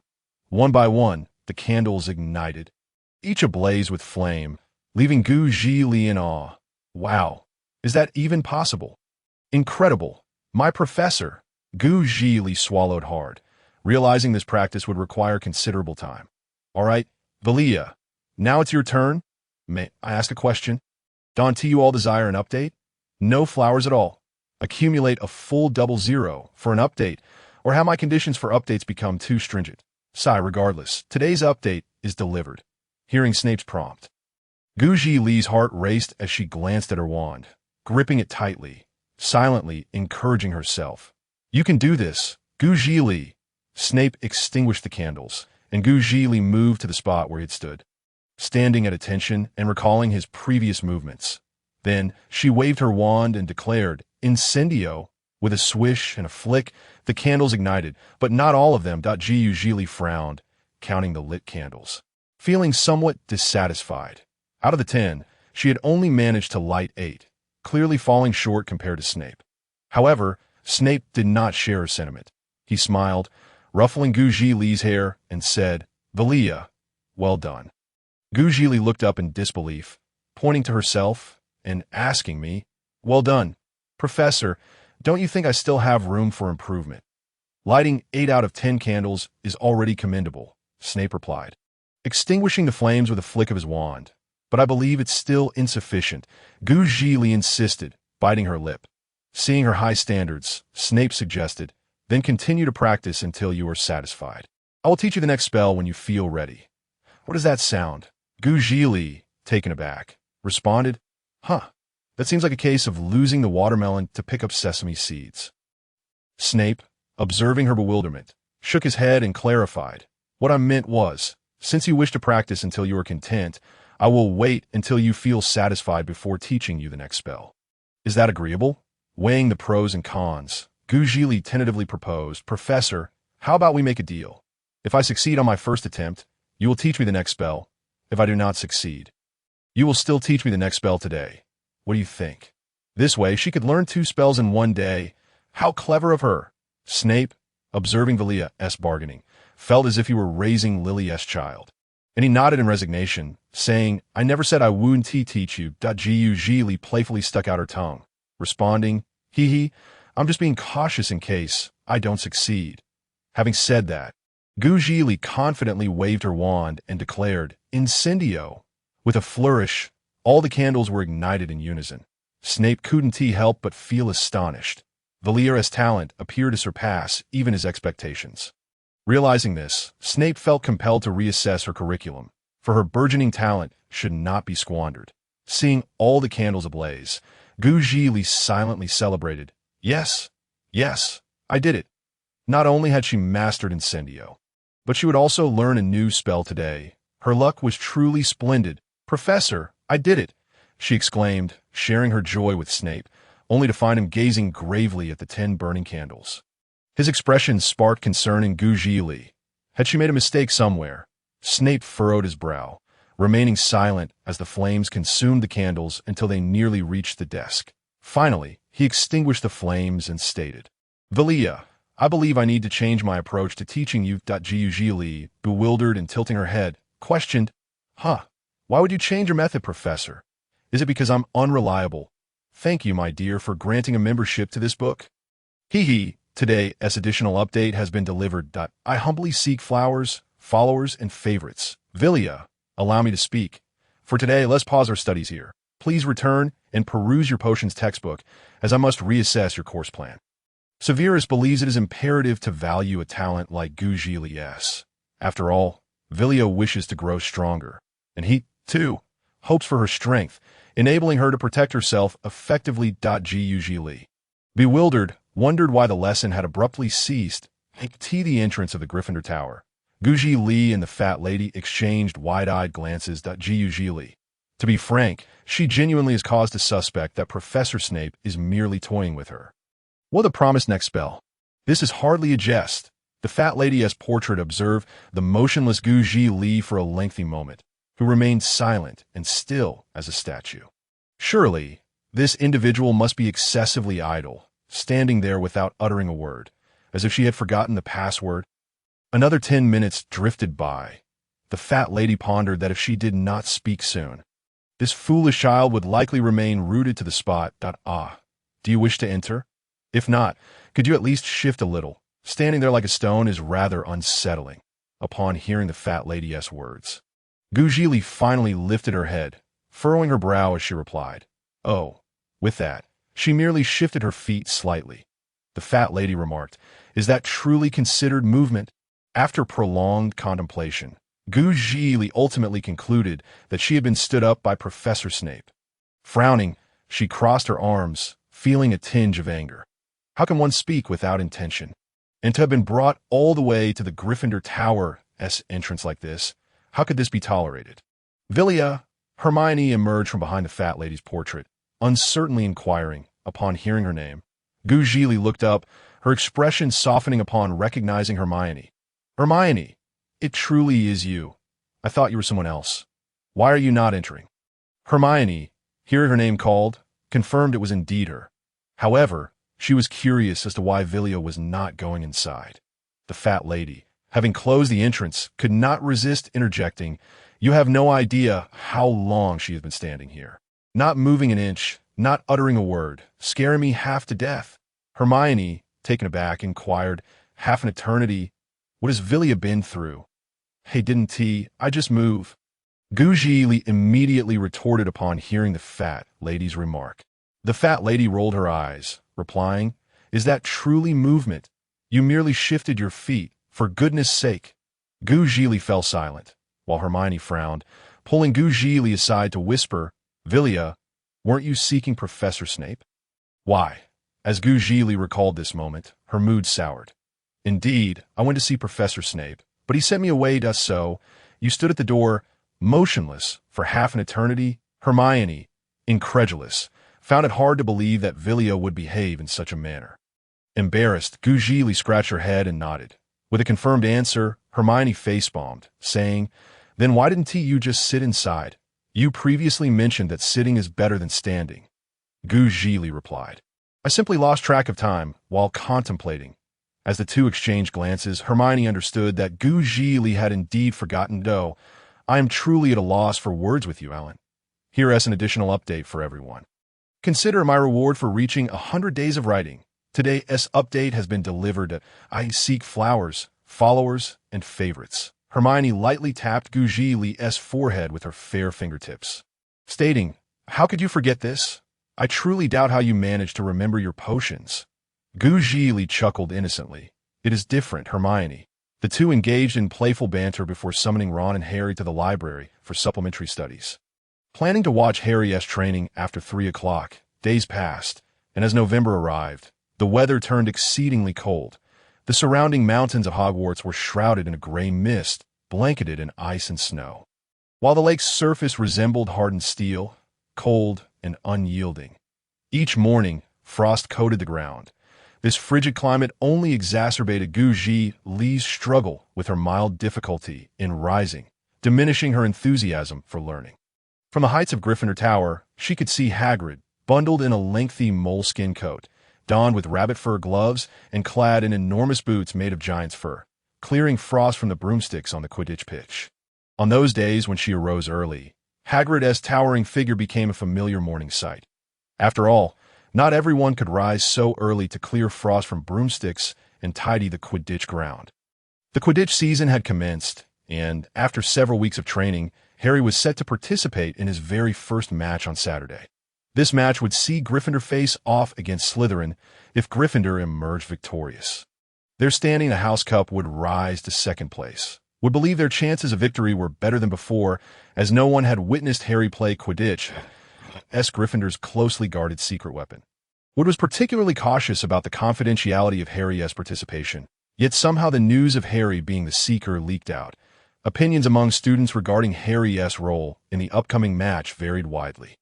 Some assured Harry he would perform splendidly, bringing glory to Gryffindor. Others joked about whether he would need a mattress held aloft beneath him during the match to prevent falls. Still, some hoped Harry would not end up in tears from a loss. Harry, the subject of such comments, found it difficult to discern which was more disheartening. Yet most classmates seemed convinced he would fail. The rampant gossip at Hogwarts had indeed become a source of headache for Harry in recent days. Zhili learned of her brother being besieged by various opinions only the following day. This incited a sense of unjustified anger within her. Indeed, no matter where one is, there are always those who cannot stand to see others thrive. Seated in the library, Harry felt agitated, resting his head on the long table, lacking focus for his studies. Although it was not a weekend, Professor McGonagall had decided to grant a day or two off to allow everyone to relax before the Quidditch season commenced. Thus, it was why Harry and his friends found themselves in the library for supplementary studies. "Alas, this cannot continue," Hermione remarked, observing Harry's gloomy demeanor with concern. Ron shared her sentiment, but could not devise a solution. Feeling frustrated, "If only I could think of something to assist Harry." The pair turned their hopes toward Zhili, who was deep in thought, contemplating how to shield her brother from the negative influence of these remarks before the match. Upon regaining her focus, she noticed 2 pairs of expectant eyes fixed upon her, startling her. "You nearly gave me a fright. Vilya, what shall we do?" Hermione inquired. Zhili glanced at her brother, pursed her lips, and said, "Please wait a moment." With that, she dashed out of the library, leaving Ron and Hermione exchanging bewildered looks. "Alan. Today's update has been delivered. I seek flowers, favorites, and followers." Having left the library, Zhili made a beeline for the dining hall, wondering why she needed to go there. Certainly, one must procure some treats to placate one's brother. Within the dining hall, a few scattered Hufflepuff and Slytherin students congregated in small clusters, whispering amongst themselves. Upon the entrance of Zhili, they collectively fell silent, or rather, lowered their voices, as if wishing to shield her from overhearing their conversation. This peculiar atmosphere rendered Zhili somewhat uncomfortable. Yet she remained indifferent. She conjured several pieces of chocolate from the long dining table and departed the hall. Only after Zhili had left did the Hufflepuff and Slytherin students revert to their previous demeanor. A male Hufflepuff, exhaling with relief, remarked, "That was close. We nearly let Harry's sister overhear us." The female Hufflepuff, sitting opposite him, rolled her eyes, retorting, "If you're so afraid, why mention Harry at all? Such a redundant statement." The male student hesitated, but after a brief pause, countered, "Aren't you concerned that Harry might really struggle in this Quidditch match?" The girl, upon hearing this, appeared slightly vexed and replied, "What does that have to do with you? I merely think of Harry as a freshman. It's not as if I claimed he would surely fail." As the two Hufflepuff students bickered, the Slytherin students held a more confident stance, firmly believing their house would triumph. After all, how could a newcomer like Harry Potter possibly best their captain, especially considering the captain's proven prowess? Meanwhile, Zhili, concealed just outside, wore a troubled expression. Hearing about this matter was vastly different from experiencing it firsthand. She felt as though her heart had been tightly clenched. Was her brother enduring such disparaging remarks all this time? It was no wonder he looked so distressed when she saw him earlier. The thought of Harry, slumped over a library table in a state of dejection, filled Zhili with a sense of guilt. Since arriving at Hogwarts, her attention toward her brother had waned significantly, to the point where she had only now recognized the weight of his burdens. With heavy steps, Zhili made her way back to the library, reflecting carefully on her actions over the past few days. She had worked to cultivate a good rapport with Myrtle to ensure future assistance, and had followed Professor Snape's lessons with the aim of aiding her brother.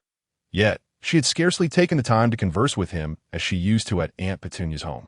With a sigh, she lamented, "Alas, I truly am an unworthy sister. Vilya, you're back. What were you up to just now?" Hermione, ever observant, immediately spotted Zhili as she entered the library. Zhili smiled faintly, settling beside Hermione as she replied, "Oh, nothing much. Just fetch a snack." "Snack? Vilya, what delectable treats did you bring?" Ron's interest peaked at the mention of food, his enthusiasm markedly heightened. Zhili opened her palm to reveal several pieces of chocolate, saying, "It's nothing fancy, just some chocolate, Ron." Disappointment washed over Ron's face. "Just this? But it's better than nothing." He unwrapped a piece and popped it into his mouth, savoring it with gusto. Hermione and Zhili exchanged exasperated glances, silently questioning why Ron never seemed to be satiated. "Could you not look at me like that?" Ron implored, feeling the weight of their gazes. Ignoring Ron, Zhili gently addressed Harry. "Brother, would you like some chocolate?" Harry, with a weary expression and furrowed brow, lifted his gaze towards the source of the voice. "It was Vilya," he thought. Seeing the emptiness in his brother's eyes pierced Zhili's heart like 1,000 needles. In a muffled tone, Harry replied, "Vilya, what's the matter?" "Chocolate. Would you like some, brother?" Zhili offered, her eyes filled with both concern and affection. Harry forced a smile, accepting the chocolate. "Of course. How could I not eat what my sister has given me?" Ron, witnessing the tender exchange between the siblings, felt too bashful to ask Zhili for another piece of chocolate. Hermione, watching Harry's despondent demeanor, noted it was the first time she had seen him so downcast. Harry straightened up, unwrapped the chocolate, and took a bite. The bittersweet flavor lingered, momentarily alleviating the stress he had been under, as he looked up to find 3 pairs of concerned eyes fixed on him. Warmth spread through his heart. What did the opinions of others matter when he had such dear friends by his side? This subtle shift in Harry's demeanor did not escape Zhili, who felt relieved to see a glimmer of the light return to her brother's eyes. She gently reassured him, "Brother, do not concern yourself with what others say. They're merely spouting nonsense." Ron quipped, "Vilya, how true. Sometimes the coarsest truths are delivered in the gentlest tones." Harry chuckled, feeling entirely at ease. Indeed, Vilya is right. They are simply speaking nonsense. Hermione, intrigued by how a mere piece of chocolate seemed to have lifted Harry's spirits, couldn't help but inquire, "Harry, may I ask how it is that one piece of chocolate could change your mood so dramatically?" Harry blinked, glancing at Zhili before murmuring, "I'm not quite sure. But after eating the chocolate, I felt significantly better." Zhili smiled knowingly, choosing to keep their little secret to herself. The library had grown quiet, with only Harry's group remaining. Ron, preparing to rise, was abruptly pulled back down. "What are you doing?" "We ought to leave, Harry," Ron protested, feeling the force of his unexpected dissent. Harry, apologetically glancing at Ron, said, Sorry. Could you wait just a moment longer?" Ron, puzzled, queried, "What's the matter?" Hermione interjected, "There is still something we need to discuss." "What is it? I thought we had finished everything." Ron replied, confused that Zhili shook her head, saying, No, we haven't addressed my brother's participation in Quidditch yet. Ron raised an eyebrow. What's there to discuss? He simply needs to participate, as usual. Doesn't he? Harry remained silent, sensing that his sister had something planned for him.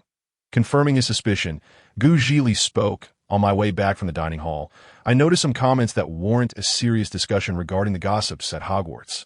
That is not quite how I envisioned it. Harry mused that Zhili believed that the harm caused by rumors often exceeded that of tangible injuries. A careless word could potentially ruin someone. Thus, while returning to the library, she had devised a plan, one she had previously fought for alongside Hermione for the house elves. Vilya, do you really think that's necessary? They're merely speaking offhandedly, Harry remarked, with earnest conviction in her eyes. Zhili replied firmly, Brother, it's different. As the one affected, you must feel quite disheartened, don't you? Being reduced to mere fodder for gossip. Do you think that is acceptable? Harry opened his mouth, yet found himself at a loss for words to counter. Indeed, as Vilya had remarked, he had felt somewhat uncomfortable hearing others discuss him these past few days. Observing Harry's silence, Zhili naturally understood his thoughts. If first-year students engaged in such discussions, then the recent turmoil surrounding the heir of the Chamber of Secrets in the second year would undoubtedly wound her brother's heart deeply. Zhili, however, was resolute in preventing such occurrences. Listening to Zhili, Hermione seemed to grasp the situation and inquired, What do you intend to do, Vilya?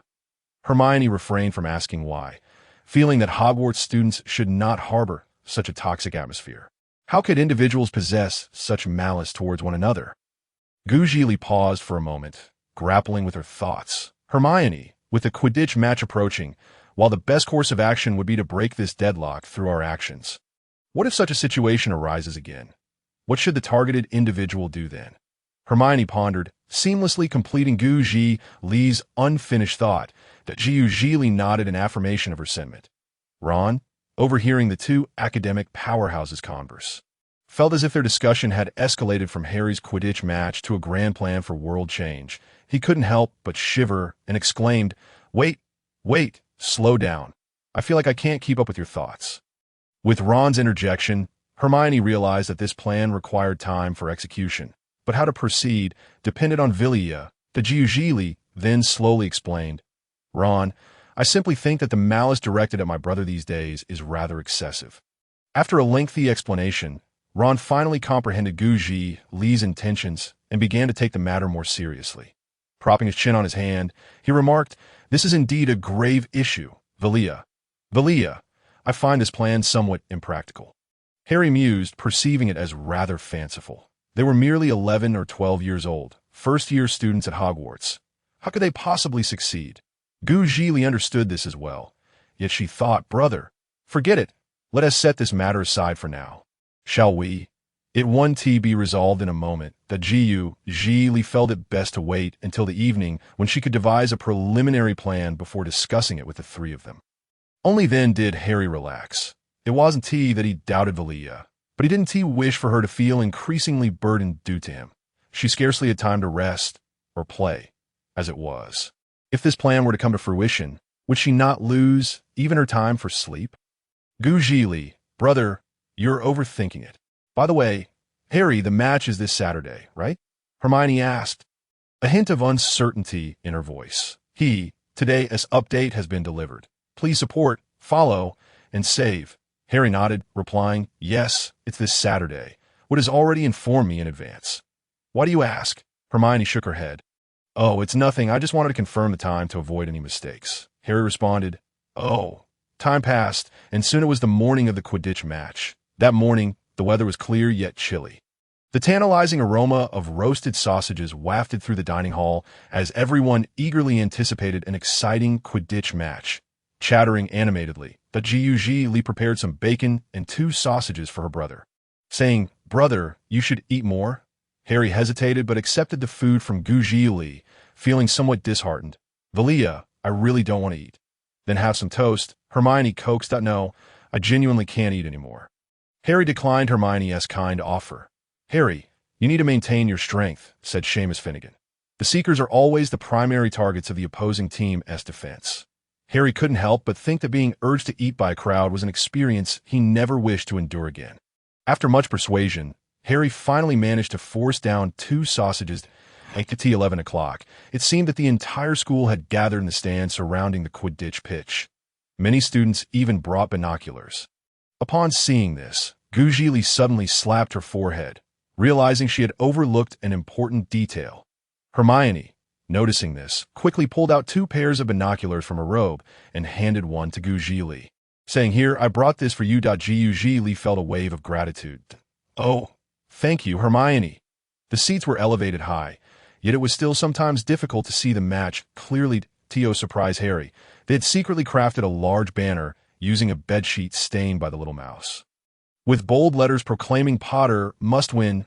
Dean, who had a talent for drawing, painted a Gryffindor lion beneath the words. Hermione then cast a clever charm, making the colors on the banner shimmer with different hues. Meanwhile, in the changing room, Harry and the other players donned their vibrant red Quidditch robes. Wood cleared his throat, calling for silence, and began his pre-match pep talk. "All right, lads," he began, and lasses, chimed in the chaser Angelina Johnson. Ahem, and lasses would concurred. It's time. The Weasley twins were already well-versed in the speech that was about to follow. Seeing the Gryffindor players' spirits high, Wood smiled with satisfaction. "All right, the time has come. Good luck to everyone." Harry followed George and Fred out of the changing room and towards the roaring crowd in the stands. As he gazed at the packed stadium, he swallowed hard, hoping his knees wouldn't buckle. Madame Hooch stood in the center of the field, holding her own broomstick, awaiting the players from both teams. "Listen up, I expect everyone to participate in this match fairly and honestly," she stated as the players gathered around her. Harry noticed that Madame Hooch's words seemed particularly directed at the Slytherin captain, 6th-year student Marcus Flint. Observing Flint, Harry thought he might have some giant blood in him. Out of the corner of his eye, Harry caught sight of the banner fluttering high above the crowd, boldly proclaiming Potter must win. Upon seeing the waving banner, Harry's heart soared with joy, filling him with courage, and his earlier nervousness began to dissipate. "Everyone, mount your brooms."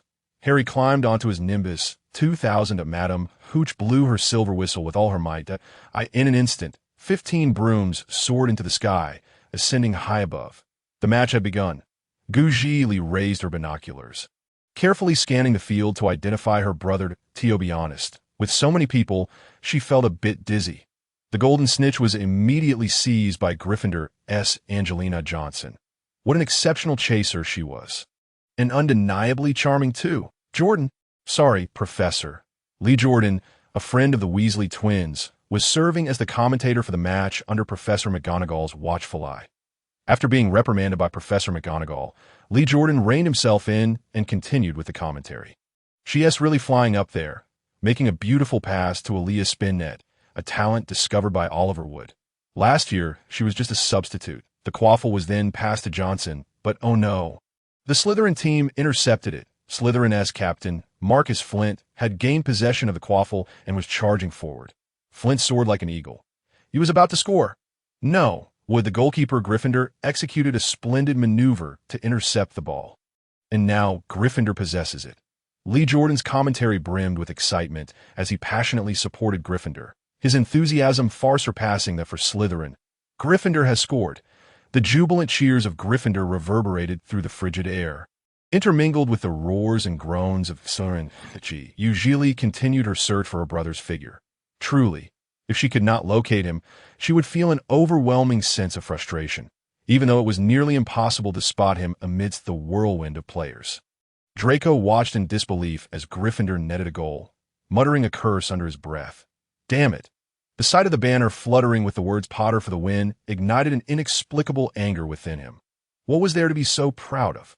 In the Gryffindor stands, Zhili's face lit up as she exclaimed, "Aha! Hermione, I see my brother! Over there! Where? Hermione inquired eagerly. Zhili pointed to a small black in the far right sky, saying, "Over there. Is that my brother?" Ron quickly glanced in that direction and confidently declared, Yes, that person is Harry. We found him." Hermione, holding a pair of binoculars, spotted Harry's figure as well, her heart swelling with joy. "Excuse me. Coming through. Make way." Hagrid's voice boomed as the 3 of them shuffled to create space for him to sit. I was just watching from my little hut, he said, patting the large telescope hanging around his neck. But it's not the same as watching the match amidst the crowd. The snitch has yet to reveal itself. Has it? Ron replied, Indeed, Harry hasn't made any moves either. By the way, Vilya just spotted Harry. Over there, far right. Hagrid, Hermione added, as long as he stays out of trouble. He's lucky, Hagrid remarked, lifting the telescope to peer in the direction Hermione indicated, straining to focus on a small black dot in the sky. Harry. Alan, today's update has been delivered. P.S. I may have rambled a bit. Please don't mind. It's all for the plot's sake. Alan is trying to minimize unnecessary chatter. Please shower me with flowers, follow, and bookmark. High above, Harry glided gracefully in the Quidditch arena, squinting as he searched for the elusive golden snitch. This was part of the game plan he devised with Wood. You hide for now. And wait until you see the snitch. Wood had advised, we don't want you to be attacked early. After Angelina scored, Harry executed a series of flips, expressing his elation. Now, he was back on the hunt for the snitch. Zhili felt a pang of worry as she watched Harry perform his acrobatics, fearing he might plummet from the sky, but she soon sighed in relief upon noticing he was unharmed. Brother, what's he doing flipping around like that? It's terrifying, she muttered. Hermione, observing through the binoculars, echoed her concern. Exactly, Vilya, you must have a serious talk with him after the match. Zhili nodded, her attention primarily focused on Harry in the sky. Yes, I'll give him a proper scolding. Ron found the different concerns of the two girls perplexing. After all, it was merely a flip. Was it really necessary to be so worried? He truly did not understand girls. Hagrid, witnessing Gryffindor's score, exclaimed in excitement. Ha! They scored. The match had passed the halfway mark. Slytherin also scored, yet Harry still had not caught sight of the snitch. He had glimpsed a flash of gold earlier, but it was merely the reflection from one of the Weasley twins' watches. At another moment, a bludger had hurtled towards him like a cannonball, but there was no need for concern. Harry deftly dodged it. With Fred in hot pursuit of the ball, a murmur rippled through the crowd as Harry spotted the snitch. He felt a surge of exhilaration as he dove down, chasing after the golden glimmer. Slytherin's seeker, Terrence Higgs, also noticed it. Both soared side by side towards the snitch, seemingly oblivious to their own responsibilities as they hovered mid-air. Captivated by the chase, Zhili and her companions could not help but feel anxious for their brother. Harry's speed surpassed Higgs's. He could see the tiny golden ball fluttering ahead, its wings flapping as it darted forward. Harry accelerated abruptly. Suddenly, a loud crash echoed as Gryffindor supporters erupted in furious shouts. It was Marcus Flint, who had intentionally collided with Harry, causing Harry's broom to veer off course. Yet he clung tightly to it. Brother!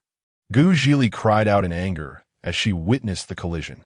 A wave of fury coursing through her, making her tremble. She couldn't help but curse. What an idiot!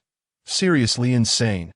Zhili mentally noted Flint's name for future reference. Foul! The Gryffindors shouted loudly. Madam Hooch reprimanded Flint angrily before awarding Gryffindor a free shot at the goal. However, in the ensuing chaos, the golden snitch vanished from everyone's sight once more. In the stands, Dean Thomas shouted, "Send him off the field! Referee! Red card! This isn't football," Ron lamented, yet felt compelled to remind him. In Quidditch, you can't send players off the field, and what's a red card? Hagrid agreed with Dean's sentiment, but it was of no consequence. They ought to revise the rules. Flint had nearly knocked Harry down. Lee Jordan found himself in a quandary, struggling to maintain impartiality. Jordan, Professor McGonagall's voice cut through to Jordan, I'm reminding you, she said sternly. All right, he acquiesced, adjusting his mindset under her watchful gaze as he resumed commentary. Alan, this chapter is dedicated to the 10th member, I Ching Si, for their support of this book. Thank you for unlocking membership. Love you. Today's additional update has been delivered. Please shower me with flowers. Bookmark and follow. The match continued, yet Zhili's attention had shifted to Professors Quirrell and Snape in the opposite stands. She nudged Hermione, saying, Hermione, keep an eye on my brother for me. If anything seems amiss, let me know immediately. What's wrong, Vilya? Hermione questioned, perplexed by her words that Zhili briefly summarized her suspicions. I have a feeling someone is going to pose a threat to my brother, not among the players. But from the stands, Hermione furrowed her brow at this, asking, is this your intuition? Yes, Zhili replied, recalling the original plot vividly. Hermione chose not to argue further. After all, if her previous premonition had come true, then perhaps this time it would as well, solidifying her belief in Vilya's prophetic insights. Zhili. Honestly, it's not necessary. Just as Harry narrowly avoided another bludger that whizzed past his head. He felt that had he not evaded it, his hair might have been lost. I could see that moment. An unexpected event occurred. His broomstick suddenly trembled violently. For a brief moment, Harry feared he would plummet. He gripped the broom handle tightly, squeezing it with his knees. Harry had never felt such fear before.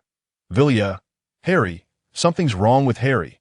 Hermione, who had been intently observing Harry, immediately spoke up upon witnessing the scene. That Zhili's gaze turned icy as she peered through her binoculars at Quirrell. Indeed, it was unmistakable.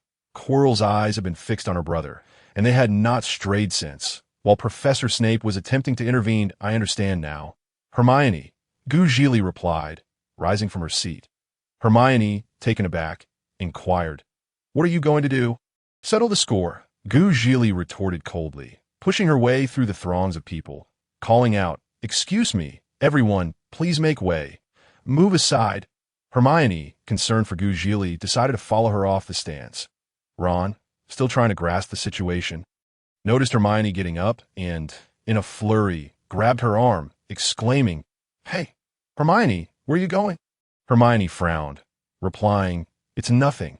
She too was uncertain about what Zhili intended, recalling that she had mentioned needing to settle score, though she had no idea with whom. Ron, holding Hermione back, suggested, "Maybe Zhili just needs to use the restroom? Just sit tight for now." Though Hermione felt uneasy, she remembered Zhili's earlier insistence on keeping a close watch on Harry and reluctantly resumed observing him through the binoculars. However, it was evident that Harry was in dire straits. His firebolt seemed to be desperately trying to unseat its rider. Logically, a Nimbus 2000 would not suddenly decide to throw its owner off. Harry was striving to steer the broom toward the Gryffindor goalposts, feeling that he ought to call for Wood to pause the match. His broom was utterly beyond his control, and he found himself unable to regain command of the Nimbus 2000. The broom swerved erratically through the air, shaking violently, nearly throwing him off. Lee Jordan was commentating, seemingly oblivious to Harry's predicament. The Slytherin team, with Flint seizing the quaffle, maneuvered around Spinnet and darted past Bell, aiming to strike him in the face with a bludger, hoping to break his nose. "Apologies, Professor, just a jest." The chaos continued as Slytherin scored. Amidst the tumult, the broom continued its wild thrashing, rising higher and higher, distancing Harry from the pitch. Hagrid watched Harry with a puzzled expression, muttering, "I truly wonder what Harry intends to do. If I didn't know him so well, I'd think he was incapable of controlling his broom. But that is simply not possible." The group, binoculars in hand, scrutinized the scene as Hermione's heart sank further, echoing Zhili's earlier words. Someone had targeted Harry. Suddenly, the crowd on the stands all pointed upwards at Harry, whose broom began to tumble and twist uncontrollably. In that moment, Harry could barely hold on, desperately trying to stay aloft. The Nimbus 2000 twisted violently again, and Harry was flung off, now hanging precariously with only one hand gripping the broomstick. The sight was utterly harrowing. Zhili had dashed to the bottom of the stands, surveying the chaotic crowd above with a furrowed brow. She quickened her pace, hoping Hermione wouldn't suspect Snape's involvement. I should have spoken to Hermione sooner. Alas, hindsight is always 20/20. But regrettably, as in the original plot, Hermione noticed Snape muttering an incantation, entirely oblivious to Quirrell lurking behind him. After all, compared to the chanting Snape, Quirrell, using a silent spell, was far less conspicuous. Anyone would assume Professor Quirrell was merely engrossed in watching the match, and no one would believe he would cast a spell on a student's broom. Hermione could no longer remain seated and sprang from her place. Before Ron could utter a word, she had vanished. "Oh, soon. Are you going to wait for me?" he thought, resigned to continue watching Harry. Hermione moved swiftly, reaching the ground level in no time. She quickly identified Snape's location among the stands and dashed towards him. Zhili had concealed herself beneath several teacher seats, but was keenly aware of approaching footsteps. "Who is it?"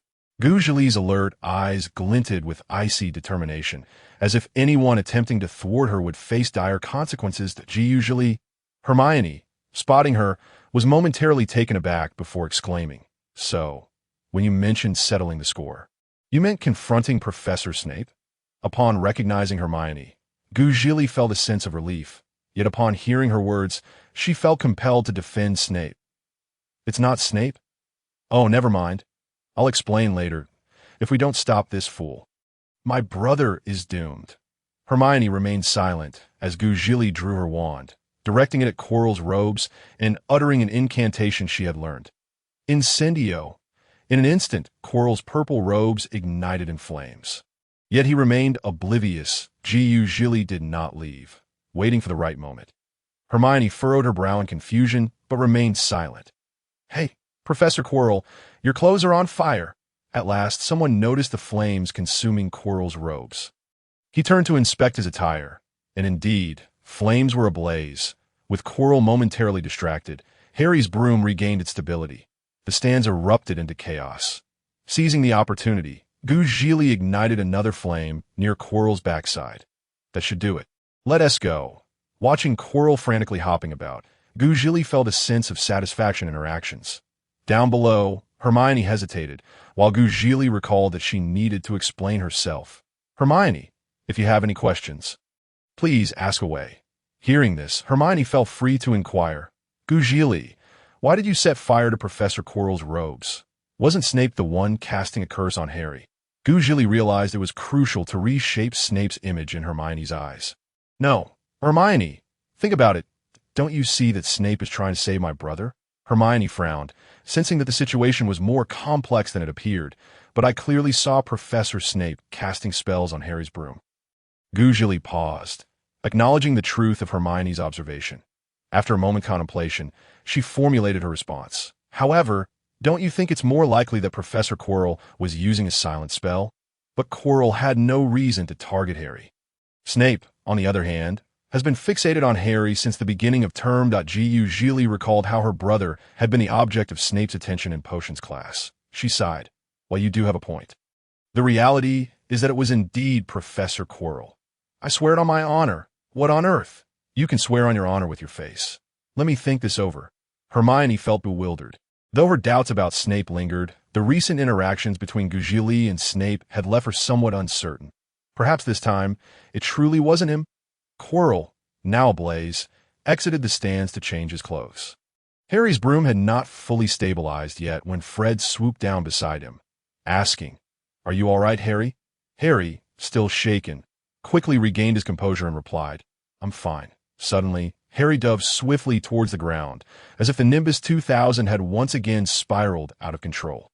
Not yet returned to the stands, Zhili peered through her binoculars at the unfolding scene, her pupils dilating in surprise. What on earth was happening?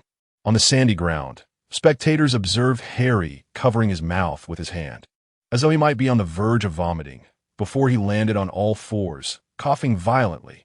Moments later, a golden object fell into his palm. "I've caught the golden snitch," Harry exclaimed loudly, raising the small spherical object triumphantly above his head, signaling the chaotic conclusion of the match.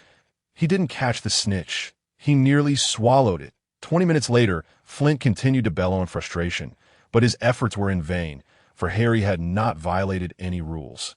While Lee Jordan jubilantly announced the match result, Gryffindor had triumphed with a score of 170-60. However, Harry was oblivious to this, as he was presently enjoying a strong cup of tea in Hagrid's hut, accompanied by Ron, Hermione, and Zhili. Nonsense. Hagrid was completely unaware of the incident that had transpired in the stands. Why would Snape do such a thing? Encouraged by Zhili, Hermione chose to refrain from engaging in the topic. Ron, however, was not so reserved. "Hermione, you saw him cast a jinx on Harry's broom, didn't you?" "Right, Hermione?" Hermione awkwardly scratched her face with a finger, explaining, "Well, it's not entirely certain." Ron gazed at Hermione in disbelief. "But you said you saw it." Hermione averted her gaze and remained silent. Harry resolved to speak candidly. "I discovered something." He went to the 4th floor, intending to get past that three-headed D. Zhili felt a sense of foreboding. "Wait, I remember now. You two mentioned you had been to the 4th floor. Did you see Fluffy? Hagrid's expression shifted to one of realization. Upon hearing this, Zhili sensed something was amiss. Fluffy? Isn't that the name of the three-headed dog? How did it become Fluffy? Had the narrative altered? Fluffy has become Fluffy. Has the plot changed? Guess the reason. Today's update has been delivered. Please show your support with flowers, bookmarks, follows, and tips. The name Fluffy flickered in Zhili's mind. Evoking a vague recollection, she furrowed her brow, recalling that Hagrid seemed to refer to Fluffy in the movie, as for the original text. It was too vast, and her memory was somewhat muddled. Hagrid, with a serious demeanor, questioned, "You were deceiving me earlier, weren't you?" Hermione lowered her head in embarrassment, while Ron stammered, unsure of how to explain. Harry turned to Zhili, hoping she would resolve the matter, receiving her brother's pleading gaze. Zhili steeled herself to clarify. "Hagrid, we just stumbled in by accident. It wasn't intentional." Hagrid regarded them with suspicion, frowning. How could you accidentally stumble into Fluffy's territory? Clearly, Zhili's explanation held little credibility, with Hagrid confirmation. Zhili felt an inexplicable anxiety regarding her own memory. She bit her lip and cautiously ventured. "Hagrid, I recall you previously said that the three-headed dog is named Fluffy, correct?" Fluffy? Hagrid pondered the name. Seemingly indifferent. "I thought you were referring to someone else. Fluffy is mine." Hagrid's words trailed off as he realized something was amiss. "Why are you asking about this?" Vilya Zhili had not anticipated Hagrid's sudden wariness. "Well, it's just curiosity. Just curiosity." She attempted to deflect. However, this tactic proved ineffective that I cannot divulge that. Hagrid declared resolutely to Zhili conceded that she had underestimated Hagrid. The group refrained from further discussion about Fluffy, yet Zhili remained troubled by the name. Ultimately, was Fluffy the same creature as Fluffy, or were they different animals? This was a pivotal memory, one she regrettably could not recall. Hagrid served 5 cups of strong tea, distributing them one by one to Zhili and the others. After savoring a sip, he remarked, "This tea is quite splendid." As he raised the cup for another taste, he suddenly paused, coughing as he was choked by the rich tea, a few drops staining his lips. As if recalling something, he added, "Oh right, the quills and parchment you 2 young ladies mentioned. I brought them for you, they're right here." Hagrid rose and approached a drawer in a bookcase, retrieving 2 small bags. After examining them closely, he handed one to Zhili and the other to Hermione, saying, "This one is yours, and this one is Hermione's." That Zhili accepted the small bag, glancing inside and expressing her gratitude. "Thank you." Hermione, having received her needed items, politely thanked Hagrid as well. Hagrid waved his hand dismissively, indicating it was no trouble at all. By the way, you mentioned Snape caused Harry's broom to go haywire. What's the story behind that? Hagrid felt he had missed a significant event. Upon hearing this, Hermione looked to Zhili, anticipating her explanation. Naturally, Zhili wished to avoid any misconceptions about Professor Snape, so she clarified, it wasn't Professor Snape. It was Professor Quirrell. Professor Quirrell? Harry was perplexed as to why Professor Quirrell would cast a spell on his broom. It seemed entirely unnecessary. Ron shared this sentiment, believing that Snape was the more likely candidate to sabotage Harry. "Snape, is it my fault?" Hagrid furrowed his brow and inquired, "Why would Professor Quirrell do such a thing?" Of course, Zhili nearly divulged the truth, that it was to eliminate Harry to facilitate Voldemort's plans. Eliminate? Eliminate what? Ron was utterly baffled. Today's update has been delivered.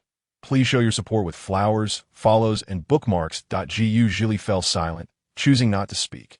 Witnessing the truth so close at hand, Ron grew anxious and urged, "Come on, Vilya, just say it. Eliminate what? What is Professor Quirrell's objective?" Hermione, observing Zhili's reluctance to continue, quickly intervened. "All right, Ron, don't press her. Can't you see Vilya is unwilling to share? Perhaps she has her own reasons for not disclosing it. Thus, don't push her further." Zhili, upon hearing this, moved her lips but remained silent. Indeed, she could not speak. To do so would violate the narrative. The first thing she had been warned about upon arriving in this world was that she could not disrupt the course of the plot. She could assist in its development, but absolutely could not alter it. This was something Zhili understood. Previously, she had erred in having 9 modify Hermione's memory, and now, Uncertain about Fluffy, she could not speak recklessly. Yet Ron continued to seek answers, prompting Harry to interject. All right, Ron, maybe the timing just isn't right yet. Hagrid found these children quite amusing. Despite their youth, they exhibited a maturity beyond their years that I must admit, I'm not entirely following along. Although I don't understand why Professor Quirrell would harm Harry, I suspect there might be some misunderstanding. Hagrid sipped his tea, contemplating that Zhili remained silent, but inwardly contended with Hagrid's assertion. There can be no misunderstanding. Professor Quirrell has already been possessed by Voldemort. After spending an afternoon in Hagrid's cozy abode, Zhili refrained from inquiring about Nico Lamé or the matters concerning Roué Way and Mau Mau. After all, broaching such subjects today would have been rather foolish. Before departing Hagrid's hut, he cheerfully assured her that she could always seek him out for assistance, a gesture that warmed Zhili's heart. For Hagrid was indeed a kind soul. Nevertheless, she felt it imperative to discuss the unfolding narrative with Number 9. Given her decade of experience in the magical realm, coupled with her daily studies and various tasks, it was one thing to remember the storyline, but quite another to retain the important characters and pivotal moments. The thought of inadvertently overlooking something crucial, thereby jeopardizing the stability of this magical world, filled her with dread. Would she not then be deemed a villain? As the night deepened, Hogwarts succumbed to a profound tranquility. Caretaker Filch, accompanied by his feline companion, Mrs. Norris, meticulously patrolled the castle's corridors with a lantern in hand, ensuring no students were wandering about after curfew. In the Gryffindor Tower, within the girls' dormitory, Zhili sat lost in contemplation of the day as events, feeling somewhat weary. Hermione had already succumbed to slumber. Yet sleep eluded Zhili in the system space. Number 9 observed Zhili's restless state and furrowed its brow, eventually posing a question. Host, why are you still awake? Upon hearing Number 9's voice, Zhili was momentarily startled, but soon closed her eyes and began a mental dialogue. I cannot sleep. It feels as though I have disrupted the trajectory of this magical world's narrative. An inexplicable sense of guilt echoed within her, inciting a wave of self-loathing. Number 9, upon hearing her distress, replied, Host, do not overthink it. Based on your previous actions, the plot continues to unfold. You have merely accelerated its pace. This is not a grave concern, but when they ask me questions, I find myself a loss for words. After all, I cannot divulge anything, Zhili lamented, feeling exasperated with herself for her own contradictions, knowing full well that her actions were misguided, yet proceeding nonetheless.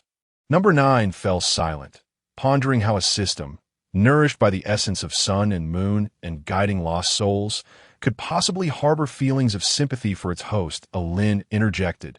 Number 9 may not merely be a system. Perhaps it will evolve into the male lead later on. I am considering arranging a male lead for Xiaoli Li. And for now, Number 9 has been temporarily assigned that role that I might need to revise the outline and the trajectory of the magical world-esque narrative. Dear readers, brace yourselves. If you dislike it, please refrain from criticism. P.S. Today marks Lynn's birthday, so enjoy a free update. There may also be another update on Saturday, as that is Lynn's lunar birthday. The true celebration, and I wish to enjoy it joyfully. So you understand. Love you all. After a prolonged silence, Zhili furrowed her brow in confusion. What is going on? Why has Number 9 stopped responding? Number 9, are you still there? Number 9, seated and observing Zhili, replied, Yes. Relieved to hear Number 9's voice, Zhili sighed in contentment. She pondered for a moment before asking, Number 9, is it possible for you to download the original Harry Potter text? Upon hearing this, Number 9 promptly snapped out of its earlier concern for Zhili, its tone becoming animated. What do you mean by that? With a mischievous smile, Zhili replied, Well, could you arrange for me to have access to the original text as a means of cheating? How can you even suggest such a thing? Number 9 was taken aback, feeling that its host was behaving oddly. How could she ask it to assist her in cheating? Zhili pointedly remarked, I tend to forget things easily, and I'm pleading with you.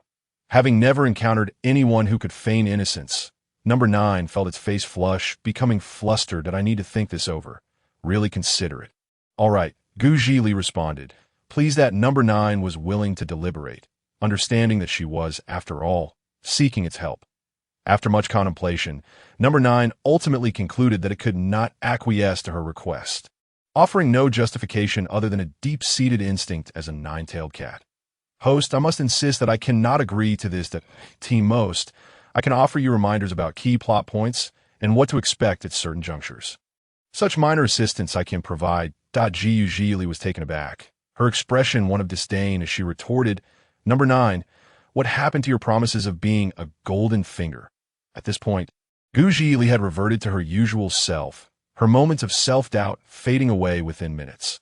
This was a skill she had honed since childhood. One could wallow in despair for a time, but not for a lifetime. Number 9, feeling unjustly chastised, declared, it simply cannot be. You can take it or leave it. Of course I want it. Without it, given my memory, I'd likely forget crucial details before reaching the grand conclusion. Zhili replied, her tone tinged with indignation. Isn't it possible? After their late-night discourse, Zhili felt a sudden lightness of heart.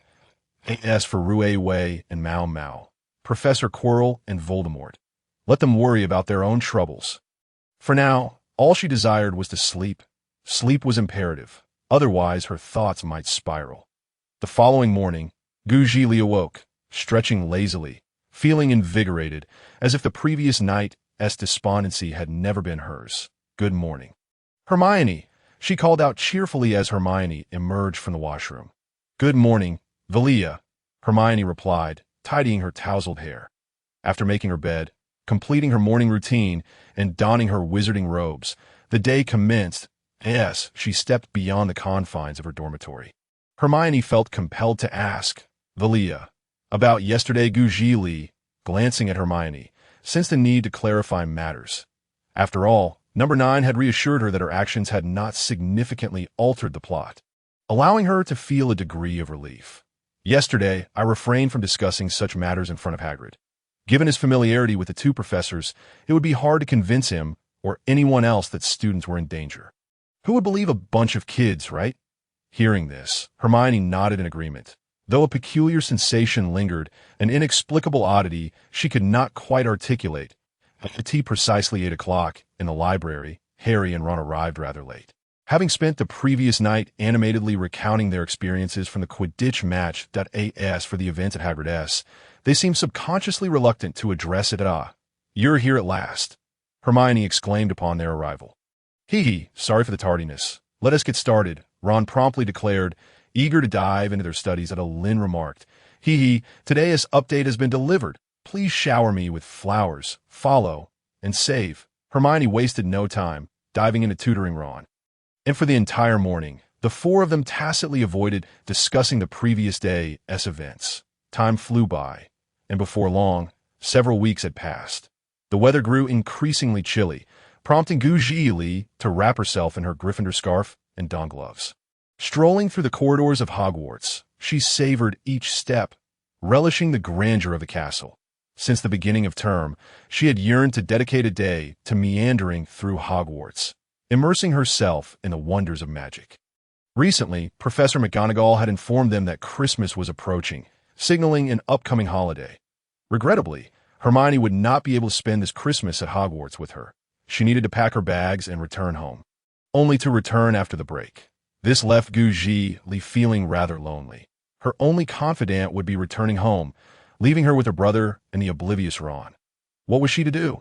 Although it is true that she still has the option of seeking out the Myrtle, based on Zhili's recent encounters with Myrtle and her demeanor, she feels that this senior may harbor some disdain toward her. Suddenly, she hears someone calling her name. It is Hermione. With a bright smile, Zhili rushes towards Hermione, exclaiming, Hermione, what are you still doing here? Is that what you wanted to ask? Hermione replies. Zhili nods and adds, with Christmas approaching, shouldn't you be packing your things? Hermione links arms with Zhili and responds, indeed, I've already packed my luggage that I expect to leave in a day or two. Upon hearing this, Zhili's spirits inevitably dampen as she remarks, I really don't want you to go, but your parents are waiting for you. Hermione, too, feels a tinge of regret at not being able to spend Christmas with Vilya, and offers consolation. Oh, it's just a few days. By the way, don't forget about the Christmas gifts. Zhili chuckles and replies, I want to forget. The two continue their conversation as they stroll through Hogwarts. As the night deepens in the Gryffindor common room, Hermione, Zhili, Harry, and Ron gather around the fireplace, neither asleep nor clad in pajamas, but rather dressed in their wizarding robes. Are you ready? Zhili asks, her gaze resolute as she scans the group. Ron nods affirmatively. Of course. Zhili turns to Hermione and Harry, asking, what about you two? Hermione makes an okay gesture, indicating she yes ready, while Harry nods in agreement. Satisfied that everyone is prepared, Zhili declares, excellent, let us go find Hagrid. After all this time, he probably doesn't remember what we said before. Hermione concurs, yes, I initially thought Vilya was reluctant to ask. But then I realized she must have had other plans. However, I didn't expect you to seek out Hagrid just days before Christmas. The Zhili beams innocently, saying, I've just been quite busy. Now let us set off. The group stealthily departs from the Gryffindor Tower. As they make their way to Hagrid's hut, Draco, lurking in a corner of the corridor, smirks. Finally, they've emerged. He has been watching them for quite some time. And now, after the Quidditch match, he seizes the opportunity that a gleam of delight dances in Draco's eyes. This time, he will certainly make these foolish lions pay. The chill of the night air sends a shiver through the group as they tread carefully. Ron exhales a puff of warm breath, exclaiming, it's freezing. I think we should have come during the day. Harry, his teeth chattering, agrees, I think so too. Hermione and Zhili walk closely together, hands intertwined. And Zhili, without turning back, states, but we had no time during the day, so we had to come at night. Besides, don't you think it's easier to ask questions at night? Ron, nearly frozen, protests, I don't want to think that. Harry, feeling dazed, adds, right now I'm just a walking machine devoid of feelings. Not far behind, Draco cannot help but sneeze, muttering under his breath, are these four imbeciles? Out in the cold at this hour, although he wishes to catch them red-handed to report them. He finds their late-night escapade utterly incomprehensible. At Hagrid's hut, a series of knocks resound on the wooden door. Hagrid, furrowing his brow in confusion, wonders who could be visiting him at this hour. Could it be Professor Dumbledore? With that thought in mind, Hagrid hurriedly opens the door, only to be greeted by four small faces. What are you lot doing out so late? Aren't you supposed to be in bed? Hagrid asks, bemused by their presence, but nonetheless steps aside to let them in, after adding some coal to the fire. He inquires, what brings you here at this hour?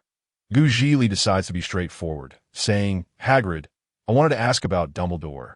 Suddenly, a sound emanates from a corner of the hut, and Hagrid exclaims joyfully, oh, it's my egg. I must go take a look. Zhili has to swallow her question, watching as Hagrid retrieves a smooth, delicate egg. She cannot help but feel puzzled. What is going on? How did Hagrid come by this dragon egg? Hagrid, brimming with excitement, announces this is a dragon egg, and I'm going to name it Mau Mau. What do you think? Zhili gasps. Mau Mau refers to this thing. Oh my goodness! Wait, did Hagrid already have this dragon egg back then? Realizing this, Zhili's mind races with thoughts. Hermione observes as cracks begin to form on the egg, and a small dragon hatches. Wow, this is amazing!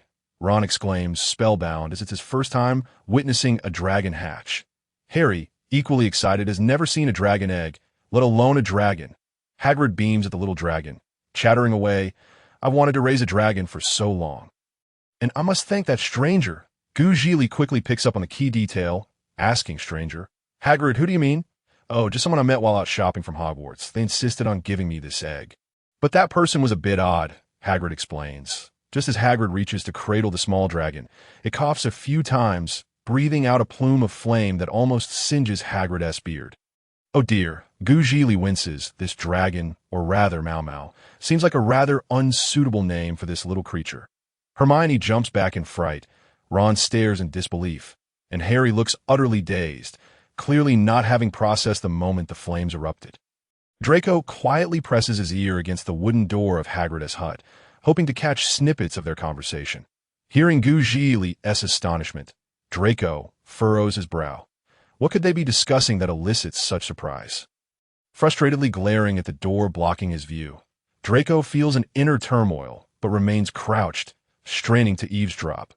Outside, the biting wind contrasts sharply with the warmth emanating from the fire inside. By the way, Vilya, what were you saying earlier? Hagrid suddenly recalls that Zhili had posed a question before being distracted by Zhili, not overly concerned, ponders for a moment and decides it is best not to be too aggressive. Thus, she cautiously asks, Hagrid, we are quite interested in what you previously mentioned about the Lethifold.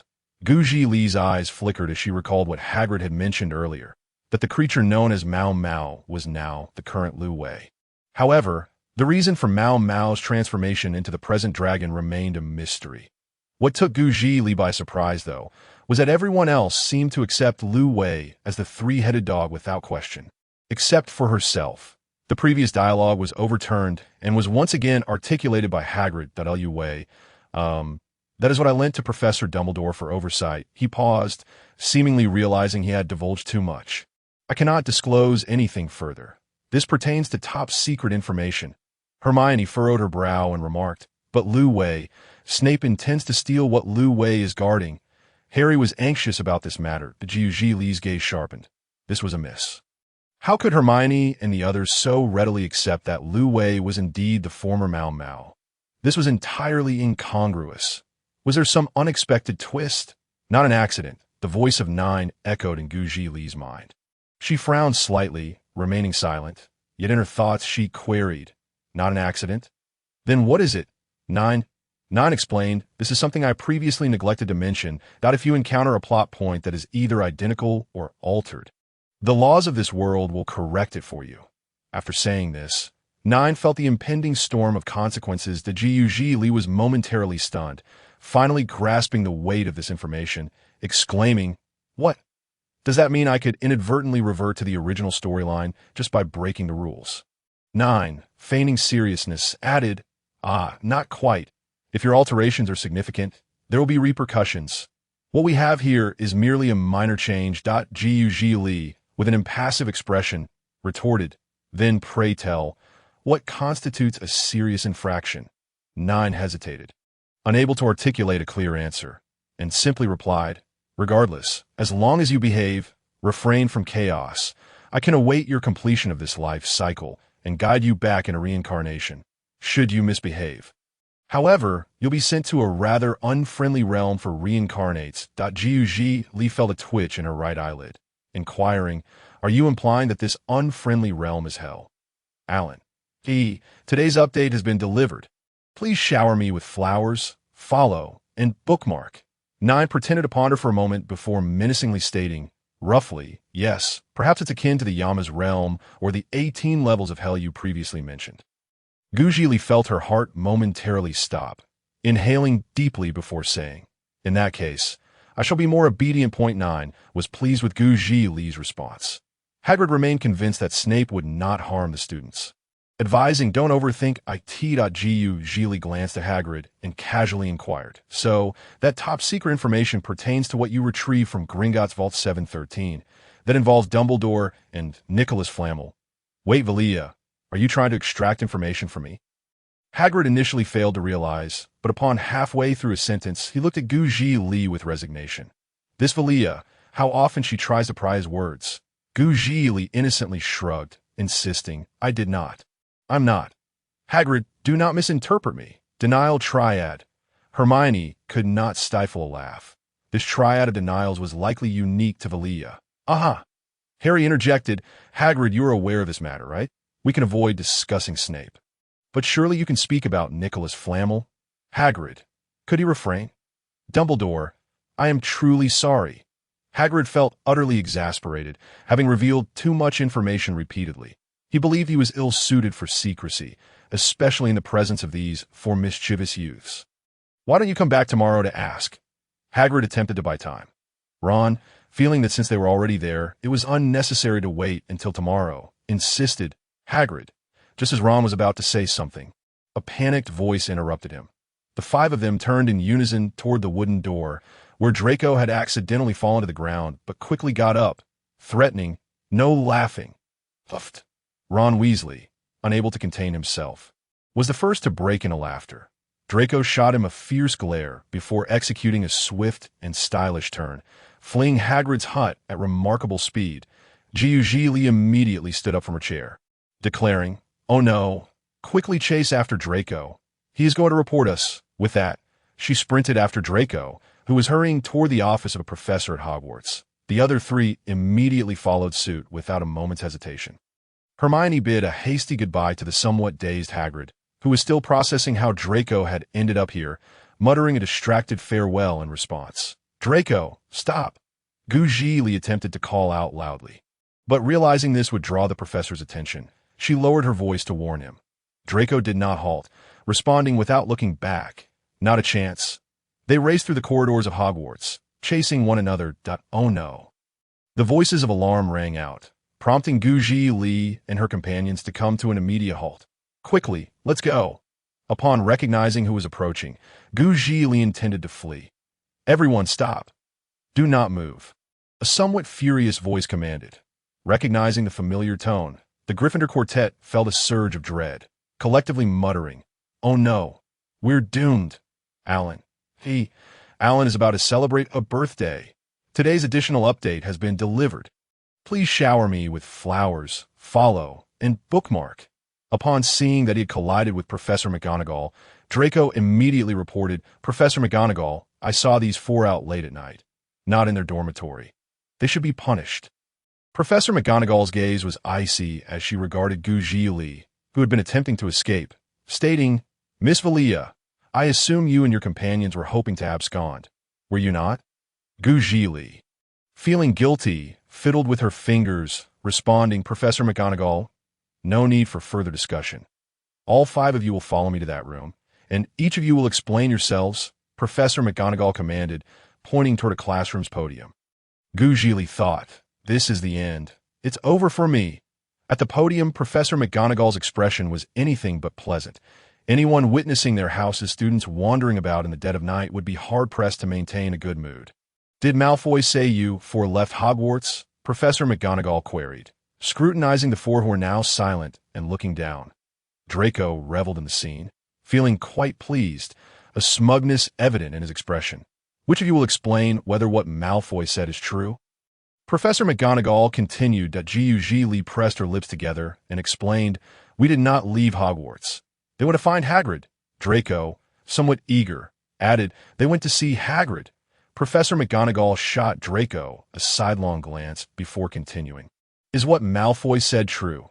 Do not provide me with any other excuses." Miss Vilya, that Zhili reluctantly nodded, admitting, "Yes, headmistress." Upon hearing this, Professor McGonagall regarded the Gryffindor quartet with a mixture of disappointment and frustration, saying, "You are aware that I am your headmistress, correct?" Upon this remark, the four lowered their heads even further. Draco, however, found it immensely entertaining. Professor McGonagall quickly rendered her punishment. "Since you four are so fond of visiting Hagrid, you shall accompany him into the Forbidden Forest today."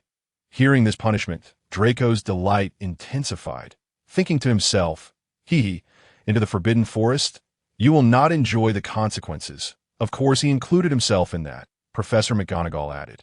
Before Draco's expression of joy could fade, he was met with such dire news, and he immediately became discontented. "This has nothing to do with me. I didn't seek out Hagrid." Professor McGonagall, with an impassive demeanor, replied, "Though you informed me of their whereabouts, you are equally culpable as the other four." Draco was left speechless, feeling helpless. He should have devised a different plan, to be honest, upon hearing about the Forbidden Forest. The Gryffindor quartet felt it was not so terrible after all, as they could continue to inquire about matters they had yet to discuss with Hagrid. However, upon discovering that Draco would accompany them into the Forbidden Forest, the four could not help but exclaim, "What goes around comes around. The heavens spare no one." Zhili stifled a laugh, glancing at Draco, her gaze seemingly conveying to him that this was a foolish move that would only harm himself while attempting to harm others. How could he have thought of this? Professor McGonagall escorted the five children to Hagrid, who, upon seeing them leave, felt as though he had just witnessed an illusion when they were brought back to face punishment. If he had known they would be punished, why had they run in the first place? Zhili, I was left speechless and found your words quite reasonable. Hermione, Ron, he thought he could manage. Harry, actually, this punishment isn't too severe, is it? Draco, he did not wish to speak. How infuriating. Alan, today's update has arrived. Please send flowers, follow, and save it. After entrusting the 5 children Hagrid, Professor McGonagall departed. Hagrid observed the return of the group, finding them truly relentless. After ensuring the little dragon, Fong, was settled, Hagrid led the group into the Forbidden Forest. In the Forbidden Forest, the 6 stood beneath a colossal ancient tree. Hagrid held a lantern, accompanied by a white dog. This must be Fong. Hagrid counted the group and said, "Perfect, 6 of you. Harry, Vilya, and Malfoy. You 3 take Fong and explore over there to see how the plants in the Forbidden Forest are faring. As for Hermione and Ron, you 2 shall accompany me on patrol." Draco wished to refuse this arrangement, but Hagrid provided him no opportunity. "Hey, how could he do this?" Draco fumed, feeling quite dissatisfied with the arrangement. Zhili, however, was unconcerned. Patrolling the Forbidden Forest with her brother was perfectly acceptable as for Mr. Malfoy, who cared. "Brother, let us go." Just as Zhili reached for the lantern Hagrid had placed on the ground, it was snatched away by Draco. "I'll use one lantern, and you and your brother can share the other." Zhili was left speechless. Harry picked up the other lantern and said, "Let us ignore him and move on."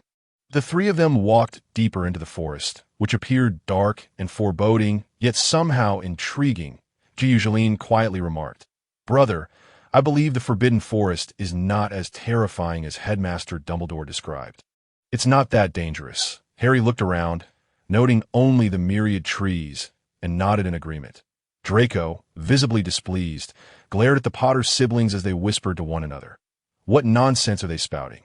The trio ventured further in. "Is that a person?" Zhili squinted, pointing at a dark, indistinct figure. Harry raised the lantern for a better view, but still could not discern clearly that it should be. Right? Suddenly, Fong began barking furiously. Zhili's heart raced, and memories of the Forbidden Forest flooded her mind. This was Quirrell. No, it was Quirrell merged with Voldemort, drinking the blood of unicorns. Draco, seeing the figure in black approaching them, panicked and shouted. Zhili, maintaining her composure, swiftly drew her wand, declaring, "Incendio." The figure in black dodged her attack, causing Zhili to feel a sense of foreboding. The figure advanced menacingly when, suddenly, a cacophony of sounds erupted, prompting the figure to turn. It was centaurs. The figure promptly abandoned its pursuit and fled. The centaurs hurried to the lifeless unicorn, and then approached Zhili and Harry. As for Draco, he had run away. The centaur gazed at Zhili and Harry, who felt dwarfed by their towering presence, leaving Zhili momentarily speechless. "Those who harm unicorns and drink their blood shall face punishment," one centaur proclaimed. Zhili meekly explained, "We did not harm the unicorn. It was that black-clad individual." The centaur furrowed its brow but remained silent. Hagrid, having heard Draco's cries, rushed over from a distance. "Alan, la. Today's update has been delivered. Please send flowers, follow, and save it." When Hagrid reached Zhili and Harry, the danger had subsided, and he was engaged in conversation with the centaur regarding the recent events. Zhili felt it imperative to inform Professor McGonagall or Headmaster Dumbledore about this incident. However, she pondered the best way to convey the message. Noticing Zhili's silence, Harry assumed she was frightened by the earlier scene and comforted her, saying, "Vilya, it's all right." Zhili, bewildered, asked, "Brother, what are you talking about? I know everything is fine." Hearing this, Harry felt a wave of embarrassment wash over him. It was truly mortifying to realize that Vilya had not been frightened at all. Hermione and Ron arrived late, both worried upon hearing Draco's terrified screams. Particularly Hermione, who meticulously checked Zhili for any injuries. Only after confirming she was unharmed did she visibly relax, which warmed Zhili's heart. Her little angel, Hermione, was truly wonderful. Ron, looking troubled, asked, "What happened just now?" "I could hear Malfoy's screams from a distance. By the way, where's Malfoy?" Zhili shrugged, indicating she was unsure of Draco's whereabouts. Harry chimed in, "We saw a figure in black feeding on the unicorn's blood. And Vilya attacked him. He was about to strike us when the centaurs scared him off. As for Malfoy." Harry was at a loss for words. "I think I might have fled back to Slytherin." Zhili teased. The sound of barking approached. It was Fong. Hagrid smiled as he saw Fong bounding toward him, and he affectionately patted Fong's head before continuing to converse with the centaur regarding the unicorn's demise. Later that night, Hagrid returned the 4 to Gryffindor and explained to Professor McGonagall about Draco's fright that caused him to flee punishment and the encounter in the Forbidden Forest involving the attack and unicorn blood. This made Professor McGonagall furrow her brow, her expression grave. She repeatedly inquired, "Are you certain?" "Hagrid, did someone truly harm the unicorn?" Hagrid, with a serious demeanor, affirmed, "Yes, I am certain, Professor McGonagall. The leader of the Centaurs has already informed me, and Vilya and Harry witnessed the entire scene." "Wait, are you saying Vilya and Harry confronted that figure in black directly?" Professor McGonagall's eyes widened. Hagrid paused before responding, "Yes. What's the matter?" "Professor McGonagall, Vilya even cast incendio at the figure. Unfortunately, she mentioned that she missed her target and he evaded." After a moment of silence, Professor McGonagall said, "I understand, Hagrid. I will inform Headmaster Dumbledore about this. By the way, what about your dragon?" Hagrid, feeling powerless, pleaded, "Professor McGonagall, could you please reconsider and not send it away?" Professor McGonagall, equally helpless, replied with sincere regret, "I'm truly sorry, Hagrid. This matter is beyond my control. The IT must be left to Headmaster Dumbledore's discretion." However, Hagrid still had more to say, yet he knew deep down that no matter how much he spoke, it would be in vain. Alan. Lala, today's additional update has been delivered. P.S. This is a little gift of flowers that Alan has sent to herself, a way to consider it a free update for everyone, by the way. A little whisper, Alan's recent stockpiles are progressing toward the conclusion, and it is estimated that in 2 to 3 months, this book will come to an end. If you feel discontented as the story unfolds, Alan hopes everyone will be gentle in their critique. Or better yet, refrain from criticism. After the conclusion, Alan is uncertain whether to write another book. It will depend on circumstances, and perhaps there may be no future writings at all. Seeking flowers, followers, and collections, Hagrid left Professor McGonagall's office in a state of dejection. When Zhili and the others were returned to Gryffindor by Hagrid, it was already deep into the night, and nearly everyone was fast asleep. In Gryffindor, the girls' dormitory, Hermione stifled a yawn and, having completed her evening routine, lay down on her bed. Zhili had already warmed her blankets and was comfortably nestled within, with only her head visible as she watched Hermione crawl in her own, with a soft hiss. Zhili attempted to attract Hermione's attention. Hermione, still half asleep, sluggishly inquired, "What's wrong, Vilya?" For a moment, Zhili forgot what she intended to say, feeling a bit awkward. "If there's nothing else, then I'll just sleep now. Vilya, I need to rise early to organize my textbooks. And in a few days, I will be heading home." Hermione rubbed her eyes, her voice dwindling as her exhaustion became apparent. Zhili moved her lips, realizing that Hermione was genuinely tired, and so she refrained from continuing the conversation.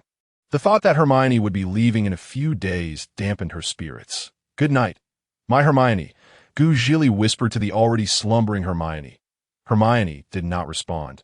The only reply was her steady breathing. In the system space, Number 9 was idly toying with one of its tails. Zhili found it difficult to sleep. The day's events had been somewhat stimulating, leaving her feeling, how should she put it? Perhaps just a bit exhilarated. Zhili queried in her mind. "Number 9, are you there?" Number 9 lazily curled into a ball and replied, "I'm here, what's up, host?" Zhili snuggled deeper in her blankets and said, "I can't sleep. Would you keep me company for a while?" "Sure, what do you want to chat about? $5 worth? Or $50 worth?" Number 9 squinted its eyes and inquired. Zhili exclaimed, "What the heck? Who do you think you're fooling? This isn't how we chat. Just a dime's worth." Number 9 smiled slightly, as if having successfully executed a cunning plan, and said, "All right then, may I ask if you prefer WeChat Pay or cash?" "You schemer. Let's chat first, then we'll settle payment." Zhili pouted. "All right, dear." Number 9 adopted a tone reminiscent of an online customer service representative, which somehow made Zhili feel oddly familiar. "Thank you." Zhili understood that Number 9 spoke this way to alleviate her worries and fears regarding her recent experiences. Number 9, with a haughty toss of its head, replied, "What are you thanking me for? You are my host, of course. I must look out for you." The tenderness in Zhili's eyes betrayed her gratitude towards Number 9. "Do you think those who have passed can return?" Zhili gazed at the ceiling, lost in thought. If it were possible, she wished for those who should not have perished to be alive and well. Number 9 paused before responding, Life and death are predetermined. That IT did not finish its statement. But Zhili understood that it was impossible. If life and death were to be altered, it would either come at an exceedingly heavy price or through a life-for-a-life exchange. The atmosphere grew heavy with silence, and Zhili remained quiet for a long while before speaking again. What if I wanted to resurrect my parents? Is there any way? Number 9 pondered for a moment before countering. What do you think? A life for a life. Zhili mentioned a possibility that might occur in a novel. However, Number 9 shook its head and said, not just that. While there are methods, no one can bear the cost. Including Udati, put it simply, it would mean the soul dispersing, never to reincarnate, eternally falling into the depths of hell. Don't be so quick to speak. This principle has long been accepted that I warn you. Do not entertain such thoughts, or else the entire magical world may collapse because of you. Zhili fell silent. She had hoped to save those lost after the battle, but it seemed that was not feasible. If her actions led to the demise of this world and the people who had once truly existed, she would be no better than Voldemort. No, in fact, she would be far worse. Alan. Today's update has been delivered. Seeking flowers, collections, and followers. Upon learning the price of resurrecting the dead, Zhili relinquished her desire to save others. She couldn't allow the magical world to cease to exist. If that were the case, how many fans like her who yearn for the Harry Potter universe would be left utterly disillusioned? It was a pity for all the kind-hearted and just individuals. This brief chat at a dime's worth led Zhili to re-evaluate the rules of this world. She felt she ought to live this rare life well and steadily, at the very least. She needed to strive to learn magic, aiming to alleviate the suffering of those good people, like her godfather Sirius Black. Early morning at 6-40 that Zhili had yet to awaken, and Hermione found it somewhat peculiar. What's going on? Vilya should be in the washroom by now, shouldn't she? Why isn't she up? Hermione approached Zhili's bed and gently nudged her, saying, Vilya, wake up. Zhili, with a splitting headache, spoke with a hint of annoyance. No, let me sleep a little longer. Hermione, feeling helpless, tucked Zhili's blankets back in and said, all right, I'll let you sleep until 7. Is that okay? Zhili responded absent-mindedly. I've never seen Vilya like this. Could it be that she was frightened yesterday and can't get up today? Hermione pondered to herself, shaking her head as she quietly began to pack her belongings. At 7 o'clock sharp, Zhili awoke in a daze, her hair a mess as she sat up in bed. Stretching and yawning, squinting, she spotted Hermione sitting by the window, engrossed in a book. Good morning, Hermione. Hearing the voice, Hermione turned her head and, upon seeing Zhili's disheveled appearance, couldn't help but chuckle softly. Good morning, Vilya. Zhili rubbed her eyes, got out of bed, slipped on her slippers, and headed to the washroom. Oh no, my hair. Upon catching a glimpse of her wild hair in the mirror, Zhili couldn't help but marvel at what she had done the previous day to end up like this. Hearing her exclamation, Hermione appeared somewhat resigned, continuing to read her book. What should I do about this, Vilya? In just 10 minutes, Zhili was dressed and had tidied her appearance. At least she looked presentable, or rather, refreshed. Hermione had finished her book and, seeing Zhili emerge from the washroom, said, let's go. Since we have the holiday, let's visit Hagrid and see Fong. Zhili suggested. Hermione considered it and agreed. Spending all day in the library was taxing on the eyes, and visiting Fong seemed delightful. Just yesterday, she had seen a real, live dragon for the first time, the kind that could breathe fire. With that thought, Hermione's eyes sparkled as she exclaimed, sounds great. Let's go. Arriving at Hagrid's hut, Hermione and Zhili, who had expected to find Harry practicing Quidditch with Wood, were surprised to see Harry and Ron instead. What brings you two here? Zhili asked the duo who had also come to Hagrid's hut. Ron scratched his head and replied, Harry and I came to see Fong. You two are here to see him too, right? Hermione raised her chin defiantly and countered, what of it? Is that a problem? Why can you come, but we cannot? Harry, sensing the tension brewing between Ron and Hermione, quickly interrupted, No. Everyone can come. All right, let's hurry inside. Zhili, somewhat belatedly, realized that Hermione and Ron had been on the verge of a verbal spar. What had transpired last night that she was unaware of? Alin, today's update has been delivered. I noticed many peculiar tags in the label. Tragedy. Is this book truly heart-wrenching? I can somewhat accept Mary Sue, but I sincerely cannot fathom these bizarre tags. They seem utterly nonsensical. Please support with flowers, bookmarks, and follows. Knock, knock, knock. Ron approached and rapped on Hagrid's wooden door, calling out, "Hagrid, it's us. Are you in?" With a creak, the door swung open, revealing Hagrid's despondent and forlorn face, which caused concern among the four. Zhili was the first to speak. Hagrid, lacking his usual vigor, replied, "You all come in." Upon entering Hagrid's hut, the four found a place to sit. Zhili perched on a chair and, filled with concern, inquired, "Hagrid, what troubles you? You seem so unhappy." Hermione furrowed her brow and added, "Yes, what has happened?" Harry fidgeted with his wizarding robe, urging, "Hagrid, whatever has caused your distress, you must share it with us." Ron glanced around and asked, "Hey, Hagrid, where's Fong?" The barrage of questions left Hagrid somewhat overwhelmed, but Ron's inquiry only deepened Hagrid's gloom. Fong has been sent away." Hagrid's voice was heavy with sorrow. Zhili's eyes widened in disbelief. "What? We just hatched Fong yesterday. How could he be sent away today?" "That's impossible." Hermione, equally incredulous, echoed, "This cannot be."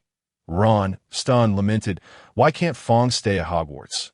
Where has he been sent? Surely we won't never see him again." Zhili remarked, "Ron is as straightforward as always." "Such words are indeed heart-wrenching." Hermione added, "Doesn't Ron realize how deeply saddened Hagrid is?" Harry mused, "Could someone please silence Ron?" Noticing the sudden silence, Ron looked puzzled. "What's wrong? Why is everyone so quiet? Did I say something wrong?" Hagrid sighed, resembling a dejected giant dog, and said, "Professor Dumbledore informed me that Fong cannot remain at Hogwarts. It poses a risk to student safety. He told me Fong has been sent to your brother, Charlie Weasley. He suggested Fong should stay with dragons." The last statement was directed at Ron. Ron touched his nose, a hint of guilt on his face, clearly realizing that his earlier words had hurt Hagrid. Hagrid stared blankly at the fireplace, saying, "By the way, did you all come today to question me again?" Hagrid seemed to have been traumatized by the persistent inquiries. Zhili offered an awkward smile. "Well, since Christmas is approaching, we just want to come and let you know, we should be going now, Zhili felt it inappropriate to discuss other topics, especially since Fong had just been sent away, leaving Hagrid in deep sorrow. The other three, seeing Zhili's intention to leave, hurriedly bid Hagrid farewell and followed suit. Hagrid lamented, "Such profound sadness. Fong, my little dragon." In the corridors of Hogwarts, Zhili sat on a wooden bench, reflecting. Who could have imagined Fong would be sent away in such a short time? "Indeed, I thought we would have more time together." Hermione shared a regret. Lynn. This chapter is dedicated to our 11th member, visitor 1561565225236. Thank you for subscribing to our book. Love you. Today's additional update has been delivered. Please support with flowers, follows, and bookmarks. Although the group felt a sense of loss over Fong's departure, they recognized that keeping a dragon at Hogwarts was not a feasible solution. As days passed, Hermione had returned home with her luggage, leaving Zhili alone in the girls' dormitory. Gazing out at the gently falling snowflakes, Zhili pondered, if these snowflakes were to remain like pear blossoms, wouldn't they preserve many beautiful scenes? In the empty dormitory, Zhili conversed with herself. 9, observing her host's despondence due to Hermione's absence, felt a twinge of helplessness. Host, why not go outside for a bit?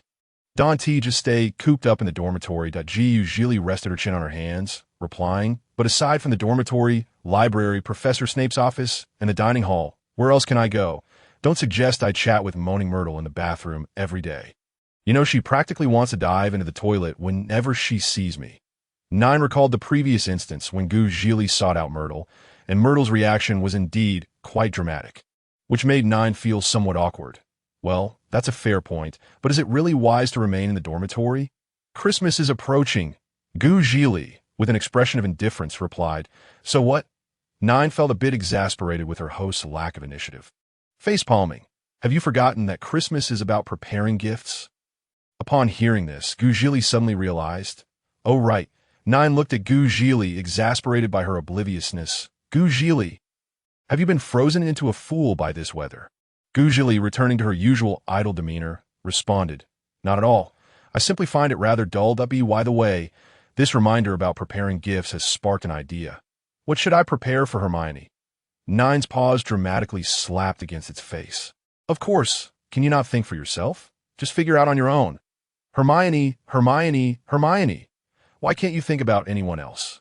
Nine felt a hint of jealousy, behaving quite petulantly. However, a noticeable change occurred. Zhili finally left the dormitory and began preparing for Christmas gifts. In the Gryffindor common room, Ron and Harry sat by the warm fireplace, chatting. Ron warmed his hands near the flames and asked, "Harry, what do you plan to give Ginny for Christmas?" Harry pondered for a moment.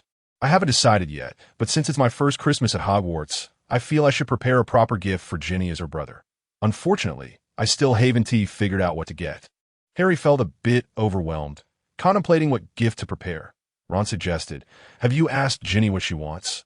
Harry looked at Ron as if he were daft. "Ron, a gift that you asked for is no longer a gift." Ron chuckled. "Hey, if you're going to talk, at least don't give me that look." Just then, Zhili turned the corner, overhearing Ron's laughter, and curiously inquired, "What is happening?" "Alan, today's update has been delivered. I seek flowers' attention," and as Zhili made her entrance, Harry swiftly cast a meaningful glance at Ron, hoping he would refrain from uttering a word. Indeed, not a single syllable. Ron, all right, if you say I shouldn't speak. Then I won't. As if I cannot control my own mouth, Zhili approached and settled beside Ron, taking the seat nearest to Harry on the sofa. She inquired, "Brother, what were you discussing just now?" Harry replied, "Oh, nothing much. I was merely contemplating how Christmas is approaching, and with Hermione having already returned home, what plan should the three of us make?" Zhili cast a skeptical glance at Harry and asked, "Are you certain that was the topic of your conversation?" Harry felt an inexplicable sense of unease, but managed to maintain his facade, asserting, "Of course." Zhili pointed at Ron, who appeared worn and was forced into silence, and asked, "Are you sure?" Ron, in this instance, was